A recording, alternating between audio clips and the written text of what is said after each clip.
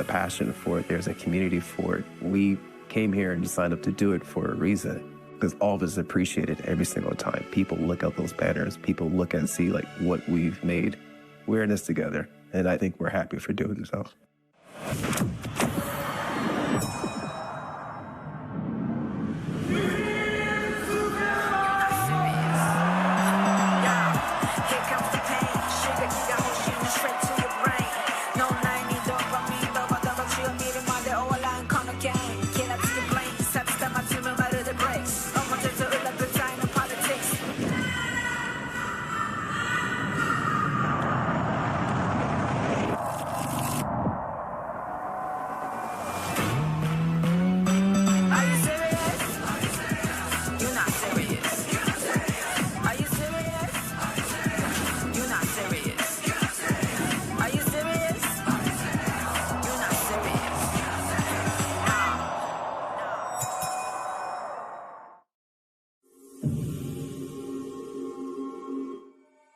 LANSCA, we call, is Los Angeles Nagoya Sister City Affiliation.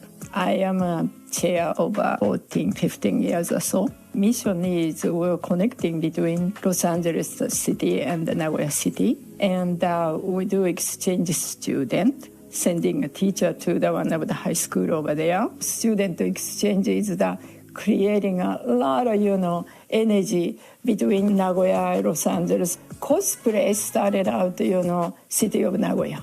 So these things is connecting with the people to, coming to Nagoya to feel, that both culture. We are not getting any fund from anybody. So really appreciated Anime Expo.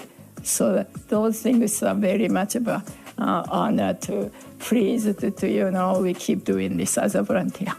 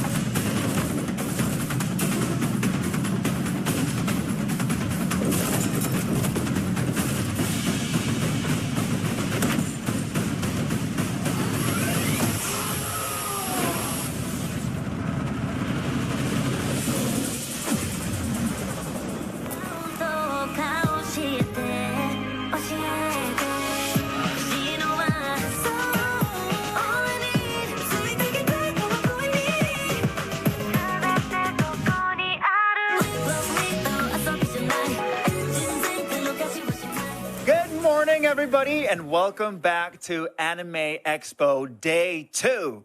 I'm your host, Takaki Hirakawa, from here at Anime Expo Livestream Studio.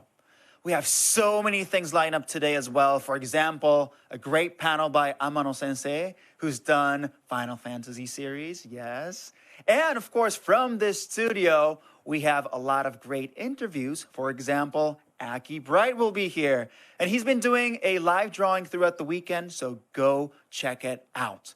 While my hosts are out and having fun at Anime Expo, I hope you guys will have fun as well throughout the day and throughout the weekend. All right, so I'll see you guys sometime around at Anime Expo Lights or out there in the field.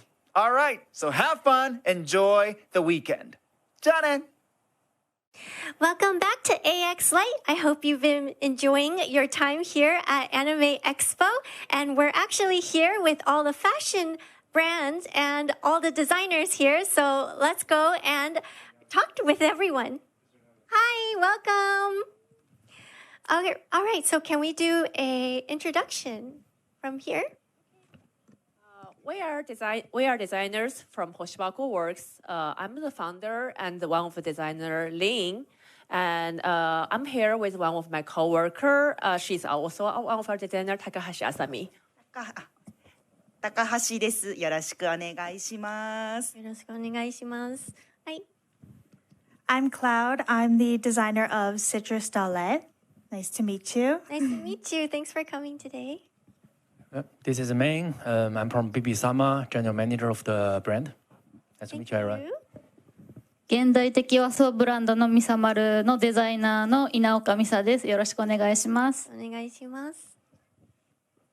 アクロ東京は、複数の個性の違うブランドの集合体のプロジェクトなんですね。でその中の3つのブランドのデザイナーを担当している田中と言います。よろしくお願いします。よろしくお願いします。So this is Misamaru brand, and she has her brand that is based on contemporary kimono styles. And we have Acro Tokyo over here, and he says that Acro Tokyo is a conglomerate of 5 different brands, and he is in charge of 3 of them. His name is Tanaka. Welcome. Thank you so much. All right, so can we get to know a little bit about each of your brands and how you guys came to be? Hoshibako? We are originally a hat shop. Mm-hmm. And a hat shop? Yeah, and we were originally just doing hats for other brands. Mm-hmm. And we did hats. We started with a very small shop in department store right after pandemic. And other people coming back to the department store, and we starting realizing only hats is not going to make our sales go. And also we have more designers join to us, so when more people join into us, then we're eventually grow up into this clothing brand, but also doing hats accessories with multiple designers. And our goal is try to make every single designer work with us can have the stage to shine. Amazing. Thank you so much. So it's a very big business decision for you to go from hats to clothing. It was. Thank you so much. All right, how about Citrus Dolan? Hi. So I started as an artist, actually, and I've always had a love for Japanese fashion. So I kind of wanted to incorporate my art into Japanese fashion. So that's how I started, actually, pretty recently. So I'm a pretty small brand, but we're getting bigger, so. Well, I mean, you're here at Anime Expo. Yeah, it's amazing. Amazing. Thank you so much. Thank you. How about BB-sama? BB Sama started 10 years ago, 2016 10 years ago. in Toronto. Congratulations. Thank you very much. And we purely focus on anime, otaku style apparels. Since last year, we are starting more official license. For example, Gintama. And this year, as you mentioned on the stage, we have some more IPs. FMAB, Freean, Mob Psycho, and Bucky. Wow, amazing. They're really large IPs. Thank you. Yeah, we are getting more. We try to get more later. Congrats. Thank you. Thank you so much. And how about Misamaru? ミサマルは私の祖母が2人とも着物関連の仕事をしていて、私も小さい頃から着物が大好きで、着物業界っていうのは今ちょっと衰退をたどっているんですけれども、なんか若い世代にも自由に着物を楽しんでほしいという思いから、より簡単に着れる楽しめる着物を展開したいと思ってミサマルを立ち上げました。ありがとうございます。So for Misamaru, she and along with 2 other designers on their brand, they all grew up loving kimono, and because recently for the younger generation, it's a lot more difficult for them to wear kimono and yukata, so they are creating these designs that are easier to wear for everyone. Thank you so much. Thank you so much. And Acro Tokyo? 質問は何ですか？ごめんなさい。申し訳ないです。ブランドについてどう作りましたのか、そしてあとどう成り立ってきたのかについて。僕がデザインしているのが、トラバス東京っていうブランドと、トラバス東京っていうブランドと、レフレムっていうブランドと、あとこの秋にローンチする、レフレムインダストリーっていう、ちょっとテックウェアのラインがありまして、で、トラバス東京は一番こう原宿の、闇かわいい文化がちょっと日本でトレンドになりまして、でそういった、原宿のティーンの、ちょっと心情を表現するようなブランドをちょっと作りたくて、初めて行ったブランドです。で今ではそうですね。トラバス東京。トラバス東京。申し訳ないです。トラバス東京。はい。でレフレムっていうのが、そのトラバス東京と、似ているんですけども、もっとロックでダークな、ちょっとそういった感情を表現するような、ブランドとして、トラバス東京の後に、また別のブランドとして立ち上げたブランドです。2個目。あ、そうですね。で、3個目を。3個目は、またそうですね。ちょっと日本らしいちょっとこうサイバーで、サイバーパンクの世界観だったりとか、そういうテックウェアの雰囲気っていうのを、またちょっと自分なりに再解釈して、始めていったブランドになりますね。すごいですね。ありがとうございます。So Tanaka-san is in charge of 3 different brands, like we mentioned earlier, for Acro Tokyo, and the 3 brands are Torabas Tokyo and Refrem and Refrem Industries. And the first one was Travis Tokyo, and it is capturing the heart of teens. It's a bit darker, yummy kawaii, so it's dark kawaii. And it kind of aligns with the hearts of the teenagers.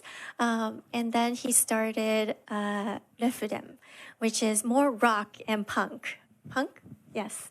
So rock and punk styles, a lot more streetwear. And then after that, now he is starting Refrem Industries, which is more cyber style. And these are all different sides of what his interests are as well. So this is quite amazing. 3 brands. Thank you so much. All right, so can you guys tell us a little bit about your brand's concept and your mission statement? じゃあ、ブランドについてコンセプトとか、あとこう目標とかについてお願いします。でも先ほど先ほど言いましたよね。という通り、なんか一緒に。そうですね。So you mentioned it earlier. You want to work with a lot more designers. I want to. So every single designer work for my brand is they are very, very talented. They are all my best friend, and well, I'm also designer, but I consider myself a mediocre designer. But I'm a mediocre designer, but I'm a good business person. Okay, and I'm a good business person who understands a little bit of design. Okay, and all of my designer is like they are pure artists. I want to create a showcase for them to have the stage for them, so that they can present their talent. That's really kind of you, and also is it? But your brand is very Lolita based, right? So is there like a specific style that you're always looking for? There wasn't. So we are identified as Lolita brand in the current days. But as we started, we are not really aiming for Lolita market. It's every single of our designer. So some of our designers are Lolita. Some of our are not. And so it is. I don't like being like a brand director, give each one of us like a strict direction and we should all follow it. We are more likely to just make whatever we like, and that end up being well loved by Lolita audience. I see. Okay, so you kind of fell into it. Yes. Okay, great. Yes, there's a very interesting phenomenon amongst our customer is the customer will pick several things from our rocks, and that will always be a theme designer. Oh, that's so great. That is like an interesting phenomenon. So I do think our designer will have like, well, I do think we achieve our goal at some level. Now everyone is like doing what they love. They love. Great. So thank you so much. How about Citrus Stolen? So we are inspired by the nostalgia of early 2000s and the Japanese Heisei fashion. era. Yeah, the Heisei era. So Y2K. Yes, Y2K. And so we really want to make clothes that are inclusive for a Western audience as well as all sizes. So and make everything as cute and kawaii as possible. So that's great to cater to a larger audience as well too. Yes, that's very important to me. So it's very inclusive. Thank you. Yes. Yeah, thank you so much. Thank you. How about Bibi-sama? Your mission statement. Yeah, for us, we are trying to build up a platform for top designers, official IP licensing, and fans. So you have multiple designers? Yes, and we have one chief designer, and we have a few in-house designers. Wow, okay. So right now, how big is your team? For design part or for the whole team? Maybe the whole team? For the office part, we have roughly 20. And we have separate factory. It's actually also owned by us, but they are like more operational. Whoa, okay. Wow, you guys are quite big. We try. We try. Thank you so much. Thank you. Thank you. じゃあ、ミサマルさん。ミサマルのコンセプトは着物に可能性と選択をっていうことなんですが、私たちが目指しているのは単なる着物の伝統の復刻ではなくて、着物を現代のファッションの最先端にすることが目標です。おー、すごい。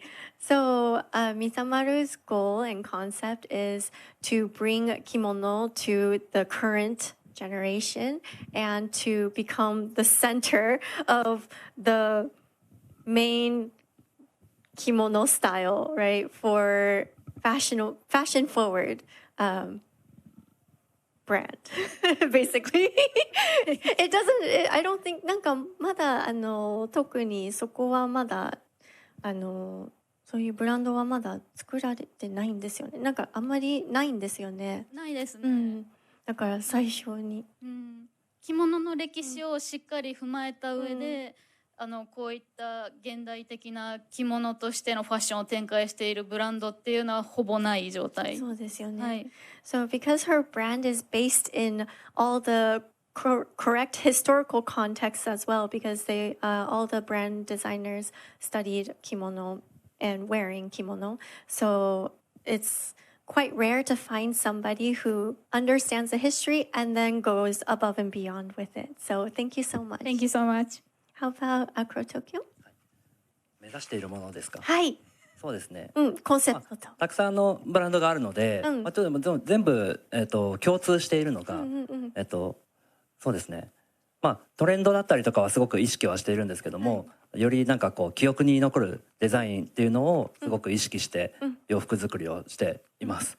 で、あとはちょっとやっぱ洋服を普段販売させてもらってるんですけども、商品としてだけではなく、なんか着る人のこう洋服って着る人のこう感情を表現する言葉みたいなものかなとも思っていて、でそういったことを意識しながらこう洋服作りをしています。素敵ですね。ありがとうございます。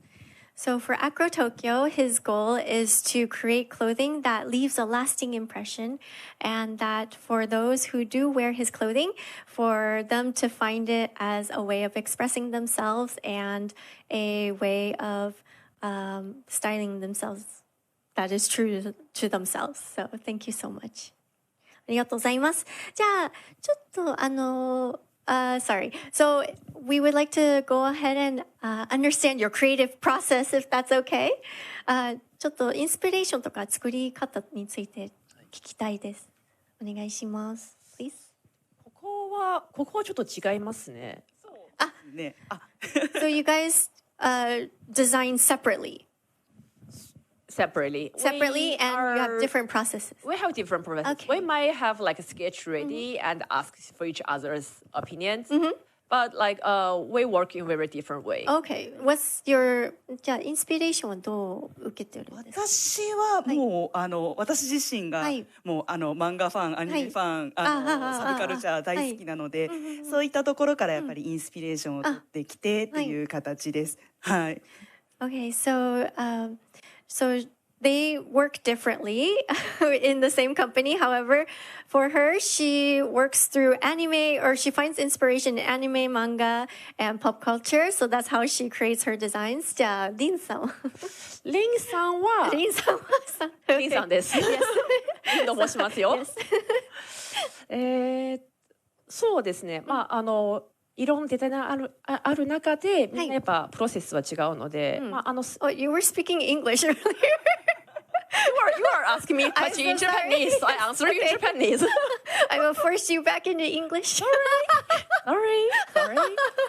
Yeah, so we have lots of, as I said, we have like 4 or 5 designers in our company, and each of us have different process. Right. Some of them are some are drawing sketch, and some of them are just like literally carving things out of like with fabric and draping and clay. Draping and clay, yeah, exactly. That's the word.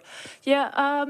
So it's like a workshop. It's like a workshop. Some people does it at like a workshop. Some people does like all hand painting, and some people just like put our old things and into the piece, cutting into a piece like remake. But inside our shop. I see. Well, me, I am more like I enjoy generic fashion a lot. That is quite unusual for fashion business in that person. So like most of them will have their own kodawari, which I don't. What's a good word for kodawari in English? Like your own specific requirements. Yeah, I don't have that. I just wear whatever I feel good. So basically, I take whatever I have lots of generic clothes, and I will always feel little bit more. I want to add a bit more things on this, and I'll just do that. So you feel it. You feel through the process. I feel through the process, and just like adding more and details and decoration to the things I already enjoy. Thank you so much. Okay, how about Citrus Dolan? I am inspired by like a lot of color and desserts and sweets and things like that. Yes, your prints had a lot of desserts in it. Yes. So my process is very much art-based. So I will sketch and draw things and work them into designs. And so it's kind of weird in that way. But because I was in artist first, that's why I do that instead of just going straight into designing clothes. I see. So you draw first your characters, your desserts, and then you put them into the clothing? Yes. I mean, by the way, did you draw your tattoos? No. Oh, but they're so cute. I want to. I want to for this arm. Okay, you're doing that arm is yours. Yes. Okay, got it. How about Bibi-sama? Basically, I don't have a design background. But you're the manager. I'm the general manager, for the more business side.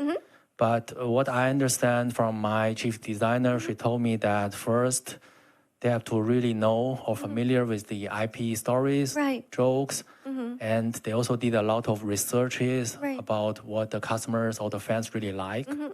So this is how they get inspired. I see. So they go through their interests and they add it on with what people want to see. Correct. For that. Yeah, and also for our design is very unique.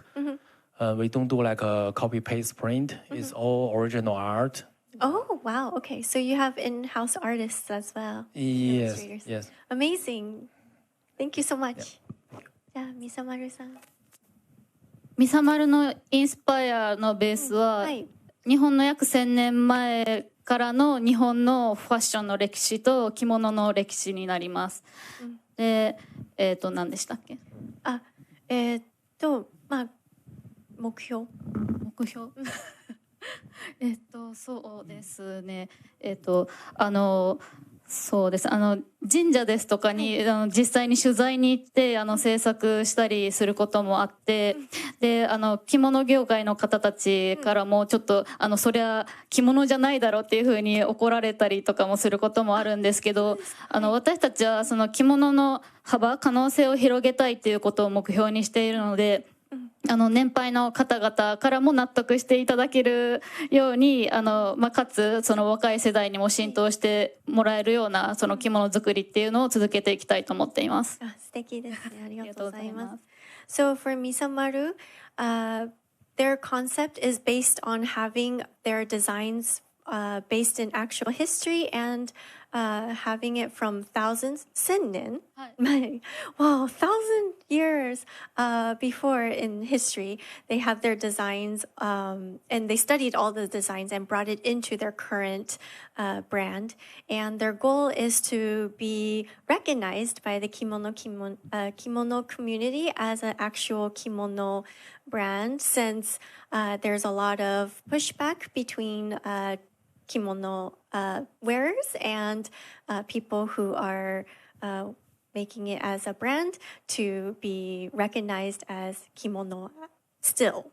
So that is 頑張ってください。Thank you. はい、アクロ東京。デザインのインスピレーションでいうとやっぱり日本のアニメゲームはやっぱりすごく大きいのと、あとは、僕の場合はロックミュージックだったりとか、あとは宗教的な建築物だったりとかそういったモチーフでしたりとか、そういったものとかっていうのはどの辺の？そうです。もう本当にこういろんなジャンル問わずいろんなものが見るのが好きで、そういったものでちょっとこう、頭をトレーニングしたりしています。あとはでも一番は原宿の街が、一番刺激をもらえて、デザインに例えば本当に行き詰まってしまった時とかは何も考えず原宿の街でぼーっと人を眺めたりとか、そういった時間は作るようにはしてますね。ありがとうございます。So for Acro Tokyo, he draws his concepts from a game, anime games, as well as architecture. And I asked him where, and he was like, all kinds of architecture. And he also particularly likes to go to Harajuku and just be inspired by just people watching. He says there's a nonstop amount of people walking around that it's just nonstop inspiration. So thank you so much. ありがとうございます。はい、じゃあちょっとだけなんか今まで一番大変だったっていうことは何でしょうか？ブランドを作るときは。What was your challenge being a brand designer? Do you have any challenges? I had this challenge as a business person where more than half of my employee quitted suddenly. Oh. But that's not what the audience want to hear at this code. Okay. Okay. Let's see. That's pretty challenging, though. That's pretty challenging. That's a big challenge. It's pretty challenging, but that's like more business side of story. I see. This is a designer section. Mm-hmm. So I think that's quite challenging. I'm going to think about that a little bit. Think about it. And how about, meanwhile, はい。そうですね。私がデザインしたいもの、表現したいものっていうのが、お客様も好きでいてくれるかな、欲しいと思ってくれるかなみたいなのの齟齬その題ね。はそれはよくあるんですね。はい、毎回大変だなと思います。クリエイターのあるあるですね。そうですね。Soごめんなさい、名前もう一度。高橋さん、すいません。高橋さん。For 高橋さん, her most challenging part is to create something that she likes, but something that other people would like. So finding that balance and that line is very difficult. So thank you so much. ありがとうございます。はい、じゃあ、Citrus Darling. I think the main struggle I have is with the business side because I am I'm the only employee, so I struggle a lot with the business side because I'm an artist, so that is definitely a challenge for me, but I'm learning every day, so we're getting through it. Yeah, starting a small business is difficult, but it's definitely one step at a time, so good luck with that. Thank you. Yes, thank you. BB, so much. Oh, yeah. did you? I think that is what I'm getting challenged with. Because I didn't went to fashion school. I did went to art school. I have an art bachelor degree, but I went to school for architecture. Mm-hmm. So for me, it's like I can draw. I know how to draw candles. I know how to draw industrial technique drawing, but I don't really know how to making clothes. I don't know how to sew. And that's the thing I've been learning every day. Mm-hmm. Yeah, we should learn from each other. Yes, we should. That's great. Thank you so much. How about BB Sama? I think the most challenging part is to bring the design to the product from sketch to sampling. So because I was involved all the communications between my designer and the factory. Actually, we have the studio for sampling. So every day I see their argument, fight. I say it's like, that's really challenging. But it's good that my designer is super responsible for the fans. She just want to make the fans happy. This is I totally support her, but hurting me. It's like challenging, but it's good. It's good. It's good for the company, for the brand, especially for the fans. Right. Thank you so much. ミサマルは立ち上げ時から苦難の連続だったかもしれないと考えていました。私は着物が好きで新しい着物の形のブランドを立ち上げたいと思って活動してきたんですが、やっぱり着物業界の方から非難されることが多くて、売れるわけがない、そんなのは着物じゃないっていうお声をたくさんいただくことがあって、それでもそういったお言葉をいつか覆したいという思いでこの2年間歩んできました。So for Misamaru-san, there's a lot of tough things that happen for her as well. So she's constantly struggling with the kimono community to be recognized and to be accepted as a kimono brand, since they do more contemporary styles. So thank you so much. ありがとうございます。はい。じゃあ、アクロ東京で。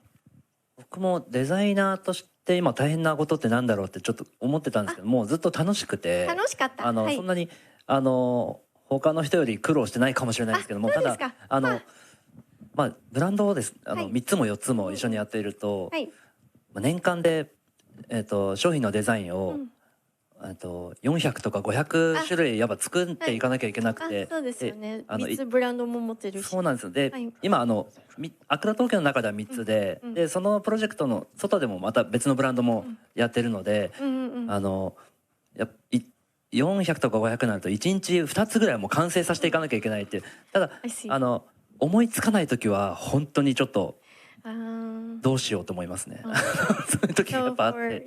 So for Acro Tokyo, he says he enjoys designing so much that he doesn't really have a lot of challenges going on. However, if he really has to think about it, the challenging part is that since he has so many brands, he has to think of at least 400 to 500 designs constantly, all the time. And not only does he do Acro Tokyo, the 3 brands here, he also works for other brands as well. So he's constantly designing, and to keep on coming up with more and more designs is very tough sometimes.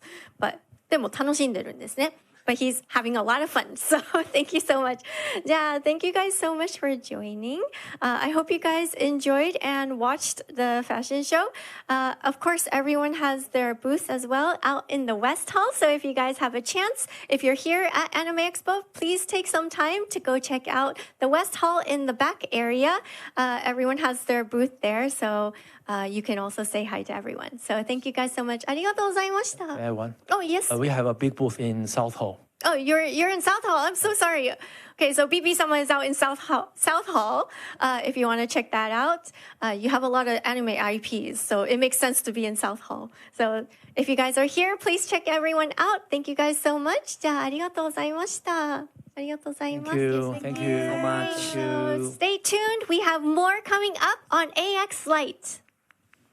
Welcome back to Anime Expo Lite. I'm your host, Takaaki Hirakawa. I hope you guys are having fun out there. And today, of course, we have so many great programs on our live stream schedule. For example, Sonic the Hedgehog panel, that's a great one. Amano Yoshitaka Sensei, that's another great one too. And also we have great interviews lined up. For example, we're going to bring cosplay senpais and then hear everything about cosplay. So if you're into cosplay, come check it out, their interview, and then see how you can put your cosplay game up. All right, now we're going to have a wonderful panel again. Warframe Voices of the Void is up next, so stay tuned.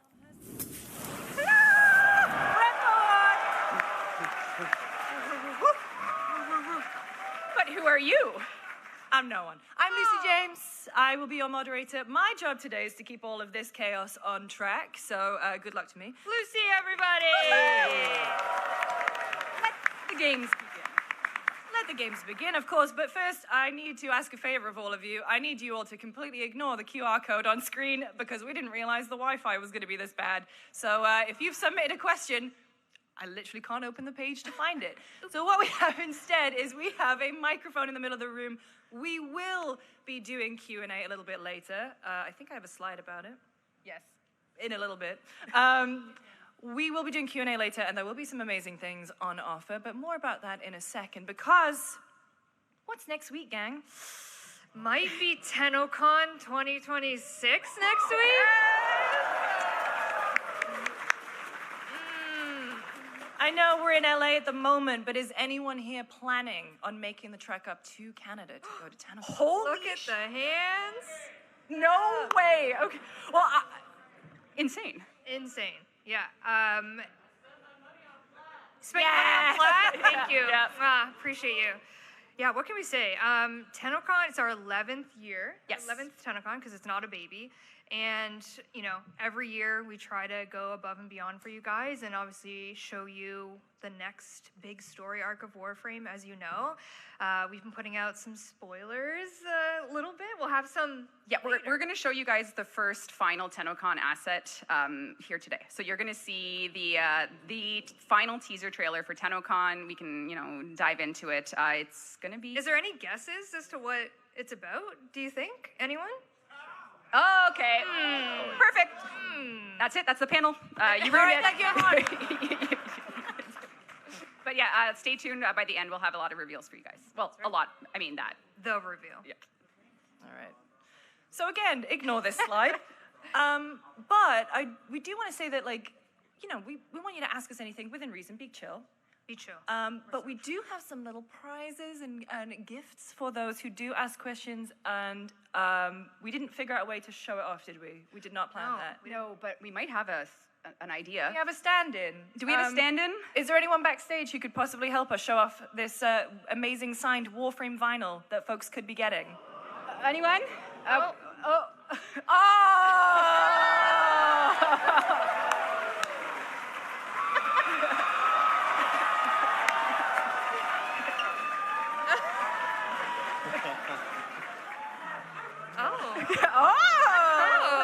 The Yowie panel's next door. So, yeah, we'll give you those. Yeah, I mean, Ben Starr not included, sadly. But thank you, Ben, for popping along. Thank you, Ben. Our own Vanna White. Ben Starr's not the giveaway, no. Unless you ask nicely, maybe. Yeah, maybe. All right, shall we? Yes, let's dive in. What else has Warframe got going on at Anime Expo, gang? Yes, this is our first time at Anime Expo. We're obviously very excited to talk Warframe. We're going to do some very anime-coded games today, but we also just wanted to shout out some people that are here with us in the room from the DE or Warframe family. Alpha is here, which is incredible. Alpha Takahashi. That's Aoi. Anyone romancing Aoi in Warframe? Do we have any Aoi lovers? Yes. And I don't know if Jimmy's here. I know Jimmy's at Anime Expo, but our latest proto-frame Ryoku, Jimmy's here. And then there's some other cast as well. I'm not sure if they made it to the panel, but we'll find them. And we also have a... Jimmy! Jimmy! Where? Oh my God! There's Ryoku! Jimmy! Hey, Jimmy! You can check out Jimmy on the Anime Expo floor and everything. He's around, so hi, Jimmy.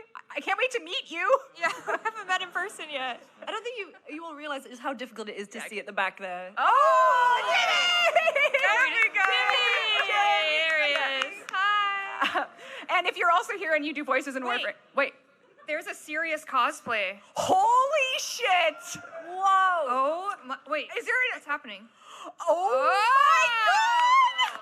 Look at that. That is incredible. Wow. Sorry, the lights just showed me everything. Hello, Nurse Ghetto. Okay. Incredible. And then the DE team as well. Tatum and Mark are here as well. So that was just some intros, but we also have another cosplay. We should do. Hoku Props is here, and we have a little video. Oh, I forgot to say, we're also at the Iron Mouse booth after. Yes. Okay. There's more about that. Yeah. And yeah, you guys are going to be at the Iron Mouse booth from 2 till 3 today in South Hall. Yes. Want to do a little community meetup? Definitely go check that out. Yes. And then we've got Hoku Props. So this is Lucy Wan. Yeah, this is Lucy Wan. This is my desktop if you guys want to see This is my desk. So if we you did confirm there's nothing, secret on. What do we got? We got Outer Wilds. Baldur's Gate 3 this is not the point of the panel. Sekiro, Shadows Die Twice. Enough of these games. Okay. Outer Wilds? Damn, right? Oh, but no. So Hoku is here. We want to show a little. Allah, at your service.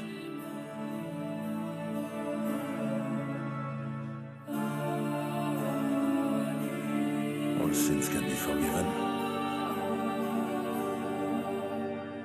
The agony of the night's darkest hours. Lua comes to bring us home. Beneath the sadness here, there is a serenity. The whispers are strongest here. I can feel it, the voices pressing against my mind, yearning to be free. Silver tears of Lua wash over this soul. Be with them in darkness and in pain.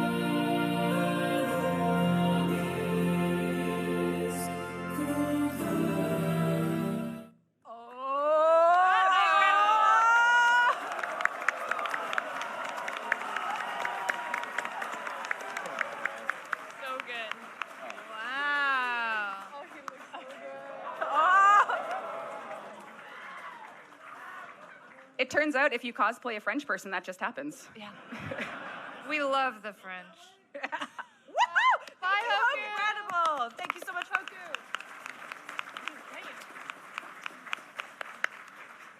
So yeah, a lot going on this weekend because you guys aren't busy enough with TennoCon. You just had to. We're chilling some more. But we've got a very fun panel lined up.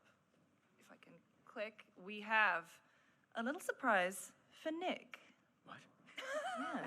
So Okay, so actually I'm very happy Alpha's here because as you may have known, Warframe we're at Anime Expo, but we're not actually in anime. This is bad news for anyone that was expecting us to be in anime. We're a video game, I'm sorry to say. But in our time, we have dabbled into doing 2D animation, and we love working with animators, and Venla Lina was the incredible director behind the 1999 piece we did.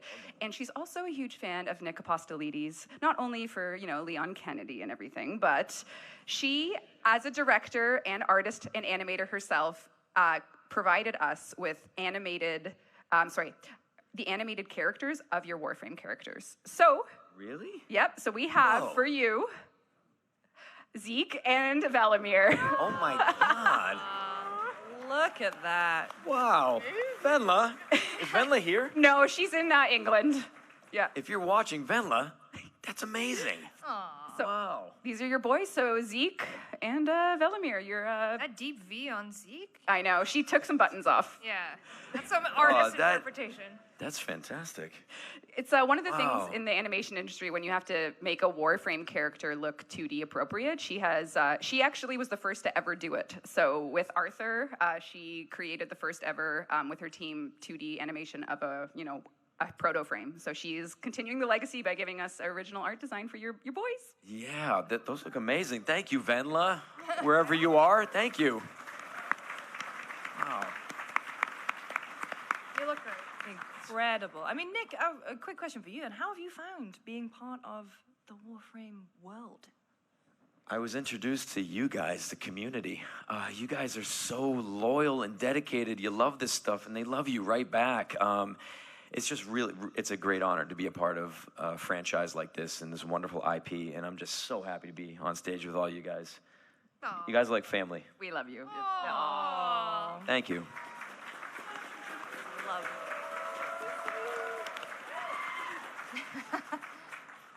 All right, next up. We've got we are here to talk. We are here at Anime Expo. And I think it's fair to say, Reb, I've seen pictures of your gym. You like anime. You've maybe seen one or two. Let's talk a little bit about the anime influences that have been on Warframe. So we've got some stills from J. Chadow's Constellations here. Yeah. How many people watched this, first of all? Very good, very good. Okay, cool. You've done the homework. Jimmy, that's your boy. But I think for Warframe as a game with all the creators, people that contributed to it and come into our world, Warframe originated as something that needed to be inspired by the visuals of Guyver, like everything back in the early 80s, 90s. And I mean, it's pretty obvious that our influences from anime have never stopped. That's right. And as like a I think one of the biggest things with anime and Warframe, other than, the idea that we're this space ninja action game, is the fundamental, you have to keep the story going. And, One Piece is never going to end. We don't think, we don't know.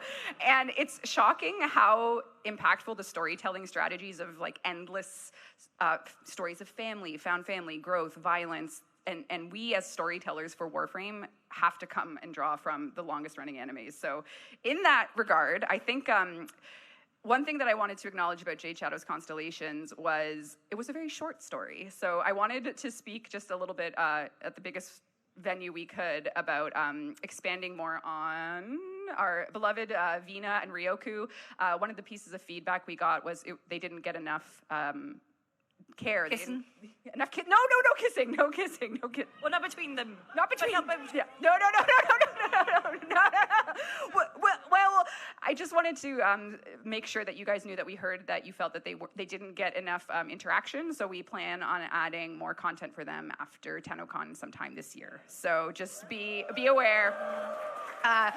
But it's just our way of saying we appreciate the feedback and we need to do more. So we will. So look forward. Jimmy, back in the booth. Yeah, get back in the booth. And then we go one more. I know. And if all of you on your seats have a gift of these glyphs from our animation, our 2D anime of Jade Shadow's Constellation, so you can use those in game. Wonderful. Also, enormous shout out to whoever put one of those on every single chair in this room. Because was that Mark and Tatum? Herculean effort. Or was it the volunteer team? Thank you. Now it's time for a little game. This is my contribution. I thought, what is something that's really fun? Audience participation. So you might have seen the call out. That's my really bad Photoshop. No, you got it. You might have seen the call out a couple weeks ago, asking for your fashion frames inspired by anime. And so I thought we'd play a little game of, who's that anime? Warframe! Let's go. So I'm gonna ask the panel first, but please, if you recognize it, folks in the audience, please join in. Varying levels of difficulty. Okay. Oh dear. I feel like this one's pretty. Piccolo!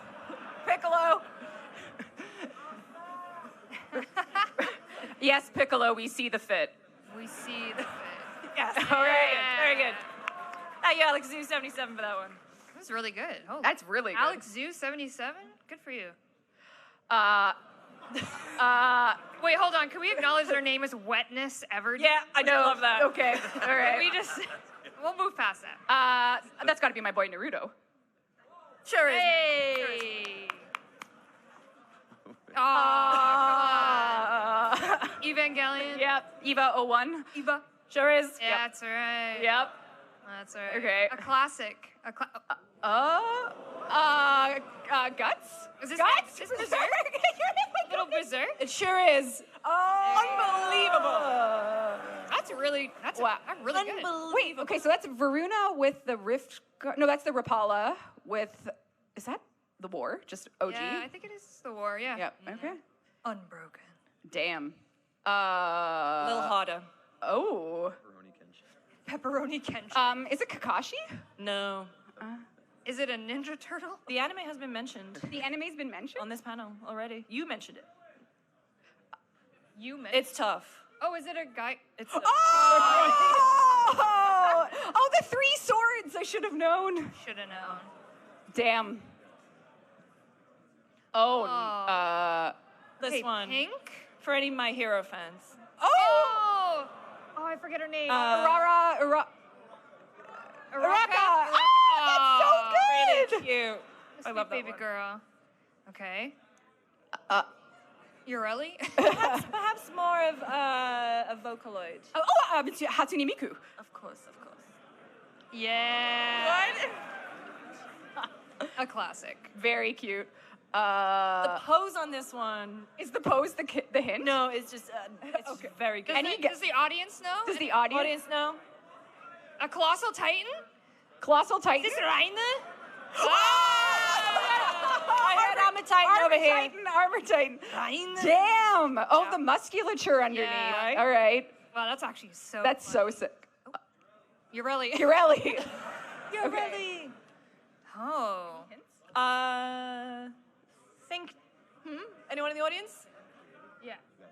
Yeah, player. Saber? Saber from Fates? Evergarden? Violet Evergarden? Wait, did someone say Sailor? Sailor? Is it Sailor Moon? It's Sailor Mercury. Oh! Fighting evil by moonlight. And my favorite. That's JoJo. That's gotta be. Yeah. It's gotta be JoJo. Yeah, it's gotta be. Oh yeah. Yep. That's So all Jojo. incredible. There was Great a lot of job. submissions, and it was tough to go through them. well done. So Good well job, done, community. That Warframe was fashion great. community. Thank you. So cool. Damn. All right, Georgia. Now time for a little bit of Q&A. Because don't worry, we have world premieres. We still have world etc. premieres. And a lot more fun stuff. But we thought we'd give a little time for some Q&A right now, so you can get one of the aforementioned vinyls. So if you want to start queuing up, We'll do 5 questions We will only. do 5. And I see the founder's shirt, so he has to go first. And then we still have reveals and stuff after. So We do. Yeah. all right. We'll see how fast we can go, but Speed round. that is a Warframe founder's shirt. You get to ask whatever you want. Thank you. I've been playing since closed beta. Sorry. Roth Dakimura. Oh my god. Okay. Yes, could you go really close to the mic? Yeah. Hoping I can get my founder bandana. Oh my god. Iconic. I have a burning technical question for yours. Due to limits per item for mod configs and appearance configs, can additional copies of the one-time obtainable weapons like Skia Jati and Paracesis be made available at Cephalon Mars outside of cross-save? Maybe chalk it up to eternalism? Nick, do you want to take this one? Yes. No. Yes. We can absolutely add duplicates of the one-time quest items. That is, because you can only do 3 mod configs. Yeah, of course. That's a great question, and I think write that down. the database will forgive this because you're a founder, so you probably paid for at least like 2 gigs of database space. So yes. And could talking companions be a thing? Talking companion. Talking companion? Oh, so like a little like Ordis, but if it was actually Ordis. Honestly? Pets. Oh my god. Honestly, yes. One day. One day. All right. Thank you for your question. Ben will give you your vinyl. Ben. Ben You have a job, Ben. What do we pay you Ben's for? literally standing like this.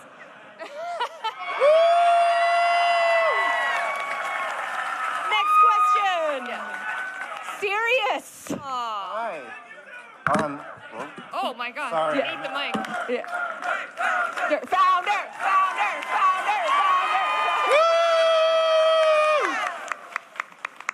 Thank you, Ben. I'm actually Orion. Whoa. Well, you're green. I know. Oh, but you're the serious Orion. Got it. I'm doing the thing where like twins dress as each other to confuse their parents. You're Orion as serious. Exactly. Got it. I feel you. Great job. A friend of mine would be mad at me if I didn't take this chance to ask you if you would please increase the Riven mod capacity. All right. Okay. In the world, there is a database crisis. We know this, and everyone wants us to add more capacity when there's already. We've tried to add 30 every 2 years and scale it up with pretty scientific methods to measure what the account size is. So we can look. We'll do a trial account to see. When you log in, it has to download everything, and every time you go in and out, it's just a performance concern and a database scaling concern. But we can look at it for sure. Don't worry. I'm writing it down. Don't worry. And I 3D printed you formal bundles. Please, Ben. Oh my gosh. We'll do. We have time for 3 more, so the 3 people, and then for anyone else that wanted to chat after, we will be outside. So don't worry about. Oh, Ben's eating it. Thank you, Sirius Orion. So, Thank you. actually, I have a question for my main man, Nick Apostolides. Oh! Close enough. And to everyone's shock and surprise, this question doesn't have anything to do with Warframe, actually. That's okay. That's okay. In fact, it actually has to do with Nick's debut as Togusa in the reboot of Ghost in the Shell. Is he a paid actor? What's that? Is he a paid actor? You sound great. You're a promo guy, I can tell. Yeah, and I just want to ask you, what was it like being part of the world of Ghost in the Shell, and what was it like being your character of Togusa? Being a part of a legacy IP like Ghost in the Shell, there's a responsibility that comes with it. I'm always honored to be a part of these, and I want to do these characters justice. There's a history, and people have been fans for decades for some of these projects that I'm in, and so I approach every role with the utmost respect and a lot of gratitude, because it could have went to a lot of people, and so we just want to make people happy, and we're all about to see that on July 7th, so we're very, very excited about it. Amazing. Amazing. From my main man, Nick Apostolides, a.k.a. Leon. I'm so sorry, if I may. I want to talk about the fact that I'm not the character and what it was like for me to not play the role.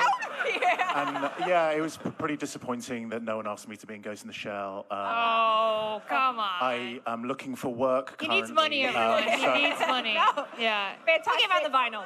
Yeah. Thank you. There you go. Thank you. Question. Actually, one of the most inspirational animes to some of Warframe's choices. So Is that right? Oh, yes. Come on. Yeah. I didn't Can't know wait that. to hear your performance, Nick. Can we have a watch party? Yes. July 7th. I'll be in Canada, okay? Whatever, Nurse Ghetto with Kenjaku. This is my dream come true. You need the comedian, the Fukaba. Is Fukaba here? Takaba. Is Takaba here? No. Okay. I love you. I saw him outside. I love you. I want to find him again. I want to do a TikTok with him. But if I had a question, I was just really excited to get up here. You just wanted us to look at you. You look amazing. Yeah. But can we have more Warframes that we can make into more JoJo stands, please? More Immortal skins, more just, because I got that Mista, I got King Crimson. I just love being able to put more anime into Warframe. I just love that, because we're not diverging into crossovers, and that's a slippery slope. Yep. Currently, the forces of the universe balance the obsession with anime and the absolute stop right now, which is Rebecca versus Steve every day. And lucky for you, there's always sometimes Rebecca wins and sometimes Steve wins. So when you get the next anime look in Warframe, you'll know. Thank you for your question.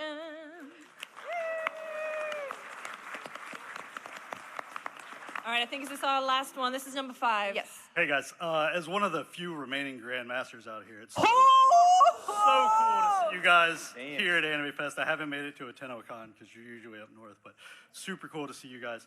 I just had one question. I know that with the lore of Warframe, it's really kind of set and it's hard to bring things in.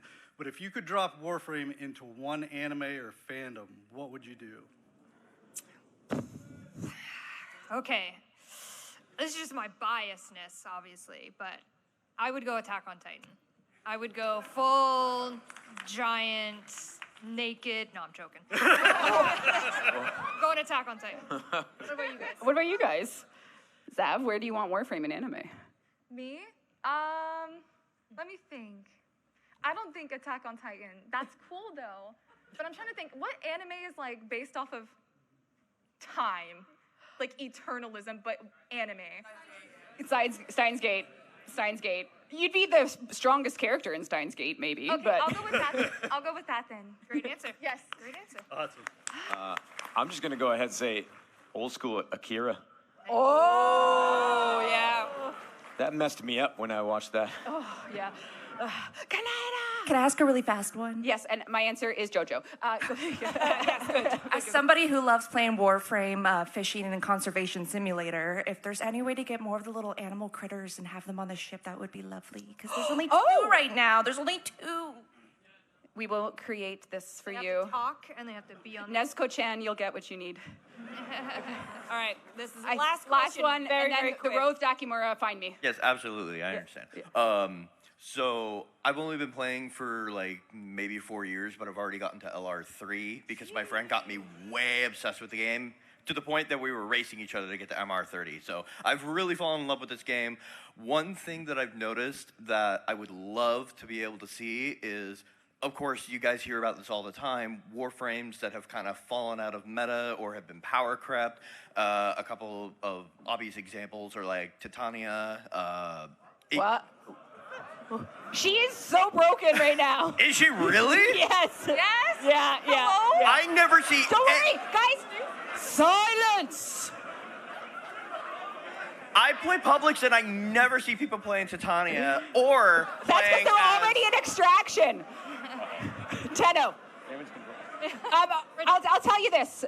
We are going to announce the next frame getting a rework at TennoCon, and it's an older one, so yeah. Oh, all right. Nice. Space Mom has Well, then I will spoken. say this. At this juncture, because she's gotten so little love for so long, I really hope it's Banshee. Okay. Thank you very much for your questions. As a reminder, folks will be outside the panel afterwards if you want to come grab them, or at Iron Mouse's booth a little bit later on. But we got more fun stuff. Oh, thanks, Ben. Bye. Bye, Ben. Reb. What could it be? What could this be? We have been teasing a Warframe Corvex. Can anyone here play Corvex? Any Corvex enjoyers? Woo! All right. Well, let's take a look at Corvex Deluxe. This is something that we actually stole from TennoCon to show here. This is a deluxe skin. Corvex is a go right in. Is it Lucy too? No, it's slides. No one look. No, look at my slides. So Corvex is concrete. This is him. He's, this is the OG, and we wanted to keep to a stone theme for him. So what else is like edgy and stone?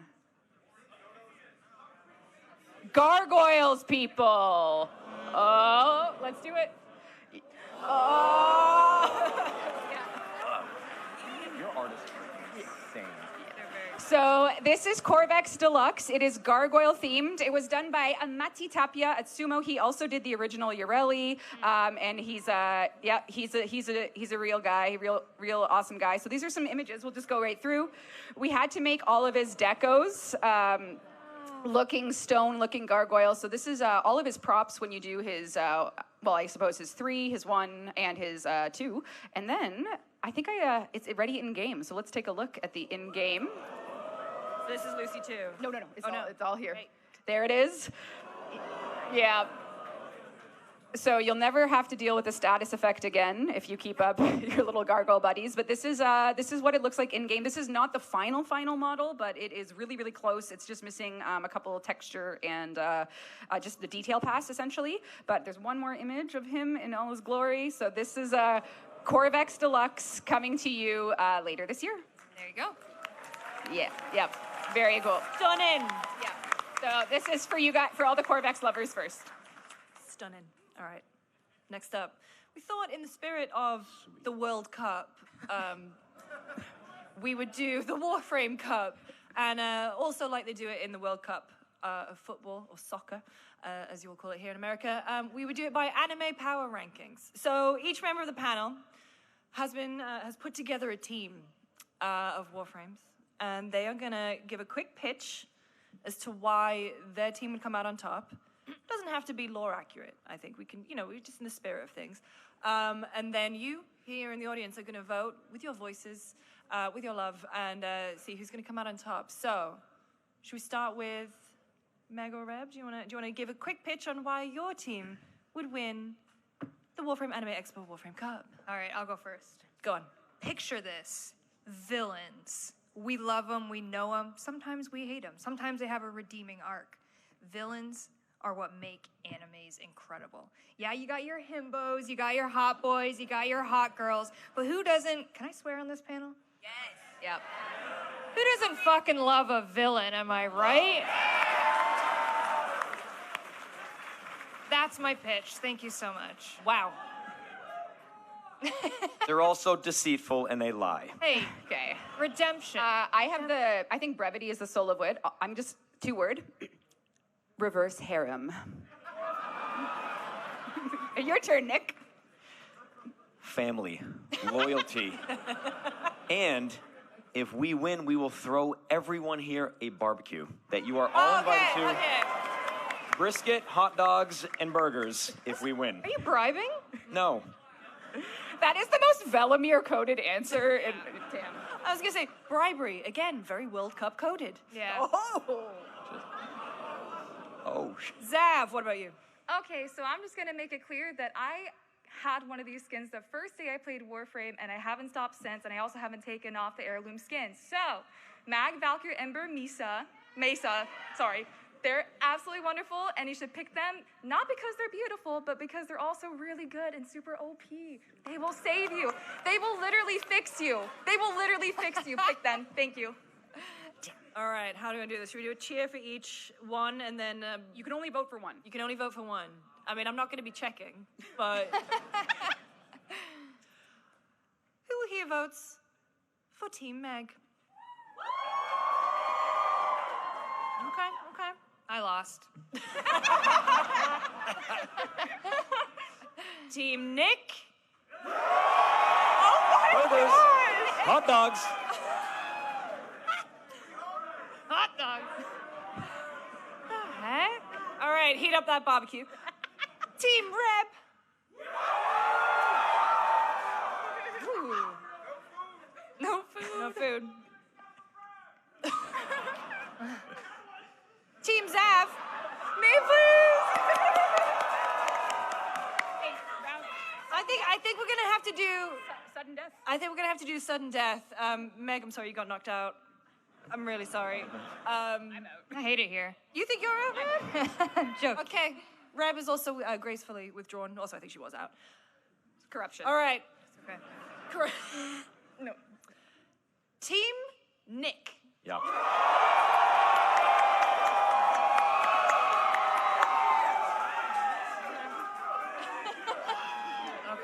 Okay. Team Zav.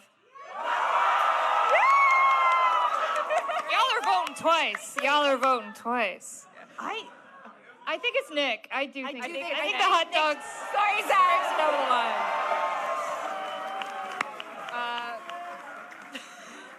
Find the right side. We're boomers and couldn't figure out how to do that. Yeah. Do you need us to Tickets bring will go out anything? later today. Yeah. Fantastic. Well, thank you all for competing in the Warframe Cup. Congratulations Thank to you. Nick. Thank you. I'll bring ketchup and stuff. I don't know. You're invited. Damn. Next up, Zav. Your turn. No. The spotlight is on you now. Oh. So you are a recent kind of convert, as I said, like relatively recent into the Warframe community. So we thought we'd ask you a little bit about your journey, how you got into Warframe, and how you've been finding the experience so far. Okay, so DE sponsored me. Woohoo! Money! It works! This was like 9 months ago, and they sponsored me, and I'm like, okay, sure, why not? And then out of nowhere, as soon as I logged on, like, my chat started flying with new first-time chatters, like, oh, I'm so happy you're finally playing. It's been years. So I played, short little sponsor, but that turned into hundreds of hours. So, yeah, and I still play to this day. It's great. And you're such a sweetheart, but Zab also recently debuted as a VTuber, and she's amazing. So if you're looking for a new VTuber to watch, you can watch Zav on Twitch. She's incredible. There you go. And speaking of Twitch, Thank you. Speaking of Twitch.tv, we got one of your clips, Zav. Lucy 2? Lucy 2? Is it Lucy 2? Okay. No, it's actually Lucy Zav 1. Before you guys see this, can you please let me know if this is a common thing in the Warframe community experience? We have two clips of your Twitch channel, so we're very Yeah, the first clip. Oh.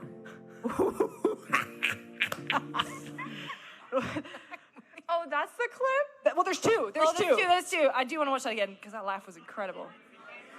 Oh, they can't see. Oh, AV. Marcus, our man. Marcus, they can't see it yet. Oh. Marcus. Okay. Great. You see All it right. now? Oh, okay, good. Yeah. Ooh.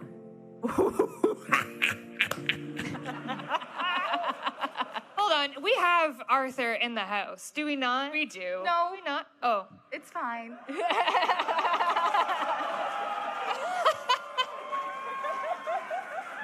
Ben, can you explain yourself as to why you quite literally went offline? Should we act it out? No!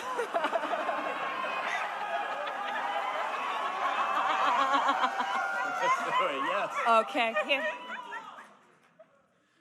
Okay. You might be a lot of things, Drifter, but at least you're not stupid.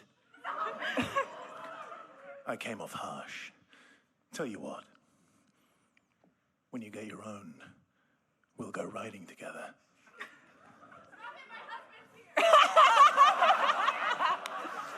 Your husband can join. Get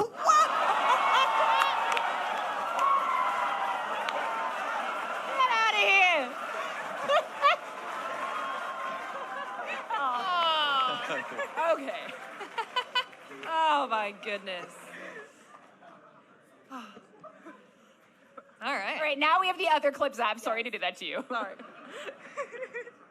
Okay. I sent you something. Please check your inbox. You're scaring me. You're scaring me.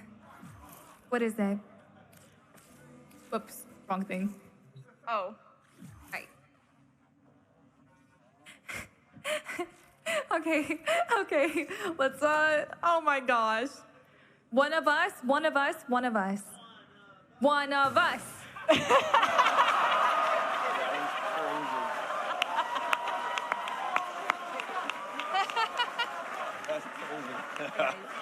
This was like the first week I started playing the game, by the way. The first week.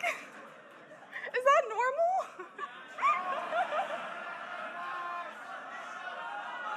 One of us.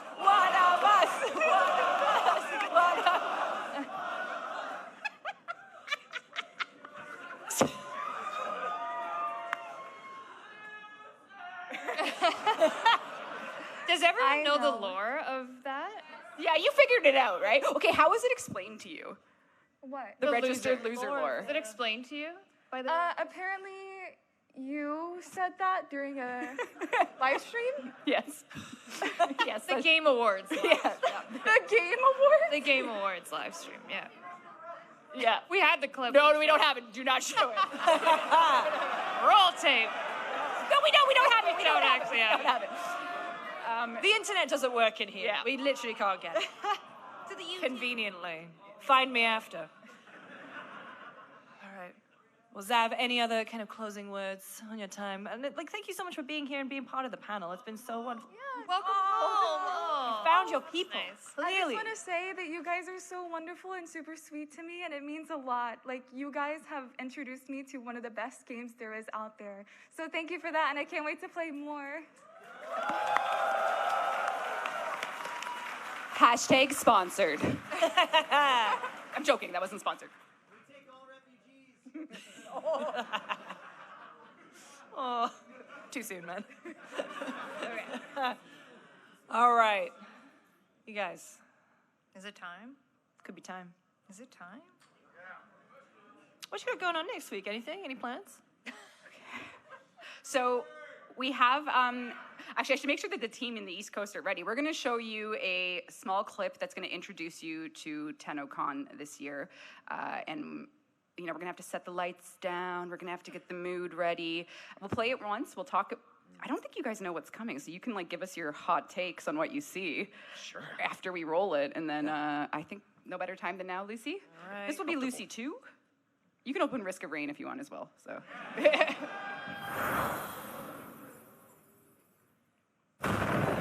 They are finally on their way. Your relatives and my old friends.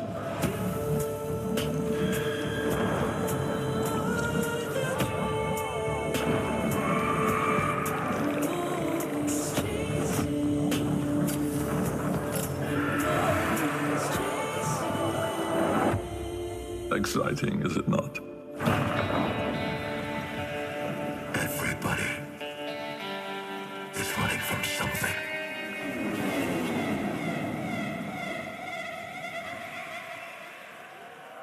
Oh my God.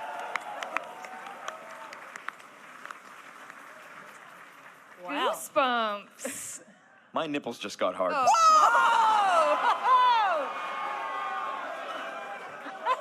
You guys set up suspense. Like, no, your reveal trailers are.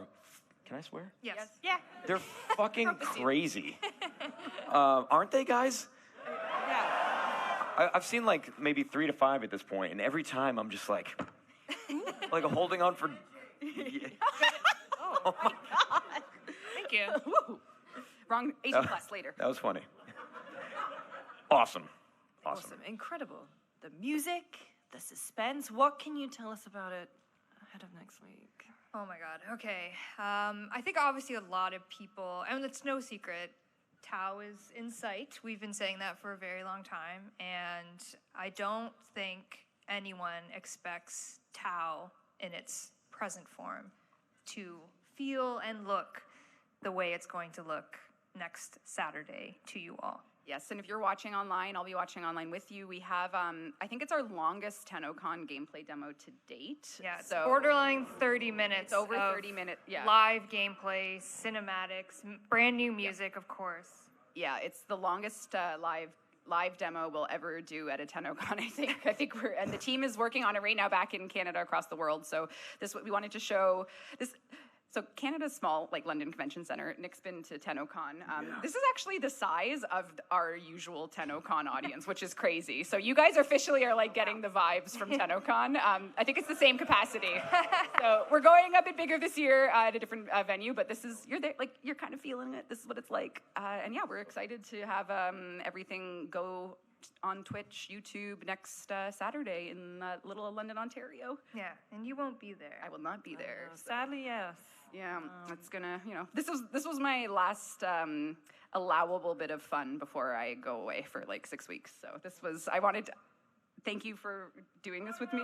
Oh, no, it's, I needed to, just say hi and everything before I go away for a while, so. We love you, Rev!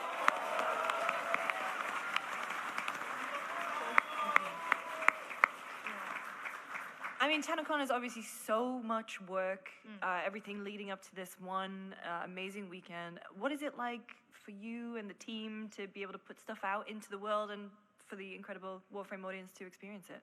Yeah, I mean, we've been working on this demo and just TennoCon in general from like our incredible events team and then just devs in general making what we're going to show you for months now. Like, we start planning TennoCon the minute it ends. Like last year, I was like, all right, Tau. So we've been planning it for a very long time. Spoiler. Oh, come on. We've been planning it for a very long time, and while it is one of the most difficult, stressful, high-strung experiences, it is, and I speak biasly, the best moment of my entire career to see everyone in that audience, to see everyone online, the hundreds of thousands of people. I hope all of you will join us online or in person, of course, and just cheering us on and, excited to be along this journey with us because we do this for you. We want to tell this story for you and keep, obviously, the Warframe story alive and continuing on because you guys have supported us for 13 years now? Yeah, I think that is one of the things I want. Like, whether you're new to Warframe, whether you're part of the cast, the crew, in 2026, the industry, on all accounts, whether it's, anime itself, like with the way people are treating with AI gen content and everything, like, it's so important to us to be able to do the human side of creating games and experiences. And it's a two-way thing. Like, you, as a player of Warframe or even like a lover of the arts, whatever it is, we are the luckiest team on the planet, I think, to have this type of support and respect for each other and humans creating art and doing our best to give it away at this point for free because it's only going to get more exorbitant out there. I think we're all seeing the news. So it's sort of our mission to keep giving you the best from every part of our heart and souls, the best we can, because we are only here because of you guys. So we are hoping that you look forward to what we have to show you next week and every day that comes after, because we live for this. So thank you for being a part of our community. Thank you for everything.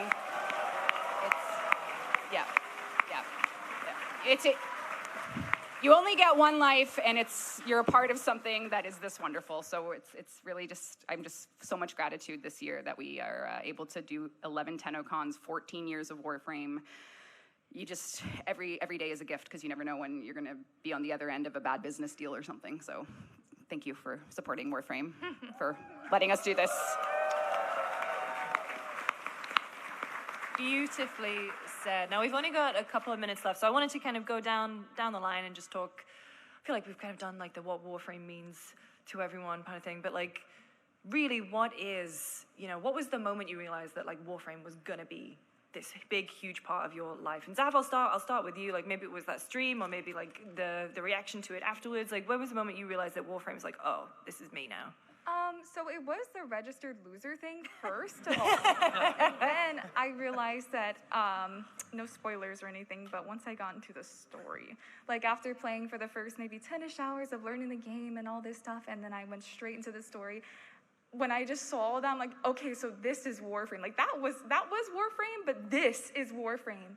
So like within the next month, I just went through all this story, and then I got pretty addicted to it. And it's one of my favorite things is lore. So yeah, it's that. And then also having Valkyr. Yeah, she's awesome. Great, thank you. Nick? Yeah, I remember the first time I ever saw these two. It was on stage in Boston at where was it? At PAX East. Saw these two powerhouse queens on stage with a crowd, speaking to a crowd about this size, and I was just in the audience, and I was just intrigued. I was like, who are these people? And then later that day, I was introduced to them by Mr. Starr, and here we go, and here we are. I'm in the cast, and I'm a part of this huge ass family, and it's just the coolest thing in the world because DE cares so deeply about this and you guys, and I'm just like here for the ride, and so it's just really a good feeling. We're honored to have you. Thank you. And I'll take my steak medium rare. Damn it! Gotta start cooking. Two of you, Warframe's been a part of your lives for like a huge part of your lives for so long. Can you even accurately sum up how much it means to you? Hell no. And I don't think my body is covered in anime and video game tattoos, and I will work on this game until the day I die because I believe in this game so fucking much. I love this community so much. We have 20 seconds left. We'll do. We'll be outside if anyone that we didn't get a chance to talk to. Lucy, thank you for organizing and running the panel. You're the best. We love you, Lucy, and I love Warframe. Thank you. Send us everything you do at Anime Expo if you're online. We're not going to be able to experience everything, so we want to know what you guys are doing. So tell us, because it's amazing. Thank you for playing Warframe. Thank you to Marcus and DJ and the tech crew. Thank you. Thank you. Thank you. Hot dogs for everyone. Hot dogs for everyone. Thank you.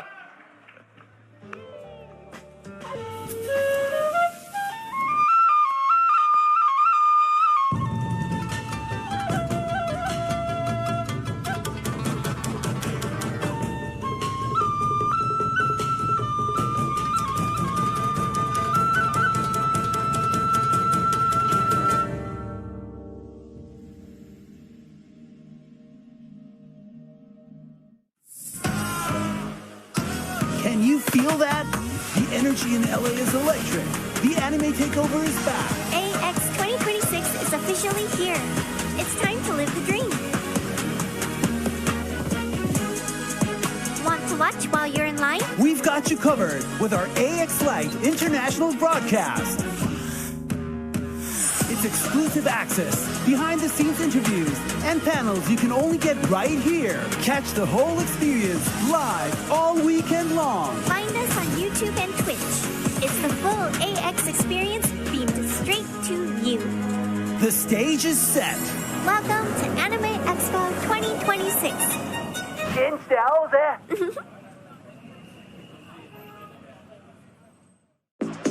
OMW, on my way to you. Good at what I do. I'm OMW. Welcome to the all-new AX campus. This year, we're going even bigger. Figueroa will now host AX Crossing and kick off the show in style. Lenovo is hosting the official welcome ceremony. Crypto.com Arena is home to some of the biggest moments this year.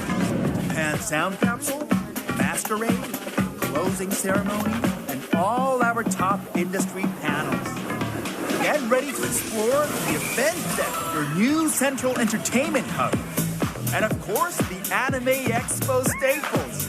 maid cafe, beer garden, cosplay gatherings, and the legendary AX Crossing. Final approach. Stay tuned for many more announcements. OMW. Register now. 今すぐ申し込みだ。LANSCA we call is Los Angeles Nagoya Sister City Affiliation. I am a chair over 15 years or so. Mission is we're connecting between Los Angeles City and Nagoya City. And we do exchange student, sending a teacher to the one of the high school over there. Student exchange is the creating a lot of, energy between Nagoya and Los Angeles. Cosplay started out, city of Nagoya. So these things is connecting with the people to, coming to Nagoya to feel, that both culture. We are not getting any fund from anybody. So really appreciated Anime Expo. So those things are very much of an honor to pleased to, we keep doing this as a volunteer.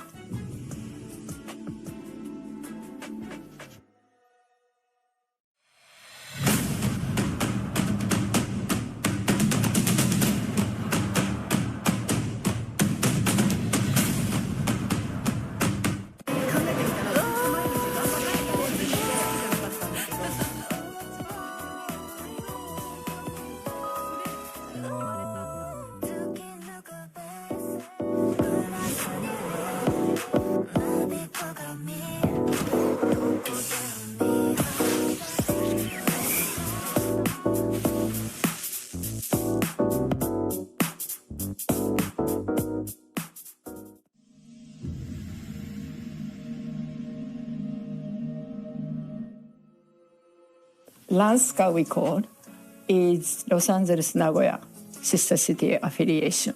I am a chair over 15 years or so. Mission is we're connecting between Los Angeles City and Nagoya City. And we do exchange student, exchange art, sending a teacher to the one of the high school over there. Now, we start doing a new generations committee started last year.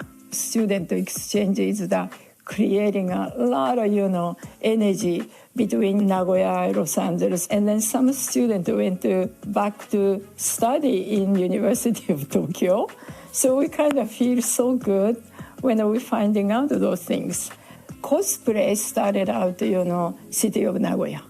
And then there are 200 over countries people are coming over there every year to do the cosplay summit. Nagoya is the city, have a very, old samurai culture. And plus, Ghibli Park is also inside of the Aichi Prefecture. So these things is connecting with the people to, coming to Nagoya to feel, that both culture. There is the great, story about one of the students who went many years ago.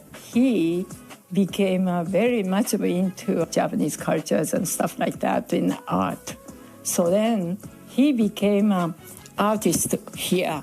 And then this program brought to his first step of his career. He will only get the PhD. This type of things happening in the student exchange. We are all volunteer. And then we are not have any, fund coming to anywhere, except when we do the event. Nagoya cover the many portions of it. And then I do fundraise myself. We are not getting any fund from anybody. So really appreciated Anime Expo this, fundraising event for us. And also, we do the student exchange program is also cost too. So we're going to use those things into the fund.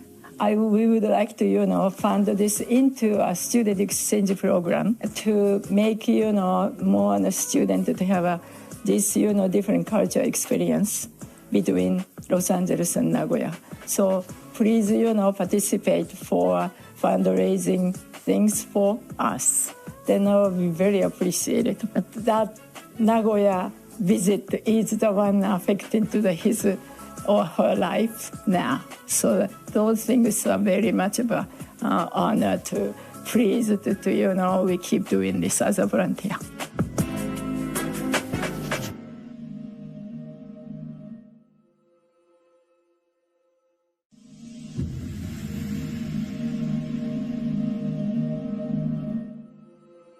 My name's Marina, and I'm the head maid here at Anime Expo Maid Cafe. A maid cafe is a fun place where you can come and relax, sit down, have something to eat. All the servers are dressed up in super cute maid costume. We have super cute food for you guys, and we do a little show and dance as well. Maid cafes have always been a thing in Japan. That's the birthplace of them. But in recent times, due to social media like TikTok and YouTube, the culture has made its way out of Japan and over to places like the USA, and we like to do our own version of the Maid Cafe experience. So every year the show changes. We want to keep it fresh and exciting for you guys. Something different that we're doing this year is that we are inviting all of our different cast members from the different regions to perform their own song for you. I think the highlight definitely is our parfait. We have 2 new parfaits on the menu. The first is a cotton candy inspired cat parfait, and then a French vanilla bunny inspired parfait as well. I would recommend trying both of them, but if you had to order one, maybe the cotton candy. And it is sort of named after and inspired after one of the Anime Expo mascots, so you just have to come and see it. Whether it's your first time or your 10th time at the Maid Cafe, every year the Maid Cafe is different and exclusive and special, so you definitely want to take some time out of your weekend to come to the Anime Expo Maid Cafe. And tickets may sell out for some of the sessions, if not whole days, so you want to get your ticket as soon as you know. And we also have GA Plus and VIP ticket tiers for people who want an even better experience. We are so excited for Anime Expo Maid Cafe 2026. We hope to see you there. Welcome back to AX Light. I'm your host, Brandon McInnes, and we are here on day 2 of Anime Expo 2026. With me is my co-host, Ken, and we have a very special guest with us here today, Mr. Ken Miyauchi. Thank you for joining us. ようこそアニメエクスポお越しくださいました。おはようございます。Thank you. I understand. He's the esteemed producer of the acclaimed fighting game series Guilty Gear. Thank you so much for joining us. You're here promoting Guilty Gear Strive, aren't you? Yes, so today I'm very happy to be here presenting Guilty Gear Strive. Hi everyone, I'm nice to meet you. I'm Ken Miyauchi, Guilty Gear Strive producer. All right. Well, yes, and you've been the producer of Guilty Gear Strive for 5 years. For 5 years now. Since 2018? No, actually since like 2022. It's actually 4 years and moving into 5 years, yeah. Yeah. Now, this is not your first Anime Expo, you were telling me earlier, right? How long have you been coming to Anime Expo? So the first Anime Expo that I came, it was 2018, I believe. Yeah, and then, almost every year I come here, seeing people, and then how Anime Expo is being growing every year. It's very excited to be here again this year. It's huge, right? Oh, it's huge. Is there any big difference you noticed? Well, I'm kind of surprised that they're taking over the streets now. In front of the convention center. Yes, we're expanding the campus. Yeah, it's huge. So big. Like the fact that we have the Crypto.com arena this year is just wild to me. How has the reception from fans been in the US compared to Japan for Guilty Gear? I don't mean to really compare, but I see the international fans, especially in the US, people are more expressive in their reactions. Mm-hmm. So every time, since it's a fighting game, and every year we add, a couple characters, and seeing a lot of players from the US or fans reacting with very, very expressive motions. I'm really excited to see those kind of moments, and I'm really happy. Yeah, it really moves us developing. Oh, that's wonderful. That's wonderful. And you talk about having new characters every year. You're here showing off a new character for Anime Expo 2026, aren't you? Yeah, this is actually a really exciting moment right now because new character for Guilty Gear Strive, Robokai, was just released right before Anime Expo. So currently, I'm in real time seeing people's reaction on him, and that's like really exciting moment right now. Getting a lot of feedback from the fans. Yes. Yes. Wonderful. Wonderful, wonderful. Let's see, is there anything special you'd like to let fans know about with your recent work? I imagine this new character. Well, yeah, of course, the main big moment right now is Robokai, the new playable character. He's very unique and funny. So just watching his animation will maybe catch your attention. So I would like people to just check it out. And not only that, but also Guilty Gear Strive has just hitting its 5th anniversary right now. Oh, wow, 5 years. And we just recently achieved that the worldwide player base has exceeded over 4 million.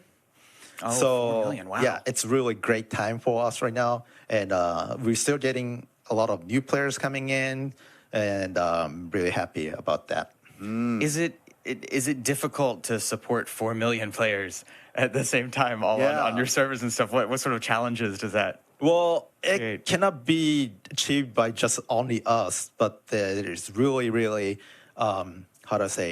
the passionate community out there supporting our titles. That's why without them supporting the game, we wouldn't make it, updating the game for 5 years and achieving 4 million players. So there's a really good communities out there, and I'm really happy about it. Wonderful. That's wonderful. I wanted to ask you a slightly technical question because I was doing some research on the game and the fan response. Oh, yeah, and you're talking about that. Yes, Yeah, the players have seemed to praise how you as developers, as a producer, have deal with lag. Because in fighting games, lag is it's a really difficult thing to overcome, people's connections, and you want it to be as fast as possible. And I read about something called rollback netcode and how you use it, and I'd like to kind of talk about that. Would you sort of explain to us how that works?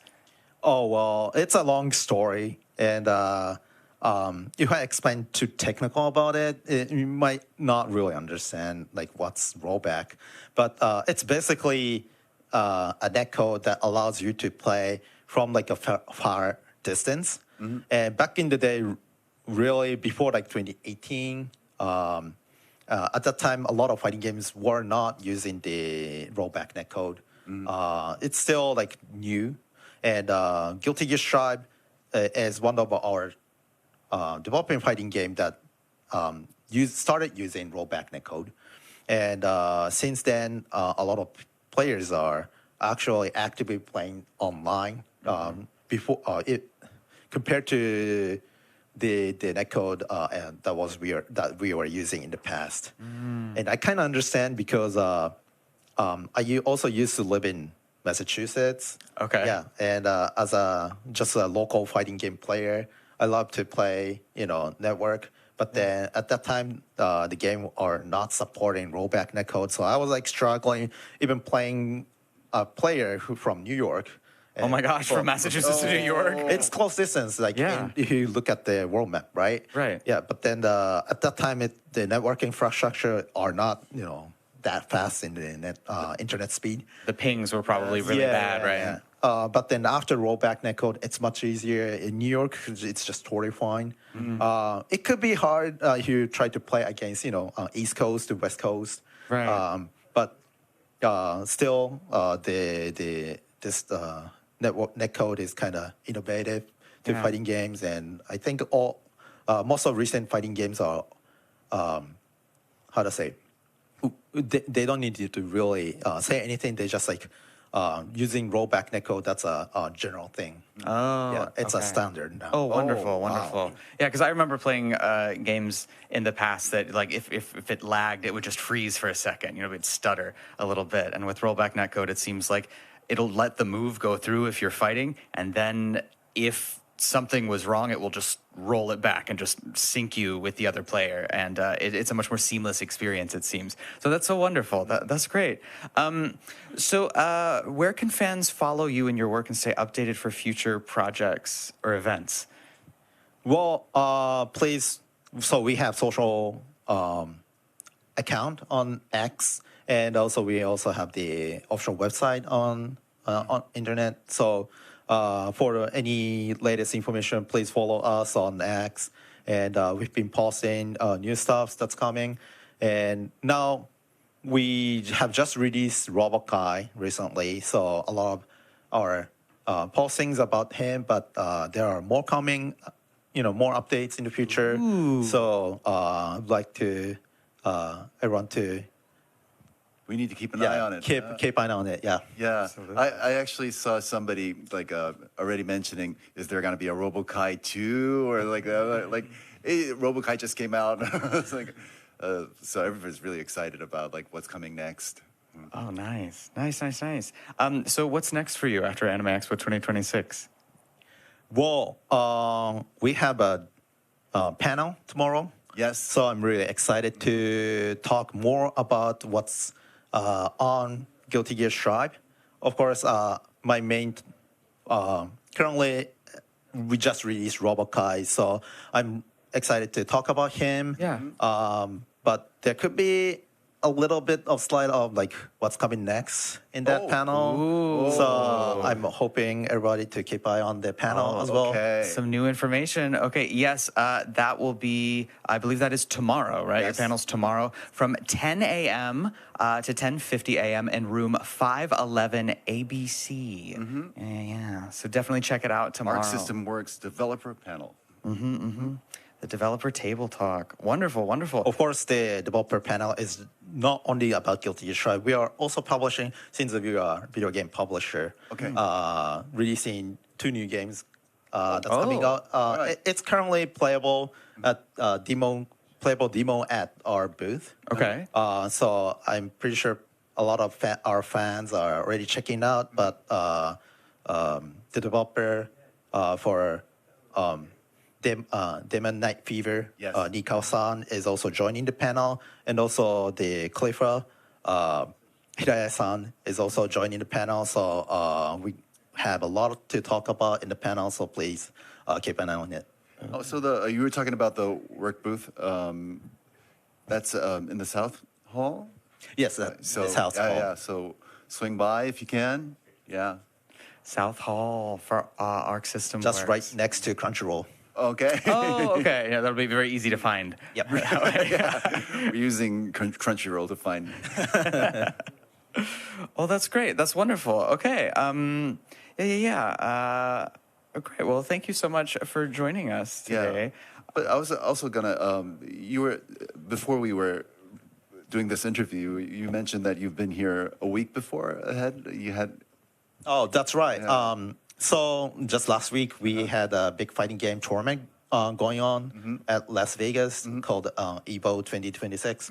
And I fly there to the event and then just staying here till the Anime Expo. So I've been already here for 7 or 8 days in the United States, enjoying the hamburgers and the guacamole, the Mexican food, California. So kind of start to miss that I'm gonna live in a few days. Okay. Yeah. So I mean, a lot of people when they come from Japan, in the beginning they enjoy it, but then everybody gets homesick every once in a while. So, but you're really living it up right now. Yeah, I used to live in Torrance. Okay. So, So, you know your way around.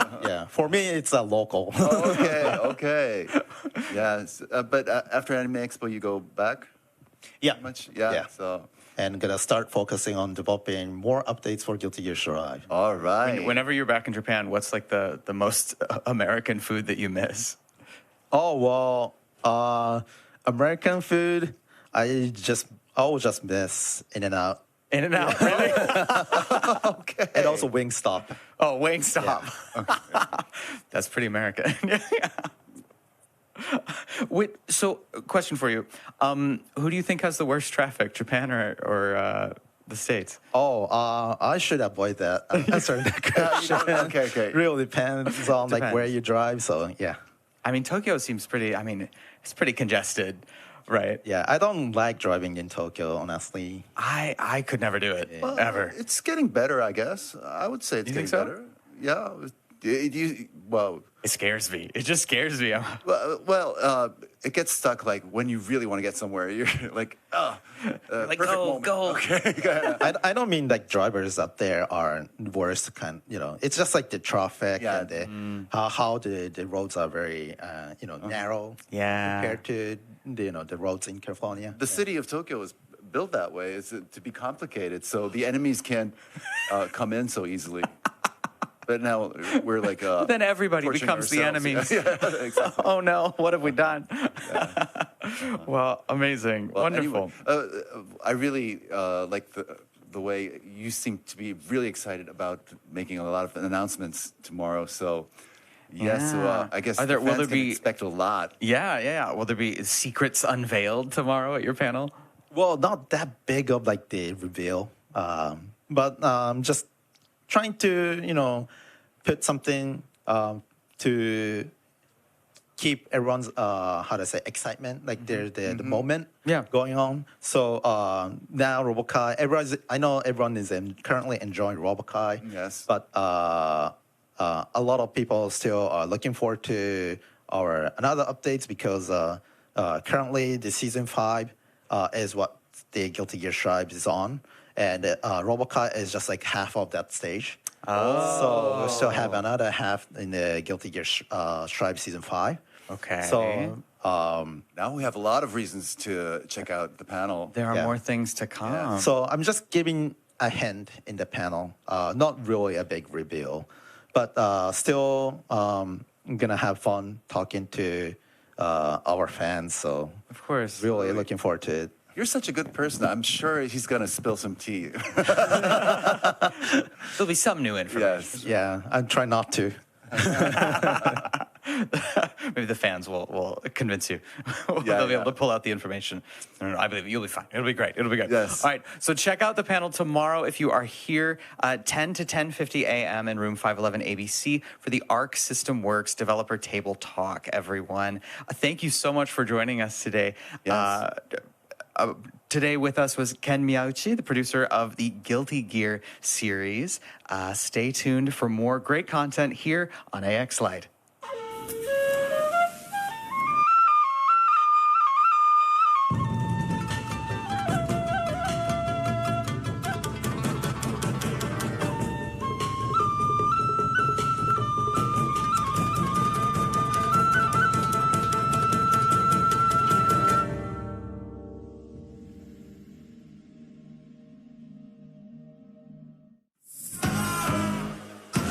Can you feel that? The energy in LA is electric. The anime takeover is back. AX 2026 is officially here. It's time to live the dream. Want to watch while you're in line? We've got you covered with our AX Lite international broadcast. It's exclusive access, behind-the-scenes interviews, and panels you can only get right here. Catch the whole experience live all weekend long. Find us on YouTube and Twitch. It's the full AX experience beamed straight to you. The stage is set. Welcome to Anime Expo 2026.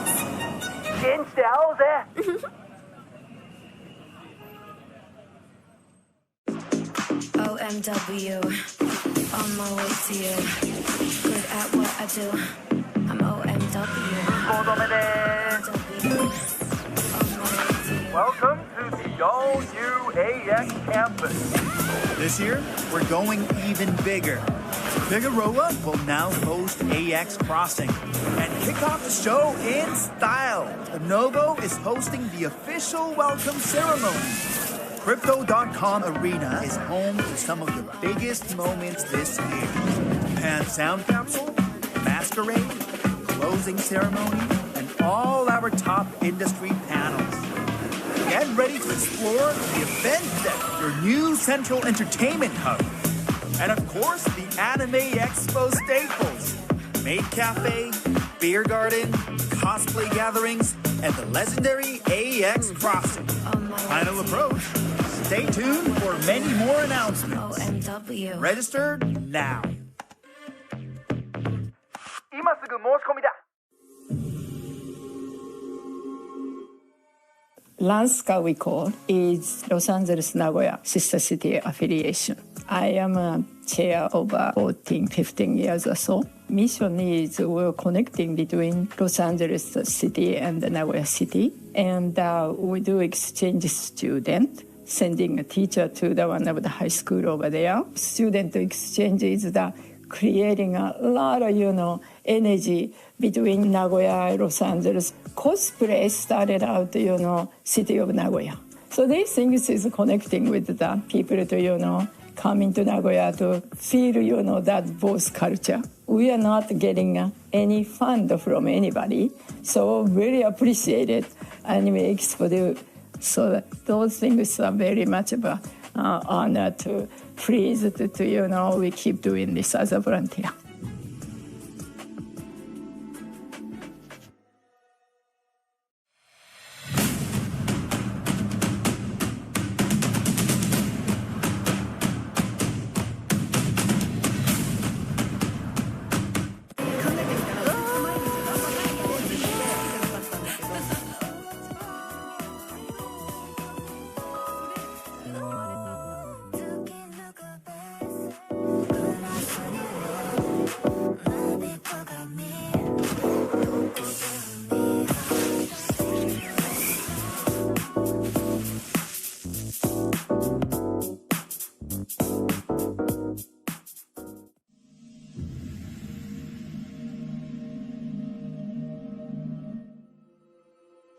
LANSCA we call is Los Angeles Nagoya Sister City Affiliation.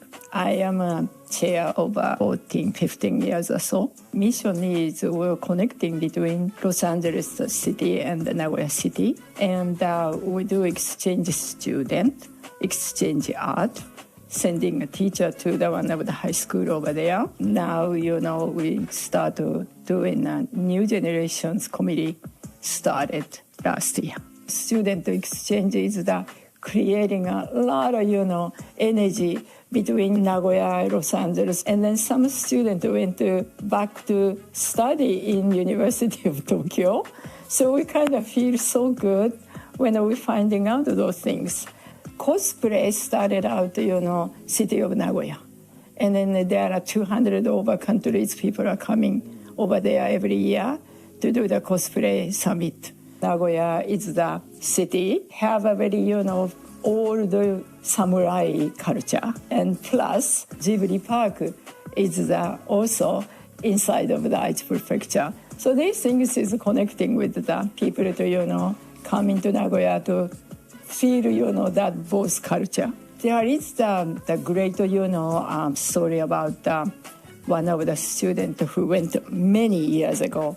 He became very much into Japanese cultures and stuff like that in art. So then he became an artist here. And then this program brought to his first step of his career. He will only get the PhD. This type of things happening in the student exchange. We are all volunteer. And then we are not have any fund coming to anywhere except when we do the event. Nagoya cover the many portions of it. And then I do fundraise myself. We are not getting any fund from anybody. So really appreciated Anime Expo this, fundraising event for us. And also, we do the student exchange program is also cost too. So we're going to use those things into the fund. We would like to, fund this into a student exchange program to make, more the student to have this, different culture experience between Los Angeles and Nagoya. So please, participate for fundraising things for us. Then I will be very appreciated. That Nagoya visit is the one affecting to his or her life now. So those things are very much of an honor to please to, we keep doing this as a volunteer.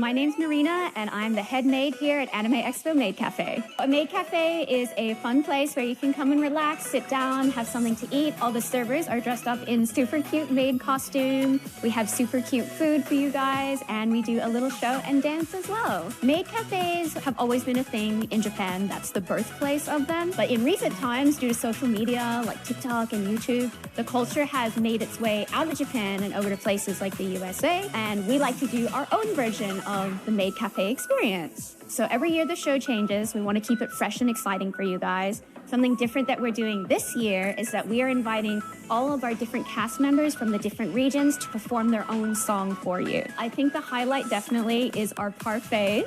We have 2 new parfaits on the menu. The first is a cotton candy inspired cat parfait, and then a French vanilla bunny inspired parfait as well. I would recommend trying both of them, but if you had to order one, maybe the cotton candy. And it is sort of named after and inspired after one of the Anime Expo mascots, so you just have to come and see it. Whether it's your first time or your 10th time at the Maid Cafe, every year the Maid Cafe is different and exclusive and special, so you definitely want to take some time out of your weekend to come to the Anime Expo Maid Cafe. And tickets may sell out for some of the sessions, if not whole days, so you want to get your ticket as soon as you know. And we also have GA Plus and VIP ticket tiers for people who want an even better experience. We are so excited for Anime Expo Maid Cafe 2026. We hope to see you there.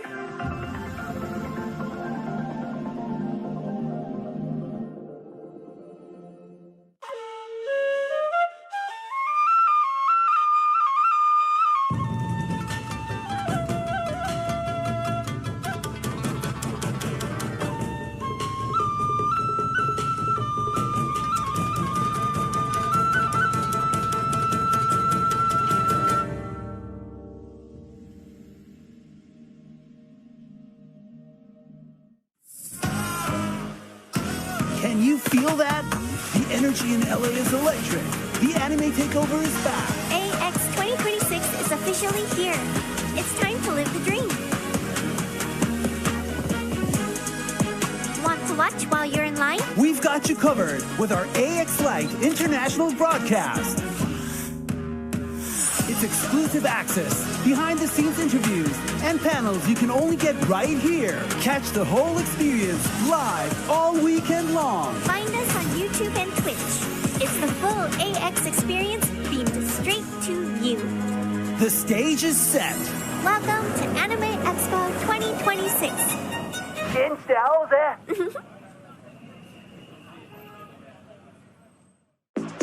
OMW, on my way to you.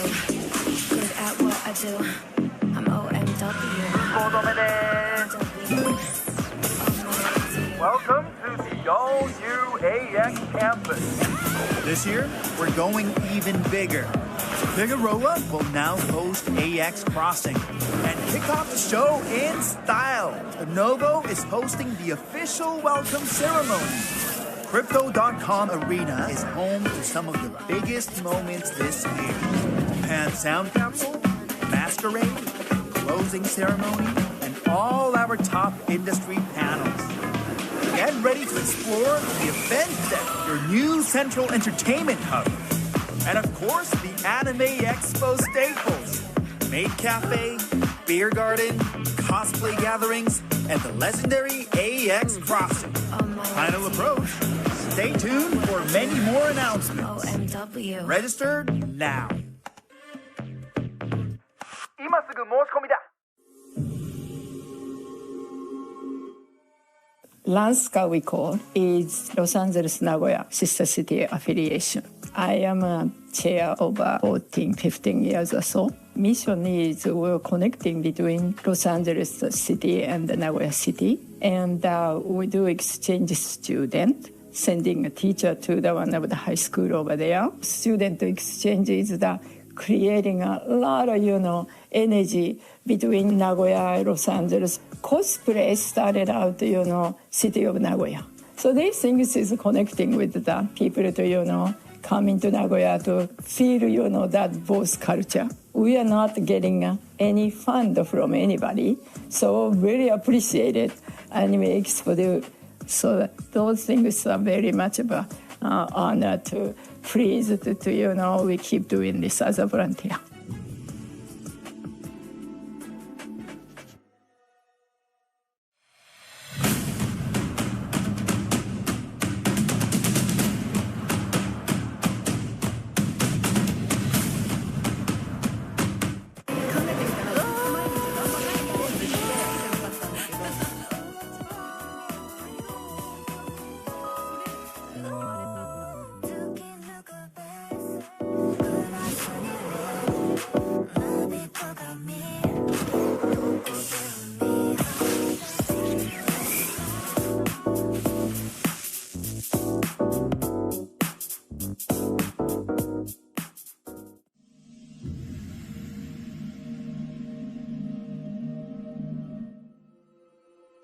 LANSCA we call is Los Angeles Nagoya sister city affiliation. I am a chair over 14, 15 years or so. Mission is we're connecting between Los Angeles city and Nagoya city. And we do exchange student, exchange art, sending a teacher to the one of the high school over there. Now, we start doing a new generations committee started last year. Student exchange is creating a lot of, energy between Nagoya and Los Angeles. And then some students went back to study in University of Tokyo. So we kind of feel so good when we're finding out those things. Cosplay started out, city of Nagoya. And then there are 200 over countries people are coming over there every year to do the cosplay summit. Nagoya is the city, have a very, old samurai culture. And plus, Ghibli Park is also inside of the Aichi Prefecture. So these things is connecting with the people to, come into Nagoya to feel, that both culture. There is the great, story about one of the students who went many years ago. He became very much into Japanese cultures and stuff like that in art. So then he became an artist here. And then this program brought to his first step of his career. He will only get the PhD. This type of things happening in the student exchange. We are all volunteer. And then we are not have any fund coming to anywhere except when we do the event. Nagoya cover the many portions of it.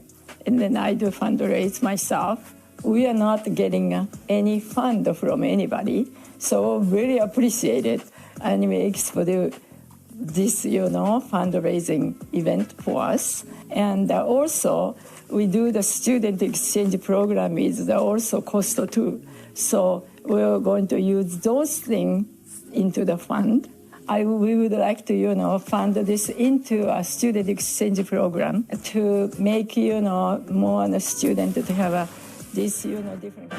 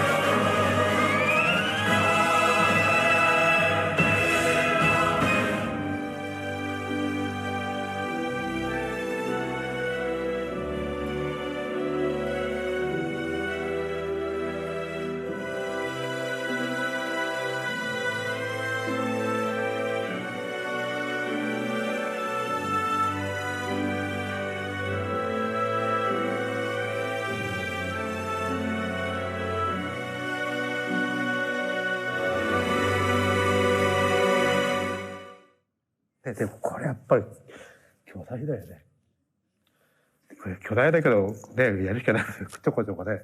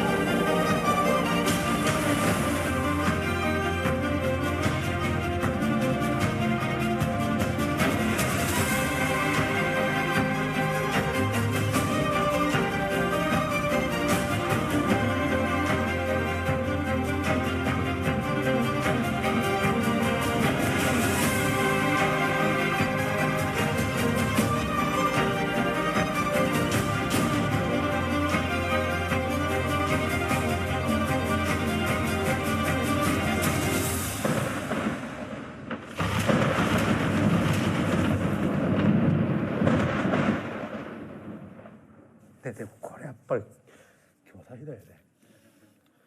これ巨大だけどねやるしかないちょこちょこね。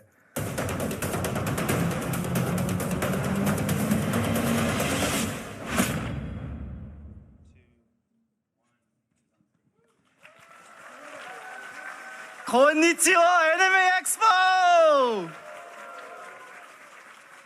Welcome to the Yoshitaka Amano Art and Entertainment, a new creative challenge. Today, we'll be celebrating the incredible legacy of one of Japan's most influential artists, but more importantly, we'll be taking a look at what's coming next. Now, please join me in welcoming Yoshitaka Amano sensei, along with Horiaki Ikigami-san.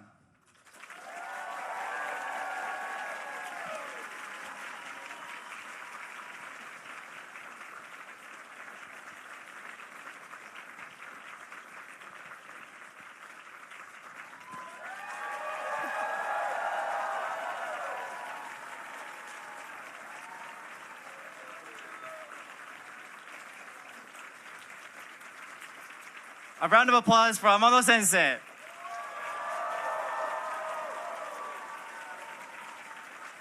And next, for Horiaki Ikigami-san.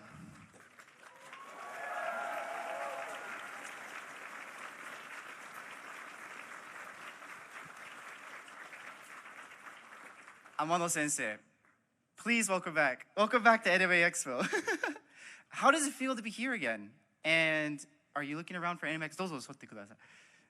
And I look forward to seeing how's Anime Expo so far, and how is it from last year?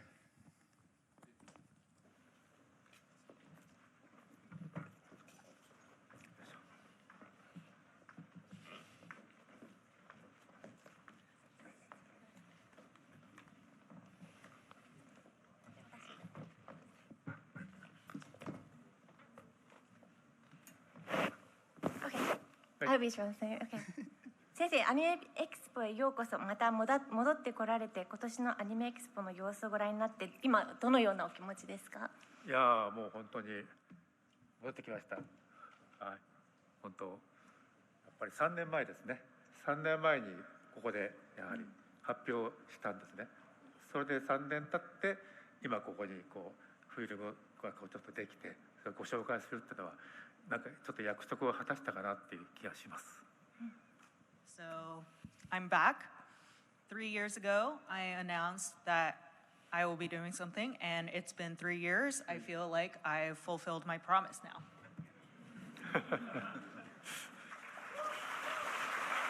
Thank you. Suzuki-san, can you tell us more about the opening documentary video? 先ほど皆さんにご覧いただいたドキュメンタリービデオについてちょっとご紹介していただけますか？今天野が大作を書いてまして、ミソロジー新しい未来のミソロジーの作品を書いてるんですけど、146メートル以上になりそうな。今4分の1できました。今4分の1なので、そのドキュメンタリービデオというか映画を作っています。はい、その一部です。So currently, Amano Sensei is creating a large project related to mythology, larger than 146 meters. And currently, Amano Sensei has created about a quarter of it, and we're creating a documentary movie related to that large project. So that documentary that you guys just saw is just a glimpse into the total project that we'll be showcasing. So it is. Now, before we take a look at what's coming next, I do want to pay homage to the nearly 6 decades Amano Sensei has shaped some of the most beloved works in anime, fantasy, gaming, from Gatchaman to Vampire Hunter D to the iconic imagery of Final Fantasy. Are there any fans in the audience?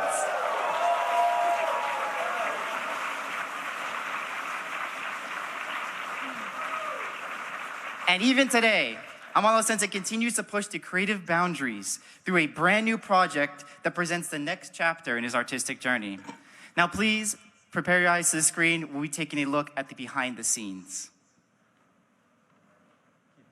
なんか同じ大きさじゃなくて、なんか一回り大きくてもビジュアル的には面白いのかなと思って、ちょっと一応そこだけ。どれぐらいなシーンですね。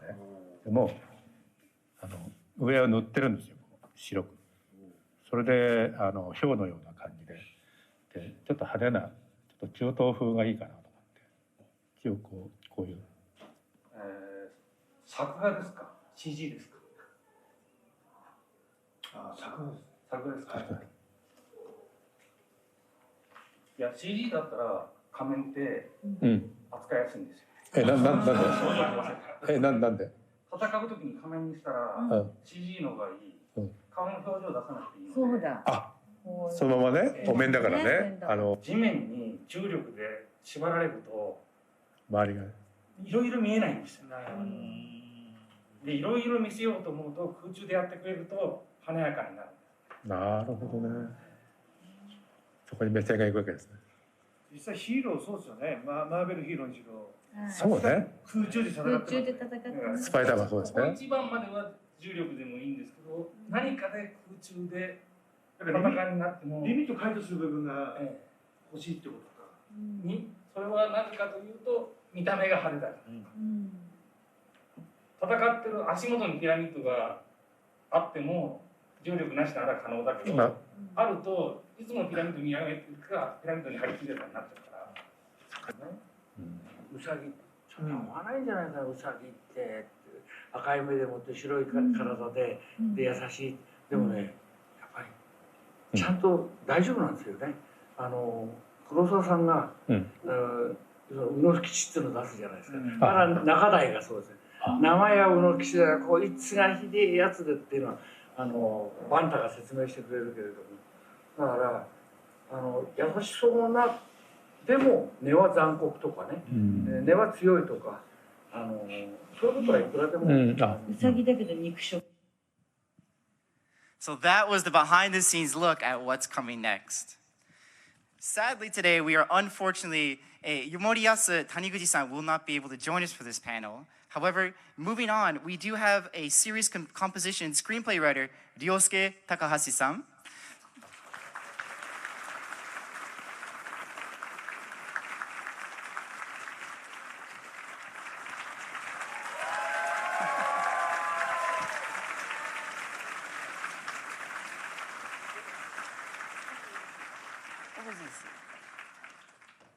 The co-director, Toru Yoshida-san.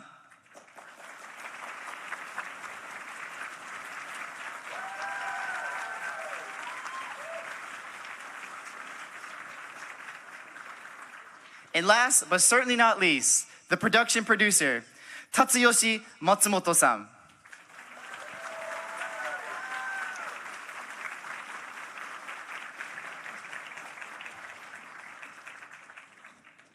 What you're about to see is proof of concept pilot film for Zon, an ambitious new dark fantasy project currently in development. Every frame of this pilot was created entirely by hand. This pilot offers a first glimpse into the world and vision of the project, brought to life by some of the most respected creators in the anime industry. Now please, if you could enjoy the pilot film.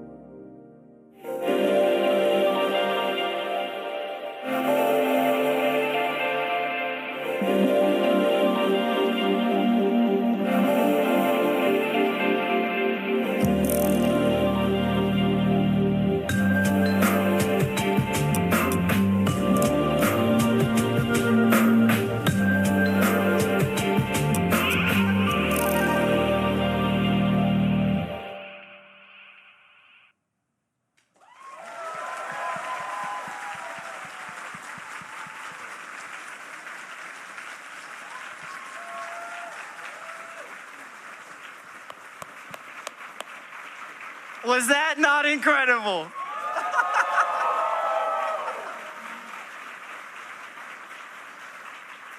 Ikegami-san, could you please say a few words about this?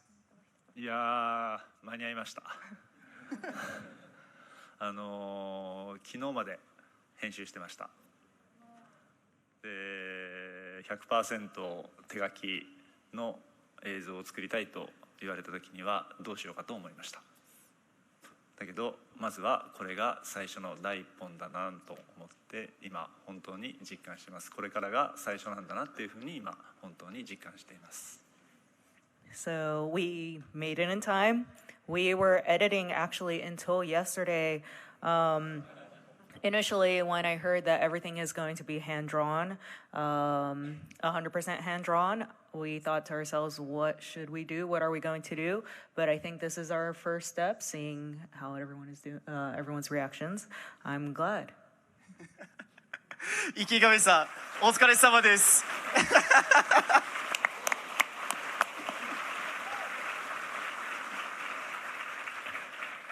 天野先生、鈴木さん。What has it been like seeing the world of Zon come to life like it is? この素晴らしいチームによってこのザンが今回出来上がったんですけど、これが形になったのを見てどう思いましたか？どう思いましたか？昨日の夕方初めて見たんです。私もです。本当にできるのかなと思った昨日の夕方初めて見て、はい、それで今日お披露目できること本当に嬉しく思います。So I saw it for the first time yesterday afternoon. I was a little worried, is this actually going to happen? And now that I see the final project, I'm really good. I'm really glad to see what the final.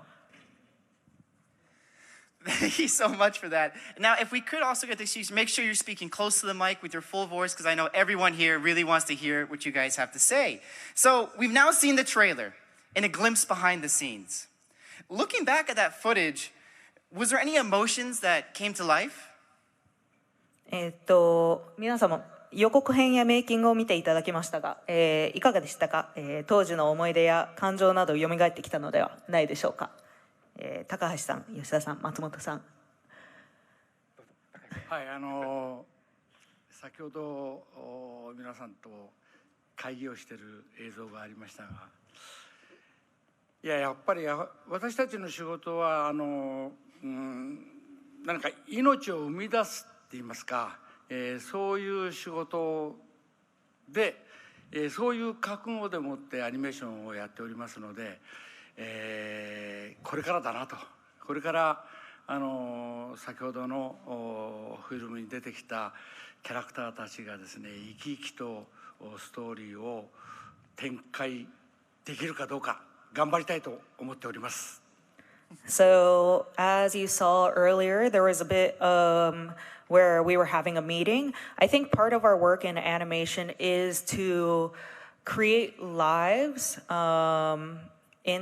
put lives into the characters that we create. So I think that was just our first step. We're going from here.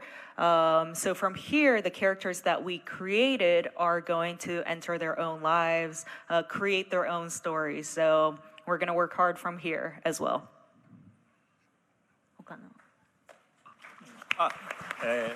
吉田です。ですね、僕もつながったのは昨日見たところなので、いいのできたなと思ったんですけど、一番自信を持って言えるのが、実は作画メンバーって、平均年齢60歳以上で作ってるんで、若いやつにはまだ負けないぜっていうところを見てもらえればいいかなと思っております。So for myself as well, it was my first time seeing the final video yesterday. Actually, our creative team, our animation team, our average age is over 60 years old on this team. And something that we want to prove is that we're still not old. We can still create something better than the younger folks.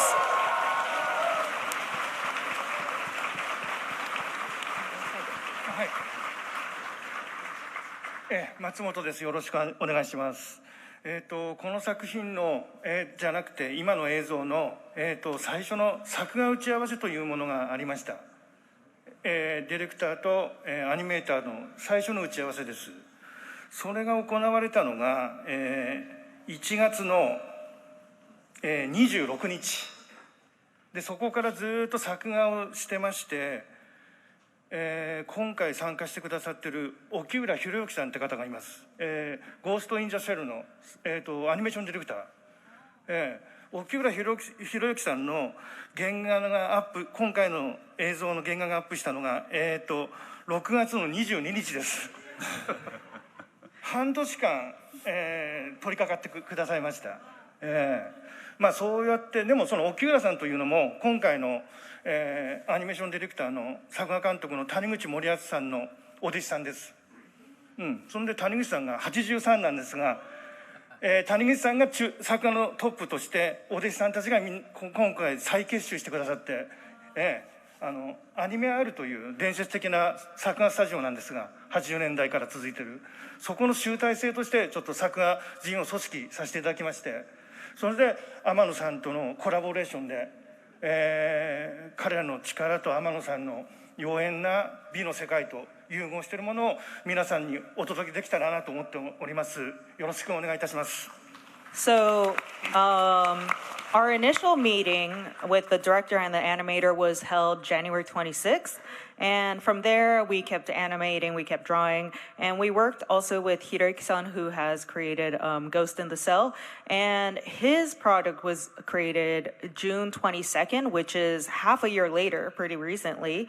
And so he continued working a full half year, a full 6 months. And this Hiroyuki-san is one of the students of Taniguchi-san, who is also a huge part of this project. This Taniguchi-san is 83 years old, and he is a part of Anime R. And so his team got back together just for this project. And so it's Taniguchi-san's Anime Art team working together with Amano Sensei for this special project. And so working together to create this amazing piece of artwork or animation.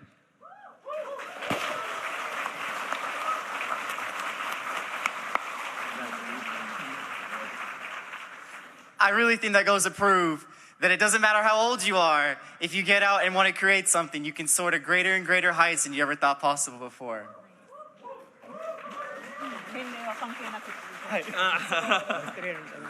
So next, Takahashi-san, Yoshida-san, and Taniguchi-san. What made you all decide to join together to create the world of Zan?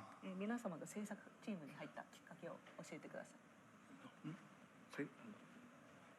入ったきっかけ、制作チームに入ったきっかけ。高橋さんからお願いします。まあザンというキャラクター、それにですね、まあなんとエンターテインメントとしてのですねストーリーを構築してほしいというようなことを伺いまして、素晴らしいことになりそうだなっていう、まあちょっとニコニコしちゃったんですが、先ほど谷口さんの年齢が出ましたが、私も同じ年で83です。もう本当にワオですね。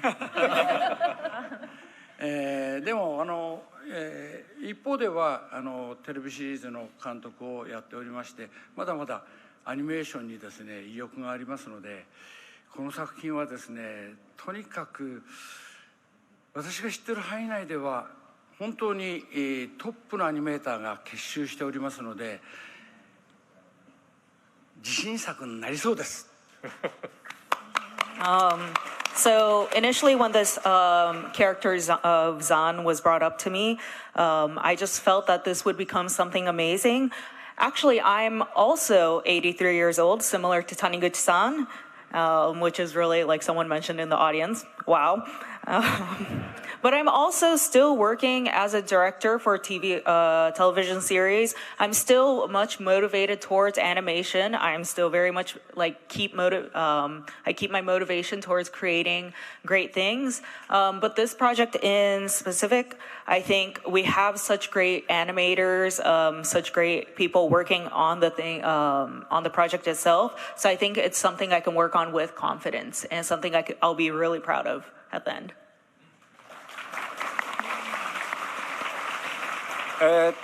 そうですね、入ったきっかけがあんまり覚えてないんですけども、要はやっぱりうちの社長がキャラクターデザインなのでお前しかいないだろとか言われたような気がして、そのまま入った時に、入るいいんですけど僕手書きしかやんないですよっていうようなことを言って OK して今ここにおります。So I actually kind of don't remember how I got into the team, but our team leader, our CEO, was the one that thought of the character design. So I guess it was like I had to be on the team. But when I was brought into the team, I mentioned that it has to be hand animated if I'm joining. And next thing you know, here I am.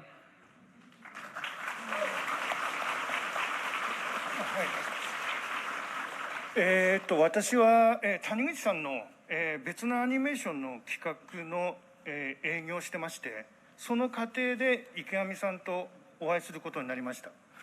それでその時に池上さんから今天野さんのこういう作品を動かしてるんだというお話をお聞かせいただきまして、それでキャラクターデザインであるとかディレクターであるとかいろんなプランがそれぞれあると思うんですけども、その中で谷口森保さんと天野先生とのコラボレーションはどうかなという提案をさせていただき、で池上さんに採用していただき、この、座組はだんだん一つ一つ決まっていった状態です。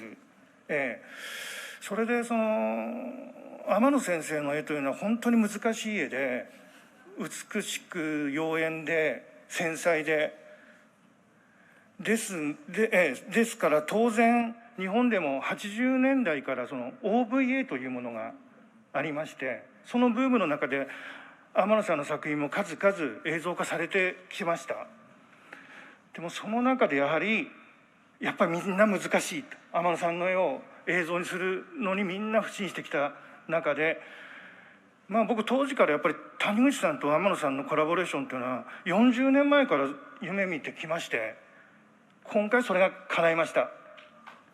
So I was actually working with Taniguchi-san on a different animation project, and then during that time I actually met Ikegami-san, who mentioned that he was currently working with Amano Sensei and mentioned that he was looking for a potential collaboration between Taniguchi-san and Amano Sensei. And so Ikegami-san was actually the person that brought me onto the team. And I've always thought that Amano Sensei's drawings, illustrations are difficult in the sense that they're very beautiful. They're absolutely beautiful, but at the same time, they're very detailed, very delicate. In the 80s in Japan, there was a trend of OVA, or there's always been a trend to bring illustrations into life or into videos.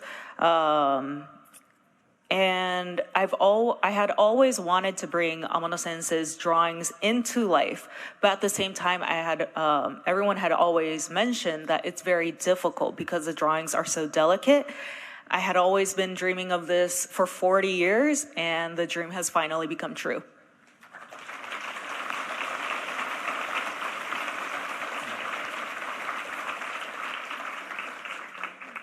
Not only takes 40 years for your dreams to come true, but that's pretty amazing. And then for Yoshida-san, we kind of heard a bit about the trailer, but when you were making the trailer, was there any kind of thoughts or emotions that came to mind, or things that you wanted to make sure that you're able to express when you were creating it? 吉田さんはこの監督としてこの予告編を、制作される際に絶対に表現されたいことみたいなことございましたか？そうですね、もう一人の監督の池田さんの全振りで絵コンテよろしくっていうふうに言ったので、池田さんが求めているものを、僕としての形として、昔からもう長いのでガリアンの鉄の紋章からというかもうそのガリアンからもずっと付き合ってるんで、池田さんがやりたいことはもう僕分かってるんでこういうことだよねっていうところでこのパイロットは作ってきました。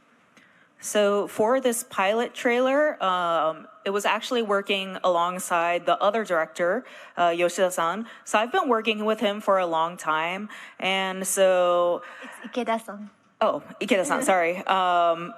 I apologize. So it's something that whatever he wants, whatever he has envisioned, I'm able to put more onto paper or more into literal animation. So because we've worked a long time together, whatever he needs, I'm able to make into reality. I love that. So one of the most striking aspects of Zon is the commitment to making sure that everything is hand-drawn. Ikegami-san, why did you decide to make Zon, with hand-drawn animation in this day and age with all this new technology? そうですね、ブロックチェーンや NFT やテックがどんどん進んでいく中でやっぱりアニメっていうのは手書きに戻す、これが一つの僕の仕事なのかなというふうに思って手書きに集中しました。So in this current generation where the ideas of NFT and just technology in general has continued to grow and grow, I felt that animation has to come back to hand-drawn. Like that's part of my job, that's part of where my career is facing.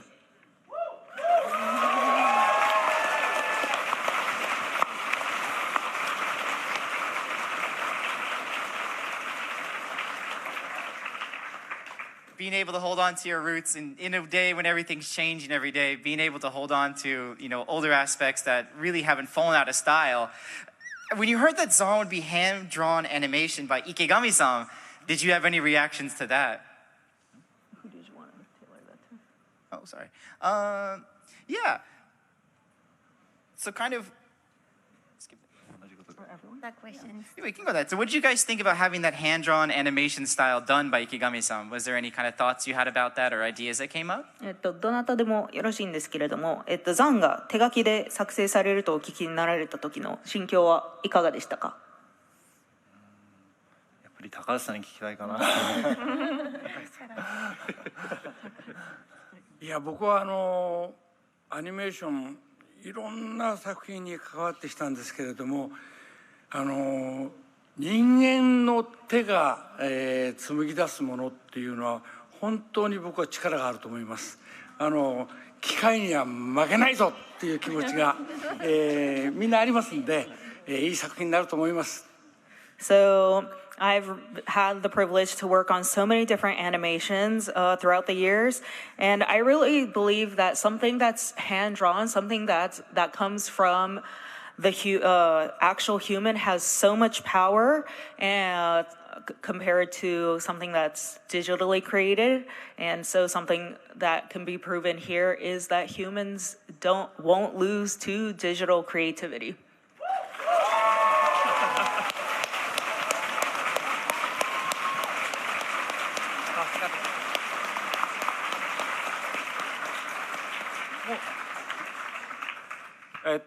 僕は最初からもう手書きって言ってて、で、手書きにこだわるというかデジタルが全くできないんで、だから業界の方にも僕一生デジタルやんないんでっていうふうに言ってて、全部紙で来てね、ペーパーでねとかっていうふうに言ってるんで、僕が監督やるイコールもう手書きですよねっていうことですね。はい。So for me, I've always done hand-drawn animation because I actually can't do digital animation. And I've said this like throughout the years, I'll just be like, it has to be paper, it has to be paper. So the moment that I was selected as a director, it was kind of automatically known that it would be a hand-drawn animation.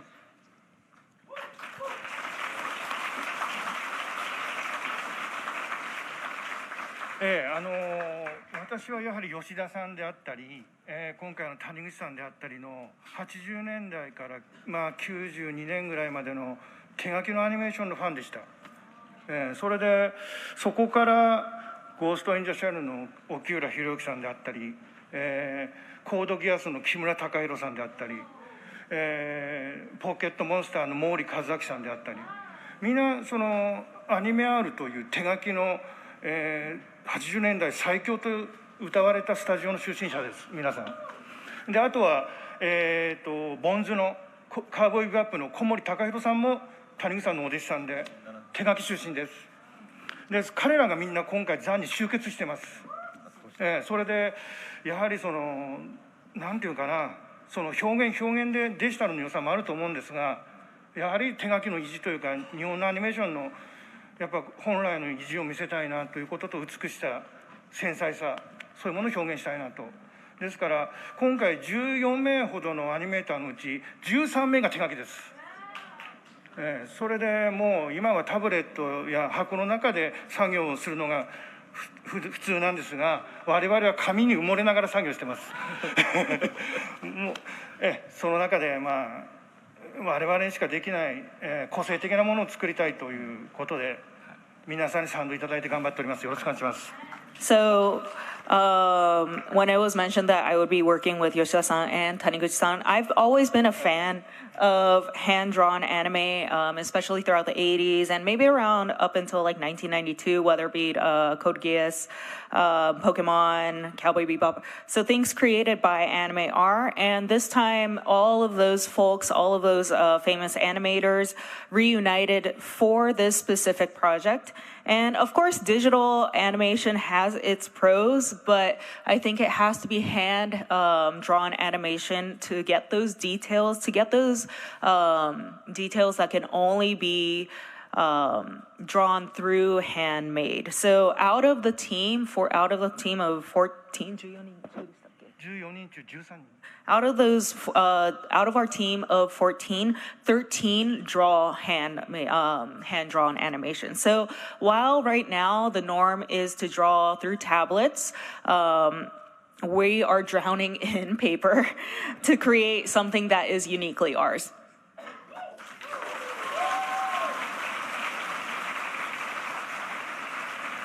彼の部屋は僕らが書いた紙でもう埋まっちゃって、ベッドしかもうないです。So his room is actually filled with so much paper that of our animation that he only has his bed left. Now, Amano Sensei, do you have any final thoughts on Zon before we move forward? 先生、最後にザンについて一言お願いします。はい。というわけで、今回こうやって日本からスタッフの皆さんに来ていただいて、ここでこういうふうに発表できるっていうことがやはり一番良かったなと思います。本当にありがとうございます。でもこれからです。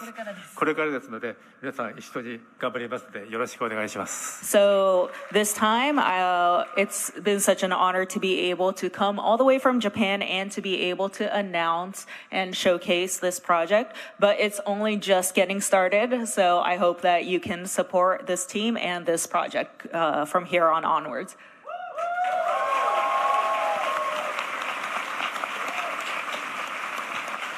May we get one more round of applause for the creative team.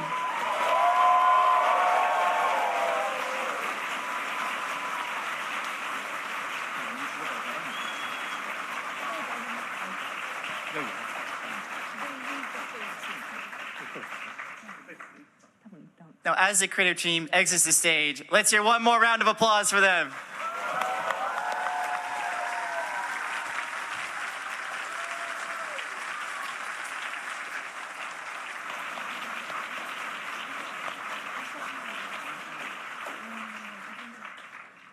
As exciting as Zon is, it's much part to a larger story.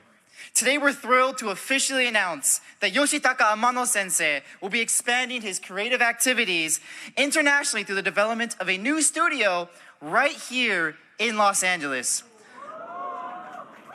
Amano Sensei, Suzuki-san, what does this new chapter mean to you personally? 新しく吉高インクを作ることなんですけども、新しい挑戦について一言お願いします。吉高間のインクについて一言、新しいこれから挑戦になると思うんですけども。今まで、思っていただけなんですけども、やっと行動3年前にちょっと言ったことも今回そうなんですけども、これから有言実行で今日ここに来てこれからいろいろやっていこうと思いますので、皆さんご指導のほどでよろしくお願いします。So I've been thinking about this from like three years ago, but I'm finally making these thoughts into reality. So please look forward to it.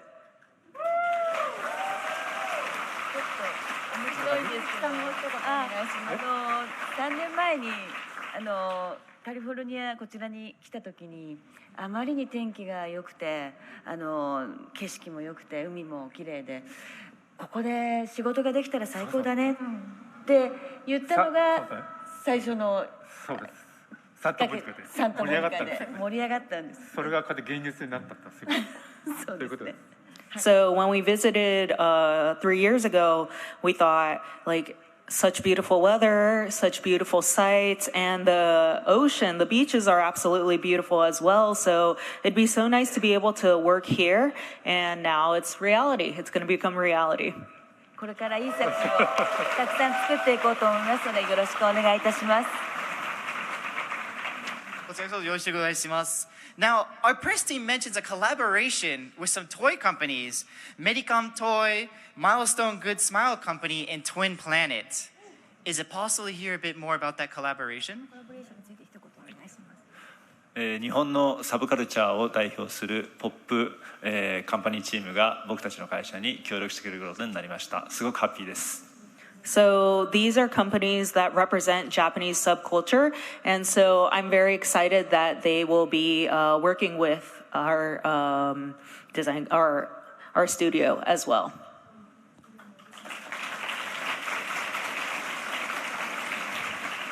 To help make that vision a reality, we're fortunate to be joined by longtime collaborators and friends. Please welcome Michael Gombos and Carl from Dark Horse Comics.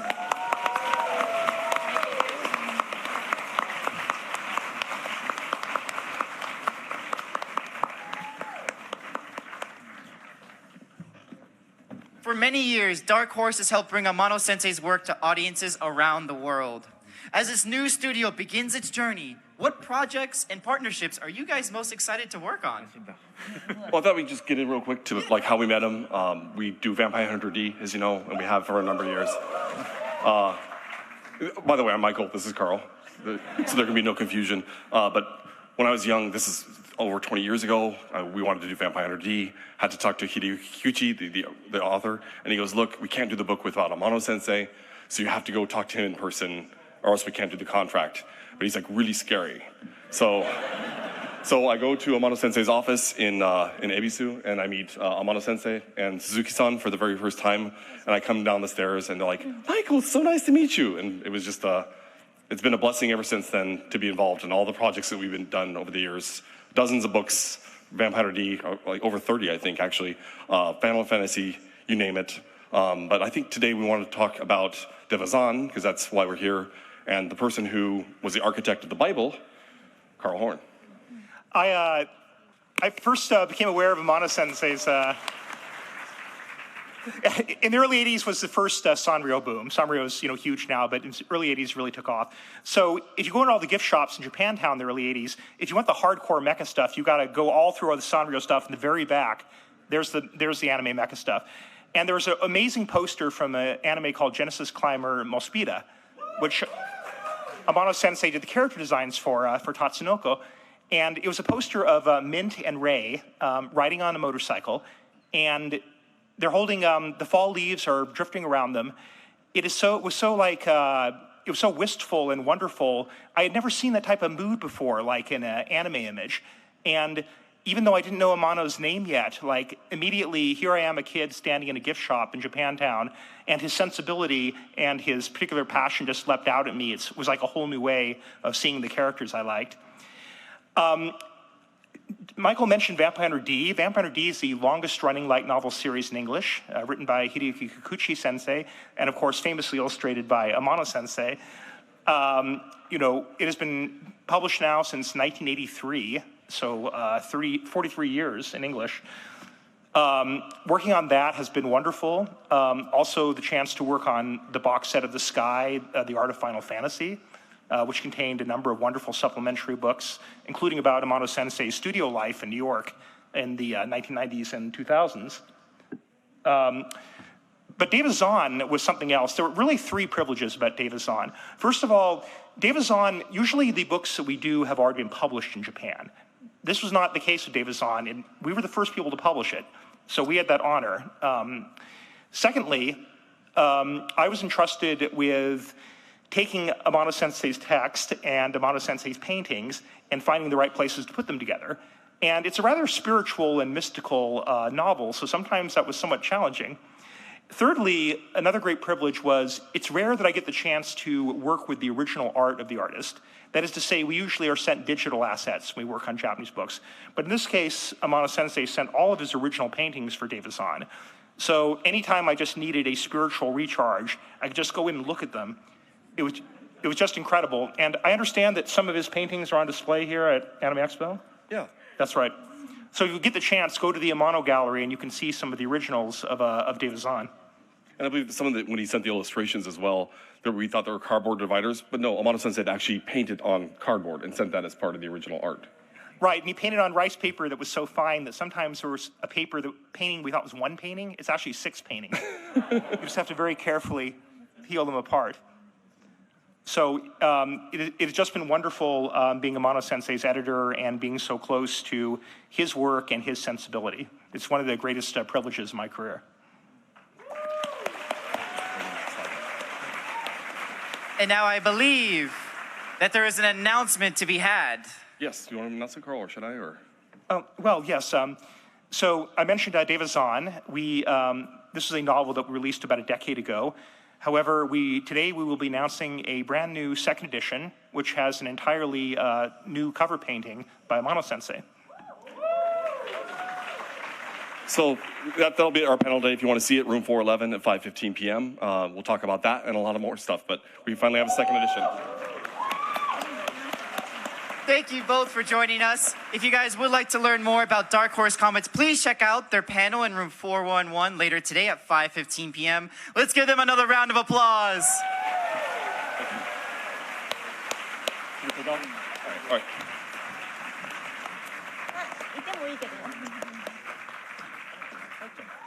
Woo!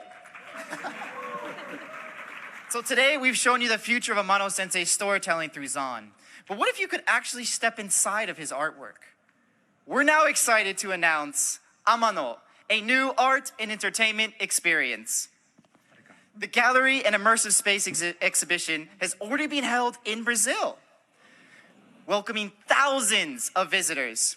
Suzuki-san, for more than 30 years, you have worked as Amano Sensei's manager, supporting his career activities as an artist, and as Amano Sensei is now preparing to expand his artistic activities in a significant way. Could you kind of share your thoughts on this? 30年以上先生のマネージャーと You've had a right hand in all of this for over 30 years. 先生は本格的な海外展開をこれからしようっていうことなんですけども、これの挑戦についてどう思いますか？何十年もね、一緒に海外のアプローチはしてきてますので、やっとねアートの方でも注目されて、今回ルッカの方で発表した時も何万人？ルッカじゃなくてブラジルブラジルの時は。もう20何万人いるんじゃないかな。今リオでやられるんだよね。リオでもやってますね。はい、ルッカ。はい。なので、ルッカコミックス。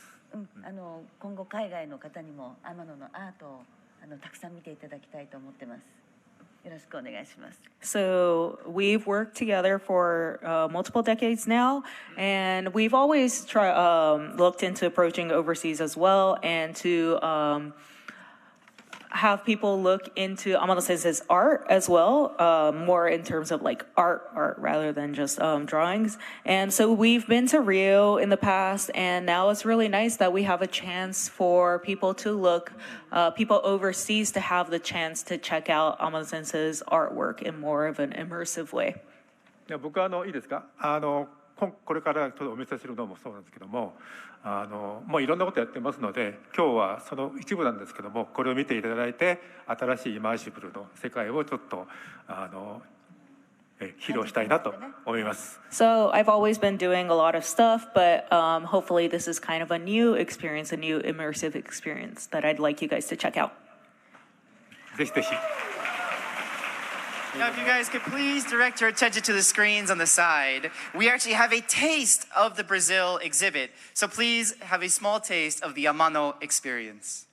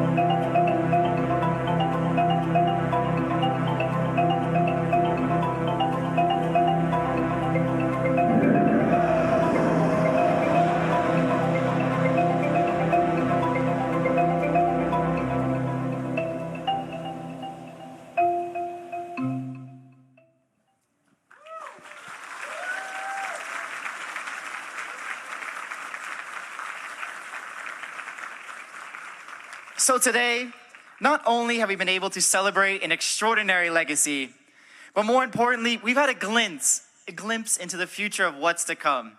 Amano Sensei, what are your closing remarks for today?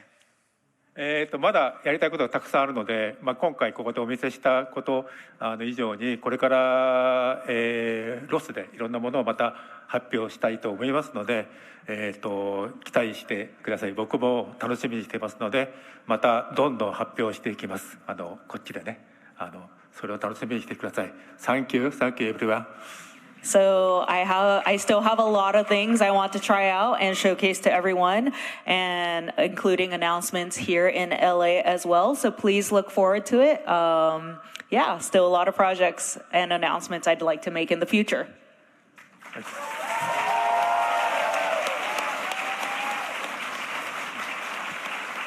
Please join me one final time in thanking Amano Sensei and all of our amazing guests from today.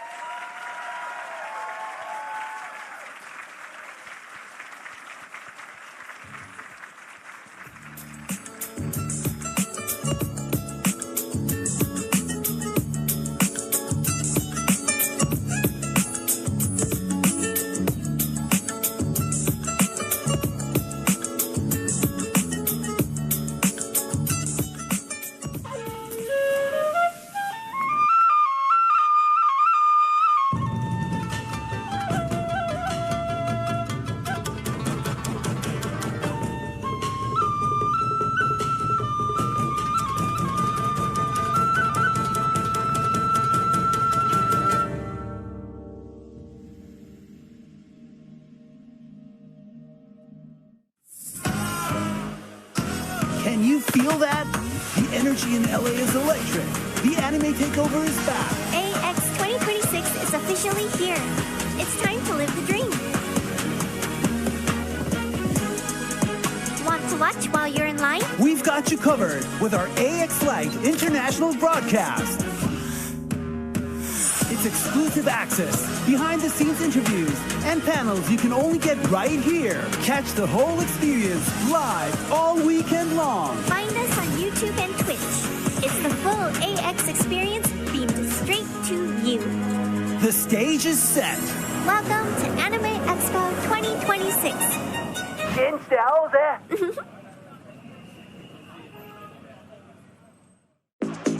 OMW, on my way to you. Good at what I do. I'm OMW. Welcome to the all-new AX campus. This year, we're going even bigger. Figueroa will now host AX Crossing and kick off the show in style. Lenovo is hosting the official welcome ceremony. Crypto.com Arena is home to some of the biggest moments this year. Japan Sound Capsule, Masquerade, closing ceremony, and all our top industry panels. Get ready to explore the event set, your new central entertainment hub. And of course, the Anime Expo staples. Maid Cafe, Beer Garden, cosplay gatherings, and the legendary AX Crossing. Final approach. Stay tuned for many more announcements. OMW. Register now. 今すぐ申し込みだ。LANSCA we call is Los Angeles Nagoya Sister City Affiliation.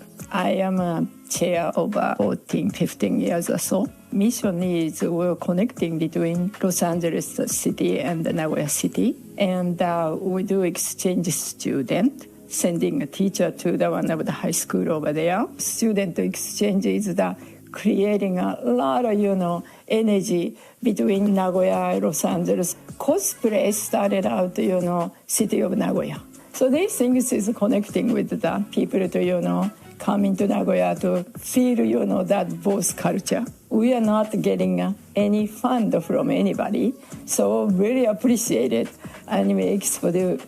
So those things are very much of an honor to please to, we keep doing this as a volunteer.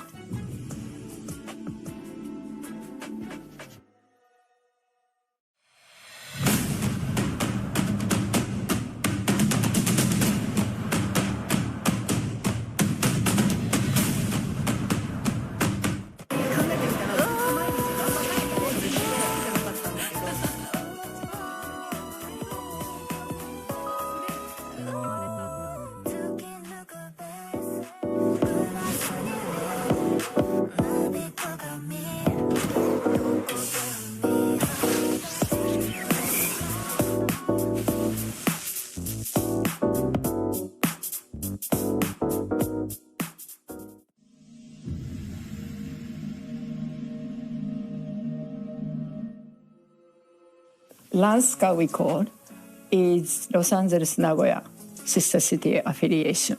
I am a chair of 15 years or so. Mission is we're connecting between Los Angeles City and Nagoya City. And we do exchange student, exchange art, sending a teacher to the one of the high school over there. Now, we start doing a new generations committee started last year. Student exchange is the creating a lot of, energy between Nagoya and Los Angeles. And then some students went back to study in University of Tokyo. So we kind of feel so good when we're finding out those things. Cosplay started out, city of Nagoya. And then there are 200 over countries, people are coming over there every year to do the cosplay summit. Nagoya is the city, have a very, old samurai culture. And plus, Ghibli Park is also inside of the Aichi Prefecture. So these things is connecting with the people to, coming to Nagoya to feel, that both culture. There is the great, story about one of the students who went many years ago. He became very much into Japanese cultures and stuff like that in art. So then he became an artist here. And then this program brought to his first step of his career. He will only get the PhD. This type of things happening in the student exchange. We are all volunteer. And then we are not have any, fund coming to anywhere, except when we do the event. Nagoya cover the many portions of it. And then I do fundraise myself. We are not getting any fund from anybody. So very appreciated Anime Expo do this, fundraising event for us. And also, we do the student exchange program is also cost too. So we're going to use those things into the fund. We would like to, fund this into a student exchange program to make, more students to have this, different culture experience between Los Angeles and Nagoya. So please, participate for fundraising things for us. Then I will be very appreciated. That Nagoya visit is the one affecting to his or her life now. So those things are very much of an honor to please to we keep doing this as a volunteer.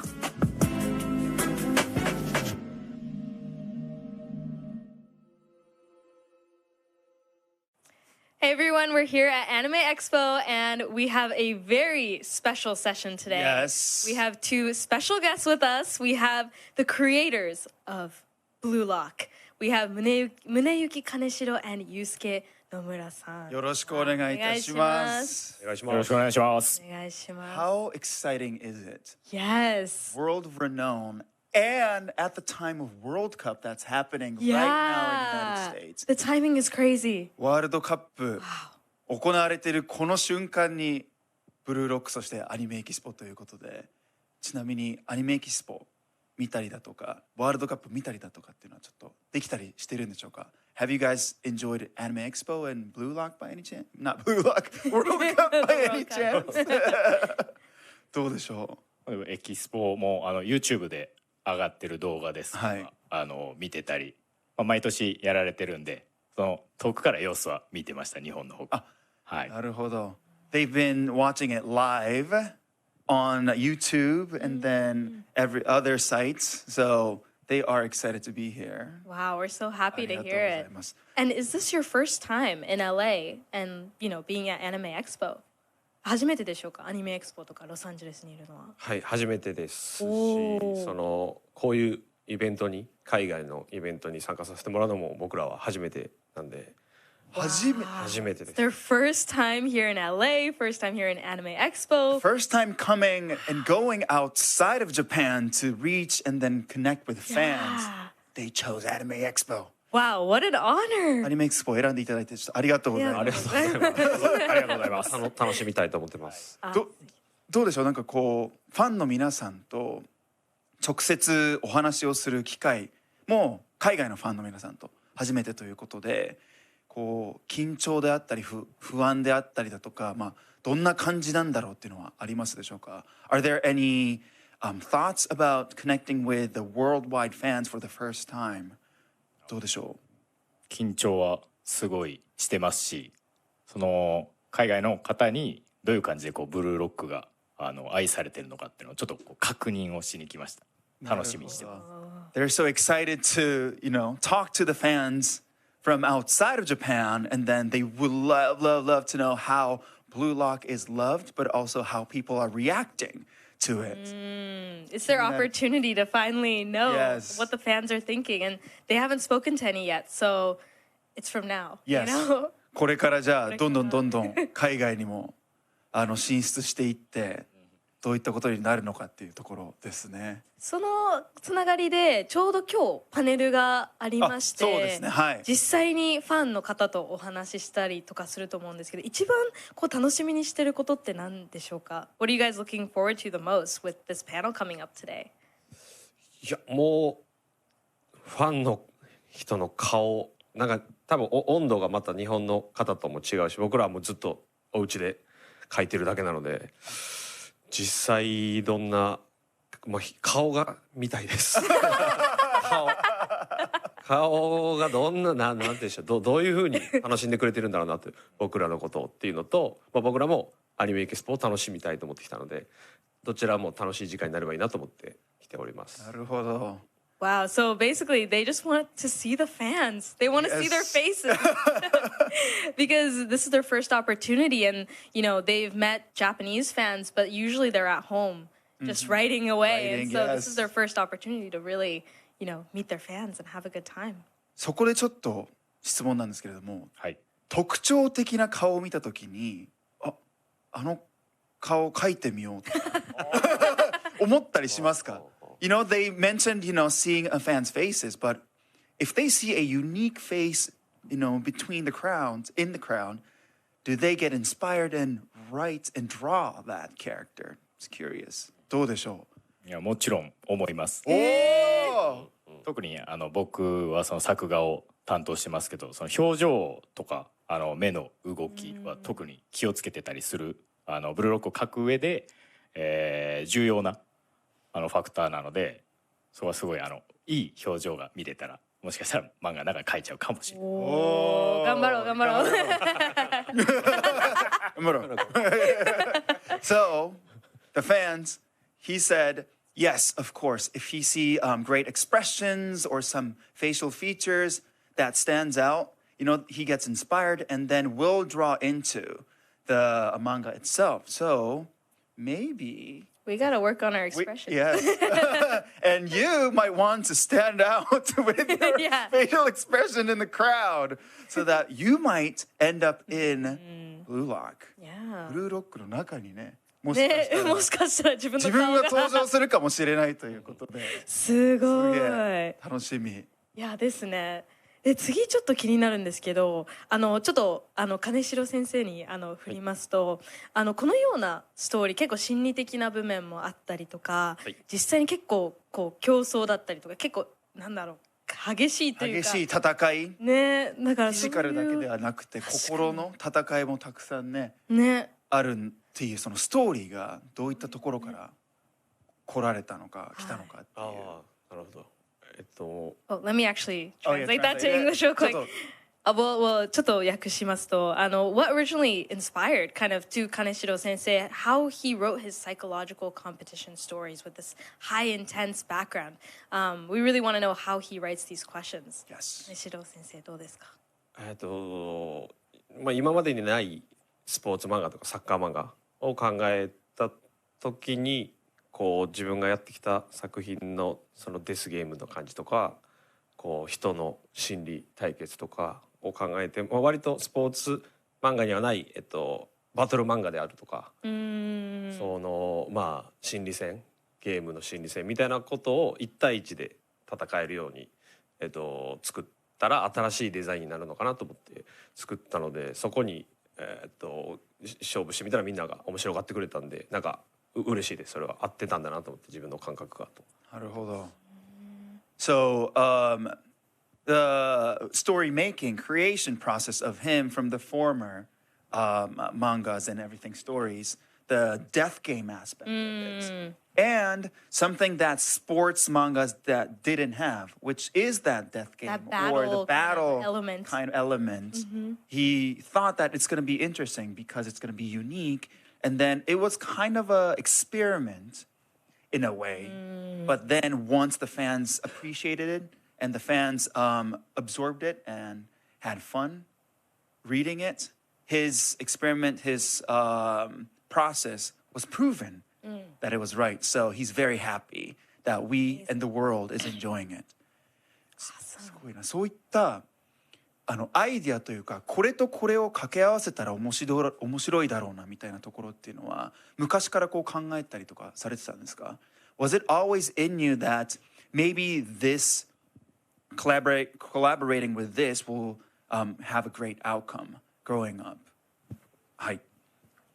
そうですね、僕原作者なので、もともと漫画家もやろうと思ってたんですけど、絵があまり上手じゃないから原作をっていう形でなったので、原作をやるときにじゃあ作るとしたら僕が描けるものじゃなくて、僕が描いたことないものとかこの世の中にないものをって思ったときに、ないものまだない組み合わせっていう発想で原作者の仕事をやってる面があるので、それが多分つながっていってると思います。なるほど。So his answer was that he tried out to become a manga artist himself as well, but then his drawing was not his strongest. And then he got into story creation. And then when that happened, he thought about what are something that he can't write or couldn't write, and also what are some things that he didn't see in the past and present. So that thought really made the creation process. Kind of pushing the envelope and trying to do Yes. something new.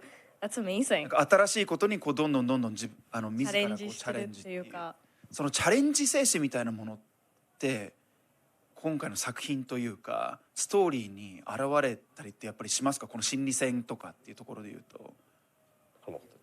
はい。もちろん心理戦チャレンジ精神というか、世界一のストライカーっていうテーマにしたり、エゴイストみたいなテーマなので、割とこう自分を主張する、戦っていくっていうのをめちゃくちゃテーマにしているし、あと勝ち負け、あと今まではそのデスゲームなので生きるか死ぬかみたいなテーマだったんですけど、それをサッカーに置き換えた時にやっぱりこう仲良しでみんなでチームだっていう考え方より、いや俺が勝つんだみたいなところをテーマにして人間が生きるってことを、そこも見失っちゃダメだよねと思って書いてるんで、それを真ん中に据えてみましたという感じです。It's not all about teamwork or team build that let's rise together.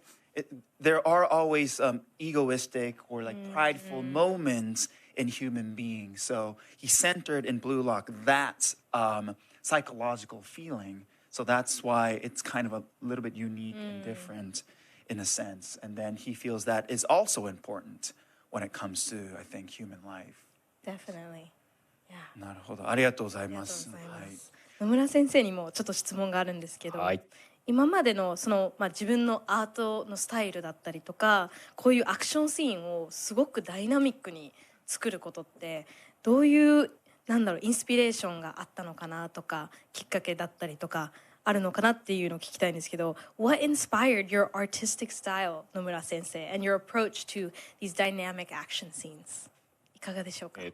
僕は子供の時から少年漫画、アニメ、映画すごい好きで、特にそのアクションシーンに心惹かれるところがあって、あと僕がすごい敬愛するアニメーターの方が一人いて、中村豊さん、わかるかな？結構今有名なアクションアニメのすごいもう金字塔みたいな方がいらっしゃって、その人の絵にすごい影響されて、その人みたいな中村さんみたいなアニメーションのような漫画の絵を描きたいって思ってちょっとやり始めました。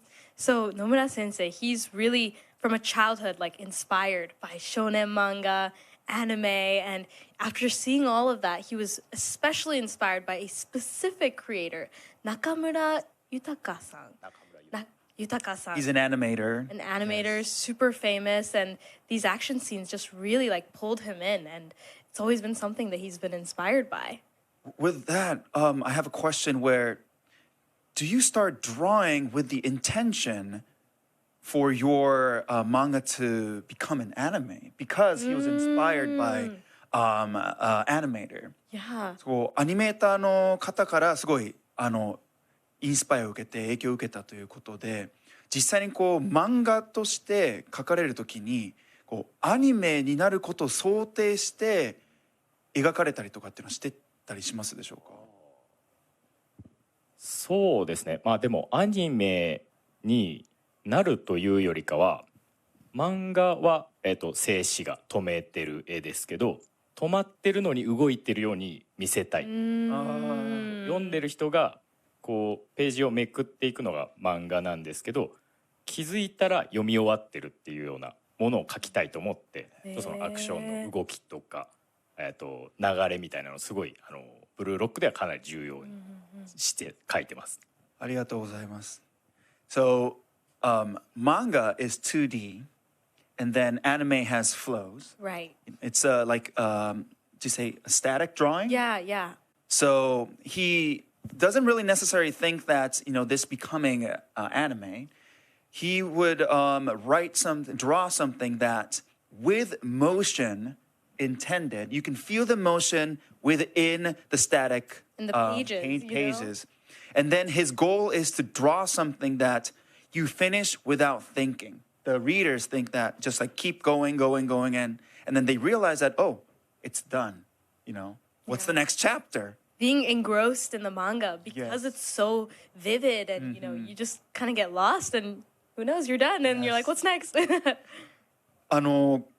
原作とのコラボというところで言うと、アクションっていうのは動きで、心模様っていうのはなかなか、表現というか動きには動きとのこのコラボレーションっていうのがなかなか表現しづらいところもあったりするのかなと思ったんですけれども、そういった何かデスゲーム心理戦っていうものがテーマにある中で心がけてることであるとかっていうのはありますでしょうか？ I thought that, it's a collaboration between action, which is, soccer, and then a death game, like psychological aspect.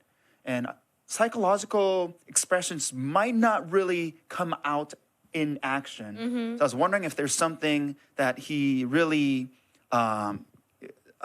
keep himself keen onto expressing those psychological aspect as well when he's drawing. いかがでしょうか？そうですね。まあその金城さん、原作の金城先生と作っていく上で、さっきの質問でもあったんですけど、表情を描くのとか僕好きなので、その心理的な、その感情っていうのを結構目で表現したりとか、その表情の崩れ方とか変化っていうのは僕もアクションの一つだとちょっと思いながら、そういう認識で描いてるので、その表情と動きっていうのを、これで合ってますかっていうのを金城先生に確認しながら作っていく。意外とそこも僕の中では結構得意分野の一つにはなってます。なるほど。So of course the collaboration between the storyteller and then the manga artist, I think and I think that facial expression is also a part of action. So he really focuses on eyes, facial expression, and also the collaboration is that I will always kick back to Kaneshiro sensei, is this the right expression with your intention of storytelling and story writing? Wow, it really makes me wonder how both of you work together as a team. なんかお二人で一緒にコラボレーションをして一緒に作っていく中で、実際に初めて一緒にやるっていうきっかけは何だったんですか？ What was the reason you guys began to work together? 連載が決まるのは、この形だと僕がネームを書いて編集長に出して編集長が OK ってなったら連載 GO なんですけど、その後に作画の人を探すっていう順番なんですよね。でそれでの時に僕はいろんな人の誰に頼もうかなっていうところでその野村先生のことは知ってたんで、この人才能あるのにまだめっちゃ売れてへんなと思ってで才能あるのに売れてへんもったいないと思ってずっと見てたんですよ。でもうあれですよ、4人には出てますよ。でも売れてない、もっといけるなって思ってて、別に野村先生をめがけて書いたわけじゃないですけど、もともとただ出来上がった時にこれ野村さんじゃないかなと思って、一応コンペはしたんですけど、それで野村さんにも参加していただいて、で、他の人と見たところやっぱり野村先生だなってなったんで、野村さんでよかったなと思ってます。じゃあもう勝ち取ったっていう形で頑張りました。そうすごいそういった背景と、ちょっとしたラブコールというか。そうです、危なかったですね。他の捉えるかもしれない。危なかった。他の連載とかの話もあって、そっち行くかこっち行くかみたいなタイミングもあって、僕はだからそう口説きを落とした感じです。ブルーロック並みにそうですぶち込んだって感じですね。もう本当ラックが落ちてきたって感じです。ゴールです。So basically, Kaneshiro sensei, he already had the story. He submitted it to the editor. He knew that it was going to happen, but he didn't know who would draw it. Yes. And he was like, man, who should draw this manga? And he knew already of Nomura sensei, but he was like, oh man, he really hasn't popped off yet. He hasn't broken through. And, you know, he kind of knew that. And he's like, I really want him to be successful. Yes. And they released a competition to have someone become the manga artist of this manga. And, you know, Nomura sensei did it. What was called in to draw. Yeah. And, wow. you know, participated in the competition and won his love. Yes. It's almost like a love call, you know? It is. Like, it's a beautiful yeah, story. why don't you draw mine, you know? どうでしょう、その逆というか、先生の立場から見てコラボレーションのきっかけ始まり、その時の心模様であったりとか、振り返ってみていかがでしょうか。 What do you think of looking back of the beginning of the collaboration? そうですね、売れてなかったので、売れてなかったそう、でもその金城先生からラブコールいただいて、そのネームブルーロックの原案元のやつですね、1話を読ませてもらった時に、僕はサッカーは詳しくないんですね。なのでアクションはかけるんですけど、サッカーわからないんですけども大丈夫ですかと。でもそれでもいいバトルもののように書くんだっていうことで、そのネームを読んだ時に1話がもう衝撃的に面白い。こんなん読んだことない。だから僕は書きたい。だからこれを他の人に渡したくないって思って、じゃあコンペに出ますっていうことで出させていただいて選んでもらったっていう形になります。So, from the other side and the point of view that, of course, he was very happy to be called in to draw this manga, but then also when he read the story that was on the paper, he thought, no, I don't want anyone else to draw this. I want to draw it. I want to be a part of it. And that's how their collaboration started. And then that's how he entered the competition. Which is so fascinating because he said that he actually didn't know a lot about soccer. Yeah, that's right. But, you know, he's like, you know what? I just feel so drawn to the story that I want to do it. Yes. He also mentioned that, is it okay that I don't know about soccer? With the background, without the knowledge of soccer, is it okay? And then they said yes to each other. Wow. 今書いてほしい、書きたいというお二人のお気持ちがあったんですけれども、そのお互いの情熱っていうのはやっぱり絵であったりとかストーリーに出てくるなって思う瞬間っていうのはありますか？ I heard that both of them saying like I wanted him to draw. I wanted to be a part of this story. But that passion, does it come out to the drawing or the storytelling or the collaboration? いかがでしょうか？先生から。はい。もう連載開始の時こそ野村さんに決まってなかったからあれです。決まってからは野村さんが描くならどういう表情がいいのかとか、これ野村さんこんなん描いてみてっていう結構野村さんの絵を最大値というかもっとまだ描いてない絵をっていうので、僕だから野村さんの先が売れてないとか言ってまいりましたけど、でもだって世の中にまだ見つかってないのにこんな才能があるのになんでって別にファンとして見てたので、もっとじゃあ野村さんがってなって、例えばブルーロックの表現だと墨で目をビュンってやるとか、ちょっとオーラがちょっと日本の絵っぽいのが入るとかっていうのは野村さんがもともと使ってた技法なんですよ。でそれをじゃあサッカー漫画でやってみたら今までにない絵になるだろうとかをどんどん2人でやっていって、それこそこれ描けるかっていうのを挑戦状を叩きつけて、野村さんがそれを毎回超えてくれるからこいつすげえっていう感じのでも毎週それをちゃんとやりながらやってるんで、そのブルーロックの内容とも化学反応的につながってる部分はあるのかなって後々2人で話したことは。ああ、なるほど。そうです。So basically, they're, in his mind, he's kind of always challenging Nomura Sensei, like, I wonder if you could draw this style or that style. And, he said earlier that, he wasn't doing so well, as, out there as an artist. But it was as a fan. Yes. He just wanted him to succeed. He knew that he was going to succeed. He knew that he was this gem that hasn't been found. And it's interesting how he kind of, he challenged him to make certain types of styles. But these are all styles that Nomura Sensei has already had. Whether it's like using ink to create this immediate, drawing of the eye. Yes. Or these very Japanese style, drawings, but In applying it to manga. soccer is a very unique perspective. Yes. And, he challenges him each time and he's like, well, he always just, does even better than I expect. So, it's He always go beyond. Yeah, he goes goes beyond. So, it's really interesting to hear. いかがでしょうか。なんかお互い2人のコラボの中でご自身の情熱が現れる瞬間とかっていうのはありますでしょうか。Are there any passionate moment that comes out? もちろんその週刊漫画なので、毎週毎週これを超えてこいっていうネームが来るわけですね、原作が。でそれを見て、うわどうしよう大変そう、もうでもやるしかない、もう超えるしかないっていうので、もう毎回とりあえず100点以上超えられるように。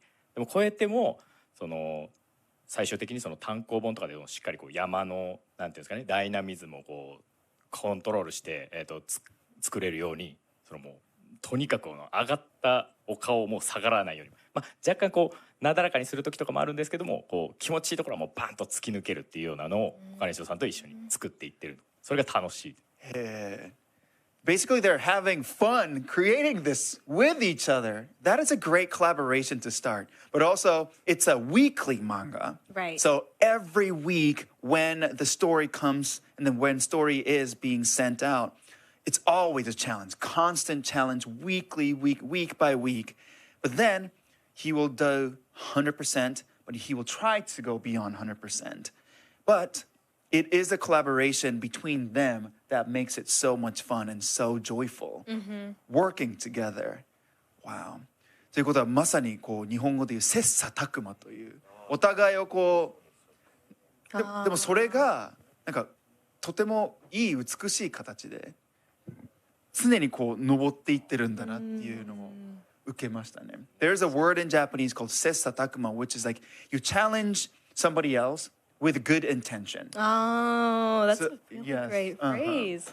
So it's like that word itself in front of us right now. So it's a great collaboration. コラボレーションの中で今お話を伺って楽しいこととかあったと思うんですけれども、これから世間というか世界の皆さんがこれからこのコラボレーションを見る中でぜひぜひ楽しみにしててくださいみたいな、そういったファンの皆さんにぜひ楽しみにしていてほしいこととかってありますでしょうか。特にブルーロックの楽しみっていう気持ちで見てる方へ。ぜひぜひ。はい。Are there anything that us fans can look forward to with this great and positive collaboration of Blue Lock? いかがでしょうか、先生。キャラクターのもっと深掘りというかはもちろんやっていかないと世界一のストライカーになるにはっていうテーマがあるんで、皆さんが見ていただいてて楽しんでもらってますけど、関係性が変わったりとか、まだ解決してない心がまだ分かったりとかっていうのは書いていくと思うんで、それを野村さんがどう捉えてどういう顔でそれこそどこを面白いと思って拾ってやってくれるのかなっていう、僕が一番最初の読者なので、その完成の絵からすると、それはだから原作者はもうすごい一番特権なんで、だから僕は野村さんに描いてもらいたい漫画を作ってるっていうだけです、僕は。だからそういう意味ではだからこれどうっていう、でもその感じです。Yep. So the Blue Lock, of course, the goal is how to become the world's #1 striker. That is the epitome of the goal of this manga. So, of course, the fans, please watch out for that result to come. But also, as a storyteller, he always has the privilege to enjoy the first drawing of the story. So he's looking forward to that. But also, I want the fans to enjoy the drawing and the story and how it comes out. Yeah, because he's developing these characters, and he was saying, yeah, I'm going to further develop them. It's going to come together more. And, I get to be the first one to read this manga before any of you guys. Yes. では最後に先生から世界のファンの皆様に向けて一言お願いします。はい。初めてのアニメエキスポですごい興奮してるんですけど、2人とも。もう僕ら漫画家なので、もういつも漫画を描くときは部屋のね、机の上のところでもうこじんまりと一人で寂しく作業をしてるんですけど、それがこうやって世界に皆さんに愛されてるっていうのがすごい嬉しくて、これからもすごいブルーロックをどんどん盛り上げていくために頑張っていくので、皆さんもどんどんブルーロックを愛して、もう友達とかにもどんどんおすすめとかして広げてってもらえると嬉しいです。Thank you very much. I asked for a comment for the fans, and then he said, we always work in our own room, so it's hard to reach out and connect. So this is our first time being here at Anime Expo outside of Japan. I would really, really love for everyone to enjoy, but also thank you for loving Blue Lock. And yeah, spread the words of Blue Lock, and then keep loving. ありがとうございました、お二人とも。ありがとうございました。All right, so that was a wonderful interview with the creator team with Blue Lock. Stay tuned for Anime Expo Light with awesome interviews and panels. Stay tuned. See you later.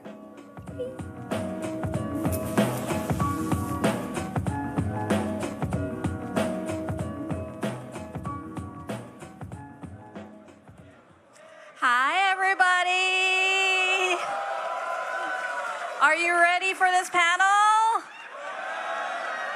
Well, let's all welcome the Sloppy Sisters.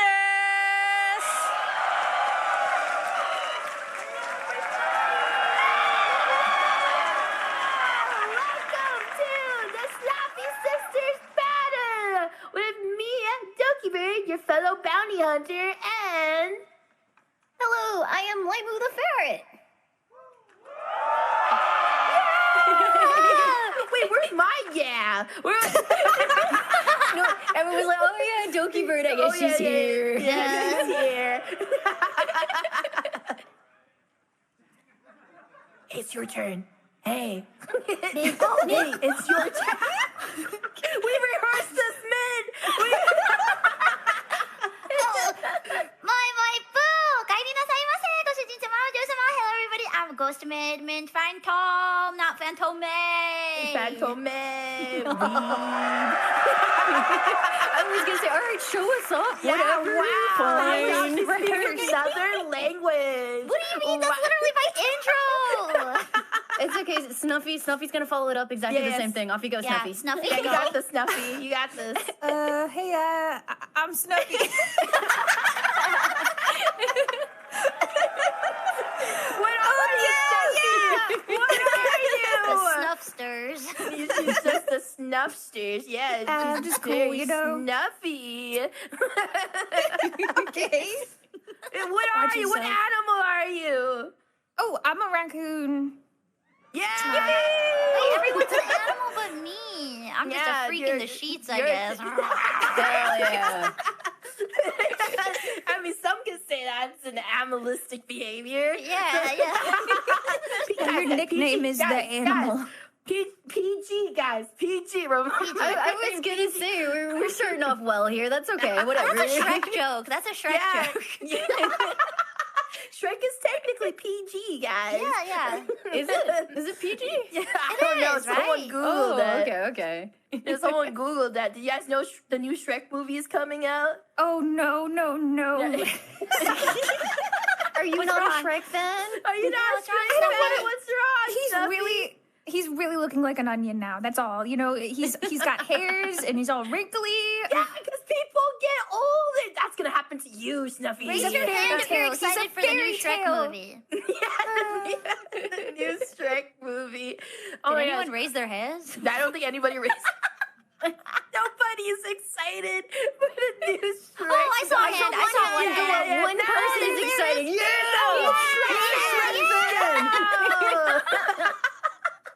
The one guy who's in a Shrek. Let's go. Oh, yeah. Yeah. Okay, then they're gonna love our song This guy's tomorrow, excited right, for guys? Shrek! Shrek is love! Shrek is life! Alright, guys, so we're here to clear some air here because a lot of people are clearly. There's been some rumors about us going around. We're here to address the allegations. Yeah, we're here to address the allegations about our name, about our group name, the Sloppy Sisters, and where it came from. Needless to say, it's very surprising for those who don't know the origin of the Sloppy Sisters, but it did not come from me, Mint, or Snuffy. It wasn't meant to be permanent. I'm sorry. It wasn't meant to be this way. You named us. I remember during that stream, I was like, guys, please, I do not want to be called the Sloppy Sisters. Please, guys. What's wrong with the Sloppy Sisters? Nothing wrong with Sloppy. Just leave a mess wherever we go. Yeah, we're just What messy. do you mean? What do you? Okay, every time we put out, our names are printed on the Anime Expo pamphlets. You do know that. As the Sloppy Sisters? So, like, people who just like anime and are there maybe with their kids or something, like, let's go have a look at what's going on. The Sloppy Sisters. Yeah, they look at the pamphlets like, Sloppy, what is going on in that panel? Limu, you can't laugh about this. You cursed us with this. You did this to us. It was because like I was learning about American stuff and we were doing the fast food thing. And you learned about and then you were like name the restaurant. And I was like, yeah, it's the Sloppies, because like, people talk about sloppy joes. I didn't even find out what a sloppy joe was until like more recently. But I kept remembering the phrase sloppy joe. That collab? I don't remember.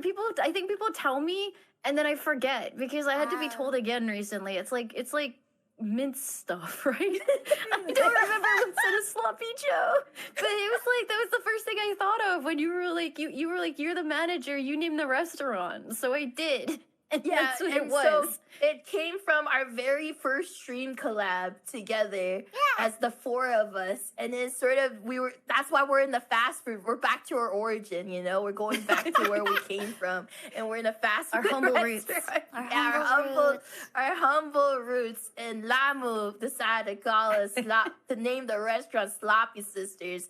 And the reason why we call ourselves sisters is because we are all animated by the same person. Cilia! Shout out to Cilia! Yay! Technically, we're all sisters. Because that's why we're all, look at us move, Yeah. Me too, definitely. Yes. Yeah, definitely Snuffy is right now. From the past and the future. Definitely. Yeah, look at us. Whoa. That infamous Doki Bird face. Can you try we can and all recreate do it? Yeah, technically we'd all do it. I can't do it anymore. It's close enough.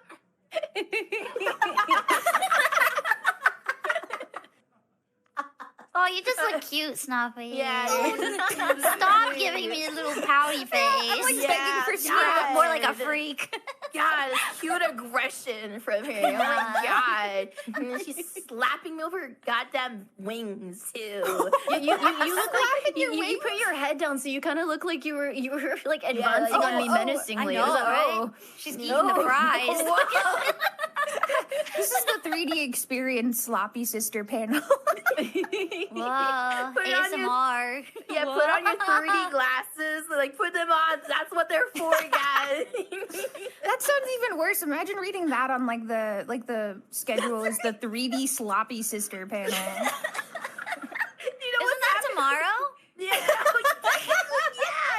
The concert's tomorrow with the Sloppy Sisters. Put those 3D glasses on, guys. Apparently, like, right after this is the Sonic panel, right? Or was that the one after? I don't I want to go to the Sonic panel. Who's here for Sonic? Yeah, the Sonic panel. Yeah, who's here just for Sonic? Yeah, any Sonic fans? Yeah. Maybe one of the Shrek fans in the audience? Yeah. Okay, but where are my Shadow fans at? Who's a Shadow fan? Oh, yeah. Right now. Yeah, who loves Latinas, guys? Oh, yeah. Yeah, Does that mean Sloppy Sisters cover of All Hail Shadow incoming? Oh my god! Oh, I'm might have down. I'm down for it. Guys, That would be so good. that would be fun. I feel like we have the perfect group to cover random shitpost songs. Sorry, poop post? It wasn't me! It wasn't me! Yeah! Poop post! Sorry, poop post. This is a PG panel. We have to say Shrek words. Please don't look up the poop post. Look it up.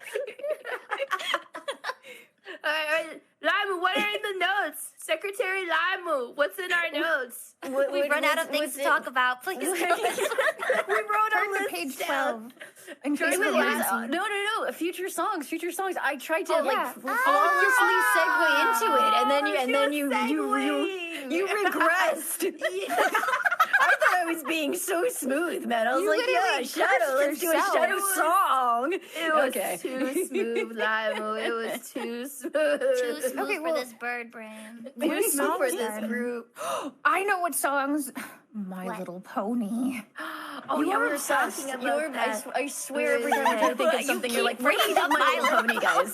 Guys, they hate me. I got something out of pocket here. My Little Pony. I like My Little Pony. Wait, what's wrong with My Little Pony, man? What, you not Mega Sisters? No, it's not my thing. You guys It's not hate my horses? thing. I like My Little That's Pony. messed up. Yeah, I was actually a horse girl. I was a horse girl growing up. Why don't you like Why don't you like My Little Pony? Yeah, I don't know. Return to your roots. I like the old school My Little Ponies, but then when the new ones came out, I was like, they're not like my real horses. My real horses are, but it was like totally the chunky ones? Yeah, the chunky ones. Oh. She's a purist, guys. Yeah. Wow, that's a You've true hack. ridden a lot of horses. Well, have you rode a lot of horses, Limu? Oh yeah. No, I worked with horses from I think age 10 to age 15, and there were 16 How long of do them on the ferrets yard. live? How long do ferrets live? Average of 7. She's like a grandmother now. You don't She's got like, much more time. Oh my God, she's a Might turn into I started riding Limu's horses funeral. while I should have already been dead, but it's fine. She's just that limber, guys. I know. I know it was like crazy horse girl syndrome. I used to like have sleepovers with the other girls from the yard, and we would watch like Spirit Stallion of the Cimarron and Black Beauty and stuff like that. That's so cute. It's not a phase, Mom, except it was. Oh, it's still in you. It's still in you. You can return to ponies. Bring it out. It is every now and again. It's like, It's I still wonder if there's any there. new horse games coming out. There's like Barbie a horse drought. game. Barbie horse Uma game. Musume. Dude, yeah.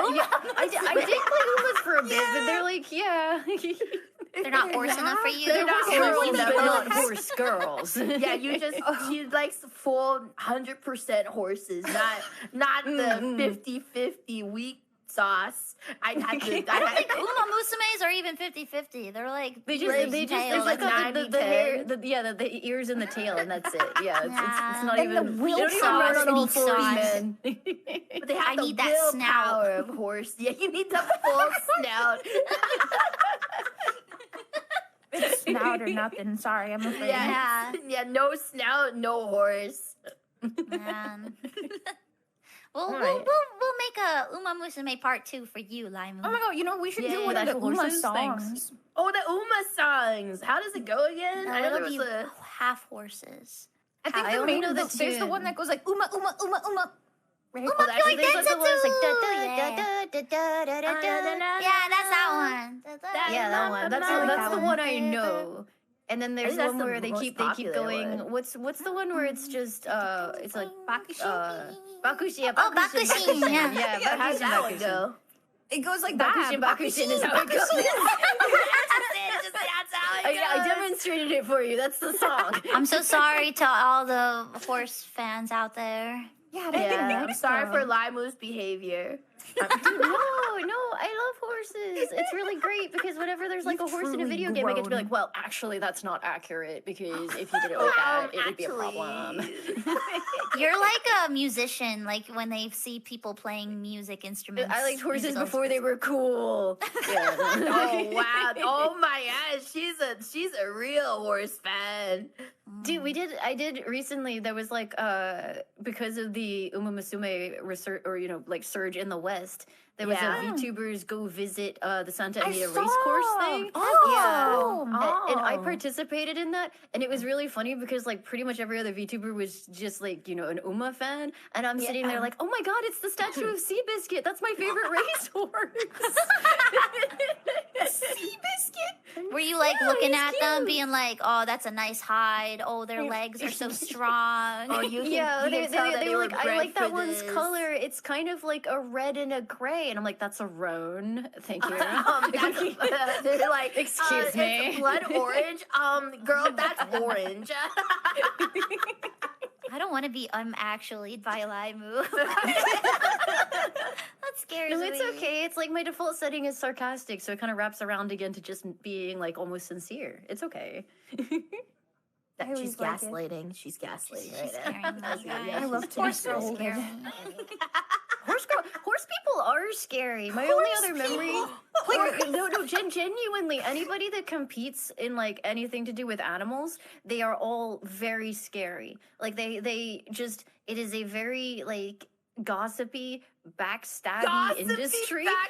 It is. They do like, and I was like 11. Exposed him. I was 11, and it gave me a complex because I thought just everyone was like that because these were grown women being really nasty about like other people in competitions. Yeah, they would like take me aside and like talk nasty things about other people in competitions. God. What would they even say? Like, I bet she doesn't even brush her mane. Horses. Yeah, you just want to kind of rumors. What kind of rumors? Yeah, what's just things like oh this person is like actually terrible at their job, or this person really does like the horses that they breed are so skittish, and oh they got like such a weak gait or things like that. Not the gate. Yeah, sometimes it got personal. It was really catty as an industry, and I hear like competitive dog scenes are about the same, and I had some experience with like ferret showing. Because of the lady that genuinely, there's a ferret showing. Is it like, oh my gosh, wait, is it like the puppy bowl? Show?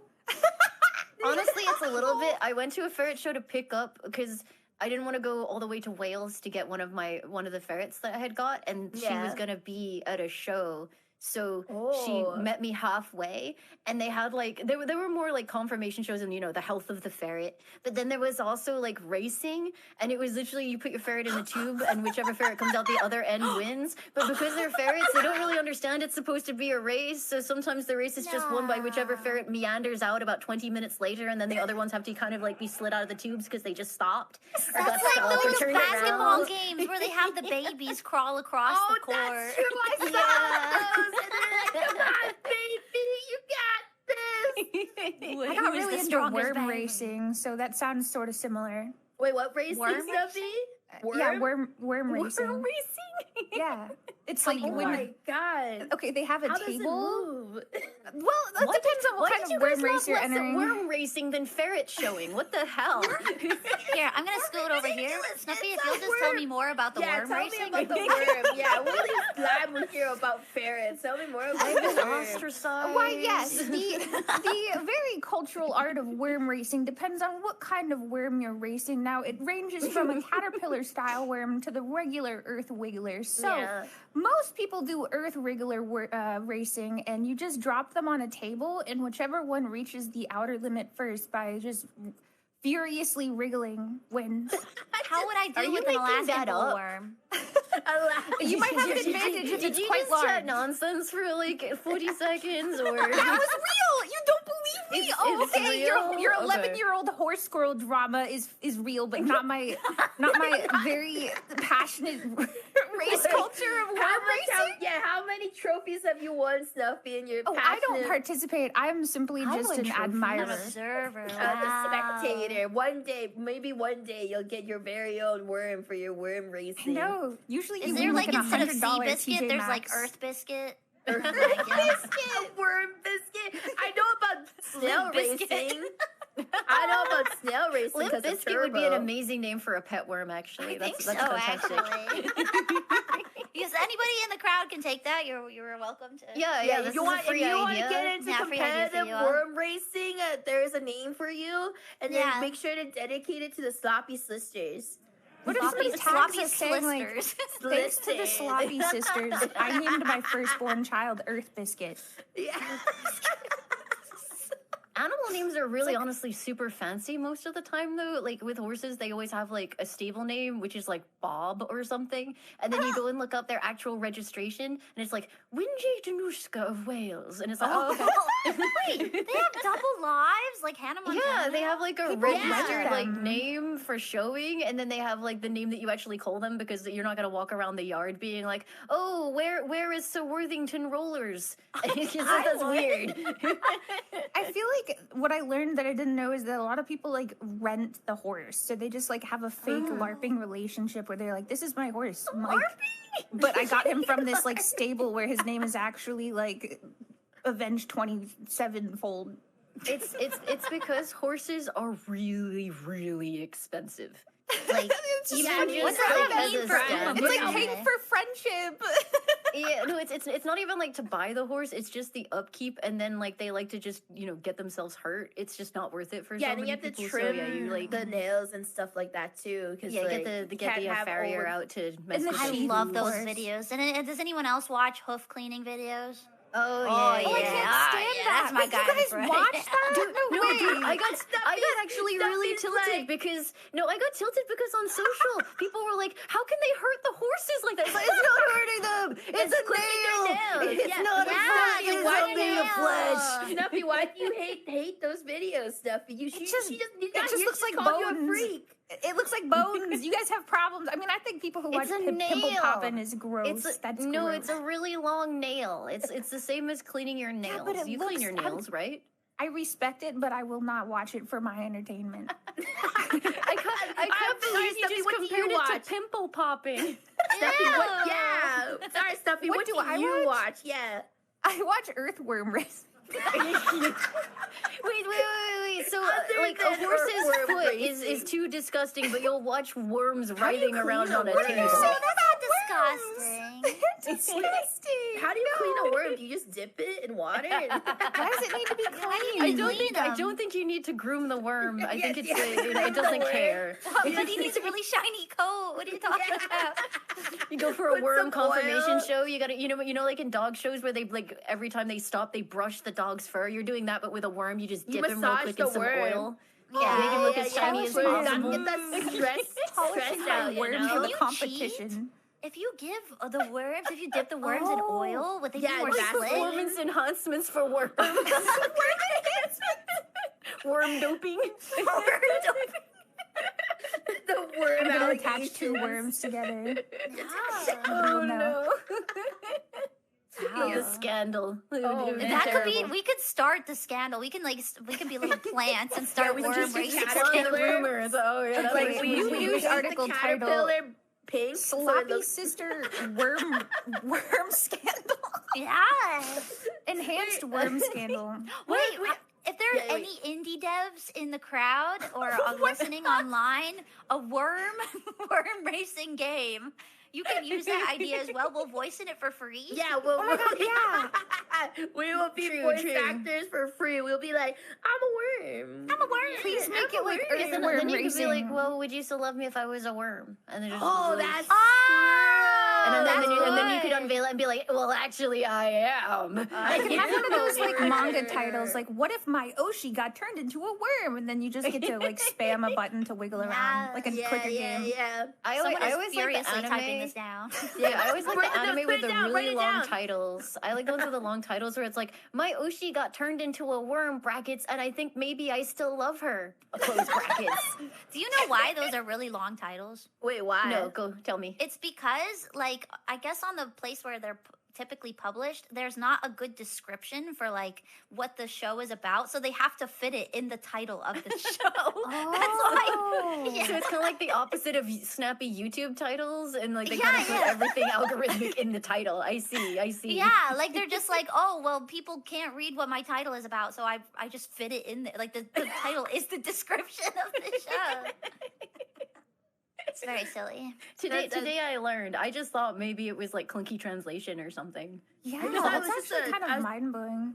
I thought it was just a novel thing because a lot of those shows are adapted from novels, and it's just the meta, you know. I just thought it was the meta. I guess like the site where they publish the light novels, they're just like, oh yeah, well, you can't really read the description about. There's no back of the book or something. I don't know. What did they put in the back then? Like, I swear they're always just like, Karen was just a teen before she became a vampire, and now she has to deal with all of this, you know, whatever. That's too many words, Duffy. That's way too many. Too many words. Too many words. I need to be able to read it in title. That's it.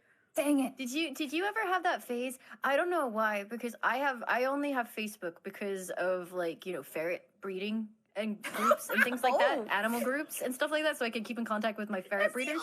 But pretty much, she's not on anything other than Facebook. Animal people are weird, okay? But for some reason, I don't know if it's because that was the only thing I engaged with, but for a while, like Facebook decided that the content it wanted to serve to me was like really weird novels, where it was just like, Andrea didn't realize that when she moved to the sleepy town of such and such, she would become the attention of 2 wolf boys. Oh, are you into these, Lima? I can give you lots of recommendations. No, I'm not, but it just kept telling me about them. It was just like really weird, like terrible romance novels, and it was always wolves. Why is it always wolves? It's not always wolves. There's 2 wolves inside you, Lima. Just always. Is that the synopsis for the book? Damn. What do you mean they're not always? Okay, man, give me some examples that you've read. Okay, hold on. You seem to have a lot of experience. Wait, Min, did you got examples and recommendations? PG. Okay. PG, please. PG. Well, I won't read what they're about, but I've gotten liches. I've gotten Mothman. I've gotten. Oh, Mothman's so weird. I know you've done a tier list with Matara too about about that certain genre. What's number one? What's number one? What's number one? What's number one Is that creature? just Robotnik sitting in the front row? I know. I was gonna say this guy. That's amazing. We're talking about Mint's romance fiction and robotics. Like, yeah, I know about that. Oh my gosh. It was the sympathetic head lean. I was like, stand up, Dr. Eggman. Come on. Give him a round of applause. Standing ovation, Dr. Eggman, everybody. I wasn't gonna call him out. I was just enjoying watching. Yeah. He looks so chill. You guys were talking about like creatures, and I was just like looking at him like, wow. He's a fan. That's awesome. He's a number one Sloppy Sisters fan, guys. See, you can't even talk even slightly about what the number one was, Mint. Yeah, look into Dr. Robotnik's face and tell us what's number one. And tell him you're gonna deny him that. No. He wants to know. Number one creature. Yeah, number one creature. Earthworm. Wait, you can type it to us and one of us will say it. I can say. Oh, what? The All right, say it. Wait, what? A minotaur? Say louder. Say louder. The Minotaur.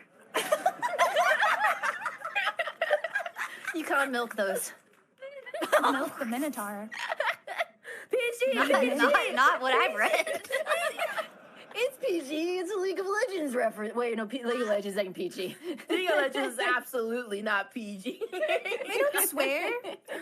Oh, they don't swear, but they find creative ways to bypass that. I just told a Shrek joke. It's fine. It's Shrek. It's Shrek. That's true. It's Shrek. League is Shrek, guys. League is. And so are Minotaurs. They're from They're Shrek. Yeah, exactly. There's probably Minotaurs in Shrek, right? I stopped watching after the second movie, so I'm just gonna assume that there is. Why did you stop You watching haven't after seen two? Shrek die? You didn't see Shrek? I cried when Shrek died. I actually. Dumbledore dies. Wait, That's wait, not spoiler alert. Excuse me. Why did you say it like that? Okay. Dumbledore dies. Wasn't it I like how you're not even spoiling it right. It's Snape kills Dumbledore. Oh, my bad. Damn. But I can't believe Such a big it. fan. Wait, Snuffy, have you watched Shrek 4? There's a fourth? I guess it makes sense if there's 5 Nobody's movies. ready for the new Shrek movie. What is happening? The one coming out is called Shrek 5. Yeah, they didn't just skip because it had been so long. For Shrek 5. I think I turned Shrek 4 on the TV one time and it was just playing, and there was a moment where he had there were 1,000 ogres on the screen and they were going to war. So I'm not really sure what happened. I don't know. There's They were going to war against Rumpelstiltskin. Wait, Rumpelstiltskin is in these movies? Oh, yeah, he is. Yes, He's the he's the bad bad guy. guy. 3 or 4? On my birthday, by the way, my birthday's tomorrow, but on one of my birthdays, I watched Shrek 4 and I cried in the theaters when Shrek died because I was just like, there was a moment where he dies and I was like, he's dead. Wait, so is it like Pokemon the first movie where Ash turns to stone and everyone cries him back to life except it was Shrek? Yeah, it was literally that, but what if that guy was Shrek? I cried at Peter Pan too. I swear someone keeps covering their ears like they're actually being spoiled for all these things that came out in the 90s or something. I swear to God. I was like, Ash died in the first movie and they're like, no. I'm gonna watch it. He's like, I was just about to watch Shrek 4. Wow, way to call him out. Oh my God, did you see what Snuffy posted in the Sloppy Sisters? That's all I She know. posts the army fic. Oh. No, you posted it. I don't know what's happening. He posted a gif of Rumpelstiltskin curling his toes. Wow, Oh, Snuffy. that's where that's from? Oh. Yes! Oh, guys, we forgot to talk about Captain America. Oh, No, cover your ears, everybody. Guys, PG, but We can't talk about that. the stream started. But I just learned it. Before the stream started, surprisingly, I wasn't even the one that brought it up, guys. But Live Move brought up Live's a little Marvel Rivals. Yeah, you freak. Yeah. I installed Marvel Rivals just to look at it. I was like, they can't ban me off of Twitch if I'm in the game to look at it. Then it's game content. I'm not. Wait, has anyone seen the Marvel Rivals Captain America? Yeah. I already bought it. What are you talking about? Hell yeah. So they released a new. I will say, Marvel Rivals is all about equality. You know, men They and are, women. and I appreciate I that from them. respect Like, that. well, I he does look kind of like Rob Liefeld in that particular skin. He's so broad. He's like He's so- ridiculous. oh, His yeah, chest yeah. is That's ridiculous. our issue. Rifled.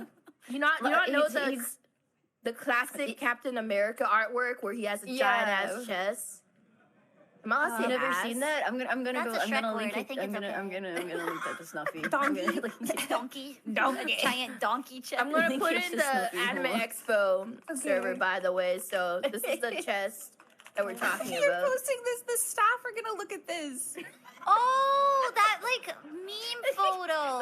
It's the not a stuff meme, look it's a clearing real up page afterwards, from and a it's just comic. Captain America's chest staring at them. You could serve a dinner on that chest. Someone snaps at no comment. But yeah, he looks like anyway, that on the so- skin. He's so wide. So we mint the not just the picture of Captain America, new skin, but we also sent her the animation of the Animation. It's check the server. It's in the server. Click on it. Click the Twitter link. Wait, you didn't look you Click didn't on watch it. it, Snuffy? You didn't look at it, Snuffy? Can we get live Snuffy reaction, please? Yeah, live Snuffy Okay, reaction. all right. Live I feel Snuffy you reaction. guys have the memory of an earthworm because I'm the one. You brought up Marvel Rivals lives, but I mentioned. Has anybody seen Captain America? Yeah. Oh yeah. But have you seen okay. Have you seen I the thought for a emote, second you though? said the Twitter video ? Like you'd never seen it, and I was like, wait. No, I talked about it with my chat earlier today too, and somebody We actually all logged on don't- the game and recorded it for me just to prove that it was real. I can believe it. Surprisingly, I didn't even to talk to my chat about it yet. I was going to later. It's the talk of the town. 30 minutes ago. Honestly, I can't load any social media without it being like one of the top things. I was like talking to my chat about how it was on my. Yeah, what's your algorithm? I don't know. I don't. Apparently, it's Marvel Rivals. It's Marvel Rivals. Wait, love Marvel Rivals. Speaking of horses, a racehorse named Skibbity Riz has won a race in Ohio just now, guys. Oh my God. Sorry, guys, I was actually doing that on the other side of the panel. Yes, Skibbity Riz. Look, I posted in the Anime Expo server too. Did you just get a live horse racing update? Live horse update. I got a live horse Breaking update. news. Stop having a horse gambling, By the guys. way, Skibbity Riz just ran. I had a bet on that one. You see second place, Trouble or Nothing. I like running on high level. Running on high no level spaces. with no spaces is excellent. That's a good horse. I love horse names. They're all so stupid. So stupid. Let's go. Do you think actually Skibbity Riz even has a stable name, or do you think someone just comes in and then they go to the field to get the horse to come in from the field and they're like, Skibbity! Come on, Skibbity! Skibbity!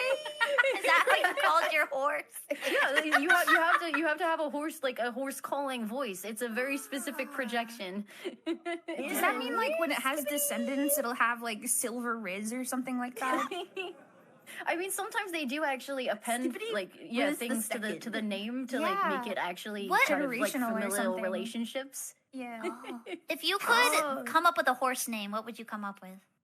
That's so. I don't know. I would just do JoJo's and name it after like a band. I'm just naming it after myself. That's a good idea. It's like how I named my dog after myself. What if it's a loser? Never wins anything. We gotta put it down. I'll rename it Mint.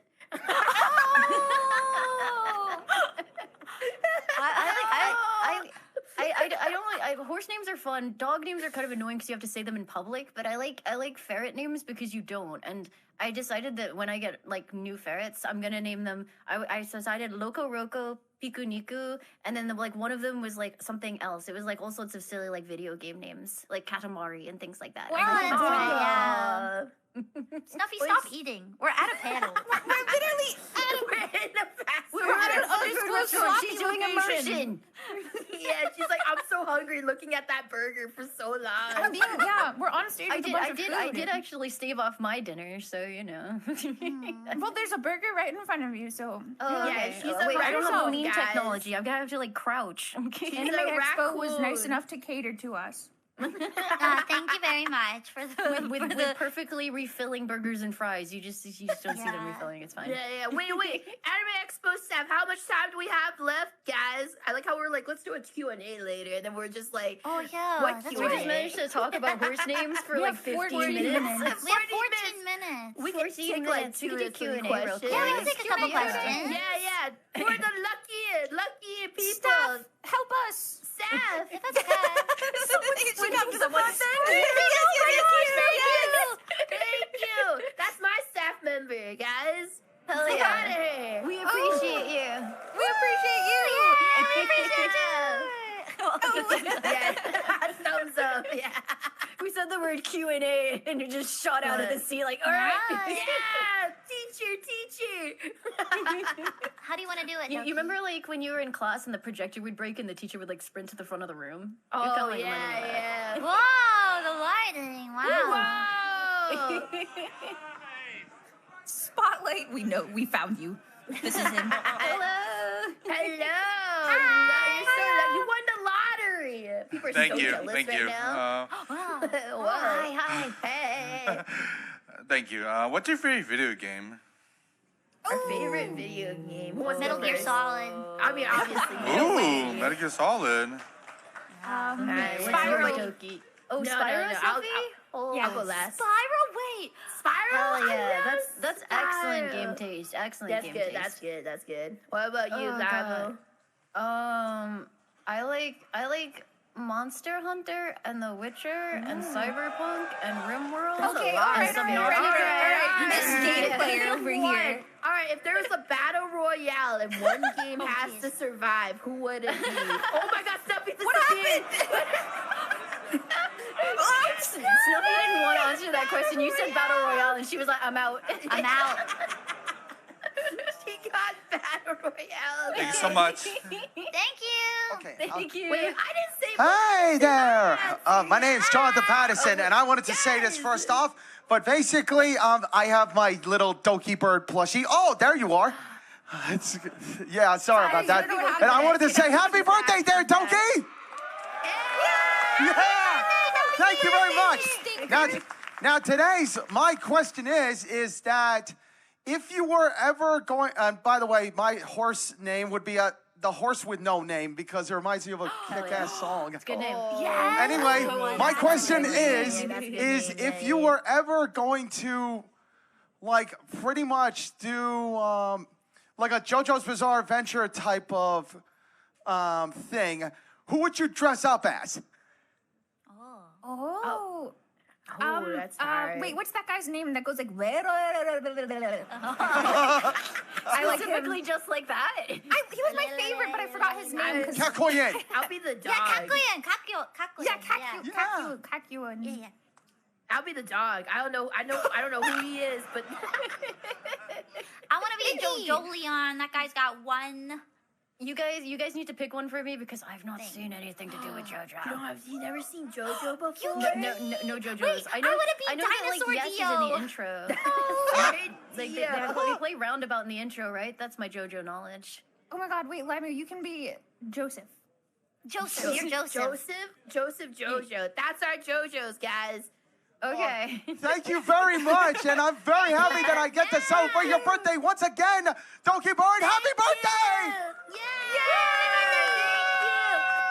Thank you. Did you pick Joseph? Oh gosh, there's because so many he people. wore We gotta speed run these, Guys, did you pick Joseph only because it wore a green scarf? Hi, Is that the hello. only- I picked him because he was old. Quick question. If you had to drink a shoey and pick one of the girls' shoes to drink it from, whose would you pick? What's a shoe? It's you drink out of a shoe. I'm pretty Like sure. a shot? You take a shot out of a shoe? I'd pick Mints. Push his fingers together. No reason. Is it weird if I say also mint? Why does I don't know if it's the name, but like I don't know. I just feel like her shoes would be fresh. It's mint shoes. They are. Like, what kind of shoes do you wear? Because I feel like you might be the cleanest. Like, She's a ferret. You think she's the cleanest? Ferrets are clean. Ferrets are good. That's really mean. That's really mean. I have lots of pairs of shoes, man. I like shoes. I collect shoes. Okay, I'll drink lemons. Thanks, I Doki. want to do appreciate that. half That makes me feel mine, better. half Limu, and then we're mojito. Wait, so you guys don't even trust me or Snuffy? No votes. You No, guys I'm really trash. Do you realize how sweaty that shit gets? Oh, damn it. I got so far. Thank you so much. Thank you. Oh, no. Hi, Sloppies. We get our one. Can we wish Doki a happy birthday? Yeah. Yeah, happy birthday! Can we sing Doki a happy birthday? Like a decent happy birthday. Oh, me? I'll sing. Happy birthday to you. Happy birthday to you. Happy birthday, dear Doki. Happy birthday to you. Also, I realized that Limu got kicked off the couch. Oh, what's up about that? She's taking our order. Doki, you want to explain yourself? She's taking our order right now, guys. Why am I waiting on the other sloppies? I would like to have one You can have my sloppy. spot. You can I have would my like- Can I sit on your lap? Just Yeah. Sit on my lap. Like that. There we go. Hey girl. Hey girl. Oh my gosh. Yeah, I think that's more comfortable for them. Thank you for pointing that out. There was some level of inequality there, but I appreciate that we managed to fix that. It's not inequality. It's pretty much equal. It's All right. what you deserve. Hello. So this question is a little more for Limu because you mentioned you only care about like actual horses. So do you actually watch like horse videos as well? Because I've watched a lot of horse compilations myself just because I'm a big Uma Musume fan, and that got me into actual horse videos as well. Because there's actually, I remember there's a content creator where there's actually a horse named Chicken Nugget. That's so cute. That's so cute. So I am still like vaguely in the horse world, but honestly, for me, there was a lot of stuff that's slightly downer question. There was a lot of stuff that meant that when I left like the horse world, it was kind of I did not want to re-enter for some time. So the horse when I left the horse verse, but no, I still really like horses. I will look at videos of horses when they show up. I still like really. I mostly watch horse movies. Like one of my favorite movies in the world is Seabiscuit, which is like Tobey Maguire riding a horse. I love Seabiscuit. It's such a good movie. It's so feel good. And then Black Beauty and Spirit Style of Simran. So yeah, I still engage with horse stuff. But I actually did play Umusume for a bit. I really liked Haru Urara. So. Yeah.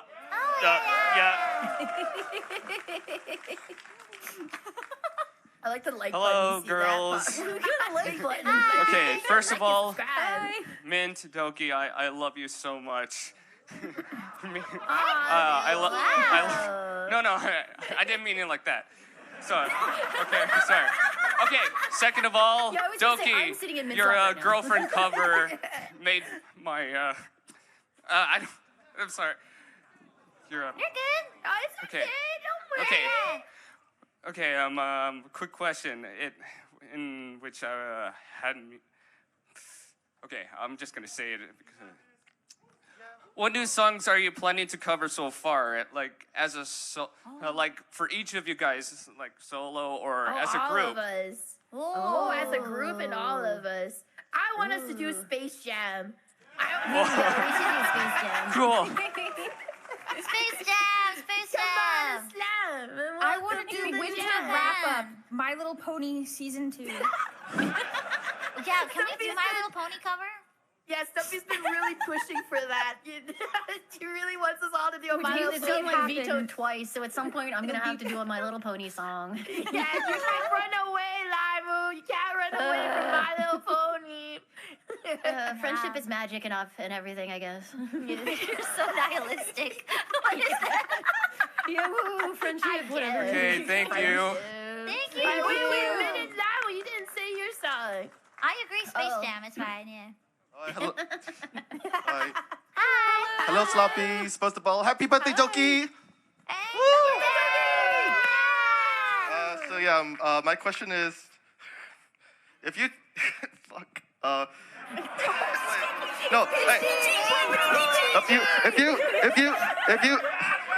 if you turn into Shrek one day, what would you do? I would eat my own earwax. What's this? I always thought that looked good. Like anime and food looks so good. He made that breakfast in Shrek 1 where he ate like earwax and eyeballs. It looks so good. For me, I will find Ellis from Left 4 Dead. I'll find what? Wait, what? I'll find. Is this like I'll find Ellis from Left. What was Left 4 Dead in Shrek? If you know, you know. That's all I'm gonna say.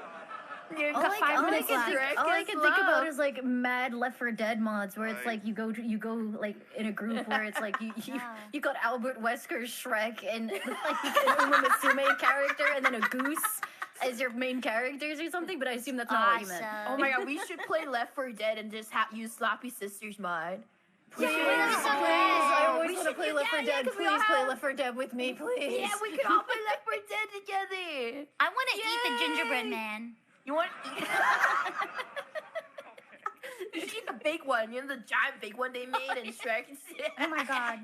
What about you, Lima? What would you do if you're Shrek for a day? We have 5 minutes left, so if I was Shrek for a day, I'd just be super excited because it would mean that like I could just wallow in the mud and be comfy and nobody would care or bother me. I thought and you that were would be really nice. I literally thought you were fart real I'll loud. be so excited because I get to be with Fiona. I mean, that's also really cool. Yeah, Fiona's pretty cute. Thank you. Thank you. I'm sorry for swearing. Thank you. Hi, happy birthday, Doki. Hope you're having a good day. Thank you. So, Laimu, I have a friend of mine who's a huge fan of you, and they want to say hi. Their name is Mailbox. If you can say hi to them, please. They're not able to attend. Oh, hey, Mailbox. Hello. I'm sorry you couldn't attend, but we love you. So, my question for you is, if you were forced to live with any anime character for a year, you couldn't escape them at all, who would you choose? Kyosoma.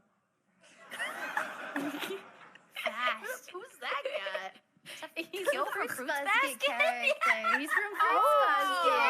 He's really sweet. He's got like the I can fix him, and he's mean, but he's not mean to specifically her. And because she's special, I really like Fruits Basket. Okay. Wow, you thought about this a lot. I love that. Yeah. Yeah. All right. What about you guys? Wait, like what anime character we would Yeah. be Live forever with or yeah, something? be 1 year. 1 year. I like the way you live said with. escape, and I'm like, no, he'd have to escape me, man. I don't know either. I don't really like gotcha game characters. Goku, he's a deadbeat. What's wrong with being dead, Doki? What's wrong with being dead? What's wrong with deadbeat? She could take me on the cloud. I want to try that. Deadbeat. The mom, Chi-Chi does everything. Honestly, the more that he's out of the house, the better. No space on the cloud today. Maybe tomorrow. All right, thank you so much. Thank you. Thank you. Hi. I just wanted to say happy birthday, Doki. Happy birthday, Doki!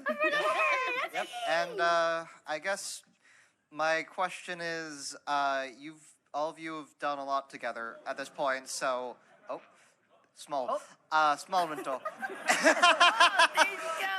Just curious, what's all your favorite moments been together? I guess just since you've been together for a while.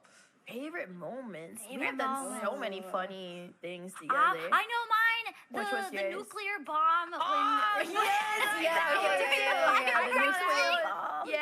I was gonna say mine too. Yeah, I think that's universally. I cried until I laughed. Especially, I found a bomb. I wasn't with you guys, so I just heard you yell, I found a bomb, and then the mushroom cloud just eclipsed. All right, what's up? I'm gonna be a little quick. All right, so What's up? this is for all of you. Would you rather fight 100 chicken-sized zombies or 10 zombie-sized chickens? 100 chicken-sized zombies. Yeah, I gotta 100 die. I can chicken-sized kick like a zombies. I'm horse. really small. I'm really small, so unless it was a very small zombie, any zombie-sized chicken would be bigger than me. Who do you think would have like the best chance against like 100 zombie-sized chickens or whatever? Doki's got a gun. I got a gun. She's West Side. Doki's got a gun. Headshot. Snuffy would rip out their throats. Beneath her exterior hides a and then menace. she'll be a zombie. All right, thank you so much. Doki Bird, play Deadlock. I love Deadlock. Wait, you should play Deadlock. I play Deadlock. Play Deadlock with me, Doki. Okay, You know, like one of my friends got you in a game. I didn't tell you that. One friend got you against you, 2-3 of my Oh, yeah? friends, and then they started solo alting you as doorman. I don't know if you remember. I think this might be the last question, maybe. Yeah, they said it's the last question. So, hi! Happy birthday, Doki! And Mint, nice meeting you again. I met you earlier in the day. So, my question is, you are in the great state of California. So, what do you guys think of In-N-Out? I've never had an In-N-Out burger yet. I've not had In-N-Out. No, not had it. Not had Maybe you it. should try it while you're here. I love the fries. I used to hate the fries. I used to be like, oh, they taste like styrofoam, but now I'm Stockholmed into loving the fries.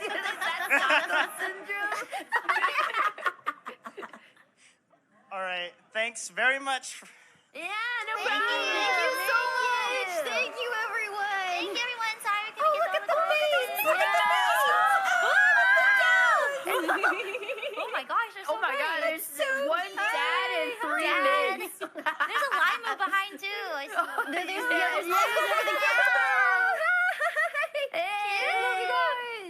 Thank you, everybody. Wait, that's a buff Minto. That's a buff Yeah. Minto. Oh, Damn. Oh, man, you're working out, man. This is the I'm Mint always Show working out. after party. Oh my God.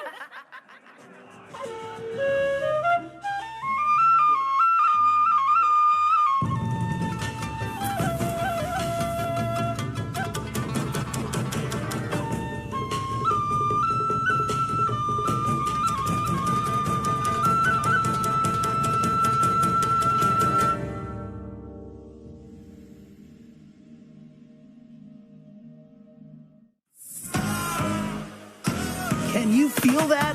The energy in LA is electric. The anime takeover is back. AX 2026 is officially here. It's time to live the dream. watch while you're in line? We've got you covered with our AX Lite International broadcast. It's exclusive access, behind-the-scenes interviews, and panels you can only get right here. Catch the whole experience live all weekend long. Find us on YouTube and Twitch. It's the full AX experience beamed straight to you. The stage is set. Welcome to Anime Expo 2026.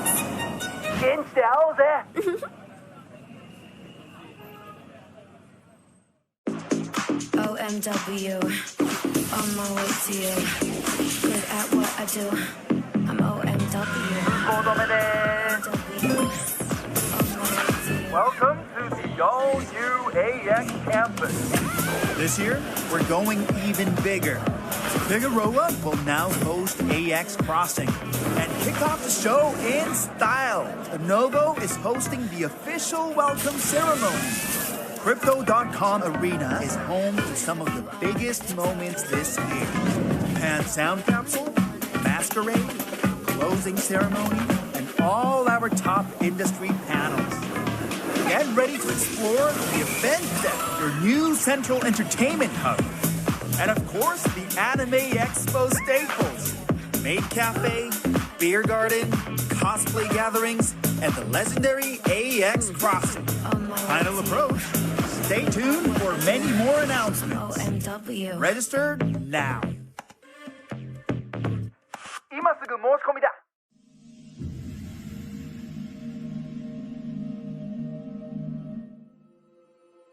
LANSCA we call is Los Angeles Nagoya Sister City Affiliation.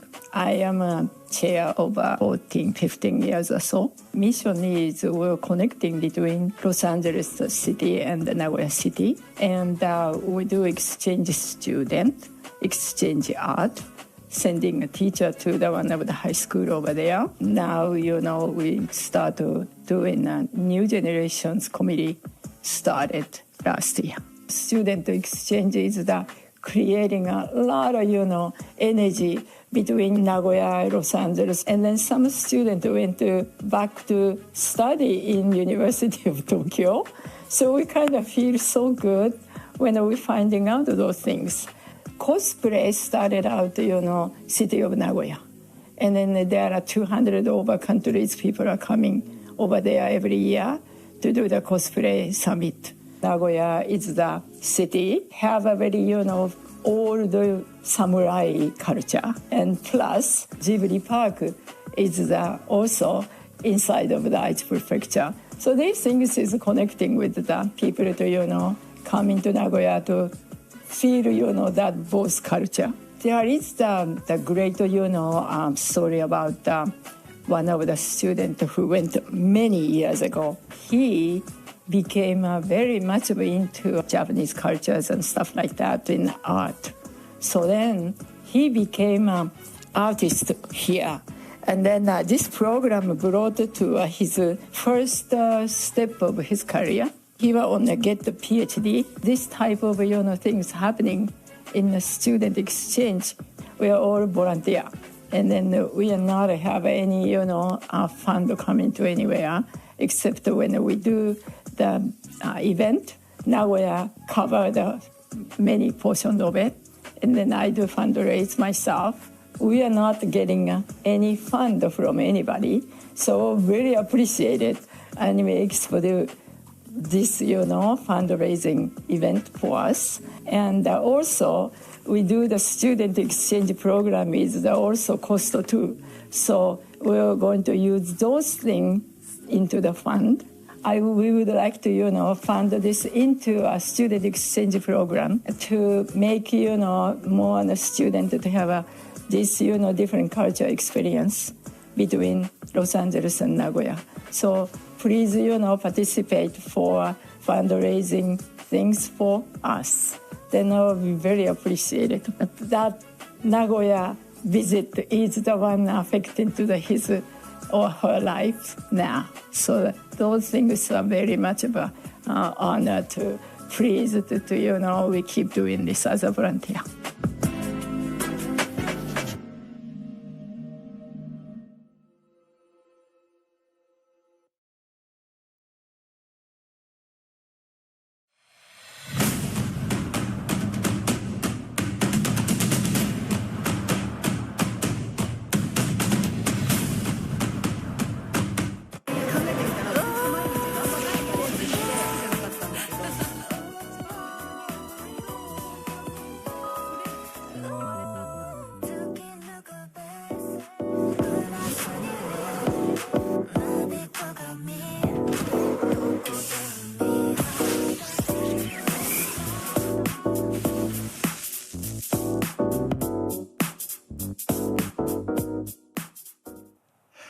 Welcome back to Anime Expo Lights. I'm your host, Takaki Hirakawa, with a special guest, game developer, Nikawaさん。よろしくお願いします。よろしくお願いします。今回、デモンズナイトフィーバーのプロモーションで来られているということで。そうです。He's here to promote Demon's Night Fever, which is a game coming out pretty soon. アニメエキスポはいかがでしょうか。少し回る時間とかありましたか。まだ全然回れてないんですけれども、アニメエキスポに最後に来たのがコロナの前。もう7、8年前ぐらいのことですね。でそれまでは毎年アニメエキスポには、出展していて、今は独立してるんですけども、前の会社が日本一ソフトウェアっていう会社でして、そこの会社が毎年出展してた関係で、毎年 AX には来てました。そうなんですね。I asked Nikawa-san, how is Anime Expo? It turns out that the last time he was here was before COVID, and then until that point with his former company, he was here at Anime Expo every year. So it's been like 7 or 8 years. どうでしょう、こう7、8年ぶりに来てみて、規模感であるとか、お客さんとか何か変わったなと思うところとかありますでしょうか。お客さんが楽しんでる様子は何も変わってないと思うんですけれども、昔のアニメエキスポはこうなんでしょうね、もうちょっとカジュアルというか、企業のブースもあるんですけれども、もうちょっとその二次創作的なブースも多くって、日本のコミケと東京ゲームショウが合体したみたいな感じのある意味緩さがあったんですけども、今回見るともう企業ブースばっかりになってて、すごいなんかちゃんとした感じになってるなと思ってびっくりしました。なるほど。So my question was that how has it been throughout the years, because he knows how Anime Expo was like maybe 10 years ago, and then coming back for the first time in like 7 or 8 years, has it changed, or what are some things that he felt? And he said, back in the day, the passion of the fans are still the same. Everybody's enjoying Anime Expo, but it was, you know, in a good sense, in a good way, it was very loose back in the day. You know, fans interaction and the secondary creation of what the fans and people loved. But then when he came back this year, he saw like a lot of company booths and very official events and official things happening. So he's very much feeling the expansion and the development of Anime Expo as itself. やっぱりこうアニメエキスポが大きくなった中で、今回、ゲームのプロモーションで来られているということで、そうですね。ちょっとどんなゲームなのか、ぜひ Would you tell us about your game that you're here with this time? そうですね。その前に、お土産。お土産、souvenir。ありがとうございます。一緒の T シャツ。嬉しい。これが Same T-shirt that I got。ありがとうございます。Demon's Night Fever T シャツ。Demon's Night Fever T-shirt。何か可愛いですね。このキャラクターの名前とかもぜひ皆さんに。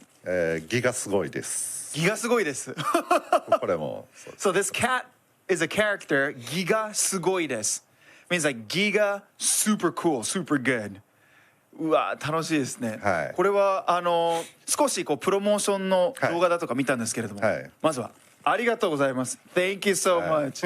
I saw some like promotion videos and stuff, and it's kind of cool. 何かこうモンスター要素、魔法要素、そしてバトル要素、いろんなものが混ざっていると思うんですけれども、どんなゲームなのかぜひぜひ皆さんと共有をお願いします。まずちょっと簡単に私のことをお話しさせてください。改めまして、新川宗平と言います。で、以前アニメエキスポに来た時は、日本一ソフトウェア、NIS アメリカという会社の、宗平新川として、来ていました。I would like to introduce myself before we share the game, and then this is Mr. Sohei Nikawa. He has been to Anime Expo before as a part of a company called NIS, and then he's been introduced himself as Sohei Nikawa of NIS before, but now he has his own company. ご自身で独立をされてということですね。以前の会社の時はプリニーっていうペンギンをかぶって来てました。Back in the day, he came to Anime Expo, or he's been to Anime Expo with a penguin hat. ということはプリニーというペンギンですね。Called Purini. It's Purini or Pulini? Purini. Pulini. That's the penguin's name. Yes. 今回は、新しい会社の新しいキャラクターでギガすごいですをかぶってきました。And this time he is here with Giga Sugoides character. So with his own company right now. AX に間に合うように作りました。He made it sure that it will make it and on time for Anime Expo. T シャツも。And the T-shirt as well. ということは T シャツもこの帽子も特別にこうアニメエキスポに間に合わせるように。間に合わせるように。It is for Anime Expo. ということはこれはブースもあるとしたんですけれども、アークシステムワークスさんのブースで、実際にゲームを遊ぶことができます。So there is a booth in South Hall this time as a part of Arc Systems booth, and you're able to play the game of demo this time as well. デモ版のようなものを楽しめるということで、実際にこのキャラクターを動かすこともできる。そうですね。このキャラクターはどちらかというと、チュートリアル的なキャラクターでして、実際に動くのは別のキャラクターになります。わかりました。So Giga is almost like a tutor for you who will guide you through the game. So you'll be able to play with different characters at the demo. ということでありがとうございます。もともとの質問の方に戻していきますと、私が、前の会社で作ったゲームの中で一番有名なものとしてはディスガイアというゲームがあります。The game that was most famous from his former company is called Disgaea. Disgaea. Disgaea. で、私は1から6まで作りました。He's been part of that game through the first one till the 6th edition. で、ストーリーとプロデュースを担当しています。And he's been a part of the story and the producing side of that game. で、全世界で600万本売れてます。And then it sold more than 6 million games. で、今回、ディスガイアの NSA ではなく NS ではなく、スーパーニッチの、ソーヘイニカワとして、AX に戻ってきました。So he came back not as Sohei Nico of NSI. He came back as the company name is Niche. Super Niche. Super Niche. His new company name is Super Niche. He came back to Anime Expo as Sohei Nikawa of Super Niche. Yes. で、皆さんに今回のこのデモンズナイトフィーバーを、ぜひ紹介させてください。And then he will love for the world and the fans to know of this game, Demon's Night Fever. ありがとうございます。特徴としては、いろいろあるんですけれども、まず最初に、私の作るゲームっていうとそのディスガイアをイメージされる方が非常に多いと思います。So I would like to share about the games, but this game, before this game, I think everybody will imagine a game from Nika-san will be kind of similar or something related or with Disgaea, but 全然違う新しいゲーム体験を提供しています。He has something very new and very fun with the audience and fans this time. 分かりやすい特徴をお伝えします。He's going to tell us a very unique and then easy to understand characteristic of this game. 普通は敵と戦って敵を倒す、敵を全滅させたら、クリアっていうのが普通だと思います。Usually, a game is about defeating the enemy, and then once you defeat the enemy, you fulfill the goal. 今回、主人公はこの邪神ギガすごいですの、しもべとして、活躍をします。So the main character of this show will be following the guidance of this Giga. で、悪いことをすればするほどいいっていうゲームなんですね。And this game, it's very different because the more bad things that you do, the better for the game. 邪神ですから。So he is the demigod. He is a bad god. これがちょっとね、デモを見てて新しい。そうですね。いいなと思ったんですよ。はい。育成要素もありますし、バトル要素もあるんですけども、そのどちらも悪いことをすることが正しいことです。So this game, of course, there are battle aspect to it and also like growing your character aspect of it. But they will grow, they will fulfill the more you do bad things. 一番わかりやすいのはバトルです。I think easiest way to come across is the battle. 普通の、シミュレーション RPG ストラテジーゲームは、自分と敵に分かれます。で、味方が仲間がたくさんいます。これが普通です。そうですね。はい。Usually, you know, when we think about RPGs and gaming, there is yourself and your friends and the enemy. This is the regular way of gaming. このゲームの特徴としては、主人公に、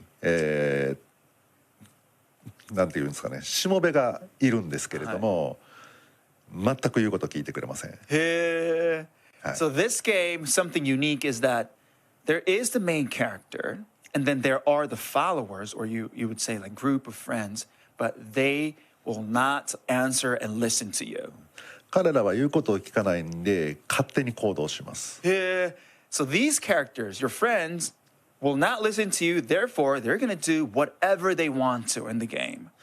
で、どうするかというと、敵に勝手に近づいていった、しもべがいる場合、そのしもべを殺します。For example, if there is one of your followers just doing whatever they want to, getting closer to an enemy, you get to kill off that enemy. No, not enemy. You get to kill your follower. これは悪いことです。悪いことです。で、その味方というかしもべを殺すと何が起きるかというと、そのしもべが持っているスキルが発動して、爆発だったら爆発をして周りにいる敵を巻き込んで殺してくれます。なるほど。So, once you defeat your own followers right there, there may be some kind of like explosion sequence, or there may be some kind of other attack sequence that's going to happen, and that will trigger an attack to your actual opponent. これをキルスキルと言います。And this is called the kill skill. で、死んでしまったしもべはまた後で復活します。あ、そうなんですね。はい。So those followers that gets defeated and been defeated, they will come resurrect in a different way at different time. 転生したしもべはさらに強くなって帰ってきます。なるほど。Those followers who gets to resurrect, they will come back stronger than before. なんで殺せば殺すほど強くなるんで、いっぱい殺してください。The more you defeat your own character, the more that they become stronger. So, he's asking, defeat your own followers. The more defeat your characters more and more. これは今までとだいぶ違いますね。違います。That is so different from like traditional gaming. なので彼らのことを仲間とも味方とも呼ばずにしもべと呼びます。That's why in this game they call your own group not friends or not anything else, just call them followers. 例えば、主人公が敵に向かって突進します。So, for example, your main character will charge at your opponent. それから、しもべと場所を、テレポーテーションで入れ替えます。And then you can teleport yourself and your follower's position so that the follower will be close to the opponent. で、入れ替わったしもべをキルして、キルスキルを発動させて敵を倒します。なるほど。And then, so that the position is now changed, you can kill your follower, triggering the explosion and then the attack to the opponent. もう一つあります。主人公の体力が減ってきた時、ヒットポイントが減ってきた時に、しもべからヒットポイントを吸収しちゃいます。なるほど。And also another example is that when your main character's HP is low, you can actually suck your followers' HP to make it yours. そのしもべはもう体力がなくなっちゃってるんで、敵に攻撃されたら死んじゃいます。And because your followers' HP gets low, they will get attacked by one of the enemies. で、敵に殺されてしまったしもべは、もう二度と転生しません。なるほど。So the followers who gets killed off by the enemy, they're not going to come back and be resurrected later in the game. なので、敵に殺される前に自分でキルします。なるほど。悪いことのですね。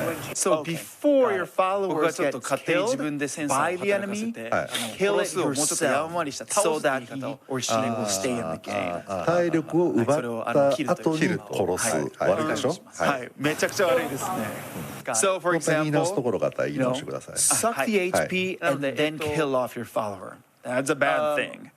ちなみに今それで聞いて質問なんですけれども、奪った上で殺す。これはなんとなくより悪い行いとしてカウントされるとかあるんでしょうか。そういうところはないです。そこをポイントとして換算するってことはないです。なるほど。とにかくこう悪いことを続けろっていうことです。悪いことをすると自然と戦いが有利になっていくような設計になっています。So my question was that are there something like you do double kill or like double bad things? And then he said it will count as one, but as you commit to these bad things, your game is going to be easier later on. なるほど。なので一番いい、戦い方、勝ち方としては、味方じゃなくてしもべたちを全員自分の手でキルする。で敵を全員キルする。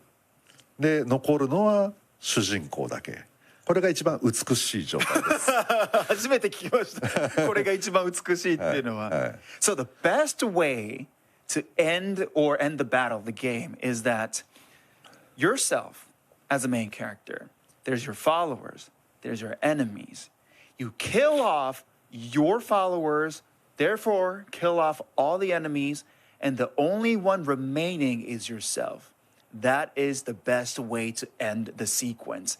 なるほど。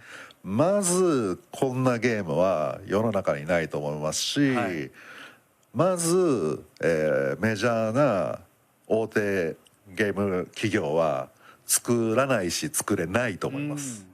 I think therefore and because of this feature, this is so unique because we've never heard of, and then I think it stands out. And also, bigger companies probably will not allow, but also can't even make this kind of game. もうコンセプトであるとか、実際の動画を見て、確かにこんなの見たこと聞いたことないなっていうのはすごく印象に。そうですね。私の作るゲームはやっぱり他にはないものを作る。他と一緒のものを作っても意味がないと思ってるので、唯一無二のものを作るっていうのが私の、モットーです。ありがとうございます。The philosophy that he has or has been in himself is that I create something that I've never heard of. I create something that I've never seen. That has been his motto through and through.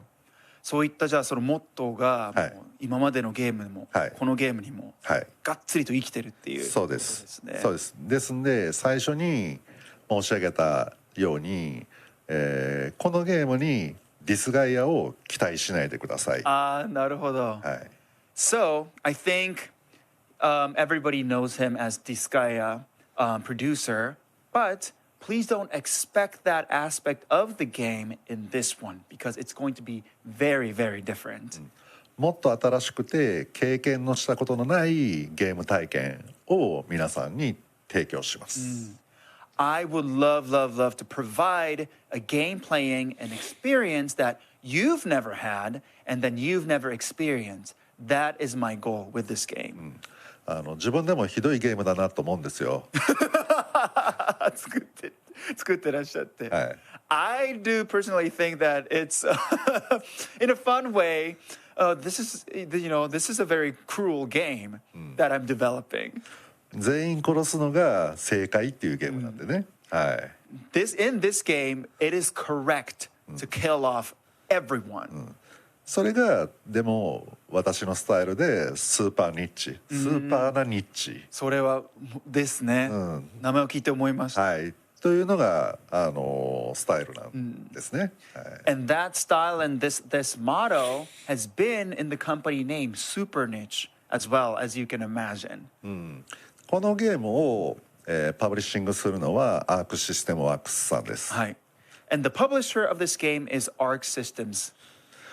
このひどいゲームをパブリッシングすることを決めたアークシステムワークスさんの勇気に、心から敬意を表します。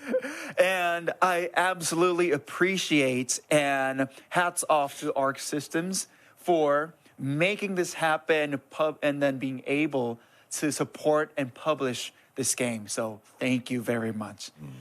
そういったところ今までにないものを作るっていう時はやっぱりハードルっていうのは高いものでしょうか？そうですね。やはりこう思った通りに面白さが出るかどうかっていうのは、自分たち自身も体験したことがないものを作ろうとしているので、難易度は高いですね。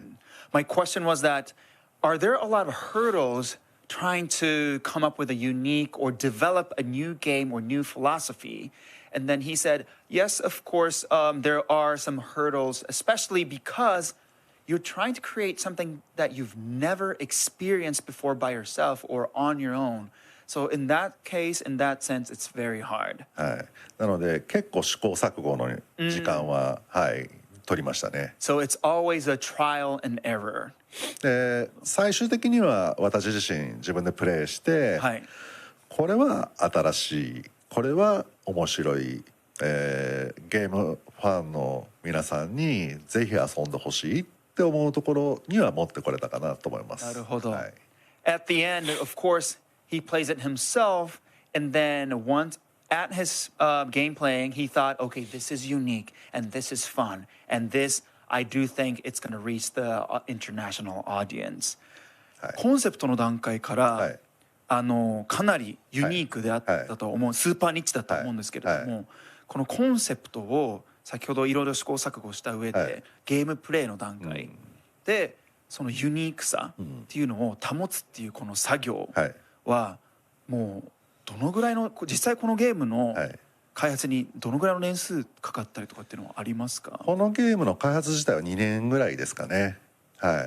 It's about 2 years that they've been developing, and my question was that from the concept to the actual game playing, because he shared with us, how unique and creative and different it is, how different the process has been, how long it has been taken. It's been 2 years since he's been developing. コンセプトを私はすごく大事にする、クリエイターです。And I am a creator, somebody who really put importance in the concept of the game. でコンセプトはプロジェクトにおける、羅針盤方位磁石だと思っています。The concept of the game is the path, the magic that makes magic happen. It is the 方位磁石の英語はちょっと出てこないんですけれども、It is the one that points north. That is the concept of the game. 開発途中にやっぱ迷うこと悩むことあるんですけど、必ずそこに戻ってこれるっていうのがやっぱりコンセプトなので、私はコンセプトをすごく大事にしてコンセプトからずれてないかっていうことを常に見張りながら、ゲーム開発を、指揮するプロデューサーのタイプです。そうなんですね。Of course there were times and there are times that you're going to think about is this right or wrong, or do we go this way, that way? But the concept of the game is always the root and telling us to come back to the concept and dictate where the game is going. 結果として非常にコンセプトの効いた尖ったゲームが完成するようになります。And of course, I'm a producer who really puts importance in that concept, and that concept and also how sharp that concept will make the development of the game and the outcome of the game very unique and very interesting. でゲームの手応えを持てた時にゲームのジャンル名をつけます。なるほど。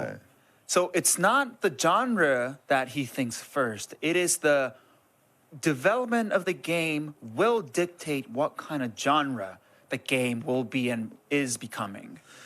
このゲームのジャンルを言います。はい。And this game genre is 長いです。long. 敵も味方もキル。そうですね。はい。敵も味方もキル。死ねば死ぬほど強くなる。育成 RTA シミュレーション RPG です。So this game genre, he said long because kill off your followers, kill off your enemy, kill. Consecutive kills. The more you kill, the better and easier the game becomes. でジャンルの中に育成 RTA っていう言葉が入ってるのが、おそらくゲーム大好きな方だと RTA ってちょっと疑問に思うと思います。そうですね。So he thinks the word growth and RTA in the game, a lot of the players, a lot of the game people will think, what is RTA? この邪神、ギガすごいですを復活させるのがこのゲームの目的です。The goal or the purpose of the game is to resurrect this ギガすごいです。だから早く復活してほしいんですね。You want this character to resurrect as soon as possible. なので、急いでクリアしてあげなくちゃいけない。And you have to get there as soon as possible in timely manner. ただなかなかそう簡単にクリアはさせてくれない。Of course, it's not going to be easy to do that. なので、主人公自身もやっぱり何回も死にます。Therefore, your main character dies pretty often. ゲームオーバーにもなります。ゲームオーバーにもなる。なります。And then also, you will see multiple probably game overs as well. タイムアップがあります。And there are time ups as well because you have to be in a timely manner. でも全部なかったことにはならないです。なるほど。But that doesn't mean that everything will go away. なので繰り返しプレイすることでアチーブメントが、機能したりですとか、そういったことで、どんどん、底上げされて強くなっていきます。なるほど。So if you keep playing, you'll have certain achievements that will stay and remain, and therefore you're going to step by step become better and better in the game. で結果として早くクリアすることができるようになっていくってことです。And then for the result of that, you're able to clear and then finish the game in timely manner. 戦い方も育成の仕方も結構いろんなパターンがありますんで、はい、ユーザーさんのプレイスタイルに合わせた育成の仕方、早時の仕方を楽しんでもらえればなと思います。And there are so many ways to grow your character, the battle, and the paths that you can create depending on the player. So it's going to be, you can create pretty much your own path in this game. So it's going to be a very fun one. ということはやっぱりこれをいろんな方々に楽しんでいただきたいということだと思うんですが、最後にぜひぜひ、心待ちにしているファンの皆さんに一言お願いします。そうですね。今の私のお話を聞いていただいて、ちょっとでも面白そう、この要素面白そうだな、気になるなと思われた方はターゲットです。So for those who's listening, if you even slightly felt what you heard today, oh, that sounds fun, that seems exciting, that seems interesting, this game is for you. なので今すぐウィッシュリストに入れてください。So put it in your wish list as soon as possible, right now. アークシステムワークスさんは素晴らしい会社なので、お値段もいい感じにしてくれると思います。So Arc Systems is such a wonderful company, and then probably it's going to be very in a good price range. So go check it out. それでは今日はありがとうございました。たくさんいろいろ情報いただきまして。私も全部喋れました。ありがとうございます。So this was Nika-san, and thank you very much for joining us. And then stay tuned for Anime Expo Light.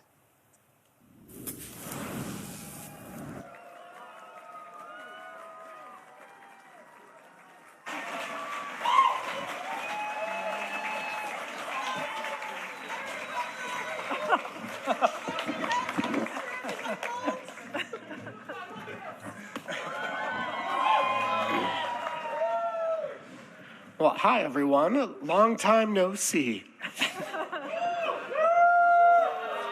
Do we have any Sonic fans in the audience today?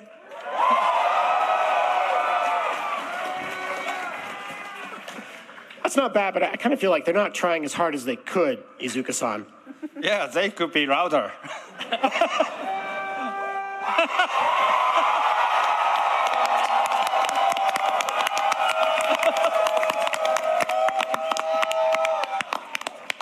That is much better.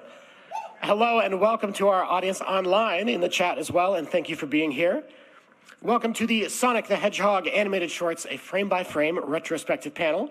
First, we'd like to take a moment to introduce everyone you see here today, because if you know Sonic, this is a rather all-star lineup of guests, and if you don't know Sonic, we're about to tell you why. Also, please bear with me as my voice is trying to go out, but I'm going to need your energy for my voice to survive this whole panel. Can you give me the energy for that, please?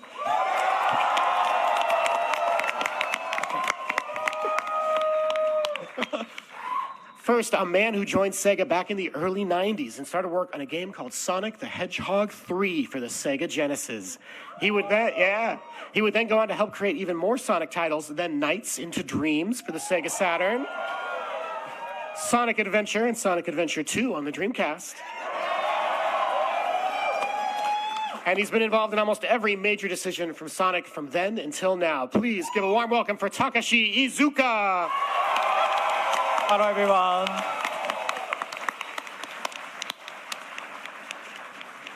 Here to interpret Izuka-san's more in-depth answers is the man sitting next to him, but he also isn't just an interpreter. In fact, that's not his job at all. He joined Sega back in 2015 to manage game production. He was a producer on Sonic Mania, Sonic Forces, Sonic Frontiers, and almost every title since and in between. He also loves a good Texas barbecue. Please welcome Austin Keys. Great to be here.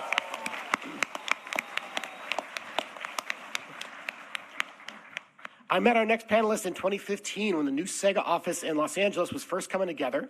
She started work on the animation side for Sonic, supporting shows like Sonic Boom, and in the next few years, she would go from being involved in those animations to the new short-form animations that we worked on. She periodically guest stars on live streams to teach educational Spanish words, and she's one of the key reasons we are here with you all in this panel today. Please welcome Jasmine Hernandez.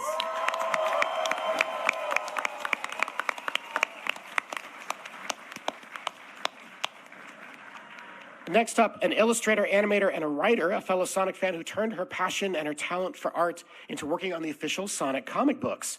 Since then, she's worked her way all the way up to an official position within Sega. She's now the lead writer of IDW's Sonic the Hedgehog comics. And she's the lead artist in Sega's lore and creative strategy department. Most of you already know who this is. Please give a very big welcome to Evan Stanley.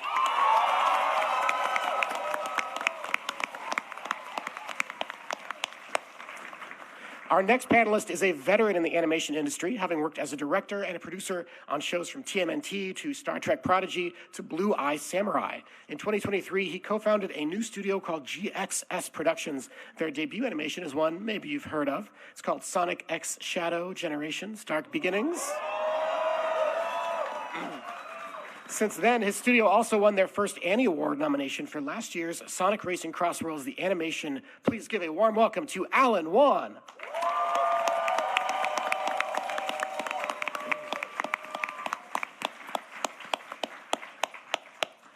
I met our last panelist in San Diego at San Diego Comic-Con in 2013, and years later, he would become instrumental in our new generation of Sonic short-form animations. Perhaps even more importantly, he answered the phone when I randomly called him from a Paramount lot and said, "Hey, Tyson, I'm here with Jeff Fowler, the Sonic movie director. He wants to know if you'd be willing to drop everything today and come right over and maybe help us take another stab at the design for this Sonic character."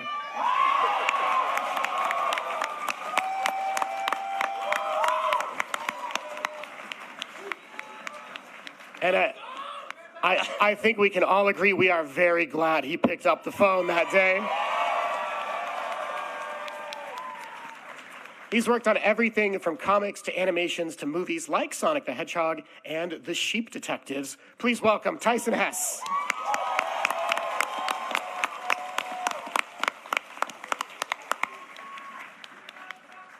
And finally, hello, my name is Aaron Weber, and I was going to say, does anyone here still remember me? It's been like 4 years.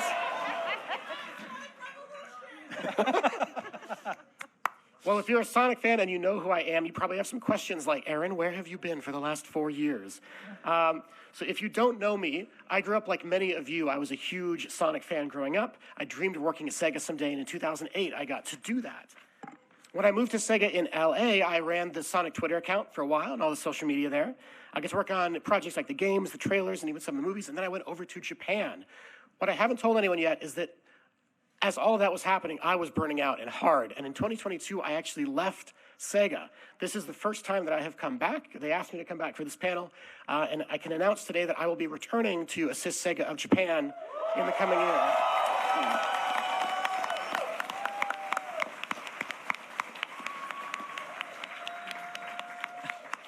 So if you are new to Sonic, it is so nice to meet you. And if you are a longtime fan, it is really good to see you again. I missed you guys very much. Hey.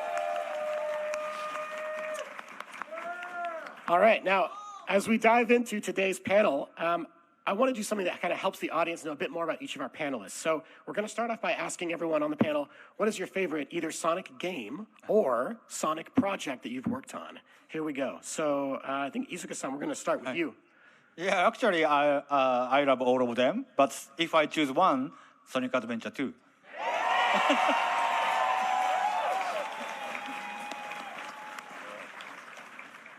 Jasmine, how about you?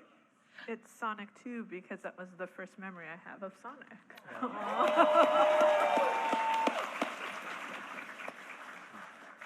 Alan, how about you? I'm a car guy, so I like Crossworld. Let's go to Austin. Oh, Sonic the Hedgehog got me a Genesis. That's why I bought one. Let's go over to Evan Stanley. Sure. My favorite game is Sonic 3 and Knuckles, but my favorite project is the IDW Sonic comics. Shout out to the comic crew.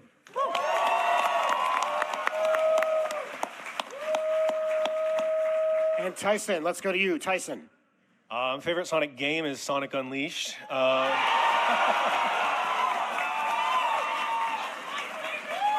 That's the easiest cheer you will ever get out of a Sonic audience. But my favorite project that I've worked on is Sonic Movie 3, I think.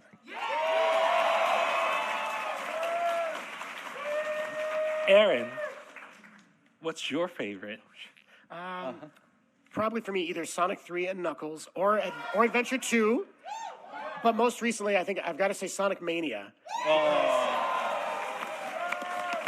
Because Mania started so many things for the Sonic fan base, and we haven't even told some of these stories. But Mania behind the scenes is where a lot of this stuff began. In fact, audience, would you like to hear today some of the untold stories about how Mania was the first project that started animation in Sonic in general for the last 10 years?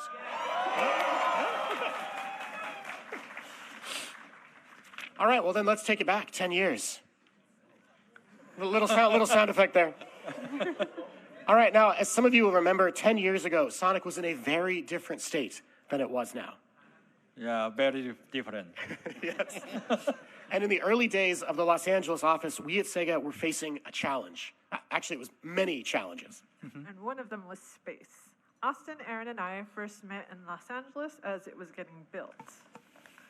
Actually, many of the desks were originally put together by our head of office, Waisan, and some of our staff, like Associate Director of Licensing, Mike Cisneros, with supplies from, well, I can't say where we bought the stuff from, but let's call it generic Swedish home decorating store down the street.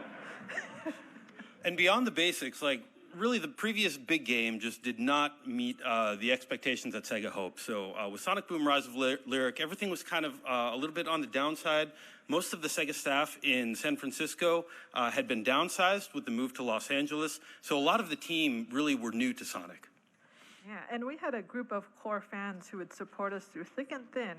But after repeated challenges from the past, we were at a pivotal moment for Sonic. And I think a lot of us in the office back then were learning that. And the industry as a whole treated Sonic very differently 10 or 11 years ago. Yeah, some of you know. Sometimes fairly, but sometimes they were just really harsh, you know, and they would say things like, oh, Sonic was never good, or yeah, see, you know, or Sega should just let Sonic die. And, yeah, okay, don't worry, I'm with you. As you can imagine, as a fellow Sonic fan, I took that personally.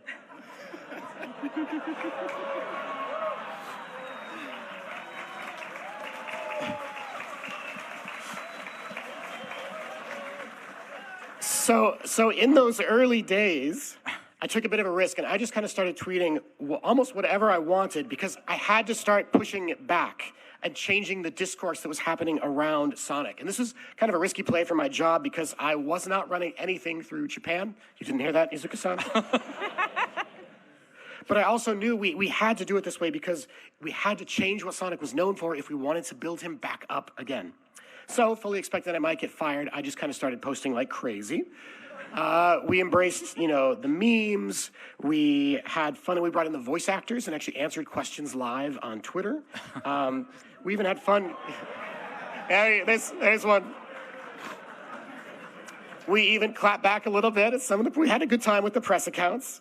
And the crazier part, though, about all of this was that it worked.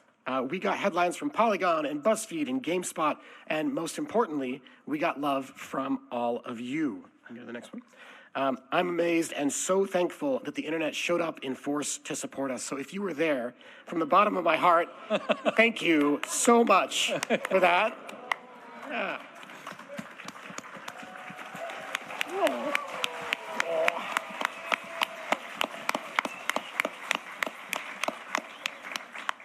And you all didn't know this at the time, and I didn't know this at the time either, but this was the first domino. Your support for this was the first domino that would trigger so many other amazing things to happen for Sonic down the road.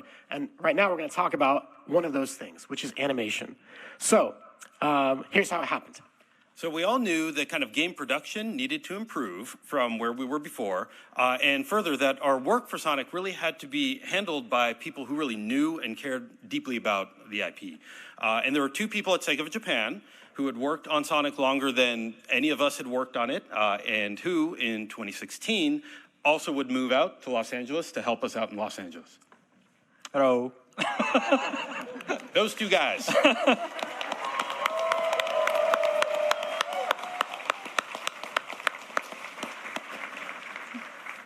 Izuka-san and Hoshino-san arrived to support the LA office, and one of the very first projects that Izuka-san would see was pitched to him by a friend of mine from Australia. His name is Christian. Some of you may know him.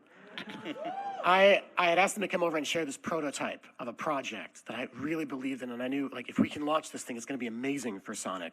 And so they come all the way over, they pitch it to Izuka-san. He sits there, he thinks for a little bit, doesn't say anything, gets up, and walks out of the room.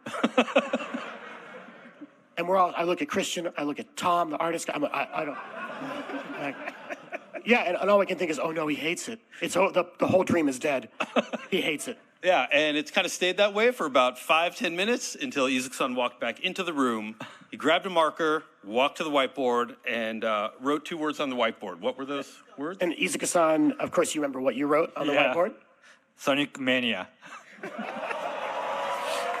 That was it.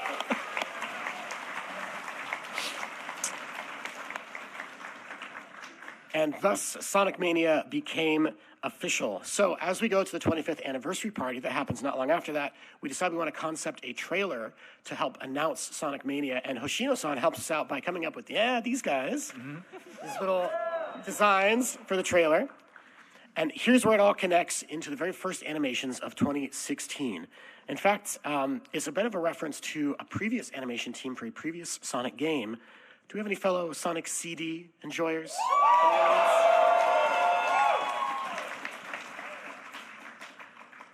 All right, now, when I was a kid, this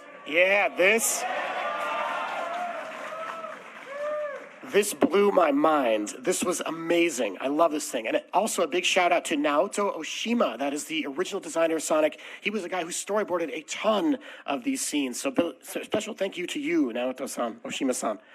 All right. So inspired by that, I go to the production team and I say, hey, let's do an animation like Sonic CD, but for Sonic Mania. And of course, Austin's in the room. He looks at me, he smiles, gives me 2 big thumbs up, and he says, well, yeah. No, we need to have the devs make the game good first. Absolutely not. Okay, no, that is what he said. That is actually what he said. No, that's right. But there's good news, because I'm really stubborn, and the social media channels are growing like crazy, so some people are starting to listen. And the marketing guy that didn't want to make a trailer previously just left. So now I'm helping with the launch trailer, and you know what that means? We're going to spend all of our budget. All of it. Every cent. On this animation. The only problem is, there's not a lot of budget. And so I cannot afford a well-known anime studio. So I start thinking about some artists who might be a good fit, and my mind goes back to this guy I met at Comic-Con once. See if you can guess who this is. I'm manning a demo station. This super tall guy walks up. He goes, who's your favorite Sonic character?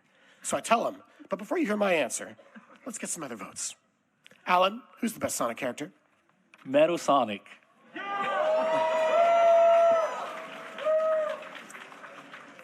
Evan? Silver. Tyson, your vote? Knuckles.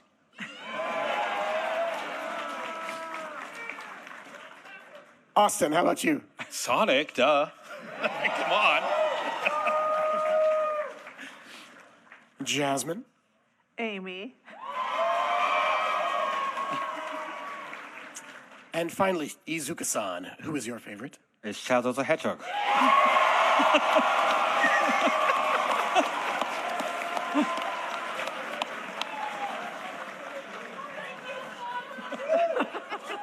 Got a little plush right there. All very good answers. Though at that time, the answer I gave was and still is my personal favorite. And if you know me, it is, of course, Big the Cat. So this guy brings over a signed book of Sonic comics called Sonic's Big Fat Adventure, and he draws big on the inside cover. That's the actual book, yeah. He draws big on the inside cover for me, and reading it online, I discovered he's the author of these really funny Sonic parody comics that I'd seen, and of course you might know who I'm talking about now. It's Tyson! So years later, I find Tyson's book sitting there in a bunch of boxes that I hadn't unpacked yet, and I realize, oh, he might be able to do this. So I reach out to Tyson, I ask if he's interested. Tyson, what do you remember from back then when you first got that message? What were your thoughts when you heard Sonic CD-like animation? At the time, I hadn't done any actual animation work professionally. I had graduated with a degree in animation from college, but I'd been working in comics and storyboarding and just kind of doing personal stuff for ever since I graduated. So when I got that offer, not having any professional experience, I of course said yes anyway, because that's just what you do. You say yes and then you figure it out. So I immediately just started asking anyone I knew who could possibly help do something like this. We didn't have the money or time to hire a studio or a vendor to work with it, so it was a really small group of scrappy people, and we just kind of started going. How long did you have to create that very first launch trailer animation? This one's good. From, I think, the day that you brought the pitch to me to actual final submission was about 4 months, which is it's a very, very short amount of time to gather a group, concept, storyboard, get a pipeline together. Keep in mind, we used a studio called Yada that had some experience working together, but they weren't our one-stop shop. We ended up having to do a lot of this stuff just in my bedroom afterwards. So it was an effort and labor of love to get it all done in that short amount of time, but I tried as best as I could to be efficient. As those of you that have seen the animation know that it takes place in this kind of abstract world that is reminiscent of the old Japanese Sonic box art, and that was an intentional decision because we didn't have time to do BGs before the animators needed to start animating, actually. So I basically had to scribble some lines saying Sonic runs here, so that they could get going on their roughs, and all that came together with a bunch of pieces that then we could paint and reuse through multiple BGs. I knew that I was going to have to paint many of them myself as well, so it just became an effort of trying to find the most efficient way of getting through all this while still being able to deliver on a very aggressive time schedule. You did amazing for 4 months, by the way. Absolutely. Yeah. Yes.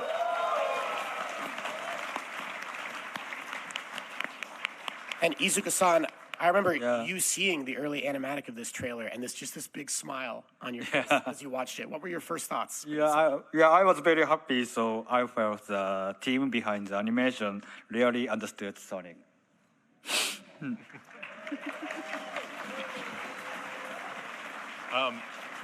I do remember my first time actually reviewing the rough animation with Izuka-san. He came into the room and we watched the whole thing together, and then we asked if he had any notes, and he just walked up to the TV, and it's on the final shot where Sonic, Tails, and Knuckles are standing next to each other right before they zoom into camera, and Izuka-san just walks up to the TV and he holds his hand up to Knuckles' head and Sonic's head just to make sure that Knuckles is just a little bit taller than Sonic. And he said, "Nope, all good." And that was it for our review. So it was a huge relief knowing that he had put our faith in us, and we had shown up. So we knew then this launch trailer is going to be something really special. So with the support of a guy in the office named Evo, there he is. He was the head of all the marketing and creative work back then. We decided to make another animated trailer for the pre-order reveal. But because this one has to come out before the launch trailer, we actually have even less time to make this thing. We're like, oh, wait a minute, that's going to be tough. However, since we can't do something that's beautiful or fully colored, Tyson comes up with a new idea. Yeah, so when you only have about 2 weeks to put together another trailer and you're still in the middle of compositing the first trailer that you're working on, you once again have to get creative and resourceful. So I came up with this idea, well, I can probably animate this with a couple of friends in about 2 weeks, but there's no way we can do BGs. There's no way we can color it and clean it up. So let's just act like we intentionally had this sketchy idea and pretend that it was some great plan from the start, but it ended up coming together because it felt like the precursor to something much more polished that later became the intro for Sonic Mania. But this all happened after the first intro was almost completed, actually. Okay. So then we've got all these, and I go back to Christian, who made Sonic Mania, and I show the Mania devs the launch trailer, and of course they love it, right? They think it's amazing. I think then Christian probably spoke to some people. That's my guess, because the next thing I know, Austin and I are talking again, and this time we're in a room together, and everyone all at once together says, "Hey, we'd like to put the launch trailer in the game." In the game, yeah. Give it to us. So remember, kids, there is a lesson here. If you really want to give someone something special, but they tell you no, just give that something special to somebody else instead. Then if it's good enough, the original person gets jealous and they'll realize they wanted it all along. No. Are we still talking about the trailer? Or is this like your love life or something? So weird. Austin, I told you those stories in confidence. I'm sorry, man. Anyway, with the animations launching to huge success, we call up Tyson again. We tell him we want to do a full animated short series for the packaged version of Sonic Mania that we're doing next. It's called Sonic Mania Plus. And this time we bring in a new staff member from our animation team to help manage these.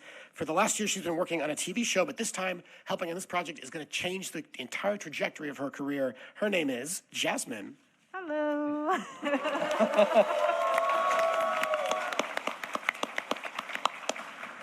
So Jasmine and Tyson work really closely together on the shorts. They go on to receive over 100 million views. I'm going to talk quickly here so we don't run out of time.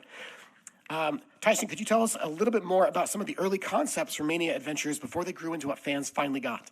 Yeah, so when we first got told, hey, we want to do some more animations, and we got told the budget and time constraints was basically our only options were to do something either completely in black and white sketchy like the pre-order trailer or pixel art animations.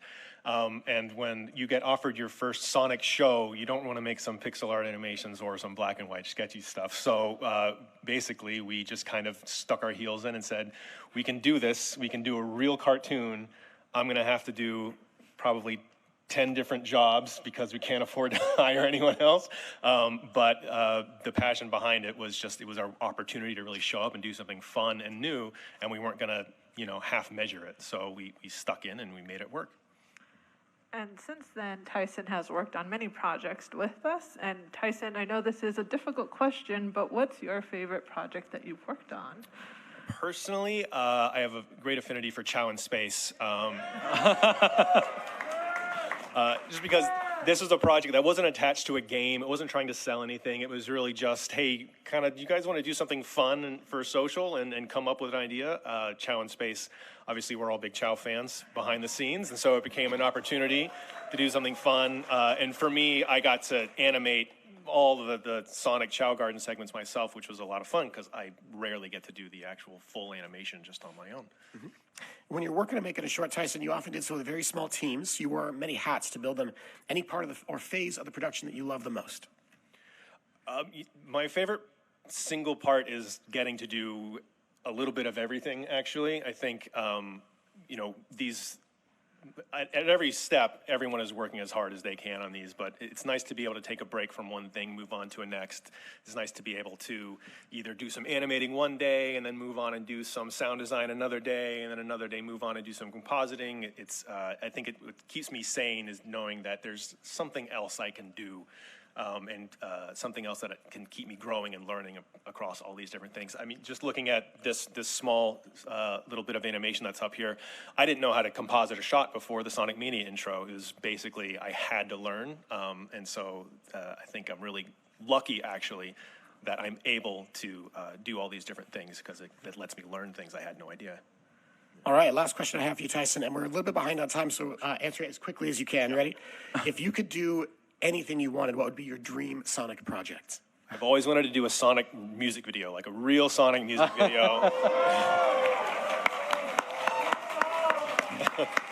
Something that's really musically driven, artistically driven, and I love music, and that'd be great. All right, great answer. I think the audience likes it too. So as the years progressed, the animations began to evolve a little bit, and as social media started to change too, as vertical and doom scrolling culture started to become more prominent, Chow were the next focus for animation. So if you're a Chow supporter in the audience or chat, this is your moment. Let's hear you cheer.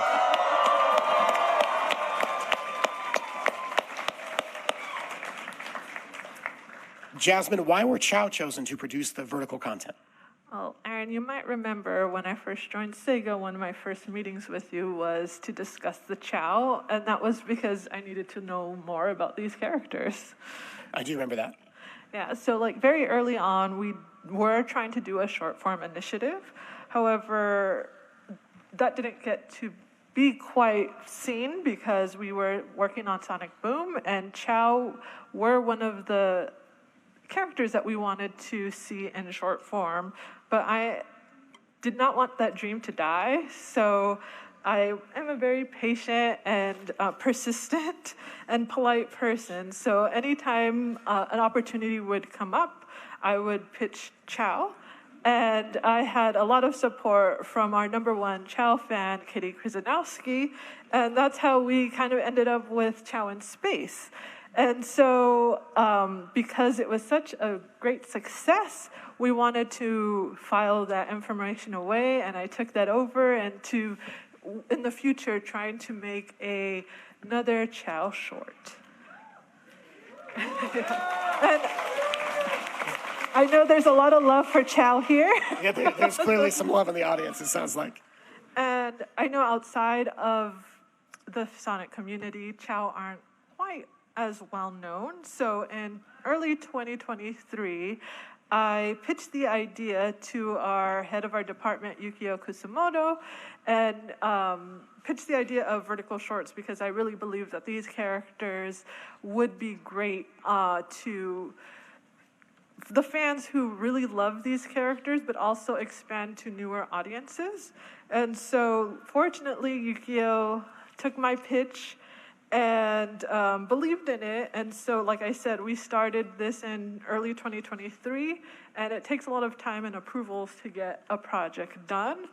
And so what we did was, in order to get this short right, we knew that we had to get a great director and writer to join us so that we could pitch it to Izuka-san, and that person was Evan Stanley. All right.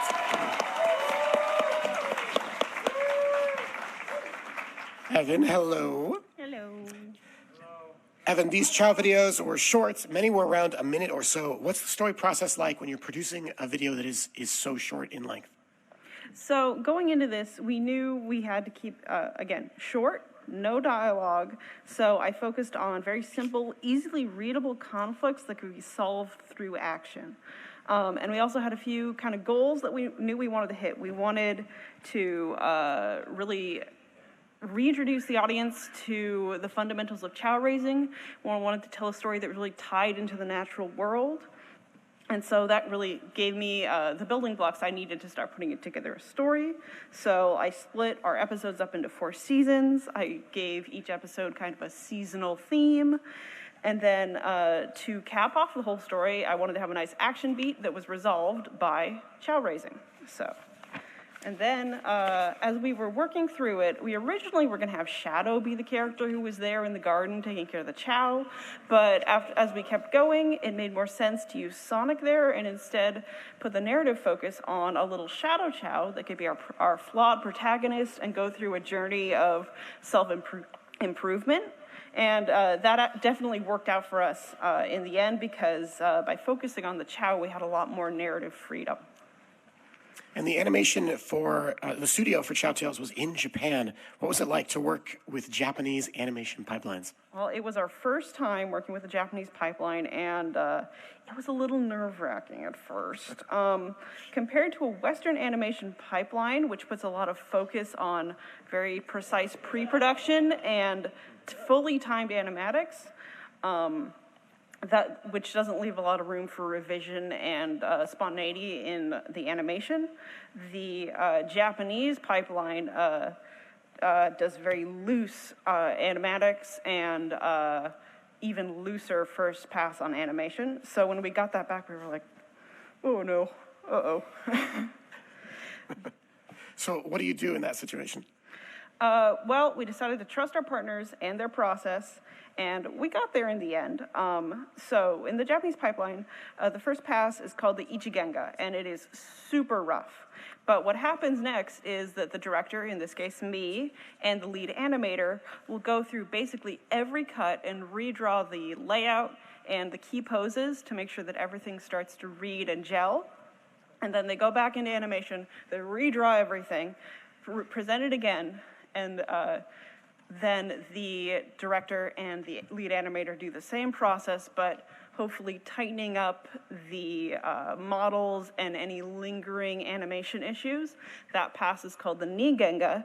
Then they go draw everything again, and then you actually get your proper final animation. Okay, for time, Evan, we're going to jump to the next question here, which is, what challenges did you face producing vertical and horizontal versions for these videos simultaneously? Oh, sure. For us, it was really mainly an issue in the storyboarding phase. You have to plan out compositions that put all the narrative action in the center of the frame. You can use a little bit of pan and scan style editing to make it work, but you really want to stick to the center. So in our first 8 episodes, we had a bit of a learning curve with that, but by the Halloween special, we had kind of locked that in and knew what we were doing about that, so it went a lot smoother. Okay. Evan, this one's for you, but also maybe for Tyson. Do you ever find it difficult to convey a story or a character's emotion in an animation without using any dialogue or any character voices? Yeah, it's not that bad. Again, if you know what kind of story you're telling from the start and you don't have to like cut dialogue halfway through, it's pretty easy to plan your narrative around that limitation. Tyson? Yeah, it's not difficult. It just becomes a different project, and other things kind of take over and replace the weight of dialogue. Music becomes really important. Music can tell a lot of story. Facial performance, if you can't say the words, you just have to work a little extra hard in the expression sometimes. But pantomime and animation have gone hand in hand since the beginning, and Sonic himself is a character inspired by those old cartoons so closely that it's nonverbal animation goes perfect. And actually, Izuka-san, you have experience with this too from the mid-90s. A game that my fellow millennials out there will remember. Maybe the younger generations, if you have excellent taste, you'll know this game. This is Nights into Dreams from Sega Saturn. Izuka-san, I always felt like the true ending of Nights was one of the most beautiful stories I had ever seen. Izuka-san, do you have similar thoughts to Evan and Tyson about telling stories like this without using voices? Yeah, so in case of Nights, so since Nights is an action game, so we wanted to create a movement experience without any text and voices.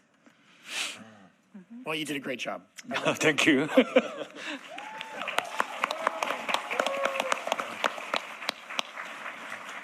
All right, Alan, you have been so patient over there. Thank you.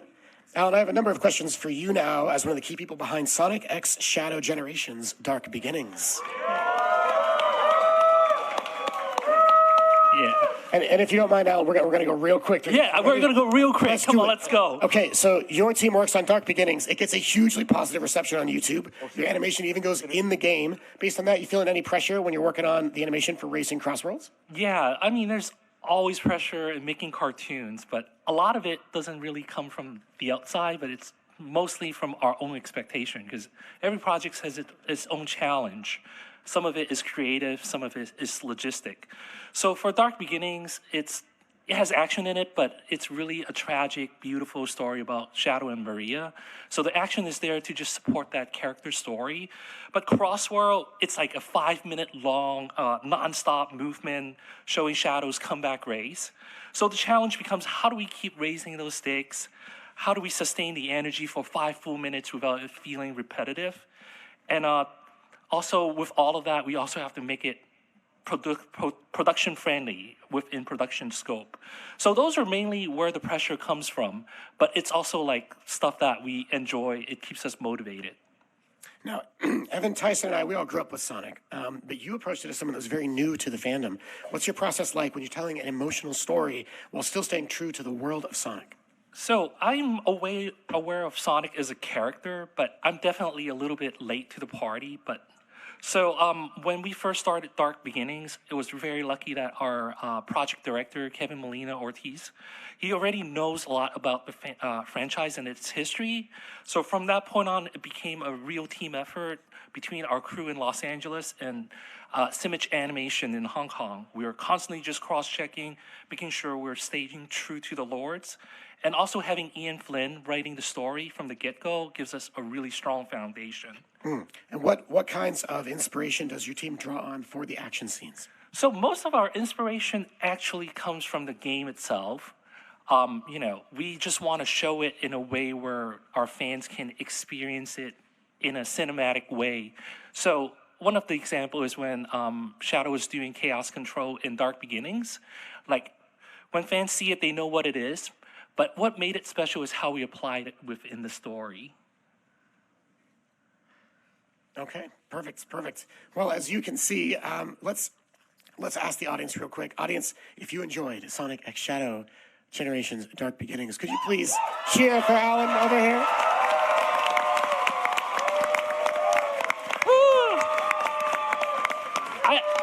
I just want to give a huge shout out to my partners, Chris, Kev, and Sheldon, and our animation partner, Simic Animation in Hong Kong. Great job, everyone.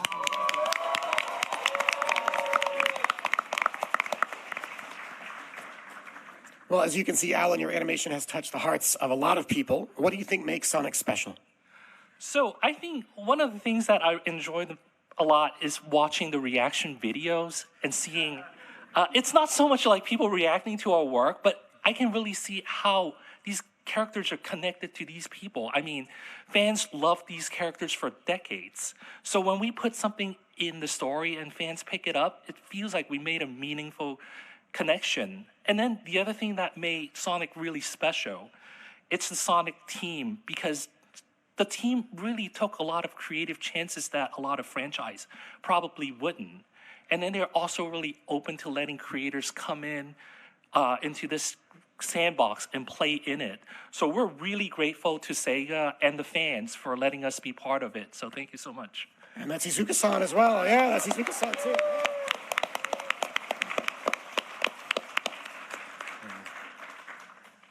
All right, so as we get into our last section for today, we have a quick highlight reel to showcase all of our short form animations over the last 10 years.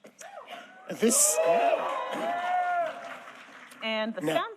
Oh, sorry, yes. Yeah. The soundtrack of this reel was composed by a longtime Sonic fan. His name is Antonio Teoli. Ooh, I know Antonio is in the audience. Please stand up. Let the fans see you. Antonio. Where are you?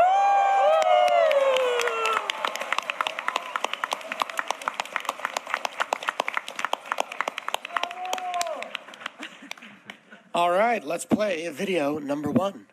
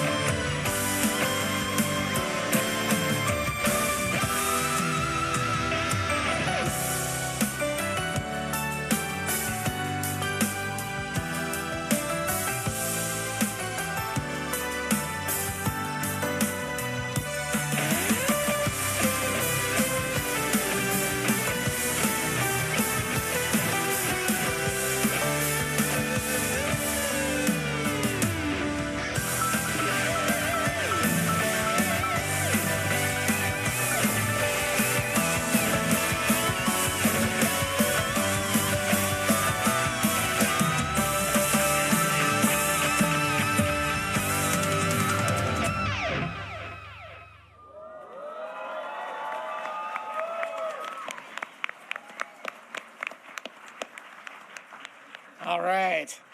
And that brings us to the last part of our panel today, which is something very special. Izuka-san, please take it away. Yep, this year is 35th anniversary of Sonic the Hedgehog. Since this panel about the animation, so we decided this is a perfect place to review for the very first time that we're building a brand new short form animation special for the 35th anniversary, and it's called Sonic the Hedgehog Memories and Beyond.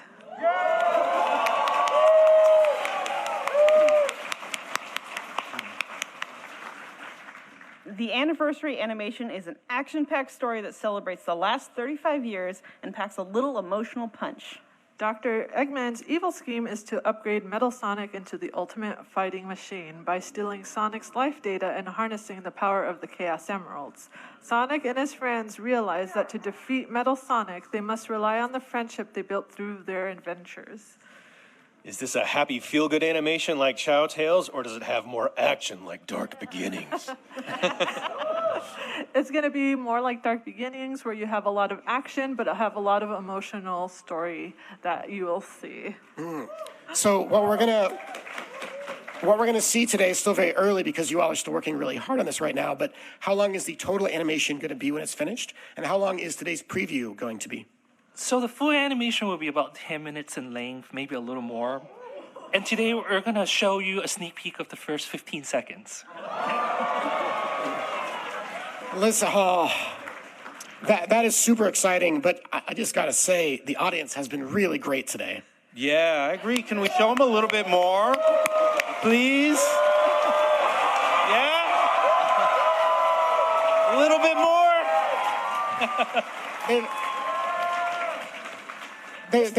They've been so nice. Like, could you say one more time, Austin? Could we show them just a little bit more, please? You know what? Come on, let's do it. All right. You know what, guys? We'll double it. 30 seconds. Let's go.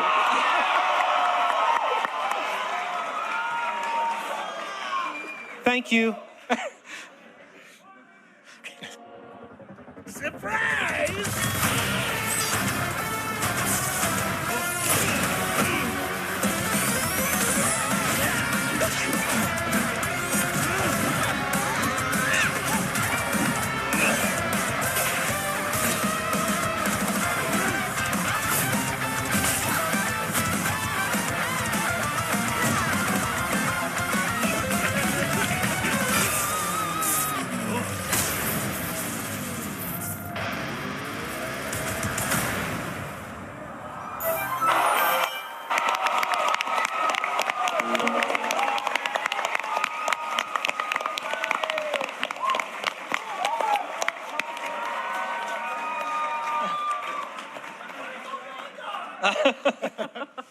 Thank you so much for enjoying that and for joining us, everyone, both in person to everyone that is online in the chat. As we wrap up our panel today, we have a bit of a tradition for panels that we do. Does everyone here know that Sega chant, the old Genesis chant on the carts? You'd boot it up, right, and it would go, Sega. Everyone know that? We would like all of you to join us for that as we finish our panel today, as loud as you possibly can. We're going to count it down from 5. Here we go. Are you ready? 5, 4, 3, 2, 1. Sega!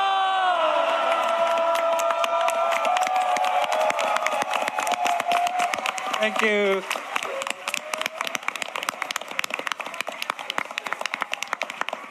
Thank you all so much for coming. Special thank you to the Anime Expo staff as well. Please give a round of applause for all the Anime Expo staff that are working tirelessly to make this happen.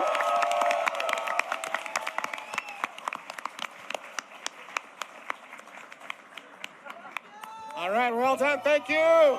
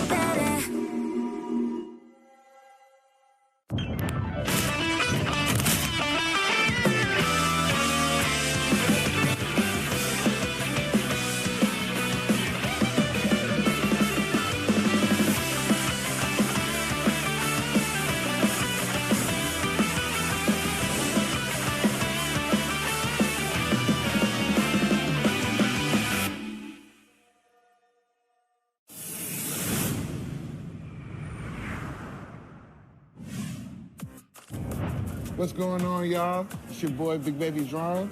I'm glad to have 4,000. This is my very first time at an Anime Expo, I ain't gonna lie. This is my very first time at Anime Expo in LA. Super excited to be here. We're about to walk the floor for the first time. The very first time I was put onto anime was very early in the morning on Channel 33. That was the WB back in Virginia. And it was a combo of Dragon Ball Z and Sailor Moon. I believe Sailor Moon came on first, but Dragon Ball Z was like full-on combat, gripping storytelling. I mean, to this day, it has me in a chokehold. He's obsessed with it. It's definitely Toonami. Just watching Cartoon Network too late, and it started, and I was hooked. But before then, my uncle had watched Ninja Scrolls in the house a lot, and I was aware of Sailor Moon. We're about to go into the first hall. Let's get it. Anime Expo. Let's go this way. Steel Ball Run. I love JoJo, for real. You know, it's funny. JoJo's is an anime, like, as a younger kid, I didn't care to understand it, but now that I'm older, it's like gold. I'm gonna make you watch some episodes. It gets really weird, and you'll like the weirdness of their power. What's the name of the one with the little boy who he's like freaked out? Yeah, Shin-chan? Yeah, like he's got a big chin? Yeah, and he's really big in Japan. Like they have a lot of no. It's not anything about combat or nothing. Okay. They got the blue thing, the blue cat. Okay. That kind of looks like him too. You know what I'm talking about? Okay, for sure. See, there you go. For those of you who don't know me, I'm a martial arts practitioner of sorts. I practice the martial arts, and I really like youth enrichment. So I'm looking for, two kinds of particular younger minds to enrich with my knowledge of martial arts. This evening, if I run into them, you may get a different reaction. We even got a costume, you just following the Four Loko around the festival. Oh, sure. In the anime One Piece, my younger brother wants to be Luffy. I feel like I got a lot of Luffy energy, right? But he tells me I'm this guy right here, Saba. All right, so I've seen like the first 30 episodes, like when they first went on the quest. When they first went on the quest. What's the chef's name? Sanji? You honestly got big Sanji energy. Where you from? I'm from Tokyo. Tokyo? Yes. Your accent sounds like from somewhere else. Somewhere else? Yeah. So you like definitely anime? Definitely. Which one? A lot of them. I've seen most of them. It's great. Good job. Is this like roller derby?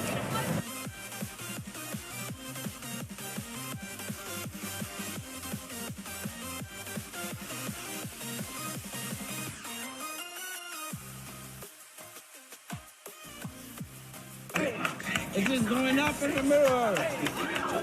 Anime Expo, great.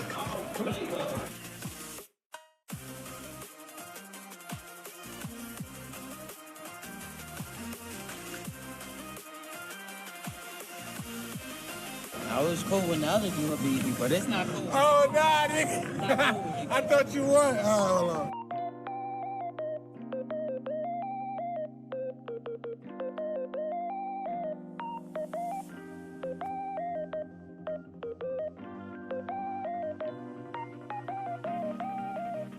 It's a multiplayer game. Have these puzzle objects that we're going to place inside of here. If the light turns green, that means that we accomplished the mission.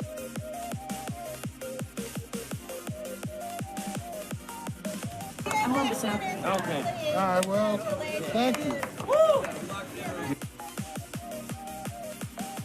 Kimono with the denim chainsaw, man. All right. Can I buy the ringer tee? Yeah. If you guys just circle it.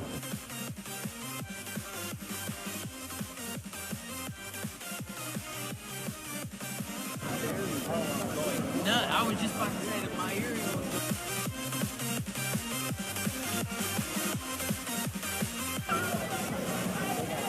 Yeah! All right, Lauren. It's going up. This is my favorite part, the food. Like, low key, I really want to I really want that Okono, New York.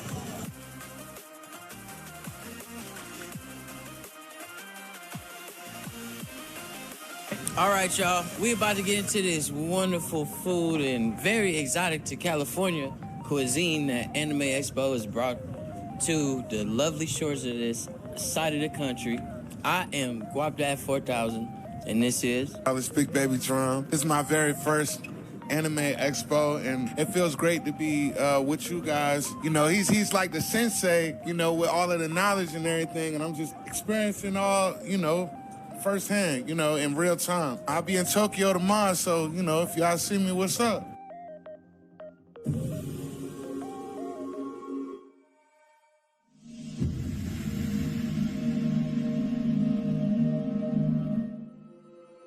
My name's Marina, and I'm the head maid here at Anime Expo Maid Cafe. A maid cafe is a fun place where you can come and relax, sit down, have something to eat. All the servers are dressed up in super cute maid costume. We have super cute food for you guys, and we do a little show and dance as well. Maid cafes have always been a thing in Japan. That's the birthplace of them. But in recent times, due to social media like TikTok and YouTube, the culture has made its way out of Japan and over to places like the USA, and we like to do our own version of the Maid Cafe experience. So every year the show changes. We want to keep it fresh and exciting for you guys. Something different that we're doing this year is that we are inviting all of our different cast members from the different regions to perform their own song for you. I think the highlight definitely is our parfaits. We have 2 new parfaits on the menu. The first is a cotton candy inspired cat parfait, and then a French vanilla bunny inspired parfait as well. I would recommend trying both of them, but if you had to order one, maybe the cotton candy. And it is sort of named after and inspired after one of the Anime Expo mascots, so you just have to come and see it. Whether it's your first time or your 10th time at the Maid Cafe, every year the Maid Cafe is different and exclusive and special, so you definitely want to take some time out of your weekend to come to the Anime Expo Maid Cafe. And tickets may sell out for some of the sessions, if not whole days, so you want to get your ticket as soon as you know. And we also have GA Plus and VIP ticket tiers for people who want an even better experience. We are so excited for Anime Expo Maid Cafe 2026. We hope to see you there.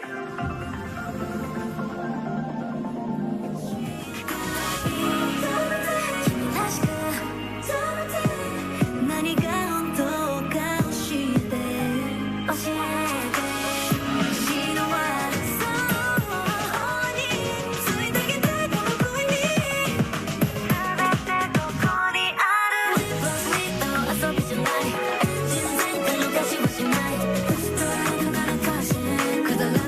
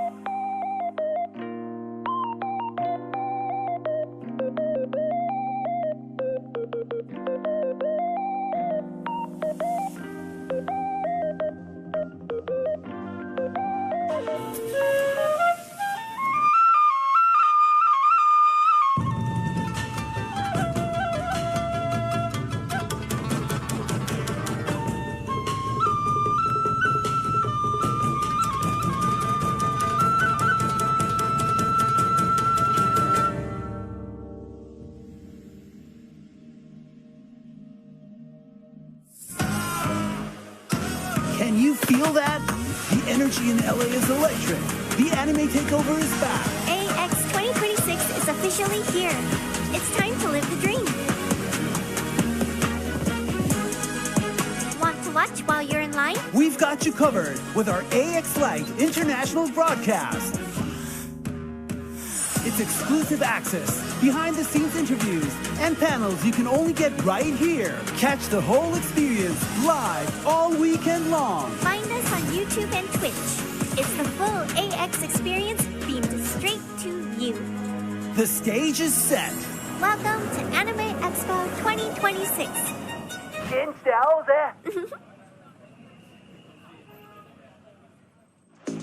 OMW, on my way to you. Good at what I do. I'm OMW. Welcome to the all-new AX campus. This year, we're going even bigger. Figueroa will now host AX Crossing and kick off the show in style. Lenovo is hosting the official welcome ceremony. Crypto.com Arena is home to some of the biggest moments this year.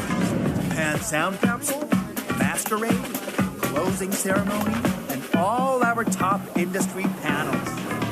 Get ready to explore the event center, your new central entertainment hub. And of course, the Anime Expo staples. Maid Cafe, Beer Garden, cosplay gatherings, and the legendary AX Crossing. Final approach. Stay tuned for many more announcements. OMW. Register now. 今すぐ申し込みだ。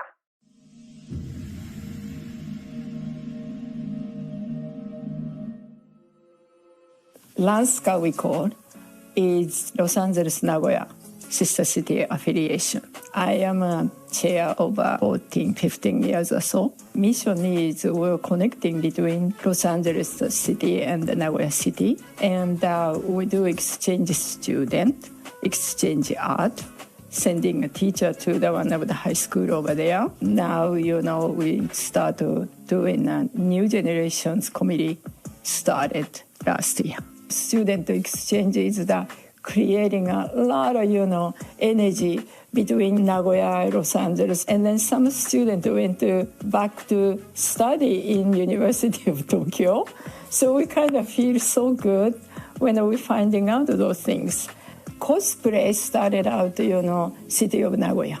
And then there are 200 over countries people are coming over there every year to do the cosplay summit. Nagoya is the city, have a very, old samurai culture. And plus, Ghibli Park is also inside of the Aichi Prefecture. So these things is connecting with the people to, come into Nagoya to feel, that both culture. There is the great, story about one of the students who went many years ago. He became very much into Japanese cultures and stuff like that in art. So then he became an artist here. And then this program brought to his first step of his career. He will only get the PhD. This type of things happening in the student exchange. We are all volunteer. And then we are not have any, fund coming to anywhere, except when we do the event. Nagoya cover the many portions of it. And then I do fundraise myself. We are not getting any fund from anybody. So very appreciated Anime Expo do this, fundraising event for us. And also, we do the student exchange program is also cost too. So we're going to use those things into the fund. We would like to, fund this into a student exchange program to make, more students to have this, different culture experience between Los Angeles and Nagoya. So please, participate for fundraising things for us. Then I will be very appreciated. That Nagoya visit is the one affecting to his or her life now. So those things are very much honored to pleased to we keep doing this as a volunteer.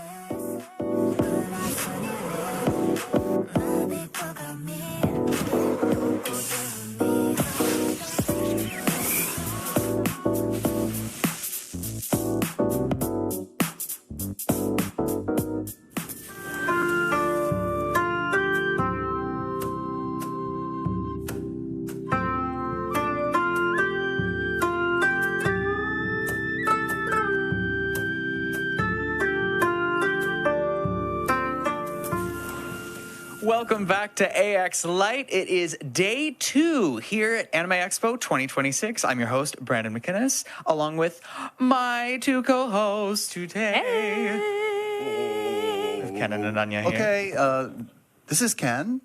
Hi, Ken. Hi. Hey, this is Ananya. Yes, and wild day so far. Wow. Well, day 2 is not over yet. No. It isn't. We've done so much already. So much. Yeah. We have. We've done some interviews today so far. You've gone around and shot some content. Yeah, oh my gosh. This full day, but it's so fun. I got to interview the Blue Lock creators. Oh, that's right. That was so fun this morning. They are just incredible creators and just really nice people. We're getting along with Takaki too. Like, They were. Takaki was bragging like, yeah, we're kind of the same generation. Yeah, they were talking about which Pokemon they knew because they were like, oh, we're the same age, you know? And so, So was it like, to us, there will always only be 150 Pokemon? yeah, they were talking about all that, and I was like, it's my generation, yeah. Oh yeah, talking about Takaki, you remember he was like bragging about the drawing he had oh done on his back? Oh yes. Can I show you something? Yeah, this is pretty cool. This is pretty cool. I can't wait for Takaki to see this. He got something really amazing, incredible. What's going on? Look at this. Look at this. What? This drawing is amazing.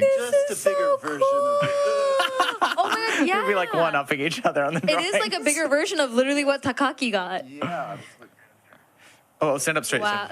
Oh, wow. Look at that. Wow. That's awesome. Live drawing. You have a souvenir. You have to frame it now. Oh, yeah. Okay, honestly, 4 days, each one of us are going to go up to him and be like, can we get a drawing, please? He was like really happy to do it. And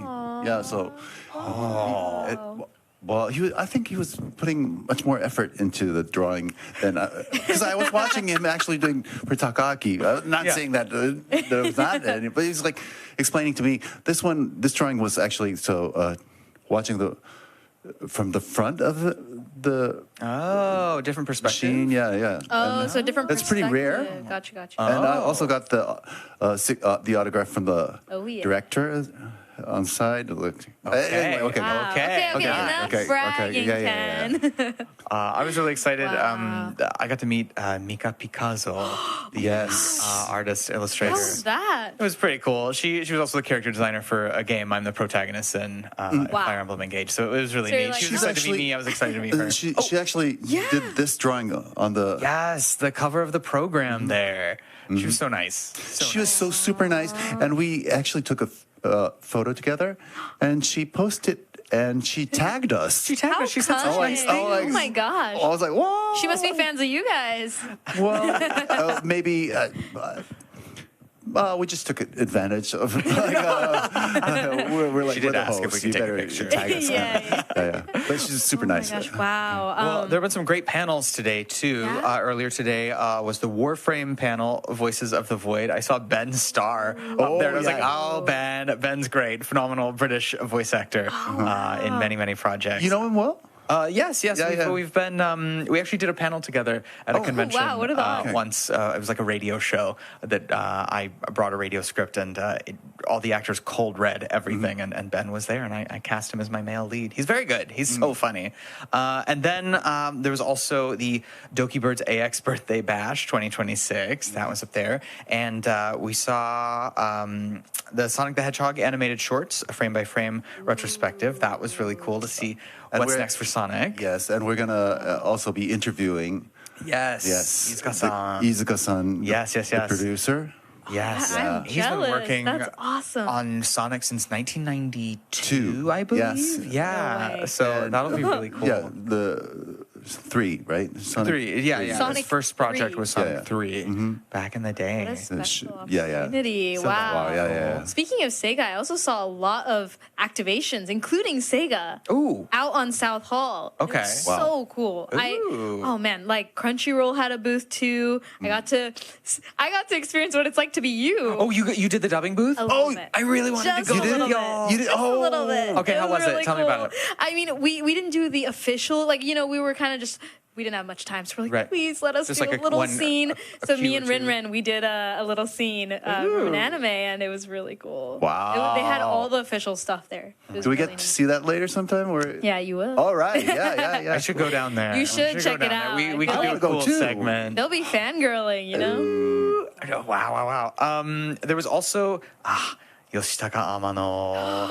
Art and Entertainment, a So new creative exciting. challenge. I couldn't take saw my eyes that. off the. I was just staring at the panel like, It was we so were. Oh, you guys went? Yeah. No, we didn't go. But we Artwork, watched it yeah. on the stream, and there was at the beginning of it we saw this huge piece of art that he's making about like Greek mythology. Oh, that was. It was really cool. So it's like cool. 120 meters long, 140 meters. Oh my God, It's one of those yes. two numbers, but it's very long. It's huge. And then also the big announcement is that was at that panel was I believe he's setting up a company in America called Yoshitaka Amano Inc. Incorporated In America? in Los Angeles. Whoa. Los Angeles, Which is yeah. really exciting. And also he's making an anime called Zan. Zan, yes. Right, They're working right. on it. They did a premiere for it and showed a clip, and it's entirely hand drawn, which is amazing. Entirely hand drawn. And this was all. But I mean, they're all teaming up. Oh, they're all teaming up Yeah. together. Oh my gosh, it looks so good. It looks so good. And we will be interviewing Yoshitaka Amano later. And Yes. I'm really nervous about it. I actually interviewed him in 2023. Yes, I remember Yes. that. How did it go? Well, I'm going to tell him later, but he was actually mentioning he likes it so much in LA. I might consider building a studio here. And then I'm like, and then he came through. Yeah, He did it. He committed. He and made it was happen. announced today. And then we're going to interview him today. So my gosh. I'm so excited I'm really about it. nervous. It's just like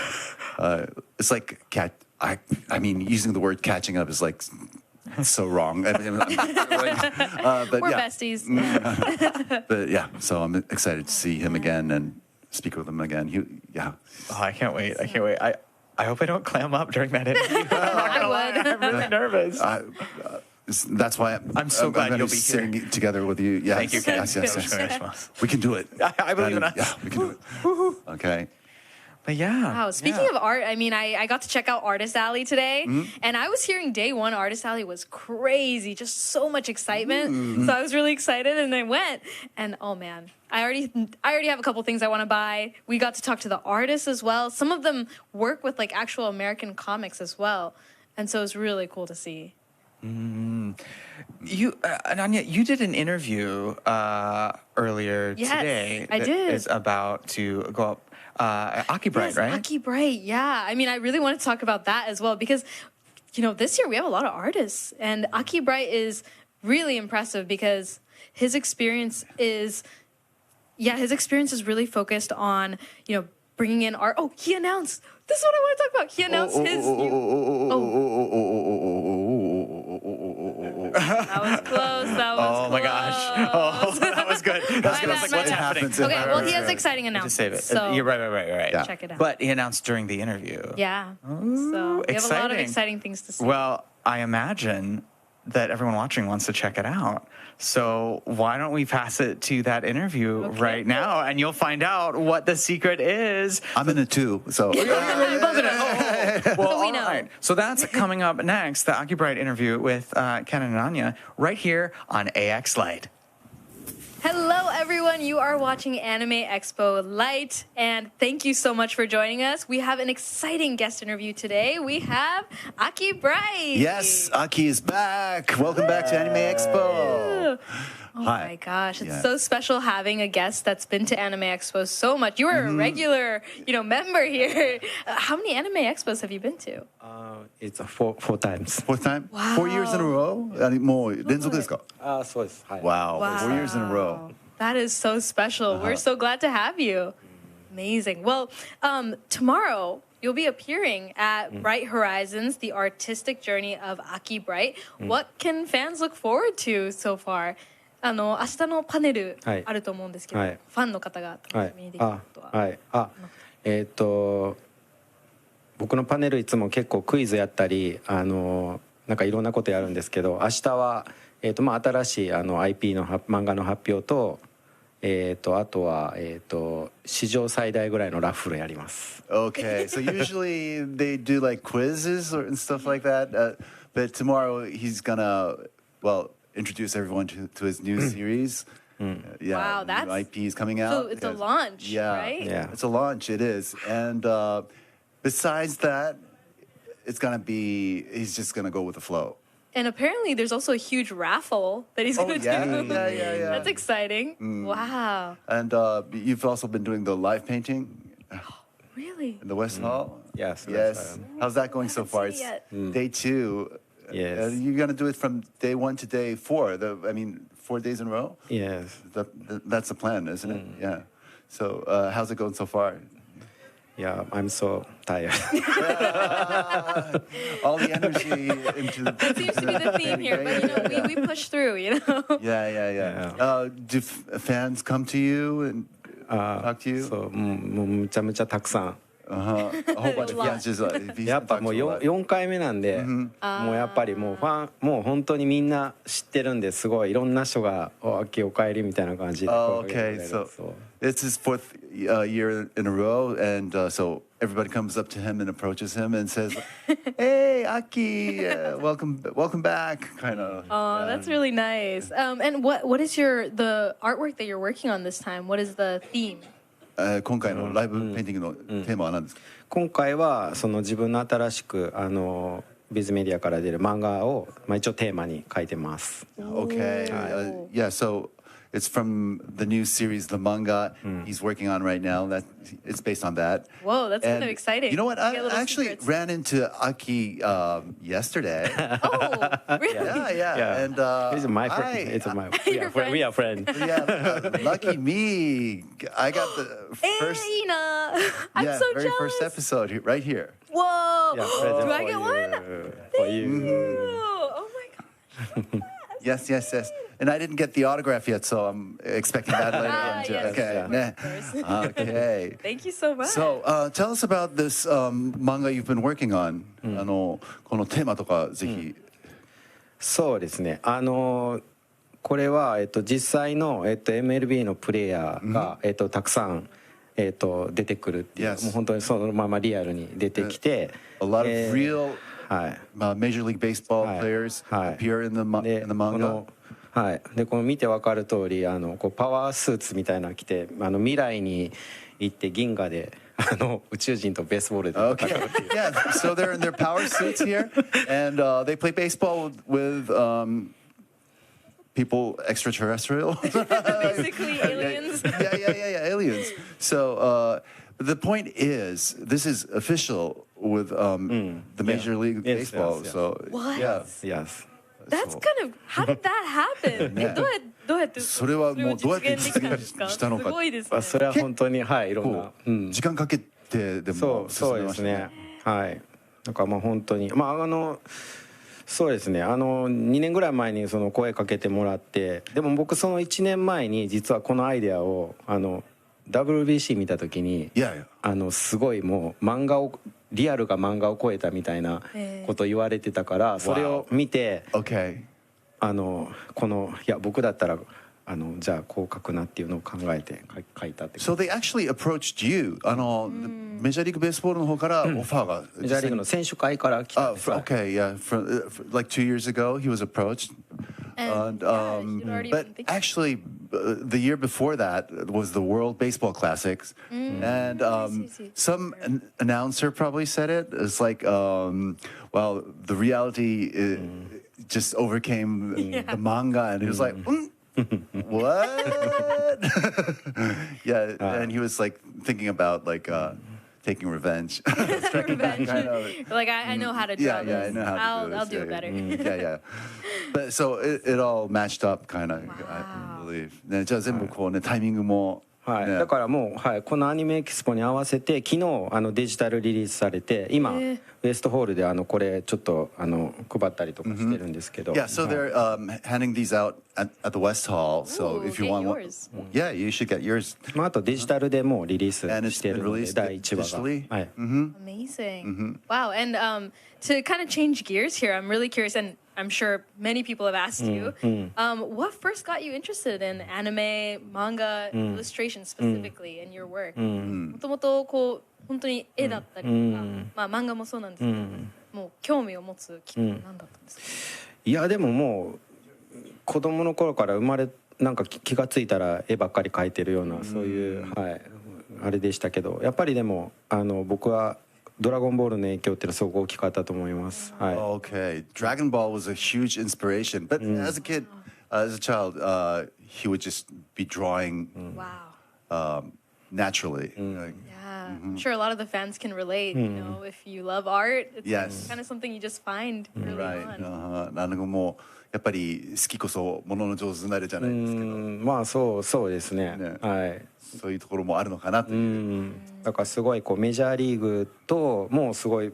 まあもちろんスポーツ好きでメジャーリーグもすごい好きだったんで、そのメジャーリーグをしかも漫画で描けるっていうのをしかもこのアニメエキスポでロサンゼルスでこう発表できるっていうのはもうめちゃめちゃはい僕としてはもうすごいハッピーで。Well, it's a really big deal for himself to make these announcements, the announcements here in Los Angeles, California. You know, and it's such a special moment. 去年のパネルで僕のパネル去年のアニメエキスポのパネルでみんなに大きい今プロジェクトあるけど今は言えないんだって言ったけど本当1年かかっちゃったんですよね。Wow. So actually, he was last year at his panel. He was like, he was telling everyone there is a project going on. I'm working on something which I cannot tell you right now. Would be announced very soon, but it actually took him a whole year. So.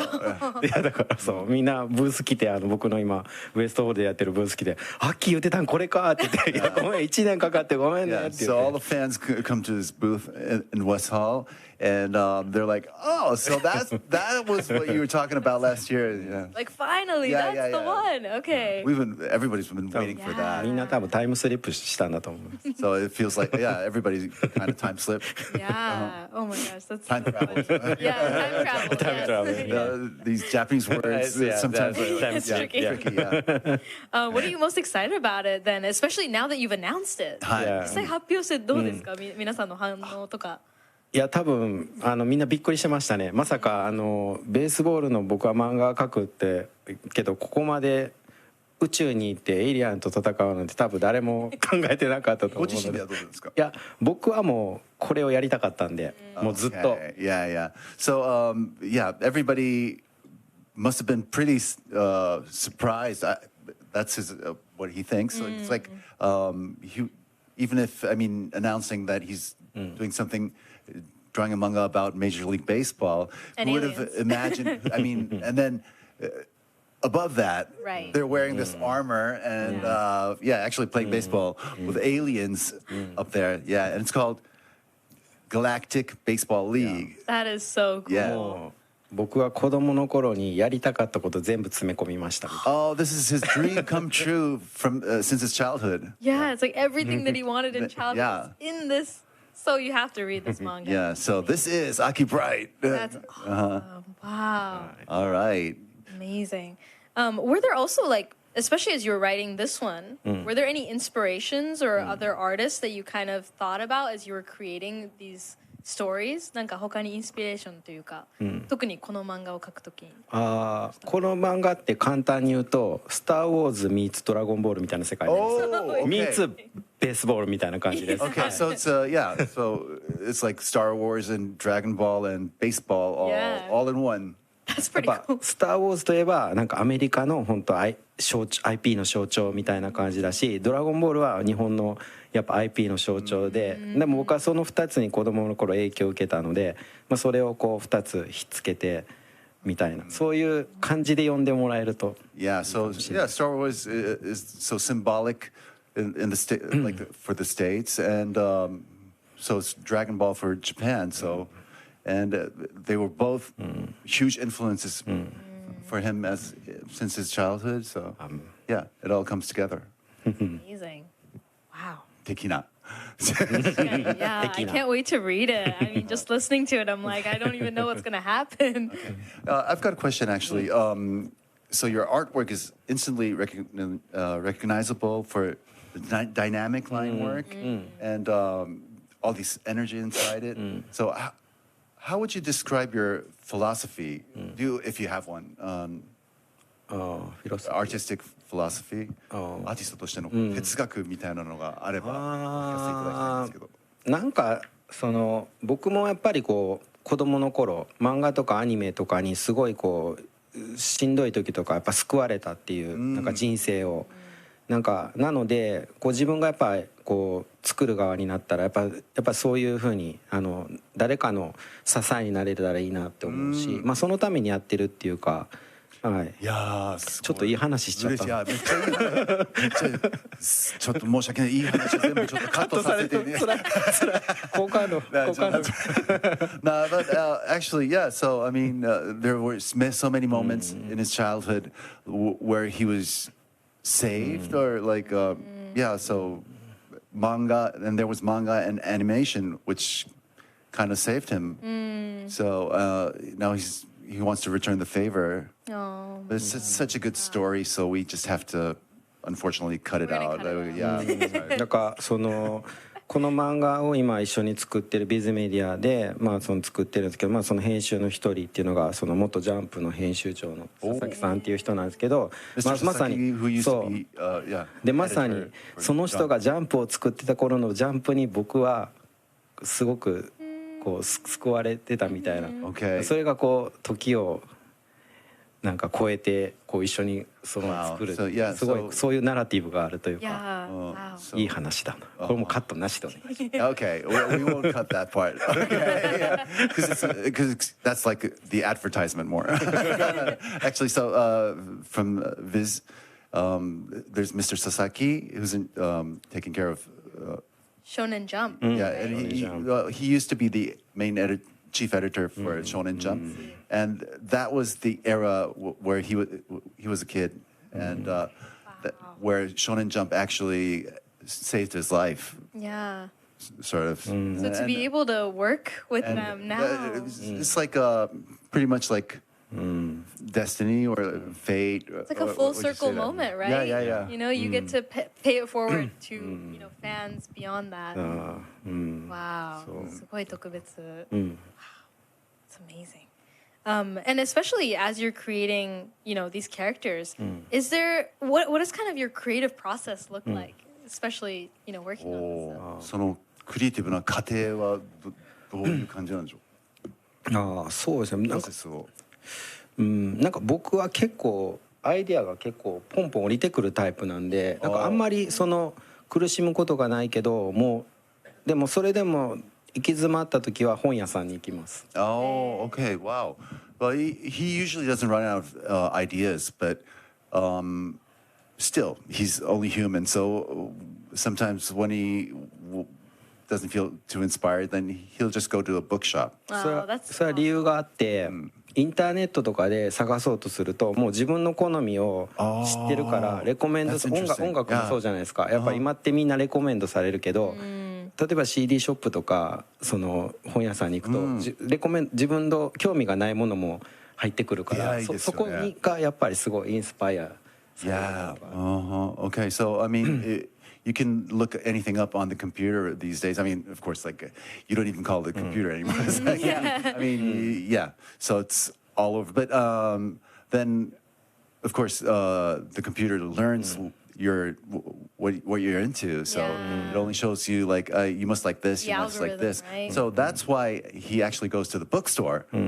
So to find something physically, which he does not expect to find. So it's So expand your horizons. Right? So that's like where the inspiration comes from. Amazing. Well, I'm also curious to just hear beyond tomorrow's panel. Are there any current or upcoming projects you'd like to share with the fans to, finally, share with them? Give them some, like, そのパネルのことはもちろんですけど、ここでぜひ他にこう。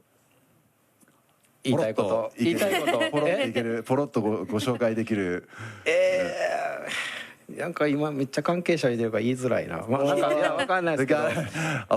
でもやっぱそうですね。でも今は本当にまずはこのギャラクシックベースボール機能これがこれからすごくいろいろいろんなところで話題になっていくと思うので、まずこれを見てほしいなというところで、あとはでも本当にいろいろアニメとかもこれ以外のもので結構アニメとかいろいろ今作ってたりするんで、ちょっとそこはさすがに言えないですけど、来年再来年とまたアニメエキスポでちょっと僕の多分アニメっていうのをまた持ってこれると思います。Right now this is the main thing, really, for now. But at the same time, he's been working on some animations too, which he really can't talk about right now. He doesn't. Well. So you just have to guess at the moment. But so hopefully, like he did with this last year, maybe next year he might be able to announce something. He'll be able next to year or announce the year after that. 2029年とか30年とかは he's looking at 29, 2030. Anime Expo 2029 or 2030 is going to be いやもうまたアッキーのアニメかよって言われるかもしれない。でもまたアッキーのアニメかよっていうぐらいいっぱい出るかもしれない。At that time, you guys might be like really fed up, like another anime from Aki. Yeah. That's not gonna. It's not gonna be like that. でもここのファンはみんな多分応援してくれると。アニメエキスポのファンは大丈夫。応援してくれると思う。He believes all in the fans of anime here at Anime Expo. Well, thank you so much. It was amazing talking to you. Thank you so much. Are we wrapping up already? Oh my god. Okay. Oh man. Okay. That's time. Yeah. Well, thank you so much. Thank you so much. ありがとうございます。And check out more interviews on Anime Expo Lite.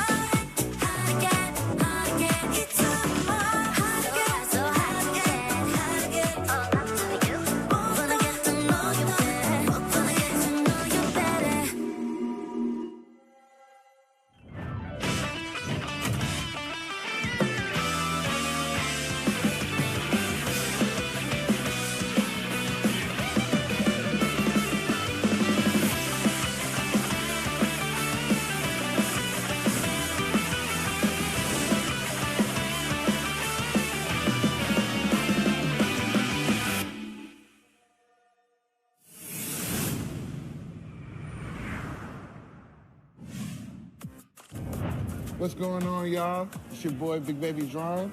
And I'm Glad to have 4,000. This is my very first time at an Anime Expo, I ain't gonna lie. This is my very first time at Anime Expo in LA. Super excited to be here. We're about to walk the floor for the first time. The very first time I was put onto anime was very early in the morning on channel 33. That was the WB back in Virginia. And it was a combo of Dragon Ball Z and Sailor Moon. I believe Sailor Moon came on first, but Dragon Ball Z was like full-on combat, gripping storytelling. I mean, to this day, it has me in a chokehold. He's obsessed with it. It's definitely Toonami. Just watching Cartoon Network too late, and it started, and I was hooked. But before then, my uncle had watched Ninja Scrolls in the house a lot, and I was aware of Sailor Moon. We're about to go into the first hall. Let's get it. Anime Expo. Let's go this way. Steel Ball Run. I love JoJo, for real. You know, it's funny. JoJo's is an anime, like, as a younger kid, I didn't care to understand it, but now that I'm older, it's like gold. I'm gonna make you watch some episodes. It gets really weird, and you'll like the weirdness of their power. What's the name of the one with the little boy who he's like freaked out? Yeah, Chin? Yeah, like he's got a big chin. Yeah, and he's really big in Japan. Like they have a lot of no. It's Okay, not anything about combat or nothing. Okay. They got the blue thing, the blue cat. Okay. That kind of looks like him too. You know what I'm talking about?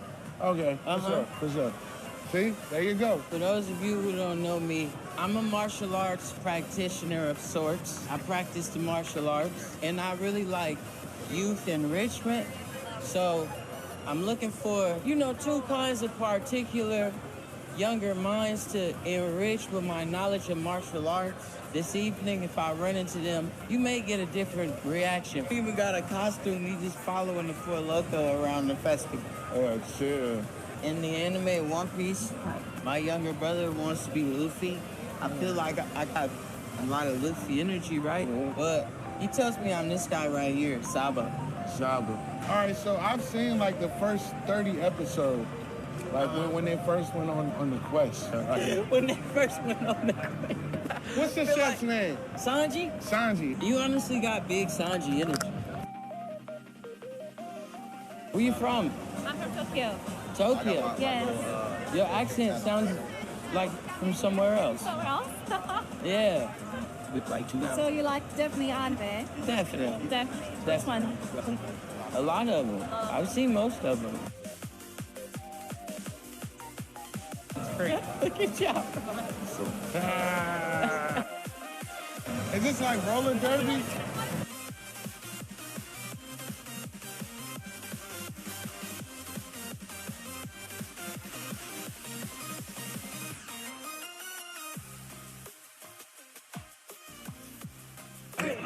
It's just going up in the mirror. Anime Expo, great.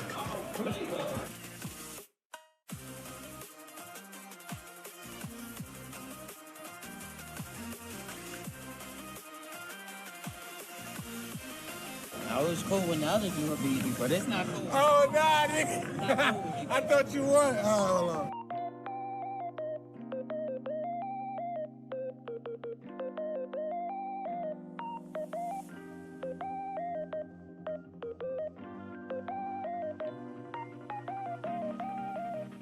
It's a multiplayer game. We have these puzzle objects that we're going to place inside of here. If the light turns green, that means that we accomplished the mission.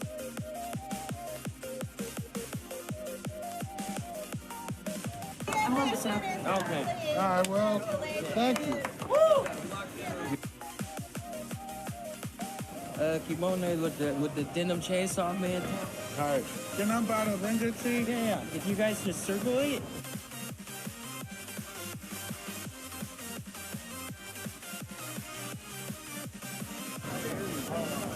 No, I was just about to say that my earring was.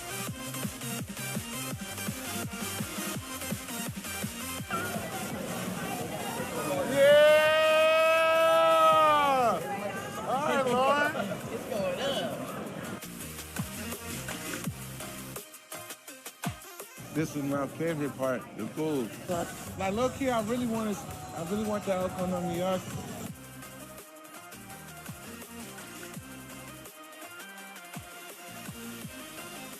All right, y'all. We're about to get into this wonderful food and very exotic to California cuisine that Anime Expo has brought to the lovely shores of this side of the country. I am Guapdad 4000, and this is... I was Big Baby Drum. This is my very first Anime Expo, and it feels great to be with you guys. You know, he's like the sensei, you know, with all of the knowledge and everything, and I'm just experiencing all, you know, firsthand, you know, in real time. I'll be in Tokyo tomorrow, so, you know, if y'all see me, what's up?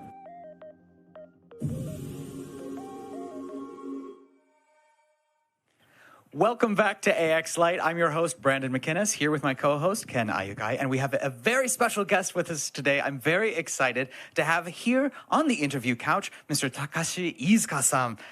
はい、アニメエクスポへようこそお越しくださいました。ありがとうございます。Thank you so much for coming. For those of you who don't know, Iizuka-san is the video game director, producer, designer, and screenwriter for Sonic the Hedgehog over a long period of time, taking on different roles for the Sonic the Hedgehog. Now everybody's like, whoa! So many titles. Yeah. I actually can't help to mention すごい素敵な Look at this. Look at it. Yeah, yes, please, please. Let's just take a moment to appreciate the amazing Sonic bling we have here. It's amazing. It's amazing. So, Iizuka-san, I wanted to ask you, can you tell us how you first entered the game industry and what inspired you to pursue game development?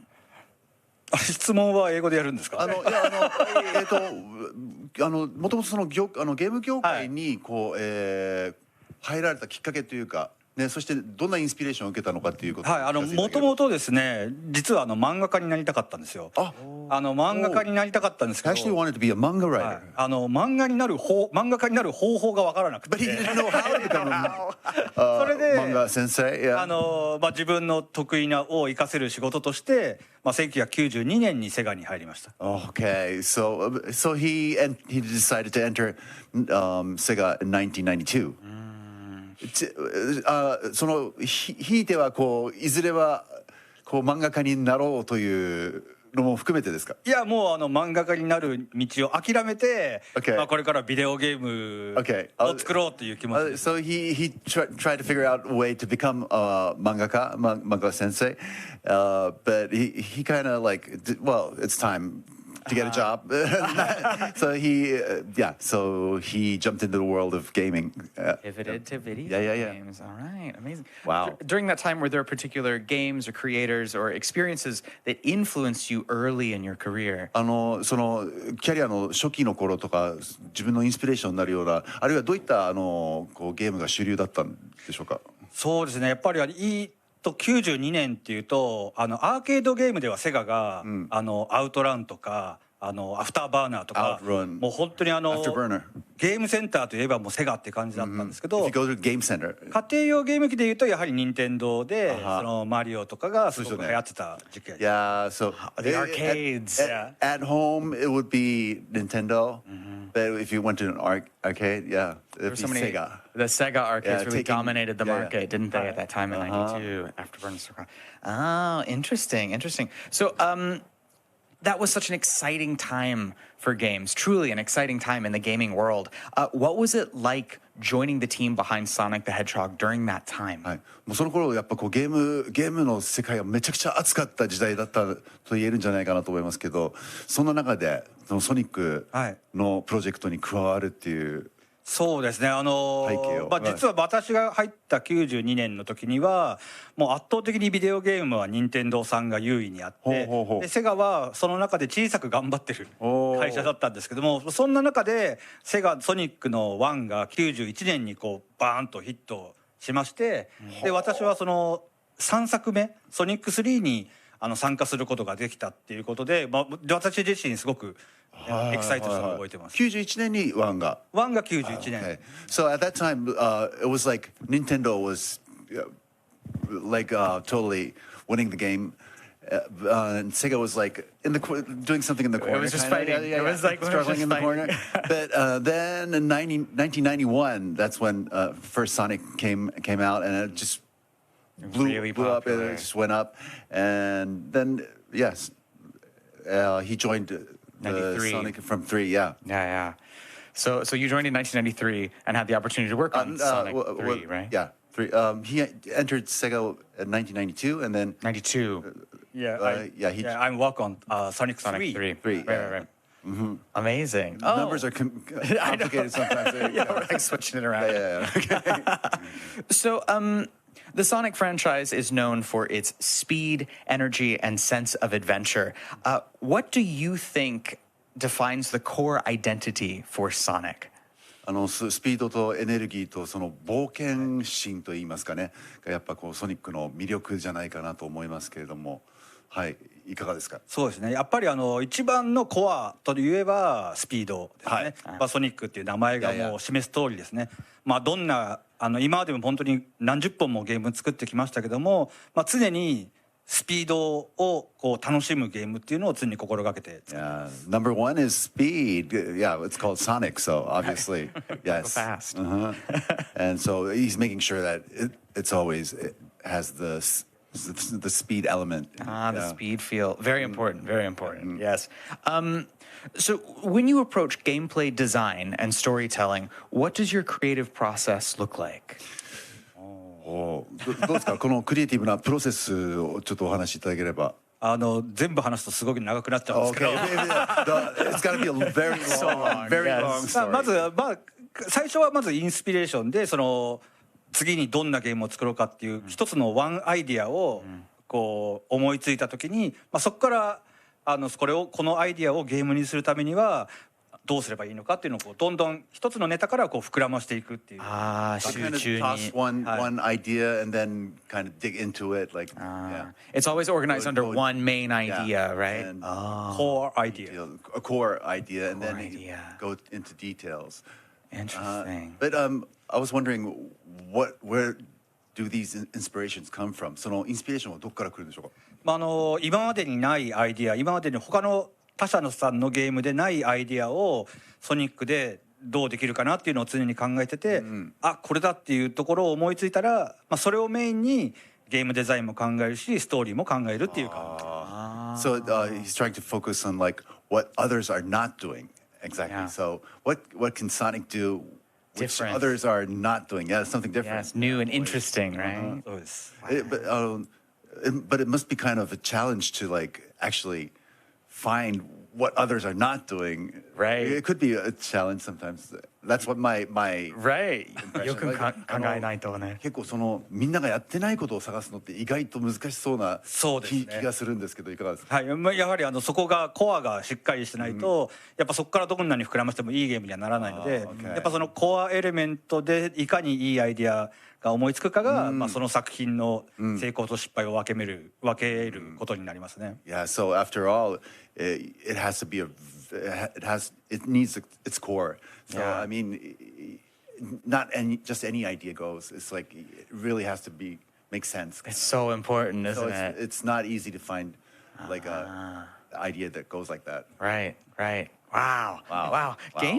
Games are hard. Games are difficult, y'all. 難しいですよね、ゲームはね。難しいです。So you have worked on many beloved entries in the Sonic the Hedgehog series over the years. Looking back, are there any particular projects that stand out as especially meaningful to you? もうね、たくさんのね、ソニックのプロジェクト、数々の愛されてきたソニックのこうプロジェクトに携わってこられたわけですけど、中で特にこう印象的な代表作といいますか、個人的なあれでもいいんですけど、なんか印象に残ってらっしゃる。まず一番印象に残ってるのはソニックアドベンチャーっていう1999年に出たタイトルなんですけども、これがそれまではソニックってドット絵のピクセルアートの横スクロールのゲームだったんですけど、それを 3D ワールドに進化したのがソニックアドベンチャーなんですね。初めてなんですか。 From pixel to 3D. Yeah, so every Sonic game had been like 2D pixel art, and this was the first time a 3D world. その時は本当に3D でソニックのゲームができるのかとか、あとソニックに声を喋らせたりとか、音楽もロックに変わったりとか、本当にいろんなことが変わったのがこのソニックアドベンチャー。So it was a huge challenge if they could actually make him move in 3D and make him talk. Can we do all of this, right? Can we achieve all of this? And we're gonna turn the we're gonna use rock music. We're gonna rock music kind of.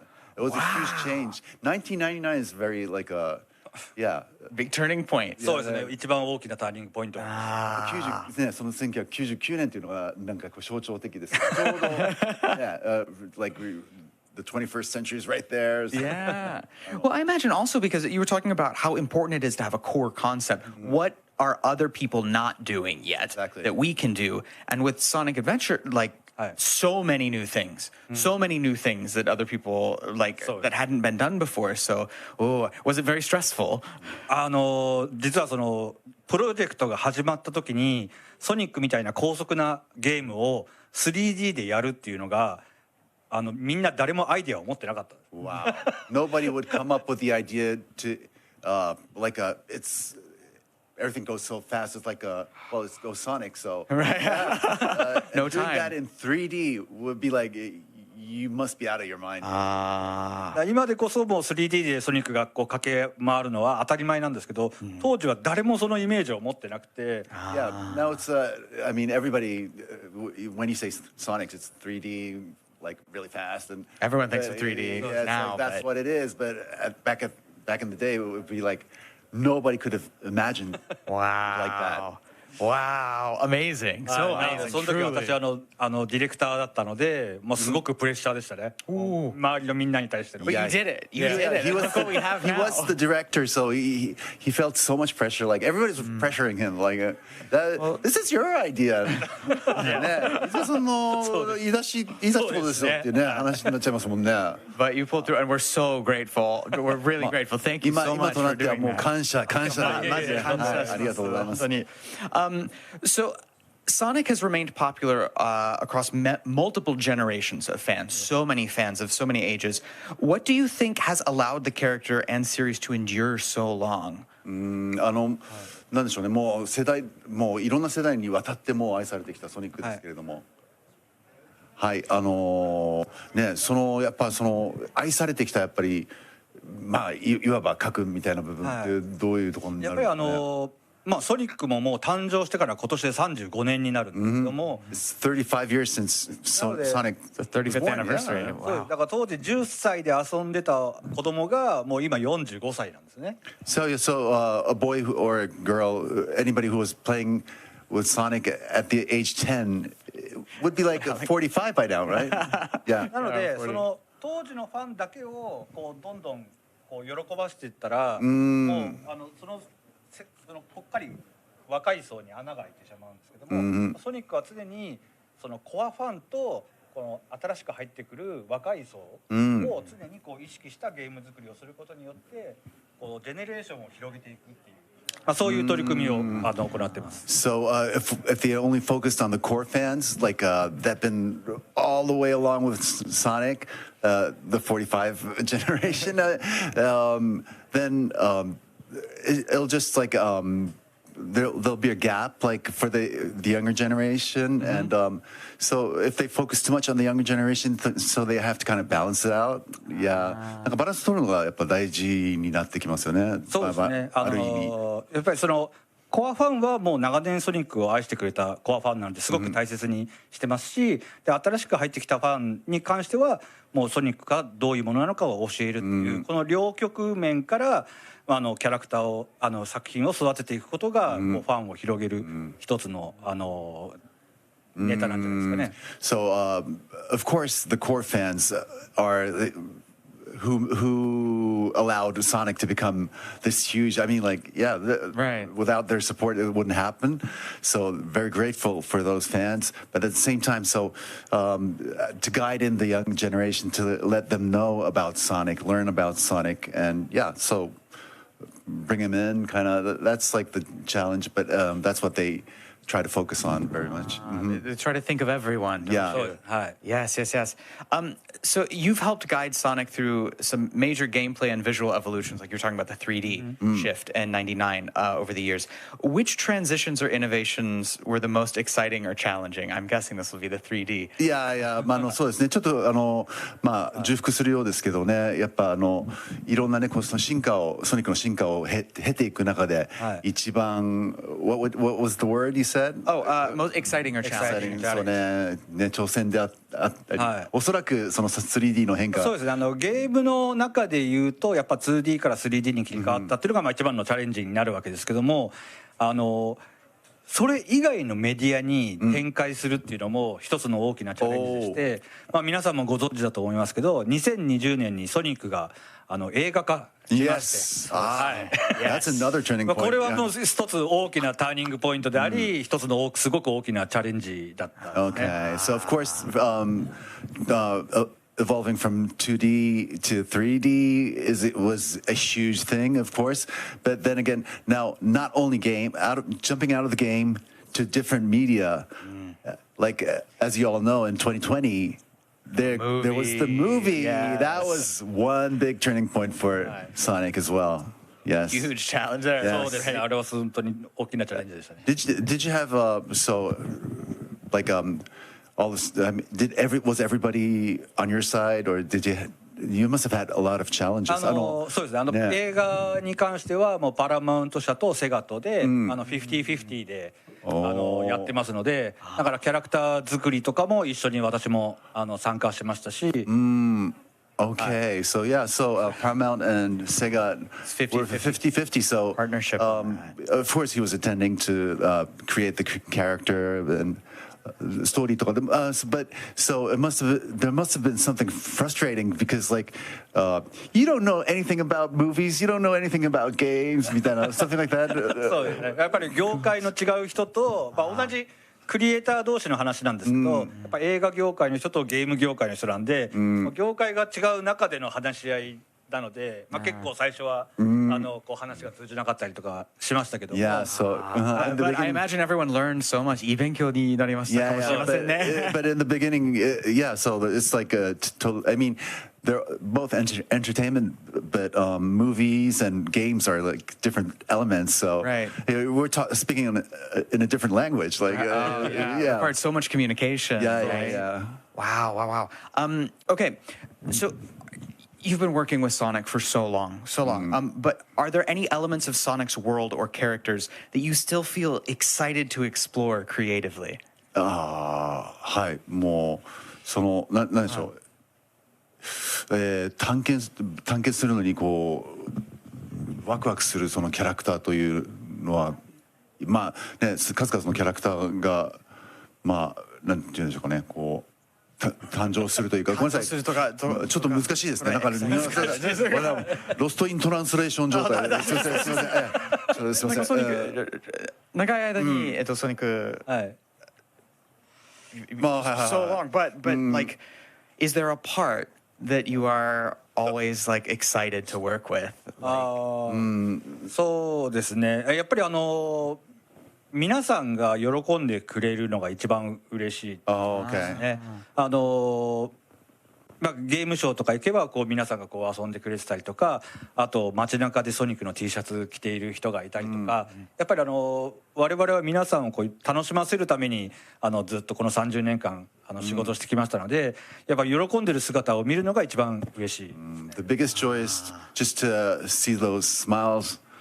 Yeah, so you see someone enjoying the movies or wearing a T-shirt, Sonic, and as long as that person looks happy, that's the goal. Yeah, originally. So that's I love that. It's like for the fans, for the fans. Because it could appear like it comes from a lot of ambition sometimes, like at challenges. Yes. But I really love that goal. 結構ねちょっと僭越ながら、そういった開発といいますかね、そういう作品作りに携わっていくとやっぱ野心とかも生まれたりとかゲーム業界内の競争もあったりとかっていうイメージもありますけど、そのやっぱりこのね皆さんが喜んでくれるっていうのがゴールだっていうのがすごく感動的だなと。だからもう本当にゲーム作りってまあどんな業界もそうだと思うんですけど、本当大変なんですよ。私も昨日も夜11時まで会社にいましたし、お疲れさん。だから本当にだから仕事として決して楽な仕事ではないんですけど、やっぱりそれを喜んでくれる人がいるからこっちも頑張れるっていう、そういう気持ちでやってます。So yeah, so work so late. Working I mean, in this game industry is really not an easy job. So he was like in the office till 11-ish last night. But if he thinks about those smiles on those faces, like he's making somebody happy. That's what kind of motivates him. Gives you the energy. Yeah. You can fight through. Oh, that's so wonderful. How does it feel to see Sonic expanding into different mediums, games, animation, films, global events? もう本当に私は30年以上もソニックと一緒に生活をしてますので、もう言うなれば自分の息子よりも長いんですよね。Okay, yeah, he's been with Sonic for over 30 years. Of course, 35th anniversary だからね。本当にソニックはlonger than his real son. ごめんなさい。ね、昔は人気あってでこう一時期すごく落ち込んだ時もあってで今はこうハリウッド映画になってこうスクリーンに大きなスクリーンにソニックが現れて本当自分のこう育ててきた息子がのこう人生を見ている感じで。Wow. So even Sonic had his ups and downs, but now he's a Hollywood star. He's on the screen. So so he's really super proud, as if he was his real son. That's the way he feels about Sonic. That's so beautiful. What a beautiful sentiment. Sonic has fans all over the world, right? So how does it feel seeing that level of global passion and recognition? そうですね。はい。実はもう今アジアでも今ファンミーティングっていうのを日本、韓国、タイ、台湾とかいろんな各地で今行ってまして。All over Asia, Japan, Korea, Thailand, and Taiwan. They have these fan meetings. So, yeah. で我々もゲームショーを通じてブラジルゲームショーに行ったりとかあとドイツで行われるゲームショーに行ったりとか、世界各地でこうファンと交流を持ったりするんですけども。やっぱり本当熱量が皆さんすごくて。They've been interacting with the fans in Germany, Brazil, all over the world, and they feel the energy, like the heat. The Brazil game show and the Germany game show. ブラジルのファン、ソニックファンとかもすごい熱量の高い方たちばっかりですし、本当に世界中にソニックを知ってくれる人がいる。で今はこう中東とかなかなかこうビデオゲームを売るのが難しいエリアでも映画のおかげですごくソニックの知名度がゲームを遊ばない国の人たちにも広がって。あとネットフリックスのアニメとかもありますし、そういった意味で本当に今世界中に広がってるっていう実感があります。So it's really hard to deliver the game to the Middle East. Are there different areas where it's difficult to? I mean, they can't really deliver the games, but thanks to the movie and they have a series on Netflix too, so people learn about Sonic and get to know Sonic and become friends. So even if they're in a country where they can't play the game, they can still see Sonic. That's so beautiful. I have a question. Actually, you just mentioned the fans in Brazil were really hot and like they were really excited. What do you feel about the fans here at Anime Expo? Like, have you どうでしょう。アニメエクスポも私もさっき午前中にサイニングセッションが終わったばっかりなんですけども、もう終わるまでに1時間半近くかかってすごく抽選の人たちだって聞いてますけども。Not everybody got it. They had the 抽選 is like sold out. No, well, you have to take a ticket, right? Yeah.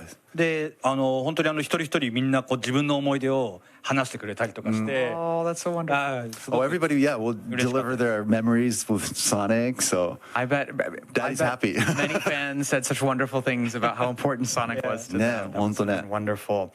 Well, thank you so much for joining us today, Izuka-san. I really appreciate you being with us and taking time to speak with us here on AX Lite. Thank you so much. Yes.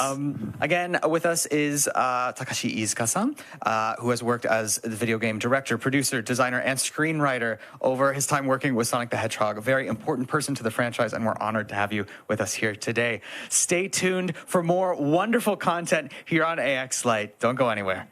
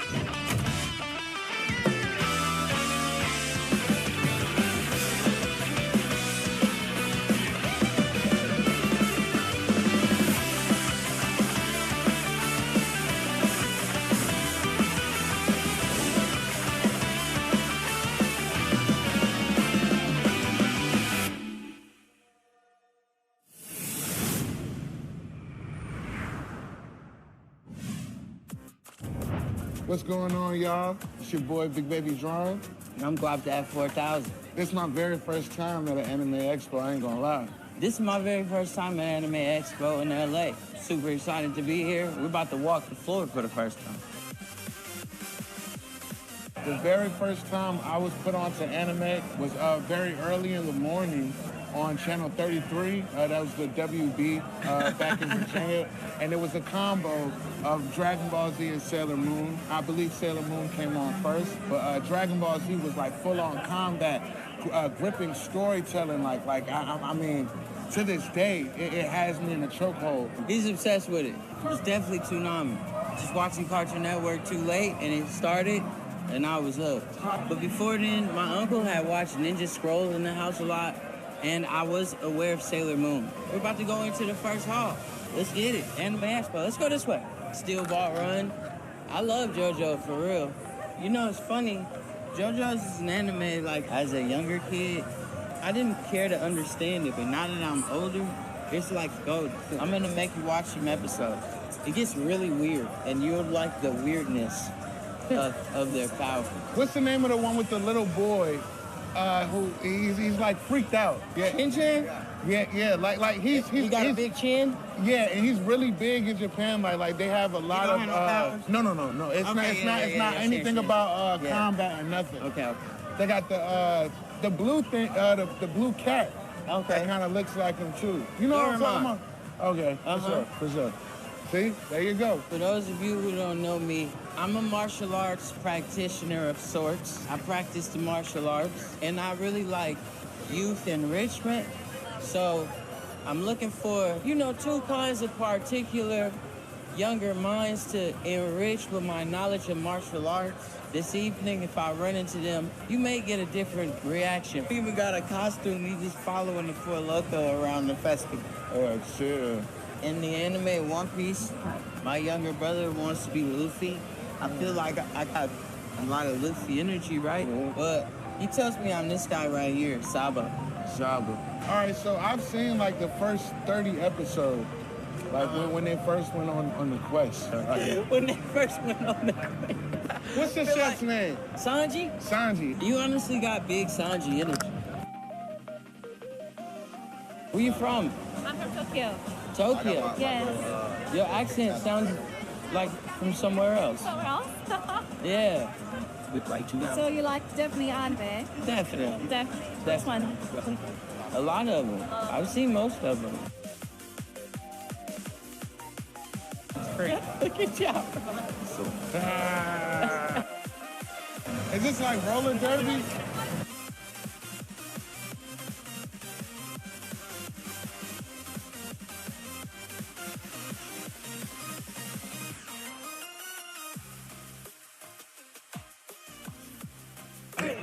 It's just going up in the middle. Anime Expo, great.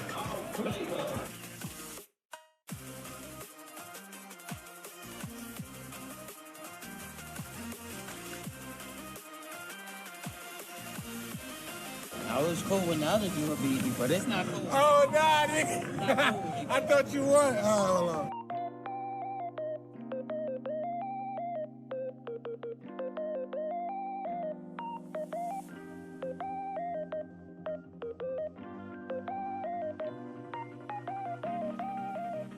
It's a multiplayer game. We have these puzzle objects that we're going to place inside of here. If the light turns green, that means that we accomplished the mission.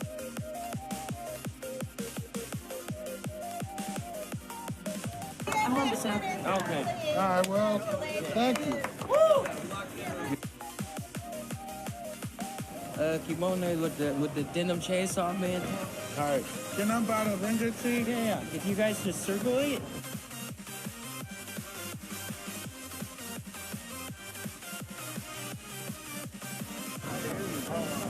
No, I was just about to say that my earring.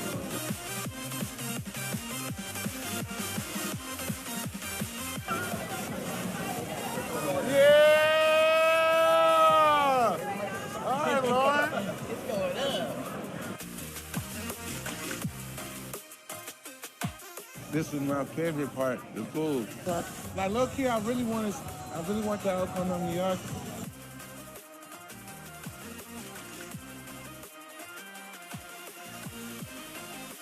All right, y'all. We're about to get into this wonderful food and very exotic to California cuisine that Anime Expo has brought to the lovely shores of this side of the country. I am Guapdad 4000, and this is... I was Big Baby Drum. This is my very first Anime Expo, and it feels great to be with you guys. You know, he's like the sensei, you know, with all of the knowledge and everything, and I'm just experiencing all, you know, firsthand, you know, in real time. I'll be in Tokyo tomorrow, so, you know, if y'all see me, what's up?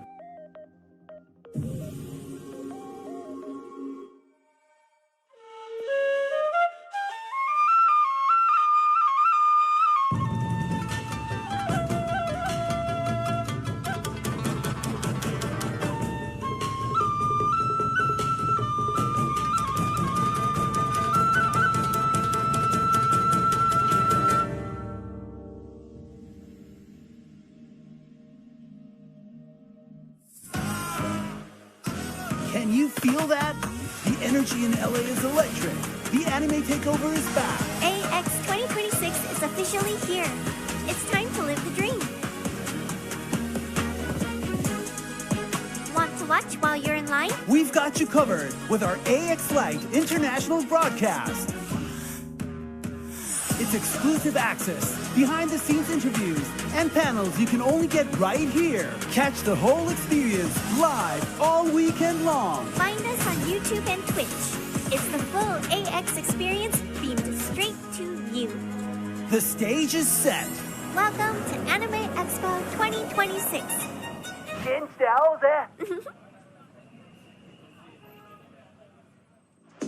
OMW, on my way to you.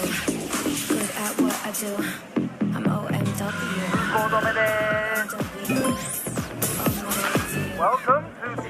OUAX campus. This year, we're going even bigger.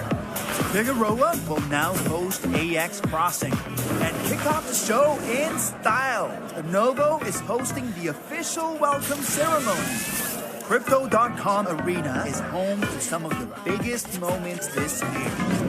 Japan Sound Capsule, Masquerade, closing ceremony, and all our top industry panels.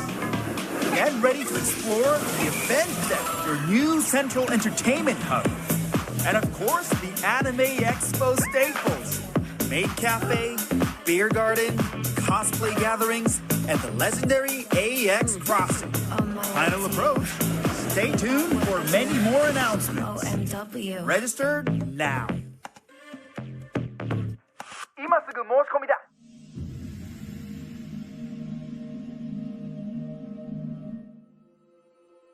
LANSCA we call is Los Angeles Nagoya Sister City Affiliation.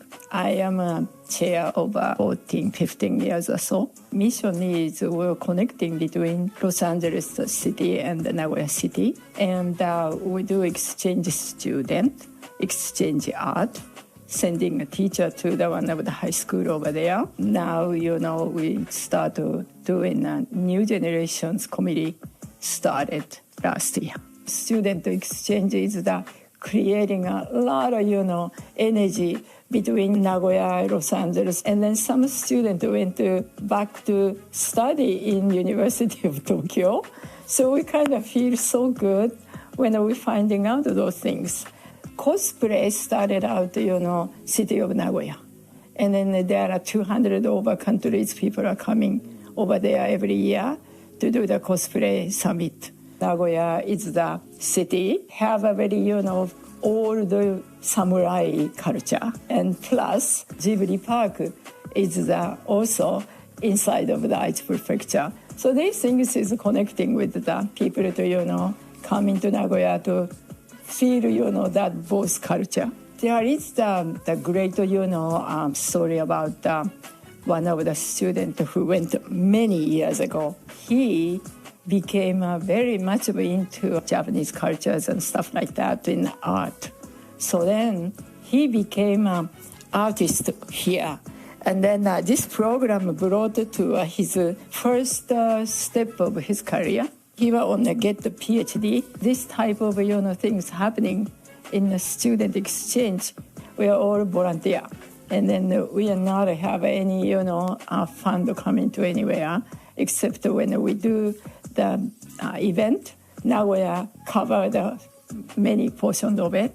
And then I do fundraise myself. We are not getting any fund from anybody. So really appreciated Anime Expo do this, fundraising event for us. And also we do the student exchange program is also cost too. So we're going to use those things into the fund. We would like to, fund this into a student exchange program to make, more students to have this, different culture experience between Los Angeles and Nagoya. So please, participate for fundraising things for us. Then I will be very appreciated. That Nagoya visit is the one affecting to his or her life now. So those things are very much of an honor to please to, we keep doing this as a volunteer.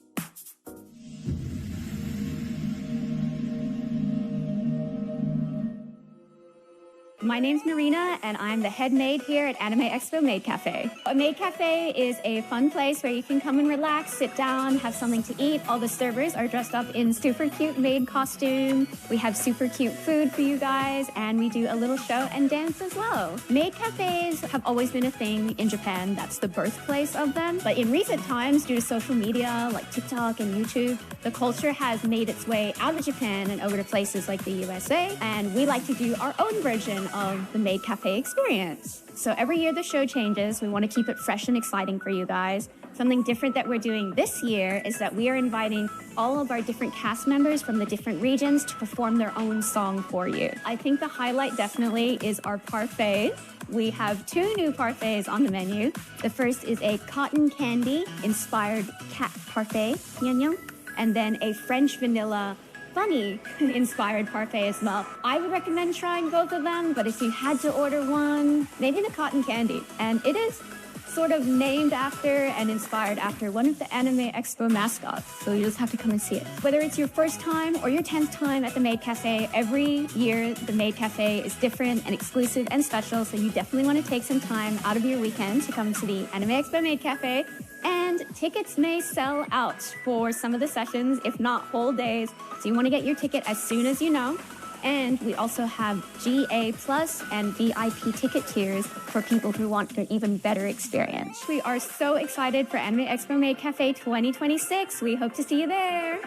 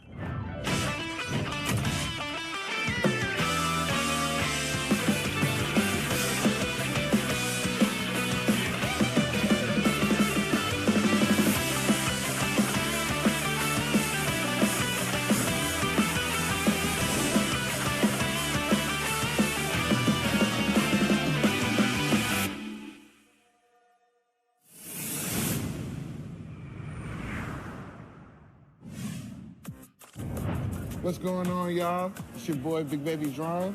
And I'm Glad to have 4,000. This is my very first time at an Anime Expo, I ain't gonna lie. This is my very first time at Anime Expo in LA. Super excited to be here. We're about to walk the floor for the first time. The very first time I was put onto anime was very early in the morning on channel 33. That was the WB back in Virginia. And it was a combo of Dragon Ball Z and Sailor Moon. I believe Sailor Moon came on first, but Dragon Ball Z was like full-on combat, gripping storytelling. I mean, to this day, it has me in a chokehold. He's obsessed with it. It's definitely Toonami. Just watching Cartoon Network too late, and it started, and I was hooked. But before then, my uncle had watched Ninja Scrolls in the house a lot, and I was aware of Sailor Moon. We're about to go into the first hall. Let's get it. Anime Expo. Let's go this way. Steel Ball Run. I love JoJo, for real. You know, it's funny. JoJo's is an anime, like, as a younger kid, I didn't care to understand it, but now that I'm older, it's like gold. I'm gonna make you watch some episodes. it gets really weird, and you'll like the weirdness of their power. What's the name of the one with the little boy who he's like freaked out? Yeah. Chin? Yeah, like he's he got a big chin? Yeah, and he's really big in Japan. Like they have a lot of no. It's Okay, not anything about combat or nothing. Okay. They got the blue thing, the blue cat. Okay. That kind of looks like him too. You know what I'm talking about? Okay, for sure. See, there you go. For those of you who don't know me, I'm a martial arts practitioner of sorts. I practice the martial arts, and I really like youth enrichment. So I'm looking for, two kinds of particular younger minds to enrich with my knowledge of martial arts. This evening, if I run into them, you may get a different reaction. We even got a costume, you just following the Four Loko around the festival. Oh, sure. In the anime One Piece, my younger brother wants to be Luffy. I feel like I got a lot of Luffy energy, right? But he tells me I'm this guy right here, Saba. All right, so I've seen like the first 30 episodes, like when they first went on the quest. When they first went on the quest. What's the chef's name? Sanji. You honestly got big Sanji energy. Where you from? I'm from Tokyo. Tokyo? Yes. Your accent sounds like from somewhere else. Somewhere else? Yeah. So you like definitely anime? Definitely. Which one? A lot of them. I've seen most of them. Good job. Is this like roller derby?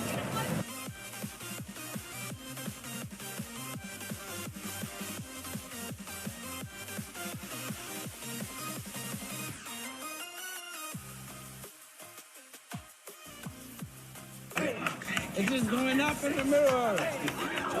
Anime Expo, great.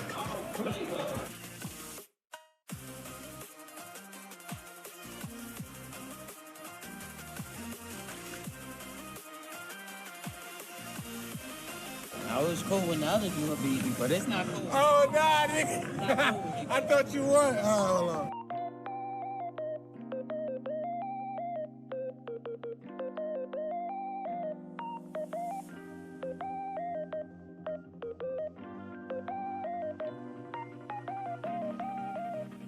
It's a multiplayer game. We have these puzzle objects that we're going to place inside of here. If the light turns green, that means that we accomplished the mission.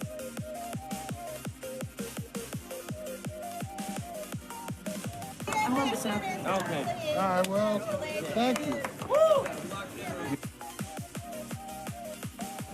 Keep on there with the denim chainsaw, man. All right. Can I buy the Avenger tee? Yeah. If you guys just circle it.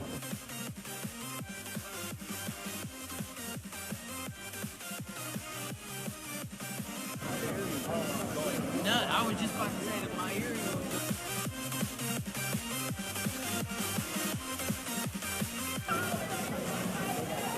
Yeah! All right, Lauren. It's going up. This is my favorite part, the food. Like, look here, I really want to open on New York.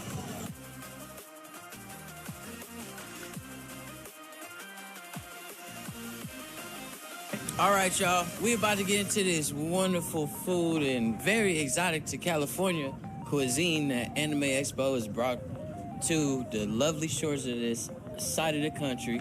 I am Guapdad 4000, and this is... I was Big Baby Drum. This is my very first Anime Expo, and it feels great to be with you guys. You know, he's like the sensei, you know, with all of the knowledge and everything, and I'm just experiencing all, you know, firsthand, you know, in real time. I'll be in Tokyo tomorrow, so, you know, if y'all see me, what's up?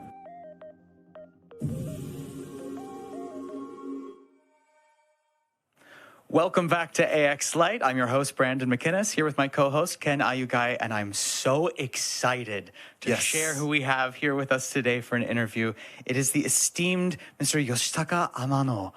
Amano 先生。はい、天野先生。こんにちは。アニメエキスポへようこそね、はい、3年ぶりです。帰ってきてくださいました。3年ぶりです。はい。2003年ぶりですかね。Last time was 2023. Yeah. I believe. Yeah. Yes. Yes. Hi. And that was the year I had the honor to interview him. はい、その時ですね、私、あゆがいが、はい、インタビューをさせていただきまして、ありがとうございました。And I do remember, actually, so you had a huge panel today and a lot of announcements. 今日はパネルでね、もうたくさんの大きな発表もありました。はい。僕もブランドも一緒にですね、ずっと見てたんですけども、はい。We were so excited to watch it. 興奮して見てました。はい。So, we'd like if you can share some stories about that too. そのあたりもですね、今日はお聞かせいただけたらなと思います。はい。So, Brandon, what would you like to ask? Oh, I have so much that I want to ask. Yeah. Oh my gosh. We have to sort it out. Yes. First of all, we had the pleasure of having you on stage at the welcome ceremony. Yes. Fill in the eye of the Daruma. はい。ウェルカムセレモニーでですね、ダルマの、まず、一つ目を描いていただいて、はい。さあ、and the ribbon cutting, of course, too. Yes, the ribbon cutting too. リボンカッティングも、はい。もうしていただいてというか。You're so busy at the beginning. いやもうだいぶ名誉なことで本当に。Anime Expo makes you work very hard, but he says he's very honored to be doing that. Well, we are very honored. We are here, of course. Oh my gosh, thank you. ありがとうございます。本当に。ありがとうございます。So the project you're here at Anime Expo promoting a project. Can you talk about that project? はい、今日発表もありましたけども、ね、今回その主に、プロモーションするそのプロジェクトについて改めてここで少しお話しいただければと思います。はい。今回はですね、ザンというオリジナルの、作品なんですけども、それがやっとというよりはこれがあるのでなんとか間に合わせたっていうことで、これがなければまだできてなかったかもしれません。これっていうのはアニメエキスポというアニメエキスポがあるので、これに合わせてなんとか締め切り間に合わせたっていう感じで、僕じゃなくてスタッフが大変だったですね。Okay, so 昨日もやってましたね。Yes. Well, as announced, there's a movie coming out, Zan. Yeah, and well, it's been a huge project for him, and it's been taking a lot of time. But thanks to Anime Expo, he was motivated to finish it in time before Anime Expo, and it wasn't more than him. It was probably a lot of work for the staff, everybody around him. That's what he would say. But yeah. It was the pilot, right? Sort of the pilot animation that was shown, right? はい、パイロット版が、公開されて、はい。And one thing I want to talk about is it's entirely hand drawn. はい、今回はとにかく手書きにねこだわって。そうですね。なんだろう。手書きっていうと僕にとってはもともとアニメーションやってたので当たり前のことなんですよ。Yeah, so for him it's like that's the way they've been doing it from the beginning. Yeah. Yes. はい。特別なことではないんだと思いますけども、from his point of view. まだアニメーションはね、手書きが少ないので、逆に目立つのかなと思います。Yeah, but now these days, like it's become pretty rare to create an animation all handwritten. So, but it seemed the staff were saying they thought, how are we going to do that? パネルでのねスタッフの反応としてはどうしようという声も上がってましたけど。でも皆さんなんだろうプロ中のプロですから、そういう意味では一番得意なことをね、やられたので、なんだろう僕も同じ時代というか、にやってた方はいらっしゃるので、なんか懐かしいこととそれからやっぱ現役でねガンガンやってるから嬉しいですね。本当にそれは。はい。Well, but everybody is, of course, very professional, and also in the team, there are people he's been working along with quite a long time, and So at the same era, like when they were doing it all handwritten. Yeah. And also for the new generation, the people that been working in the same era are still in the game and they're teaming up again. They had their excitement like that. Oh, that's so yes. wonderful. We felt the energy, you know? Oh, yeah. Oh, definitely. そのもうエネルギーはですね、もうすごく感じ取られたなという感じがしますし、はい。確かに、そうですね。ただ面白いのがなんだろう、当時違うプロダクションでやってましたので、ライバルではないんですけども、なんかそういう意味ではね、会うことがなかったんですね。名前はしてたんですけどね。だからお互いそうだと思うんですよ。それが初めてこう一緒にやるっていうのがちょっと不思議な感じですね。それは僕の作品っていうことだけじゃなくて、前にこう同じ時代というかねやってた方がこうやって一緒にやるっていうのはちょっと面白いですね。Back in the day, they were all in different production companies, so ある意味ライバルですよね。確かにね、当時はそうだった。はい、違う作品。Rivals at the time, and they never really they never really worked together back at that time.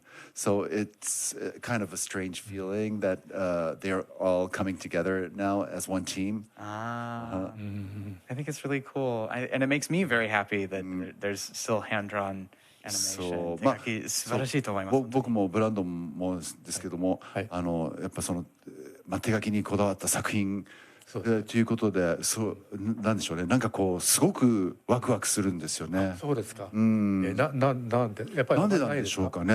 So why is that? What makes us so excited? It's like that's actually a very good question. I've been asking myself. 作り方を守るからだと思います。I think it protects maybe the respect to that. Yeah, because it's the traditional way. I mean, it's like where it all began, and we get to still taste it. Yes. Like, so. Oh, and it's so beautiful. So I'd like to talk about your career just for a moment. 少しキャリアを振り返ったお話もさせていただければと思います。はい。You began your career at a very young age. Can you tell us about how you first got started as an artist? はい。すごく基本的な質問なんですけどもね、すごくね若い頃にキャリアをスタートされた頃のきっかけをぜひ。ですね、これ僕静岡というところなんですけども、東京にですね幼友達がいたんですね。そうですね、小学校の6年ぐらいに引っ越しちゃったんですよ、東京に。そこに、遊びに行ったんですね、中学生の時に。その時に、東京だったんで近所にね漫画家の家とか、あとその中にタツノコがあったんですね。でちょっと見学に行こうっていうことで見学に行ったんですね。で僕、絵が描くのが好きだったんで絵を持ってなんか覚えてないんですけども持ってって入れてくれみたいなこと言ったらしいんですよ。そして帰ったら採用通知が来たんですね。びっくりしました。すごく小学生のいや中学生中学3年の時に。はい。Wow. So he's originally from Shizuoka Prefecture, and but he had a friend who moved to Tokyo. お友達がその東京に住んでたんですね。He had a friend in Tokyo, so he went to visit his friend. He was only in junior high school, like wow, I have to count, but yeah, third year of Japanese junior high school system, and they were like, it's in the neighborhood. There's the takenoko. Tatsunoko production is really nearby, so we should go check it out. And he always liked to draw, so he handed in a drawing, and he said he wanted to work there, but he actually his memory is kind of blurry about that. But all of a sudden he got this note. He's like, "You got the job," kind of thing. Wow. So he's hired like that. その時スピードレーサーを作ってたんです。タツノコが。日本でマッハ555ですけども、それはすごい綺麗だね。セルガーとかそういうのがね。Speed racer. That was the time. Wow. Dang, I feel so inspired right now of like believe in yourself and go for it, you know. はい、もうその直感にね従った感じに感化されるということなんですけども。During your time working with Tatsunoko Production, what were some of the most formative experiences that shaped your artistic style? タツノコにで、携わってた頃ね、何かこのご自身の作品の作風、ね、につながる、タツノコというところは、吉田達夫さんという方がね、漫画家の人が作った会社なんですけども、リアリティの世界っていうかリアルな絵がすごい上手い方で、タツノコっていうのはもうそういうリアルな世界っていうのを絵を描くっていうような、そういう傾向にあるんですね。でそこでなんだろう、アメコミですね。こちらのアメコミの絵をこういろいろあって、僕もすごくそれに感化されて、で古本屋行って当時あまりアメコミが日本になかったんですね。で神田という東京の神田ってところに、結構そういう古本屋があって、そこでちょっと昔というかちょっとこうちょっと前のアメコミがあるんですね。でそれをこう探しに行って、それでもうスーパーマンとかバットマンとかとものすごい影響を受けて、それは仕事ではないんですけども、それ影響を受けてて、その影響がやはり僕の絵のなんか原点かなと思いますね。はい。Mr. Tatsuo Yoshida, son, the president of Tatsunoko Production. At that time, it was they were drawing for manga. They were drawing very specific. They were trying to make it very specific, the drawing, and he was very influenced by American comics actually at the time. Wow. That's very interesting. And so they would go to this area in Tokyo called Kanda. It's very well known for a lot of bookstores, especially like how would you say furuhonyasan? Like used bookstores. Bookstores, yeah, exactly. So and they would go there and get like slightly used books. Yeah, of course. But yeah, and that was a huge influence. 僕のヒーローはニュール・アダムスが大好きだった。ニュール・アダムス。ニューアダムス。知ってます？いや、アメコミの。ちょっとニューアダムス。ニューアダムス、you know the comic? アメコミの絵描きですね。はい。The draw. New Adams. 知ってる人は知ってます。Okay. Whoa, I feel young now. ある意味ちょっとSo were there well, I imagine this is kind of already answered a little bit, but were there any particular artists or movements that influenced your early work? ちょっと重複するようなんですけども、その影響を受けたアーティストといいますか、そのムーブメント、そうだね、時代背景、今のねお話と少し重複するかと思うんですけども、わかりました。何かそのあたりをお聞かせいただければと思います。全体的にはアメリカンコミックス、アメコミに僕はすごく影響を受けて、like the American comics. でいろんな作家がいましたから、There were so many. はい、そうたくさんいました。で、なんかそれがこう仕事ではないんですけども、で僕もともとアニメの言動画とか動かす方をやってて、その後にキャラクターデザインっていうそういう仕事になったんですけども、その時にやはりアメコミのいろんなものが影響を受けたのかなと思うんですよね。So first he was like more アシスタント的なことですかね。アニメーターだったんです。So he was an animator, but he wasn't creating his own designs. But since he started creating his own designs, that's where it all started. だからアニメーター、それからキャラクターデザイン、でキャラクターデザインの時にアメコミの影響がかなり出てきました。That's where, yeah, American comics influence comes in. American comics, character design work. Oh, cool. It's so interesting. Influenced by American comics, and then creating his own style, and now, which kind of represents it's like coming back. Yeah, it's right? coming It's like back. a circle. I don't know how to describe it really. It's like it's this exchange. It's not so simple. I mean, it is. It's yeah. It's like the inspiration is. 僕のルーツはアメコミこっちなんですよ。So actually, his roots come from the United States. And now the United States are inspired by his work. I think your character designs really resonate with Americans. I mean, they resonated with me when I was a teenager, when I was young. I felt so drawn to them. すごくこうそのアメリカ人のまあ金星に触れると言いますかね、そういう部分がそういう魅力があるというふうに感じるんですよね。あ、やはりルーツ同じですか。maybe yeah, because we have the same roots. Yeah, I think so. I think so. 本当そうです。Do you have a specific artistic philosophy? Your work has such a distinct and recognizable style, and maybe it's because of the influence you've taken. But how would you describe your artistic philosophy?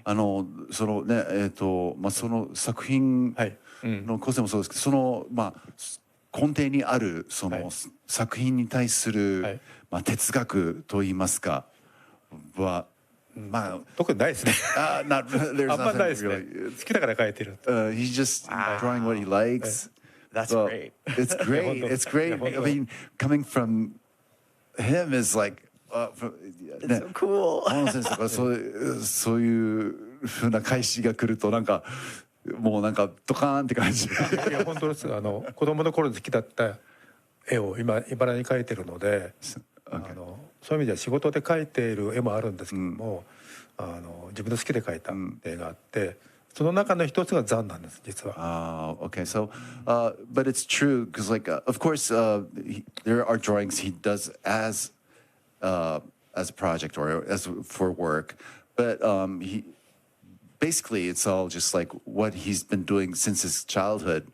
He's been drawing what he in his own way, what he wants and the way he wants it, and where it lands is Zan. You followed your passion into this beautiful new work, and I love that.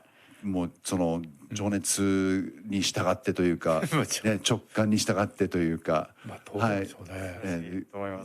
はい。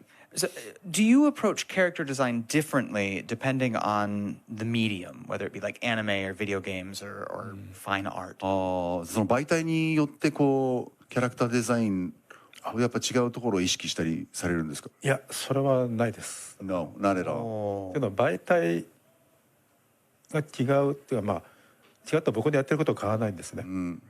僕の書いたものは A と B と C があると。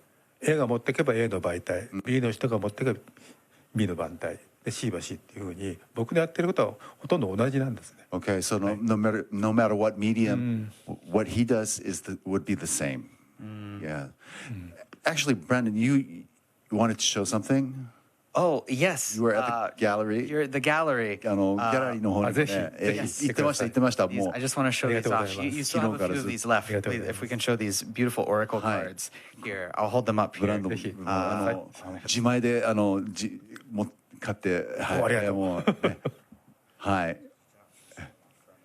ちょっと視聴者の方にご紹介したいという。はい、お願いします。They're designed by Amano Sensei, and I just want to show them off. They have a few more, so if you are watching this, please go get them. Go get them. They're beautiful, beautiful cards, and each one has a different Japanese word in it. And there's a beautiful write-up. There's a beautiful little book in here that explains them. So I just wanted to show them off. These are so beautiful. もう単純に自慢してます。はい。そして作品のねこうやっぱこう日本語のまあねこう。ありがたい言葉が書いてあるということでご紹介させていただいておりますが、それ実際に手に取ってね皆さんに楽しんでいただければと思います。はい。So is there if we can talk about Zan just for a second, if that's all right with you. もしちょっともう少しだけザンのお話をさせていただければと思いますが。Is there a central core concept that you are working with primarily for this project? Like is there like a specific element or a word or something that you are focusing on? 核になるようなそのコンセプトっていうものがあればぜひそれについてお話伺いたいんです。まずその残をこうやることになったきっかけというのが、ヒーローっていうそのタイトルで1999年にねニューヨークでちょっと展覧会やったんですね。He did an exhibition called Hero in 1999 in New York City. Okay. でそれはなんだろう、実はオペラをやりたかったんです。Oh, he wanted an opera. はい。He wanted to do an opera. それでいろんななんだろうな、こう神話とかあってそれをオペラにして、ワグナーもそうですし、なんだろうな。Like Wagner. Like Wagner. And he wanted like opera about myth. 北欧の神話もあるしいろんなものがあって、じゃあオペラみたいのをやってみたいなと思って、で実際に行ったんですね。そしたら例えば昔話っていう、fairy tales. それは神話になってるんですね。でじゃあそこへ行くとそれはなんだろう、当たり前のことで昔話になってるんで、それを俺がやってもしょうがないなと思ったんですね。ヨーロッパのね。So that's he wanted to take it to Europe, but in Europe that's like already done, right? They're all based on, right? Yeah. じゃあオリジナルでやっちゃおう。So that's where the idea to create an original. What would you call it? Original word. Myth. Oh yeah, yes. An original myth, a mythology. That's where it came to life.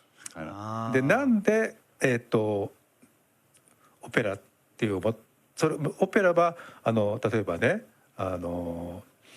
もうね100年以上200年300年そういろんなプッチーニとかいろんな名作がありますよね。Many operas in the past. それは多分エンターテインメントとして当時は一番最高の音と、音楽、それからストーリー、それからビジュアルが揃った最高のこう表現方法だったと思うんですね。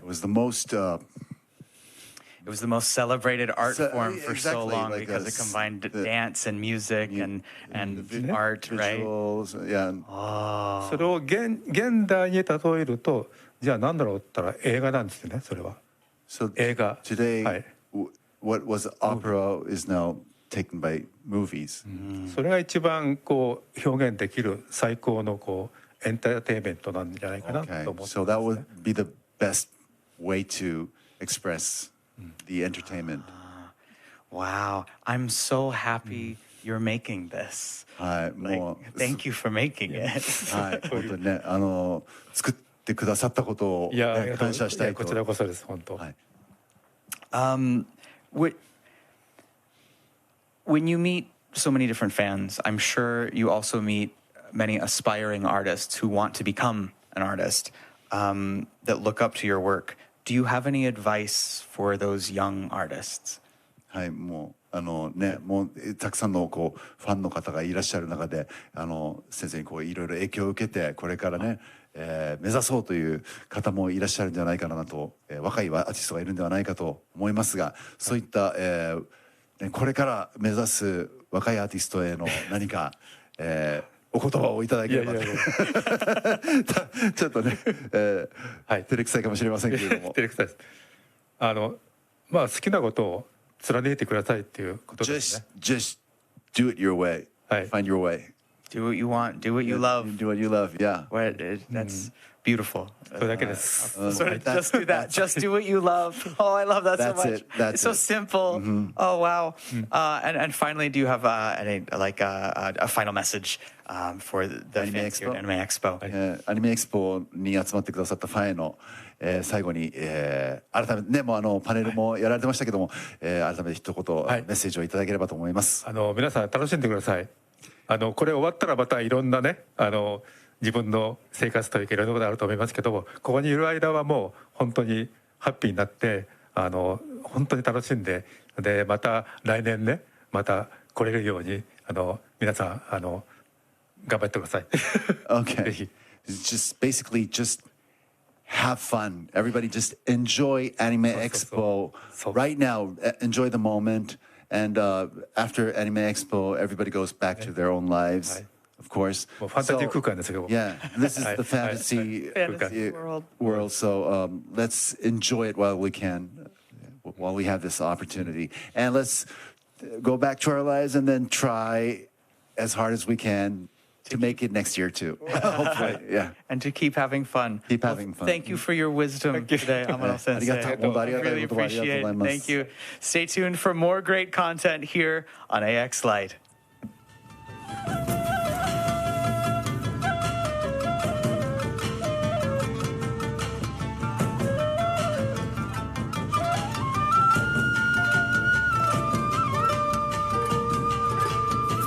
You're watching AX Lite. I am your host, Brandon McInnes. You just saw the Yoshitaka Amano interview that Ken Ayugai and I did. I have all the hosts here with us. Right now, we are live. It is day 2 of Anime Expo 2026. Oh, I was shaking the entire time during the interview. I was like, so well. How did you keep yourself together? I don't know. It's because I had Ken there. Thank goodness. Thank you, Ken. I heard like voices, Brandon, like in your head. You were like, keep it together, keep it together.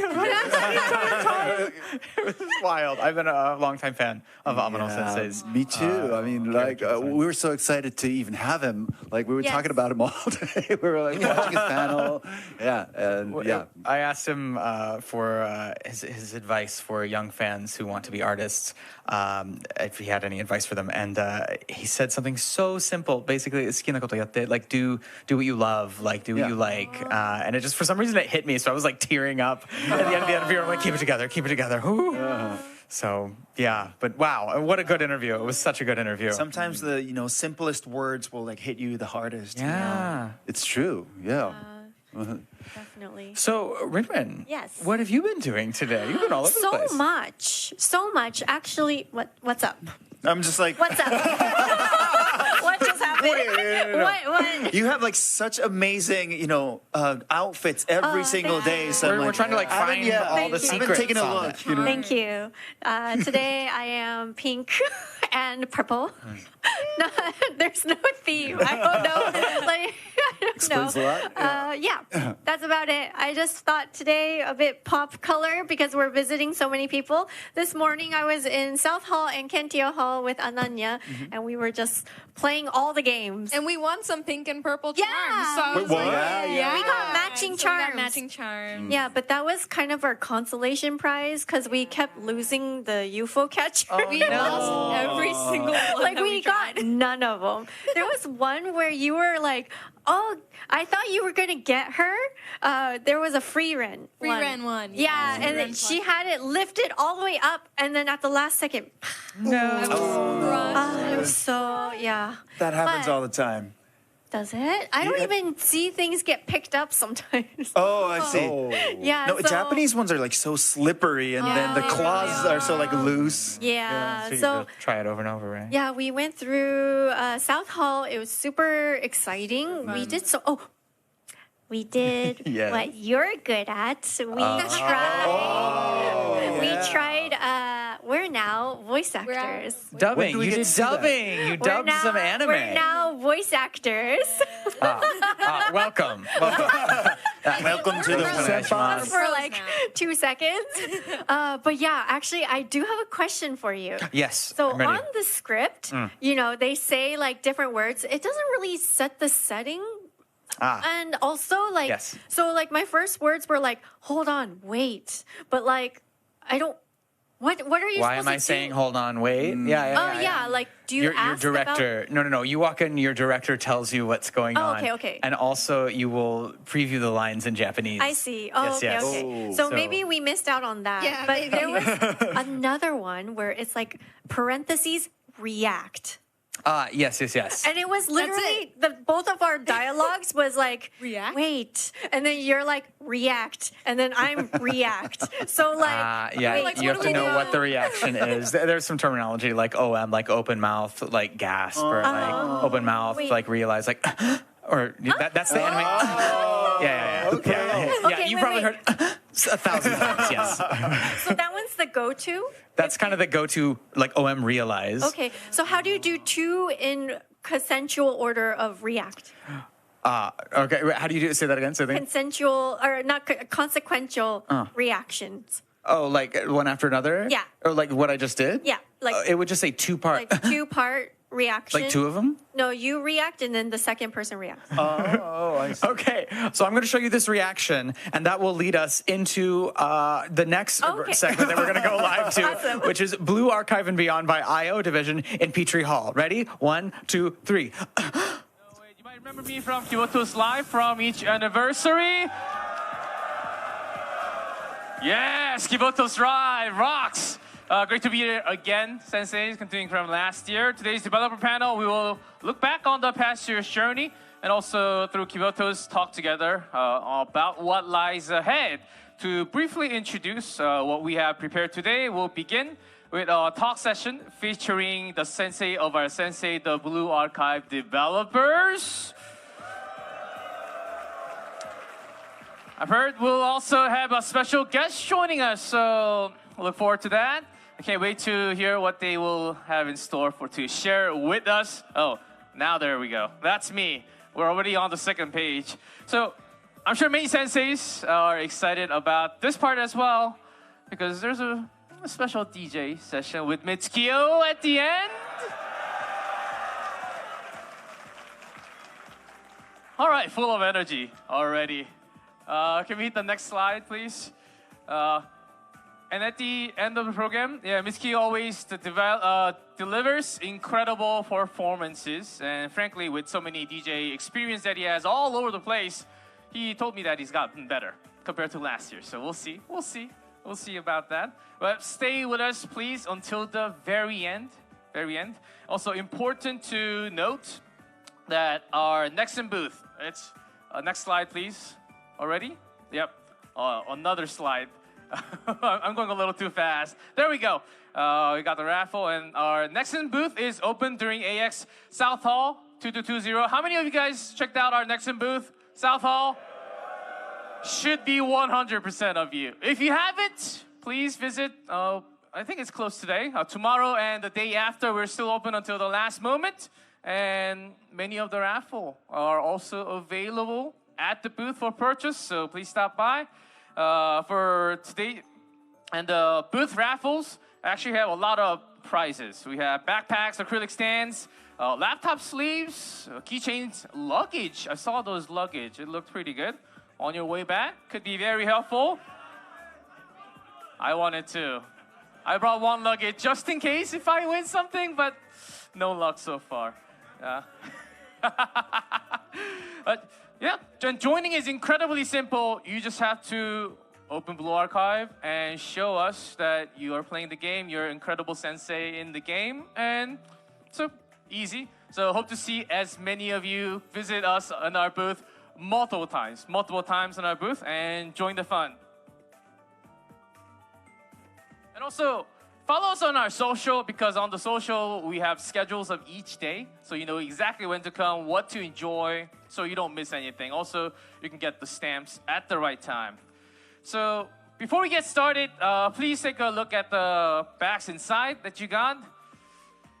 You should have already took a peek. You should find a mini coupon code. Prepare the special in-game coupon code exclusive for the sensei visiting AEX. So thanks for joining us. It's a small gift for all of you.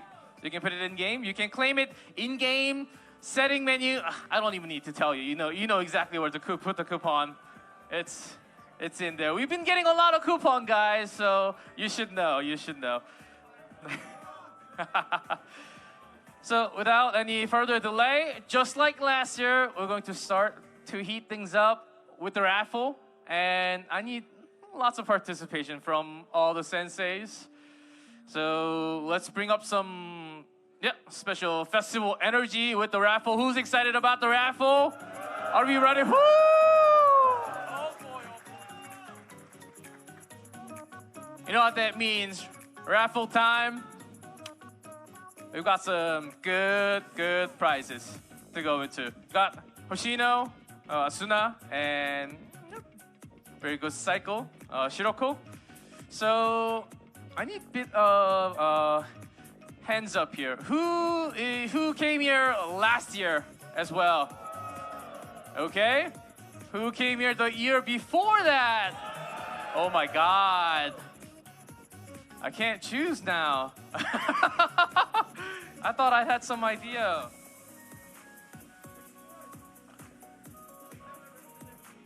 It's kind of rough with all these hands. With all these hands. Wait, let's see. First up, Hoshino. Hoshino lovers? Okay. Any Hoshino lovers? Stand up and you can appeal. Hoshino lovers, all the way on the left. On the left. On the left. Oh. Hoshino. Hoshino. Hoshino. You're making it even tougher for me. All right, Sensei, right here in the white shirt. Yes, you can come all the way on the left, and you can come all the way around the left, and the staff will guide you up the stage.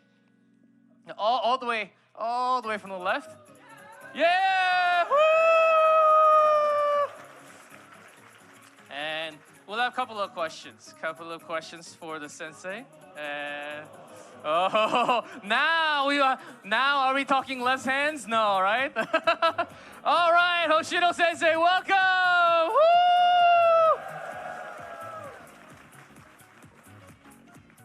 All right, Sensei, congratulations. You made it all the way up here. So, can we have your name or nickname? Oh, you don't have to be nervous. I am nervous as well. And tell us where you came from today.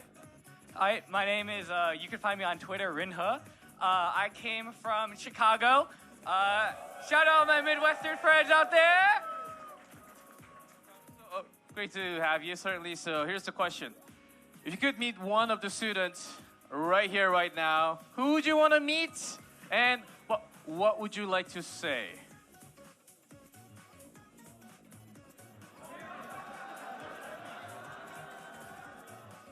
Atsuyo! Ah!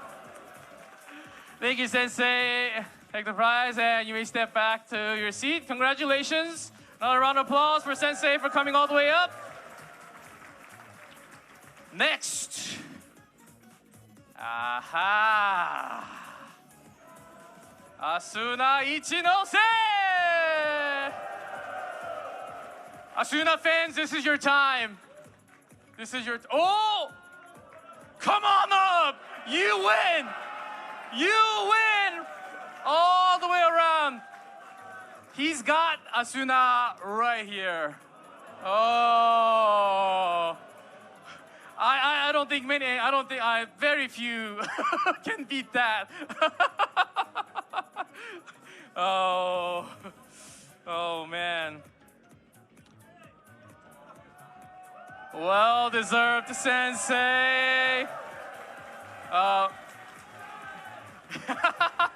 Congrats. Woo! The bunny.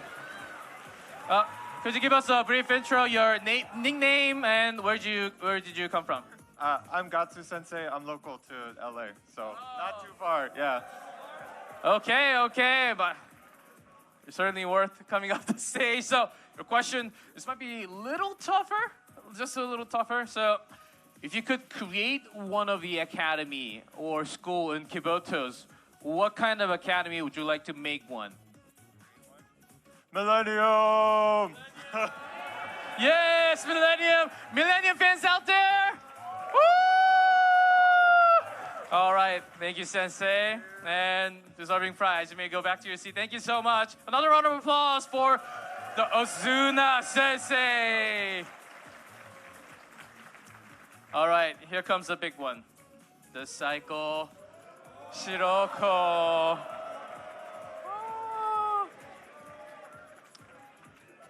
Do we have anyone with a bike today? Who brought a bicycle with you? Oh! He stole your bike? No! That's not a good sentence. No sensei should steal a thing. I can't see. Wait, hold on, hold on.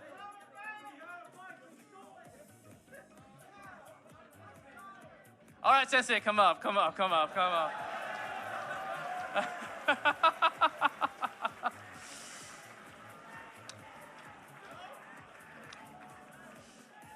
Theft is a real issue, and I hope that didn't happen. But, sensei, take your time, be set. Yeah, make sure. Yeah, you can walk, it's fine.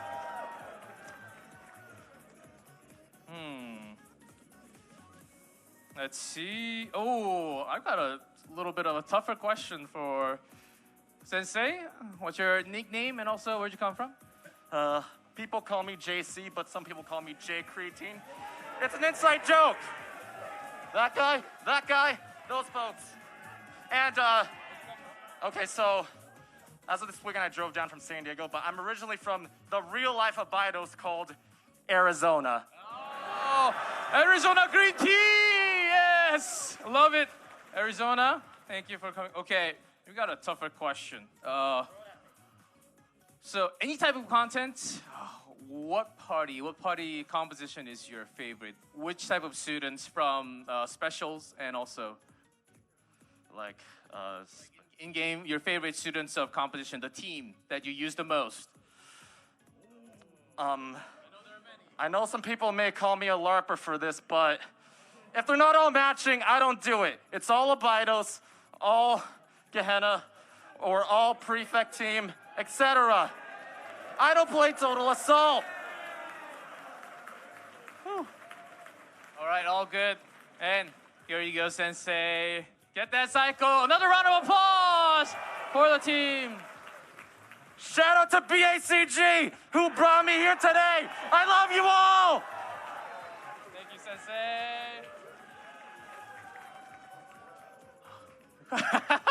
You got the entire team of senseis full of energy.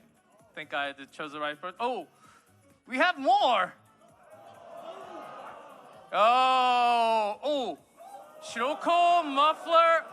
Okay, let's go with who has Wakamo relationship like 100 or near 100. Wakamo. Wakamo, how close are you to 100? 50 on both? Can anyone beat 50 on Wakamo?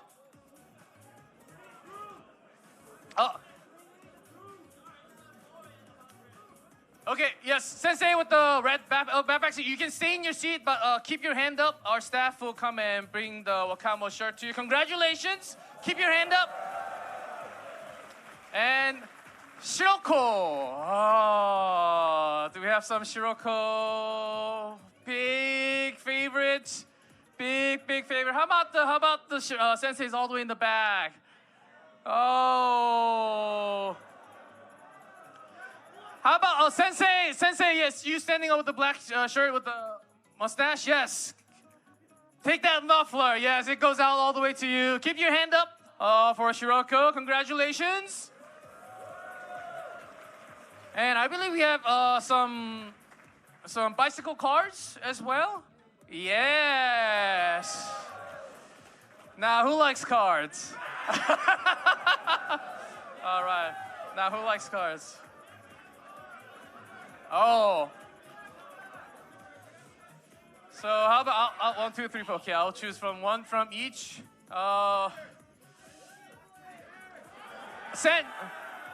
Sensei with Arona and Plana in your hand. Yes. You get a card. Keep your hand up. And from this aisle. Oh, that's rough. Sensei with the red hair and the halo. Yes, you. Keep your hand up for the card, and then all the way here. Sensei. The Sensei, can you stand up and turn around? The real Sensei. Woo!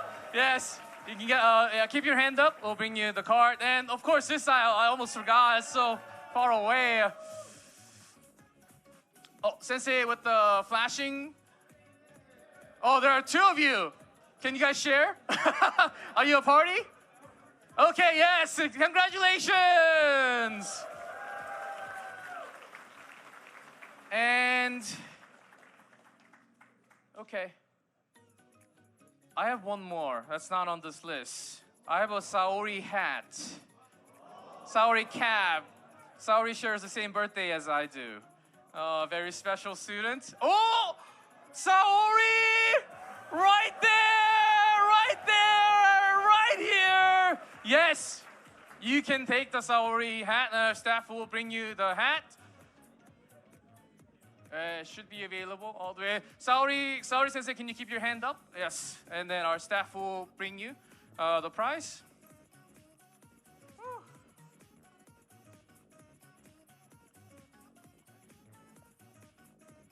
Now I'm exhausted from taking all of your energy. I thought I had 999 AP, but I'm like down to 13 now. Might need some pyroxenes to recharge. Can I get some pyroxenes from you guys? Give me some AP!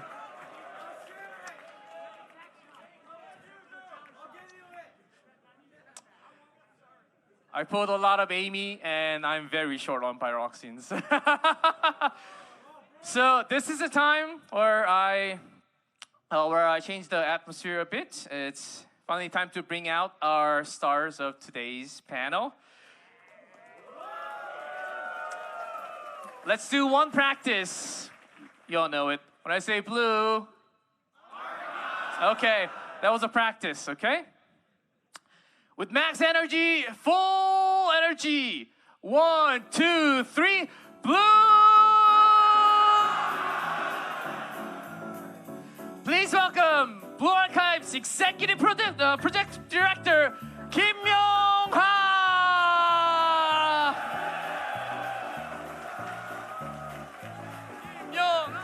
Kim Myung-ha! Kim Myung-ha! Kim Myung-ha! Kim Myung-ha! Let's please welcome Blue Archive Deputy Project Director, Lee Jun-ho!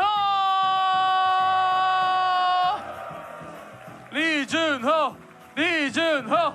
Lee Jun-ho!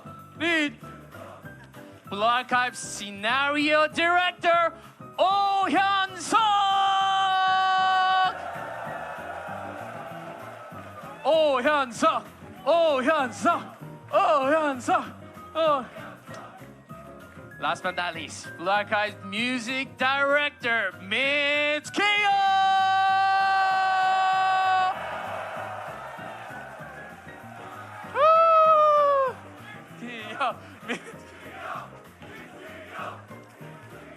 Thank you, Devs, for coming all along such way. 이래 자리에 착석해 주시면 감사하겠습니다. So let's go around the table and start with the greeting. As they sit and get things set up, why don't we give full of energy again, guys? Blue! All right. Okay. Let me sit down and get things set up. 1 second.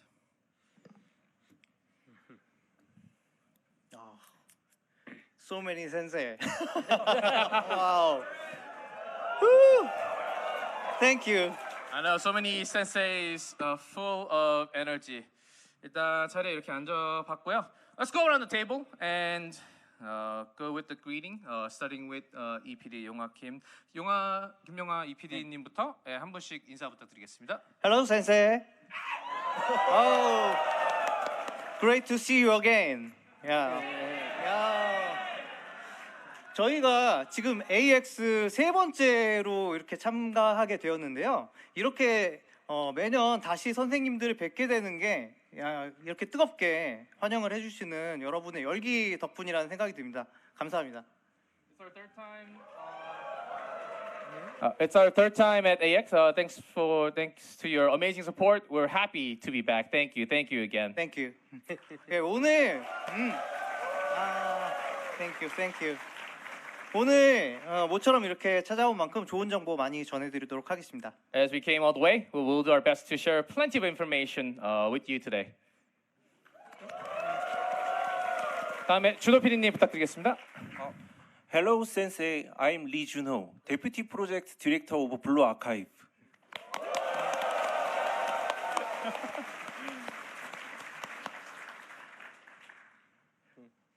네, 이렇게 북미 선생님들께 인사드릴 수 있어 영광입니다. It's an honor to greet all the North American sensei here at AX. Yes. 다음에는 오현석 디렉터님 인사 부탁드리겠습니다. 안녕하세요. 블루아카이브에서 시나리오 디렉팅 담당하고 있는 오현석입니다. Hello, I'm Oh Hyun-seok, Scenario Director of Blue Archive. 네, 오늘은 블루아카이브의 설정이나 비화 같은 것들을 설명드리기 위해서 이렇게 이 자리에 함께하게 되었습니다. 잘 부탁드립니다. I'm here today to share some behind-the-scenes stories and lore with all the senseis out here. So it's great to be here.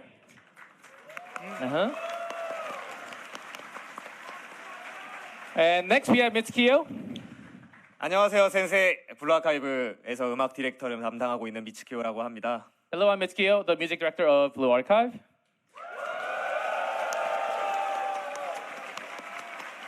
저는 이제 음악 얘기와 이제 같이 작년에 이어서 올해도 이제 북미 여러분들께 선생님분들께 인사드릴 수 있어서 영광입니다. 잘 부탁드리겠습니다. It's an honor to greet our North American senseis again this year. Thank you so much. So now we heard the greetings. Welcome again to AX26. All the developers are here. Then shall we start by looking back on the past year for Blue Archive. 예, 다시 한번 AX에 오신 거를 환영하고요. 오늘 가장 먼저 블루 아카이브의 지난 1년 동안을 돌아보는 시간을 가지려고 하는데요. First, PD 김용아, I believe you have first things to say. 용아 PD님 먼저 말씀하실 게 있다고 들었습니다. 블루아카이브 우리 키보토스에서도 지난 1년 동안 정말 많은 사건과 이벤트들이 있었습니다. 여러분들 즐겁게 즐기셨는지 모르겠네요. First, over the past year, many events and incidents have taken in place of Kibotos. I don't know if all the senseis has enjoyed the past year of content. Thank you.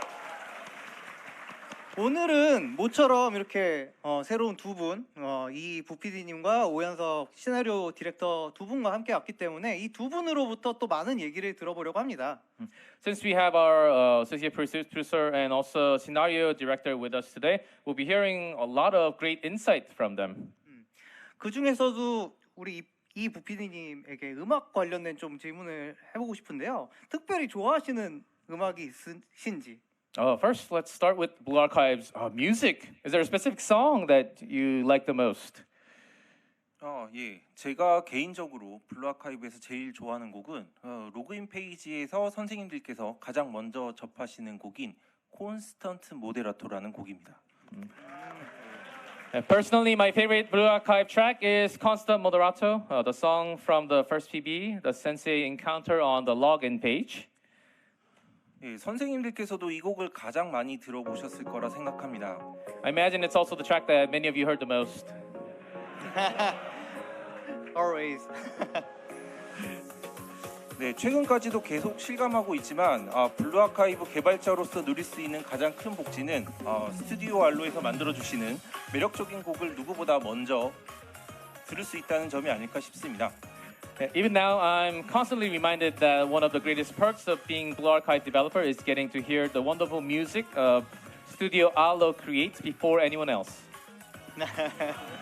Thank you. Thank you so much.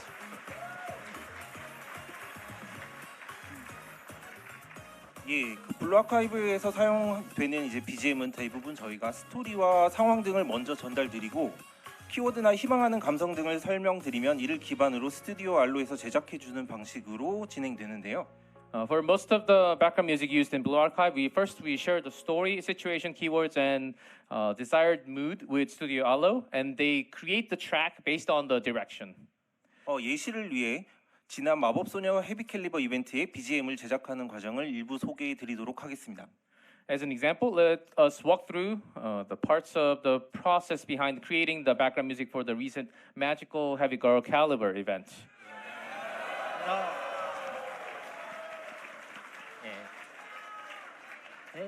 네, 스즈미와 레이사의 그 매력이 두드러졌던 이벤트 마법소녀 헤비 캘리버 예, 모두 기억하고 계시죠? Do y'all remember Someday Certainly, the ending song from the Magical Girl Heavy Caliber event? 예, 이 이벤트의 엔딩곡인 이 Someday Certainly는 이제 그 이벤트의 시작과 끝을 알리는 곡인 만큼 저희가 이제 여러 가지 협의 과정을 거쳐서 제작이 되었습니다. 오늘은 이 곡을 예시로 블루 아카이브의 BGM 발주 과정을 설명드리도록 하겠습니다. Yeah, because this was an important song, marking both the beginning and the end of the event. It was created through several rounds of discussion. We will take this song as an example and tell you a bit about the process that goes through in making a song. 예, 가장 먼저 곡의 발주가 결정이 되면은 시나리오 팀에서는 연출에 필요한 감성이나 키워드, 내용 등을 정리를 해서 이렇게 스튜디오 알로 측에 전달드립니다. 우측에 이 발주서가 이 스즈미의 심정이라든지 뭐 아니면은 멜로디, 레이사가 또 코러스를 했으면 좋겠다 그런 내용들이 이렇게 담겨가지고 처음으로 전달이 되게 됩니다. Before commissioning the song, our scenario team first organizes the direction, the desired mood, keyword, and content as shown on the table on the right on the screen, and share that with Studio Allo. If you look on the order sheet on the right, it mentions using the melody to show Suzumi's growth and even having Reisa on chorus. 예, 그렇게 해서 첫 번째로 전달받은 데모곡이 이렇게 나옵니다. 한번 들어보시죠. And the first demo track we received from that process sounds like this.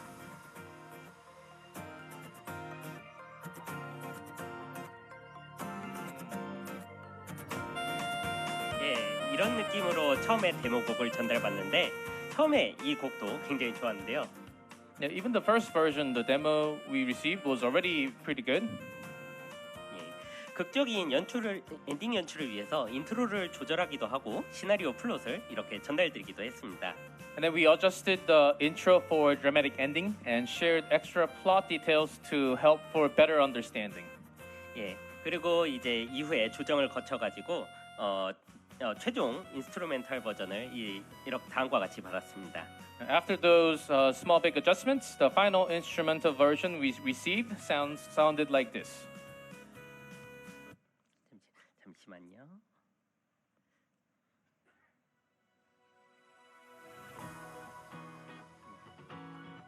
예, 이것이 최종 인스트루멘탈 버전인데 들으시면 아시겠지만 이 시점에서 이미 완성곡에 가까워졌습니다만 완성도를 위해서 여기서 좀 더 미세하게 조정을 하기로 했습니다.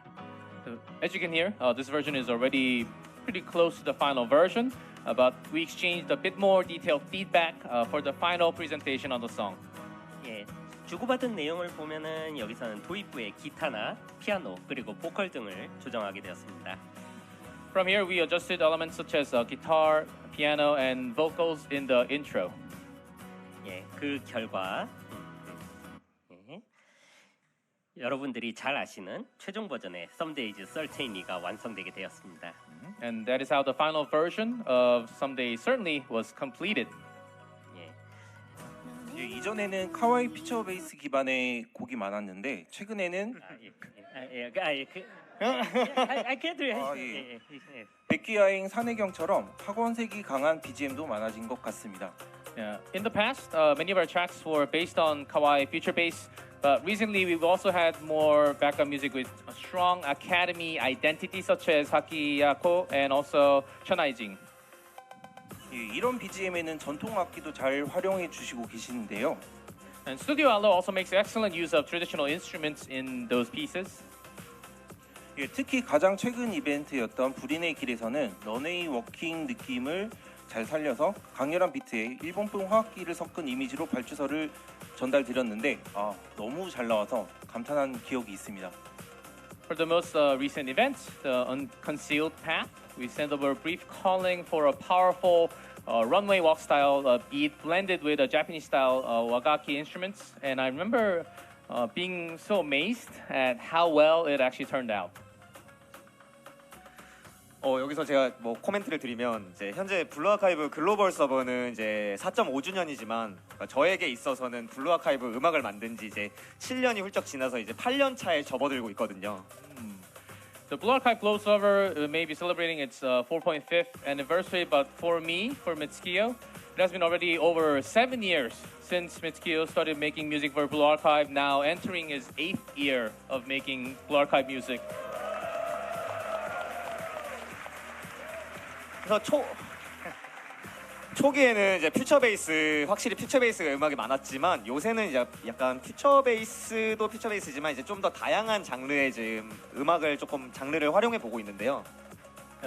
Future bass is indeed great, but these days I feel that I'm trying a wider variety of musical genre than focusing on the future bass. 그래서 이제 블루 아카이브 스토리 내에서 표현되는 지금 감정선이 다양하기 때문에 그에 맞춰서 좀 새로운 분위기를 좀 많이 시도해 보고 있고요. 그다음에 이제 여러 가지 장르를 섞어 가지고 기존에 없었던 좀 새로운 장르를 이제 창작해 나가거나 아니면 조금 크리에이티브한 접근을 많이 시도하게 되는 것 같습니다. Because the emotional range expressed in Blue Archive story is so varied, I try many different moods to match it. I also take a creative approach by blending genre and sometimes creating new styles that I did not previously exist. 퓨처 베이스를 처음에 좀 주로 써달라는 요청을 제가 사실은 드렸었는데요. I was actually the one that requested more of future bass at the beginning. 하지만 퓨처 베이스만으로 채우는 것보다는 좀 다양한 장르를 넣어보자고 계속 얘기를 한 결과 폭이 넓어지게 된 것 같습니다. So future bass was indeed certainly a genre, but after talking, lots of discussion, having a variety of genre, I think was a big help moving forward. 그리고 요즘은 그 캐릭터 송도 굉장히 많이 제작을 해주시고 계셔서 더 다양한 뭐 장르와 보컬이 들어간 음악을 소개해드릴 수 있어서 저는 개인적으로 굉장히 만족하고 있습니다. And because we have a lot more character songs and more songs of different genre, and personally, I'm really liking the songs that we are having in Blue Archive recently. 여러분들도 저희 캐릭터송 좋아하시는지 궁금한데요. Are senseis liking our character-specific songs that goes into the game? 감사합니다. 앞으로도 열심히 캐릭터송 만들도록 하겠습니다. Thank you so much. We will continue working on the character-specific songs in the future as well. 특히 캐릭터송 같은 경우는 특히 영어 버전을 또 만들고 있기 때문에 또 영어 버전으로 다가갈 수 있는 또 매력이 있는 것 같아서 더 많이 소개해드리고 싶은 그런 마음입니다. And the character songs, we can actually make those ones in English as well for the global senseis. So we are trying our best to make more in the future.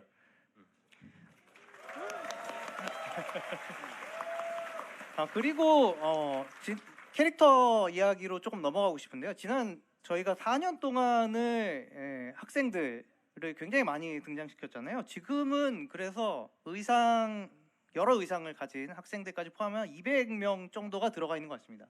And after introducing so many students over the last 4+ years, the total of students, including alternative versions, now have passed 200 students. 저희 그 한국 위키에 있는 학생 명부의 일부인데요. 정말 굉장히 많은 학생들이 있죠. Yeah, this image above it's a part of all the students list from the Korean wiki, but it is really a lot. 많이 이 학생들을 또 모집해서 데리고 계시는지 궁금한데요. 어떠신가요? If anyone wants to ask a question, how many of students do you have in your game in Blue Archive game? 230? All? 전부 430? 430 다 가지고 있다고. 진짜요? 네, 많은 선생님들이 학생들을 모두 이렇게 만나고 있네요. 더 열심히 저희 또 학생들을 준비해야 되겠는데요. We have to prepare more students. 근데 이런 학생들을 또 이렇게 많이 만들다 보니까 새로운 학생들을 준비하는 것이 또 힘들어지지 않을까 하는 걱정도 사실 하고 있어요. So it must be getting harder and harder to come up with new characters all the time. 그래서 학생들을 어떻게 이제 준비를 하는지에 대해서 저희 오연석 디렉터님에게 좀 더 들어보고 싶습니다. So I think we'd like to hear a little bit more from Director O about the process of new characters, new students.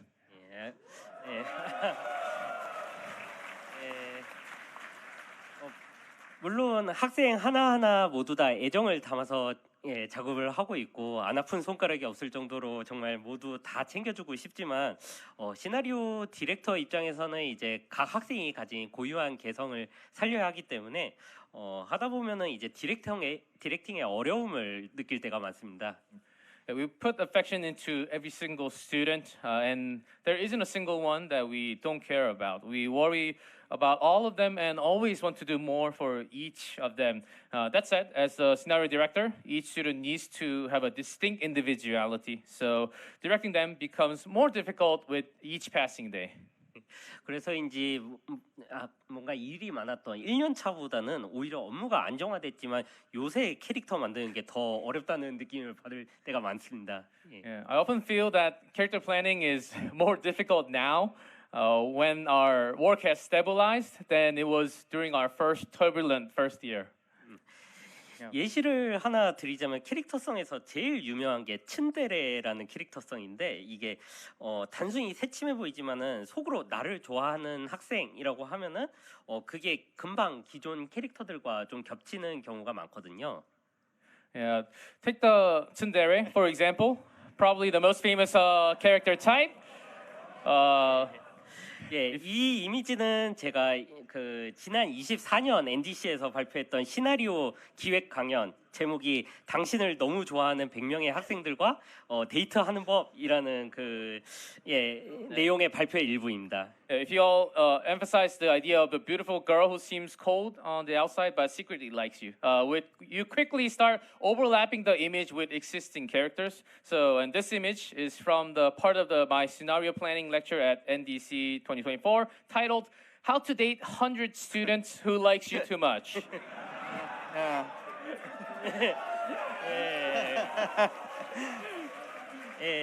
여기서 보시면은 여기서 언급했듯이 이제 같은 츤데레라 하더라도 이제 폭력성에 따라 가지고 뭐 다루데레라고 부르기도 하고 그게 심해가지고 이제 뭐 약간 상해로 이어지면 얀데레로 부르기도 하는 등 똑같은 이런 그 츤데레데레도 이제 그 독자적인 분류로 발전시키는 경향이 있는 것 같습니다. As mentioned on the screen, modern tsundere characters tend to be subdivided further, depending on whether their aloofness includes violence. Some are called daredere, and when that tendency becomes more extreme, yandere. I think there is a strong trend of deepening character traits until they develop into their own independent genre. 예, 이런 세분화 전략을 블루 아카이브에서는 초반부터 캐릭터 기획에 자주 사용했었는데요. 우측의 이미지가 이제 블루 아카이브 내에서 천재로 대표되는 밀레니엄 학생들을 어떻게 세분화하는가에 대한 예시입니다. Blue Archive has actually drawn on many of these subdivision factors in character planning from the very beginning. The image on the right shows how they broke down the students of Millennium, the academy known for its geniuses. 사실 이거 너무 기업 비밀인데 너무 자세히 설명해 주시는 것 같고요. 이 자리에서만 특별히 보여드리는 것입니다. Wait up, I think we're telling them too many corporate secrets. We're giving away too much information. 제 생각에 뭐 어느 정도 시나리오 라이터 분들이라면 다 아실 만한 내용이라서 조금 부끄럽네요. Yeah, I think many scenario directors out there should know much of these information already. 네. 그리고 저희 게임에서 우위를 깜짝이야. 저희 게임에서 우위를 처음으로 기획을 했을 때도 들었던 소리가 아니 너무 내향성 캐릭터 뭐 기존에 하루카도 있고 뭐 그런데 너무 많지 않냐라는 그런 얘기를 들었었는데 실제로 우위를 이렇게 했을 때 내고 나니까 기존의 하루카나 미유와도 겹치지 않고 독자적인 팬층을 확보할 수 있었죠. In game, when we first planned Ui, there were concerns that we already had too many introverted characters, but we built our own dedicated fandom without overlapping with existing characters like Haruka or Miyu. 예, 그 이후에도 내향적인 캐릭터는 계속 꾸준히 나왔었는데 저희 아호바라든지 최근에 나온 카노에까지 굉장히 유사한 캐릭터성을 갖고 있더라도 어떤 방향으로 심화시키는지에 따라서 캐릭터의 매력을 무궁무진하게 발전시킬 수 있지 않았나 생각을 합니다. From Aoba onward, all the way to the recently introduced Kanoe, I think. Oh, you like it. Kanoe favorite sensei. I think that even with the similar character traits, characters' appeal can expand endlessly depending on how these traits are deepened. 그리고 언뜻 좀 비슷하게 보이는 학생이라고 해도 또 주변에 어떤 다른 학생들이 있는지 또 어떤 이야기에 등장하는지에 따라서 전혀 다른 또 매력을 보여줄 수 있다고 생각합니다. Even if a student character seems familiar or similar at first, their chemistry with other students or in the story they're in can give them a completely different charm. 새로 이렇게 학생들을 소개해 드리면서 과연 이제 사랑을 좀 받을 수 있을까 걱정을 하는데요. 이렇게 또 호응을 해주시는 선생님들이 계시니까 앞으로도 또 열심히 저희 시나리오 디렉터님과 라이터분들과 함께 공감할 수 있는 매력적인 캐릭터들을 또 준비해 가겠습니다. I do worry a bit as we create and make more students in the future, but as you can see from the reaction from our sensei, I believe we have a lot more energy, and I will work hard and get support from all the team, the other directors, to create a lot more characters and very charming students in the future.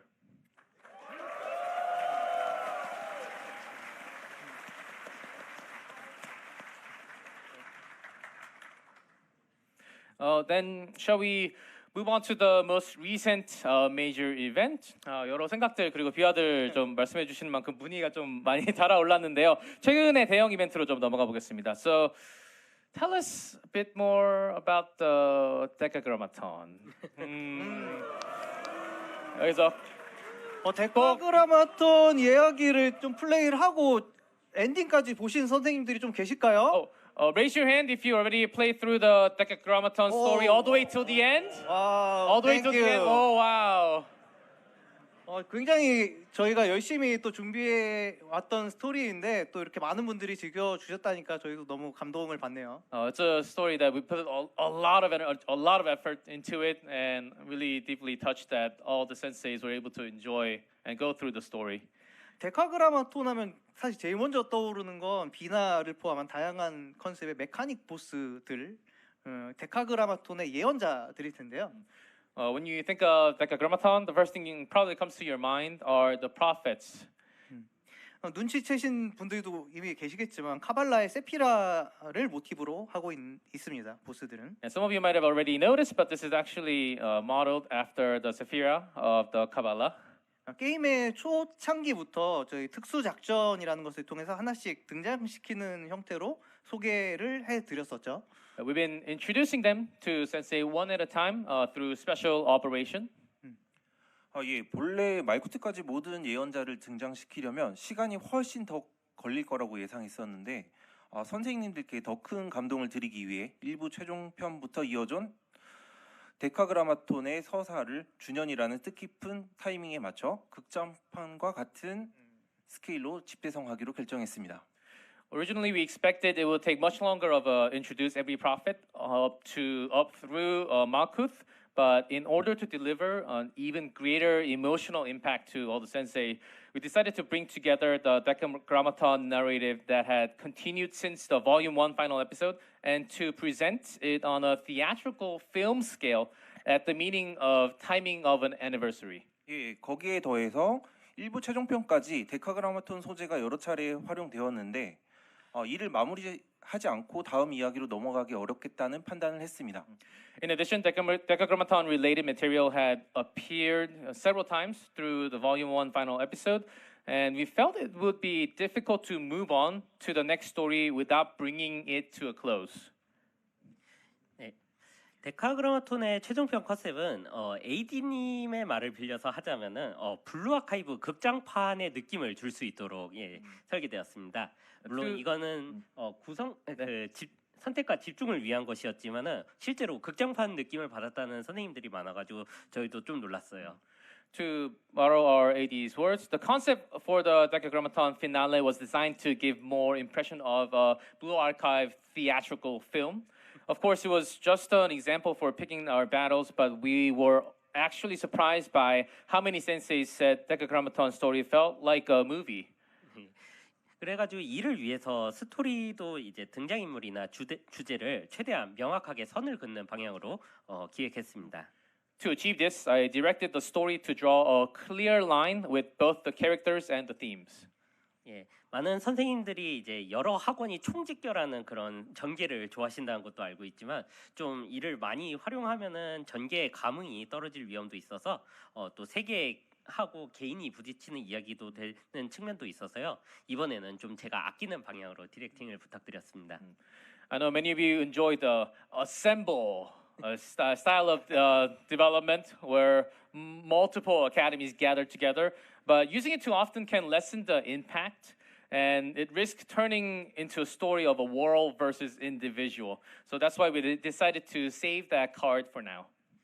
예, 그리고 데카그라마톤 편을 이야기하면은 또 여기서 안타고니스트 역할을 맡은 이 캐릭터이자 또 키보토스를 강철의 세계로 만들기 위해서 저기 선생님과 대립했던 데카그라마톤의 자매들 아인소프 오르의 이야기도 빼놓을 수 없을 것 같은데요. And we also cannot leave out the introduction of Ain, Sof, and Oru, the sisters of.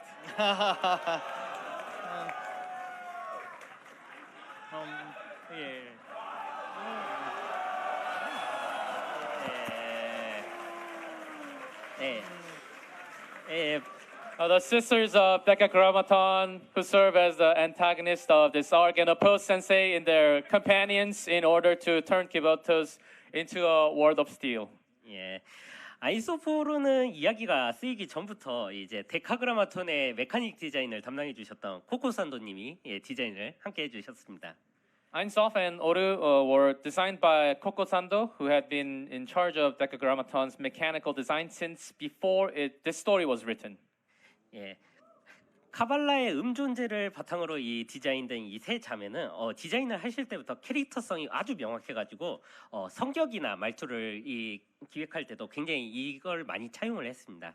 The three sisters, inspired by the Kabbalah concept of Klipov, had very clearly defined character from the design stage. So we drew heavily from that when establishing their personalities and speech patterns. 네, 여기 있는 이 짤막한 토막 만화들은 캐릭터 디자인을 하면서 코코산도님이 함께 러프하게 그려주신 만화들입니다. These short comic strips were drawn by Koko Sando alongside the character designs. 예, 꽤 많은 부분이 현재 이미지와 동일하신 걸 볼 수 있습니다. 예. Yeah, quite a lot of these are similar to the current image, isn't it? 네, 이처럼 데카그라마톤 스토리에 꽤 많이 공이 들어갔는데 노력한 만큼 많은 선생님들이 호응해 주셔서 저희도 다행이라고 생각을 하고 있습니다. Tremendous, great deal of effort went into the Decagramaton story, and I'm relieved that so many of our senseis responded to it. 특히 이 세 자매는 이제 세계를 기계 장치가 가득한 무기물의 세계로 만들려는 SF 악당 같은 음모를 꾸미면서도 정작 그 동기는 언니와 평범한 삶을 동경하는 굉장히 인간적으로 느껴지는 면모가 있어서 그 점이 더 매력적인 캐릭터였던 것 같습니다. I think they were especially compelling because while they plotted like sci-fi villains to turn the world into the lifeless realm of full machinery, their true motivation was a longing for their ordinary life with their sister, which felt very human. 예, 뭐 여기서 다들 엔딩을 보셨다고 하니 좀 얘기를 하는 것이지만 아인소프 오르와의 그 마지막 이별을 안타까워하시는 선생님들이 많았던 것 같은데 이 자리에서도 그런 선생님이 많으신지 한번 여쭤보겠습니다. Since many of you already said that you've completed all the story, I think we can say that we did part ways with Ain, Sof, and Oru. We'll try to do even better with our expectations, but he's wondering how all the senseis felt after the stories. 다시 돌려달라. 네, 돌려달라고 하십니다. 다시 오시고 싶으신가요? Do you want them back?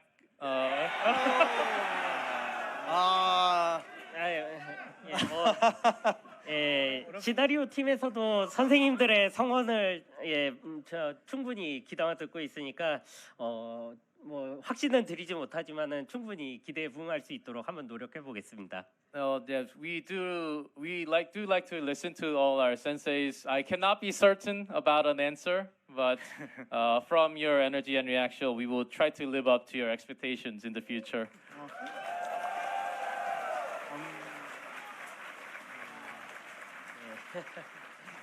많이 노력해야 되겠네요. 감사합니다. 호응 감사합니다. I think we have to go extra miles for this. Thank you so much.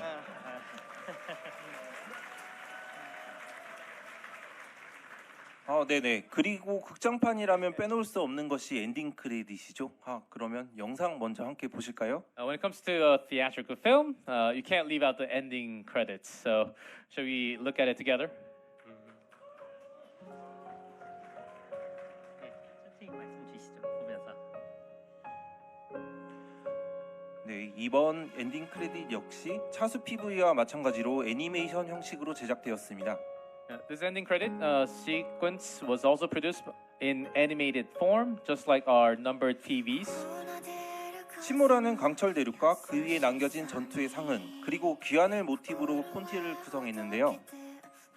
We built the storyboard around the motif of a sinking continent of steel, the scars of battle left upon it, and the return home. BGM으로 사용된 동경의 잔향이 더 슬픈 느낌의 곡이라 감성이 한층 배가 된 것 같습니다. Because Echoes of Longing, the song used as the background music, has a more sorrowful tone. I think it deepened the emotion even further. 이거는 제 쪽에서도 코멘트를 하나 드리면 이 곡 발주는 MX에서 표현하고자 하는 분위기가 너무 명확했기 때문에 악곡의 분위기를 잡기는 그렇게 어렵지 않았습니다.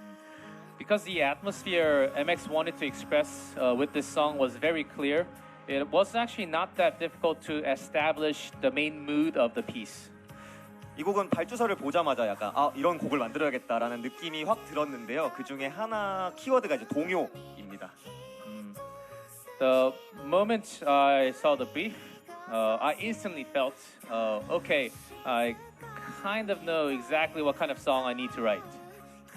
이 곡은 이제 동화 같은 분위기와 이제 감동적인 분위기 그리고 이제 어린 마음을 음악으로 이미지화 해가지고 방금 말씀드렸듯이 동요 같은 분위기와 그런 요소를 집어넣기도 했는데요.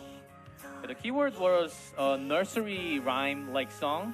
Also translated a fairy tale-like atmosphere, a moving atmosphere like a childlike heart into music, adding nursery rhyme-like moods and elements as well. 피아노와 함께 나오는 뮤직박스 소리가 이런 느낌을 극대화해주기도 합니다. And the music box sound that comes in the piano also helps heightening that feeling. 그리고 눈치채신 분이 있을지도 모르겠지만 이제 후렴 전에 이제 프리코러스에서 이제 전 세계에서 유명한 동요 이제 Twinkle Twinkle Little Star라는 이제 그 곡의 이제 리듬과 분위기를 모티브해서 제작한 것도 중요한 포인트 중에 하나입니다. As some of the senseis have noticed already, one key point is that before the chorus, I use the rhymes of Twinkle Twinkle Little Star as a motif, and one of world's most beloved nursery rhymes, and I wove this feeling into the piece. 그리고 이제 후렴에서 이제 터져 나오는 이제 감정과 이제 부드러운 마무리도 이제 특징이고요. 그다음에 이제 음악으로 감정을 표현할 수 있다는 거를 이제 간접적으로 보여주고 싶었기도 합니다. Then comes the emotion that burst out in the chorus, followed by the gentle finish. I also wanted to show indirectly that you can express so much emotion through music.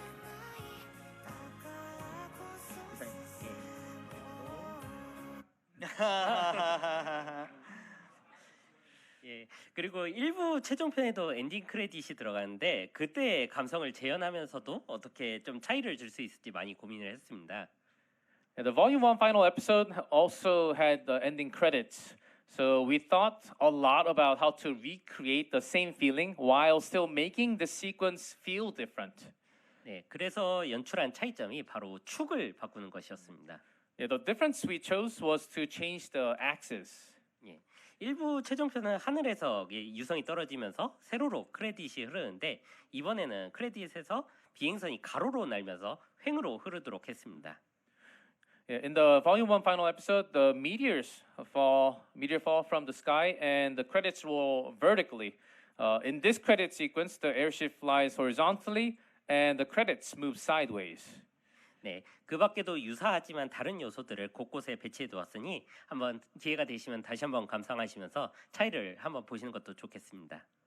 We placed similar but different elements throughout as well, so I hope you watch it again and look for these differences. So many people are wondering that what story will also follow after Decagrammaton arc ends. So let's hear that. 그런 요소들이 좀 많이 있었네요. 말씀해 주시니 확실히 다가오는 게 다른 것 같습니다.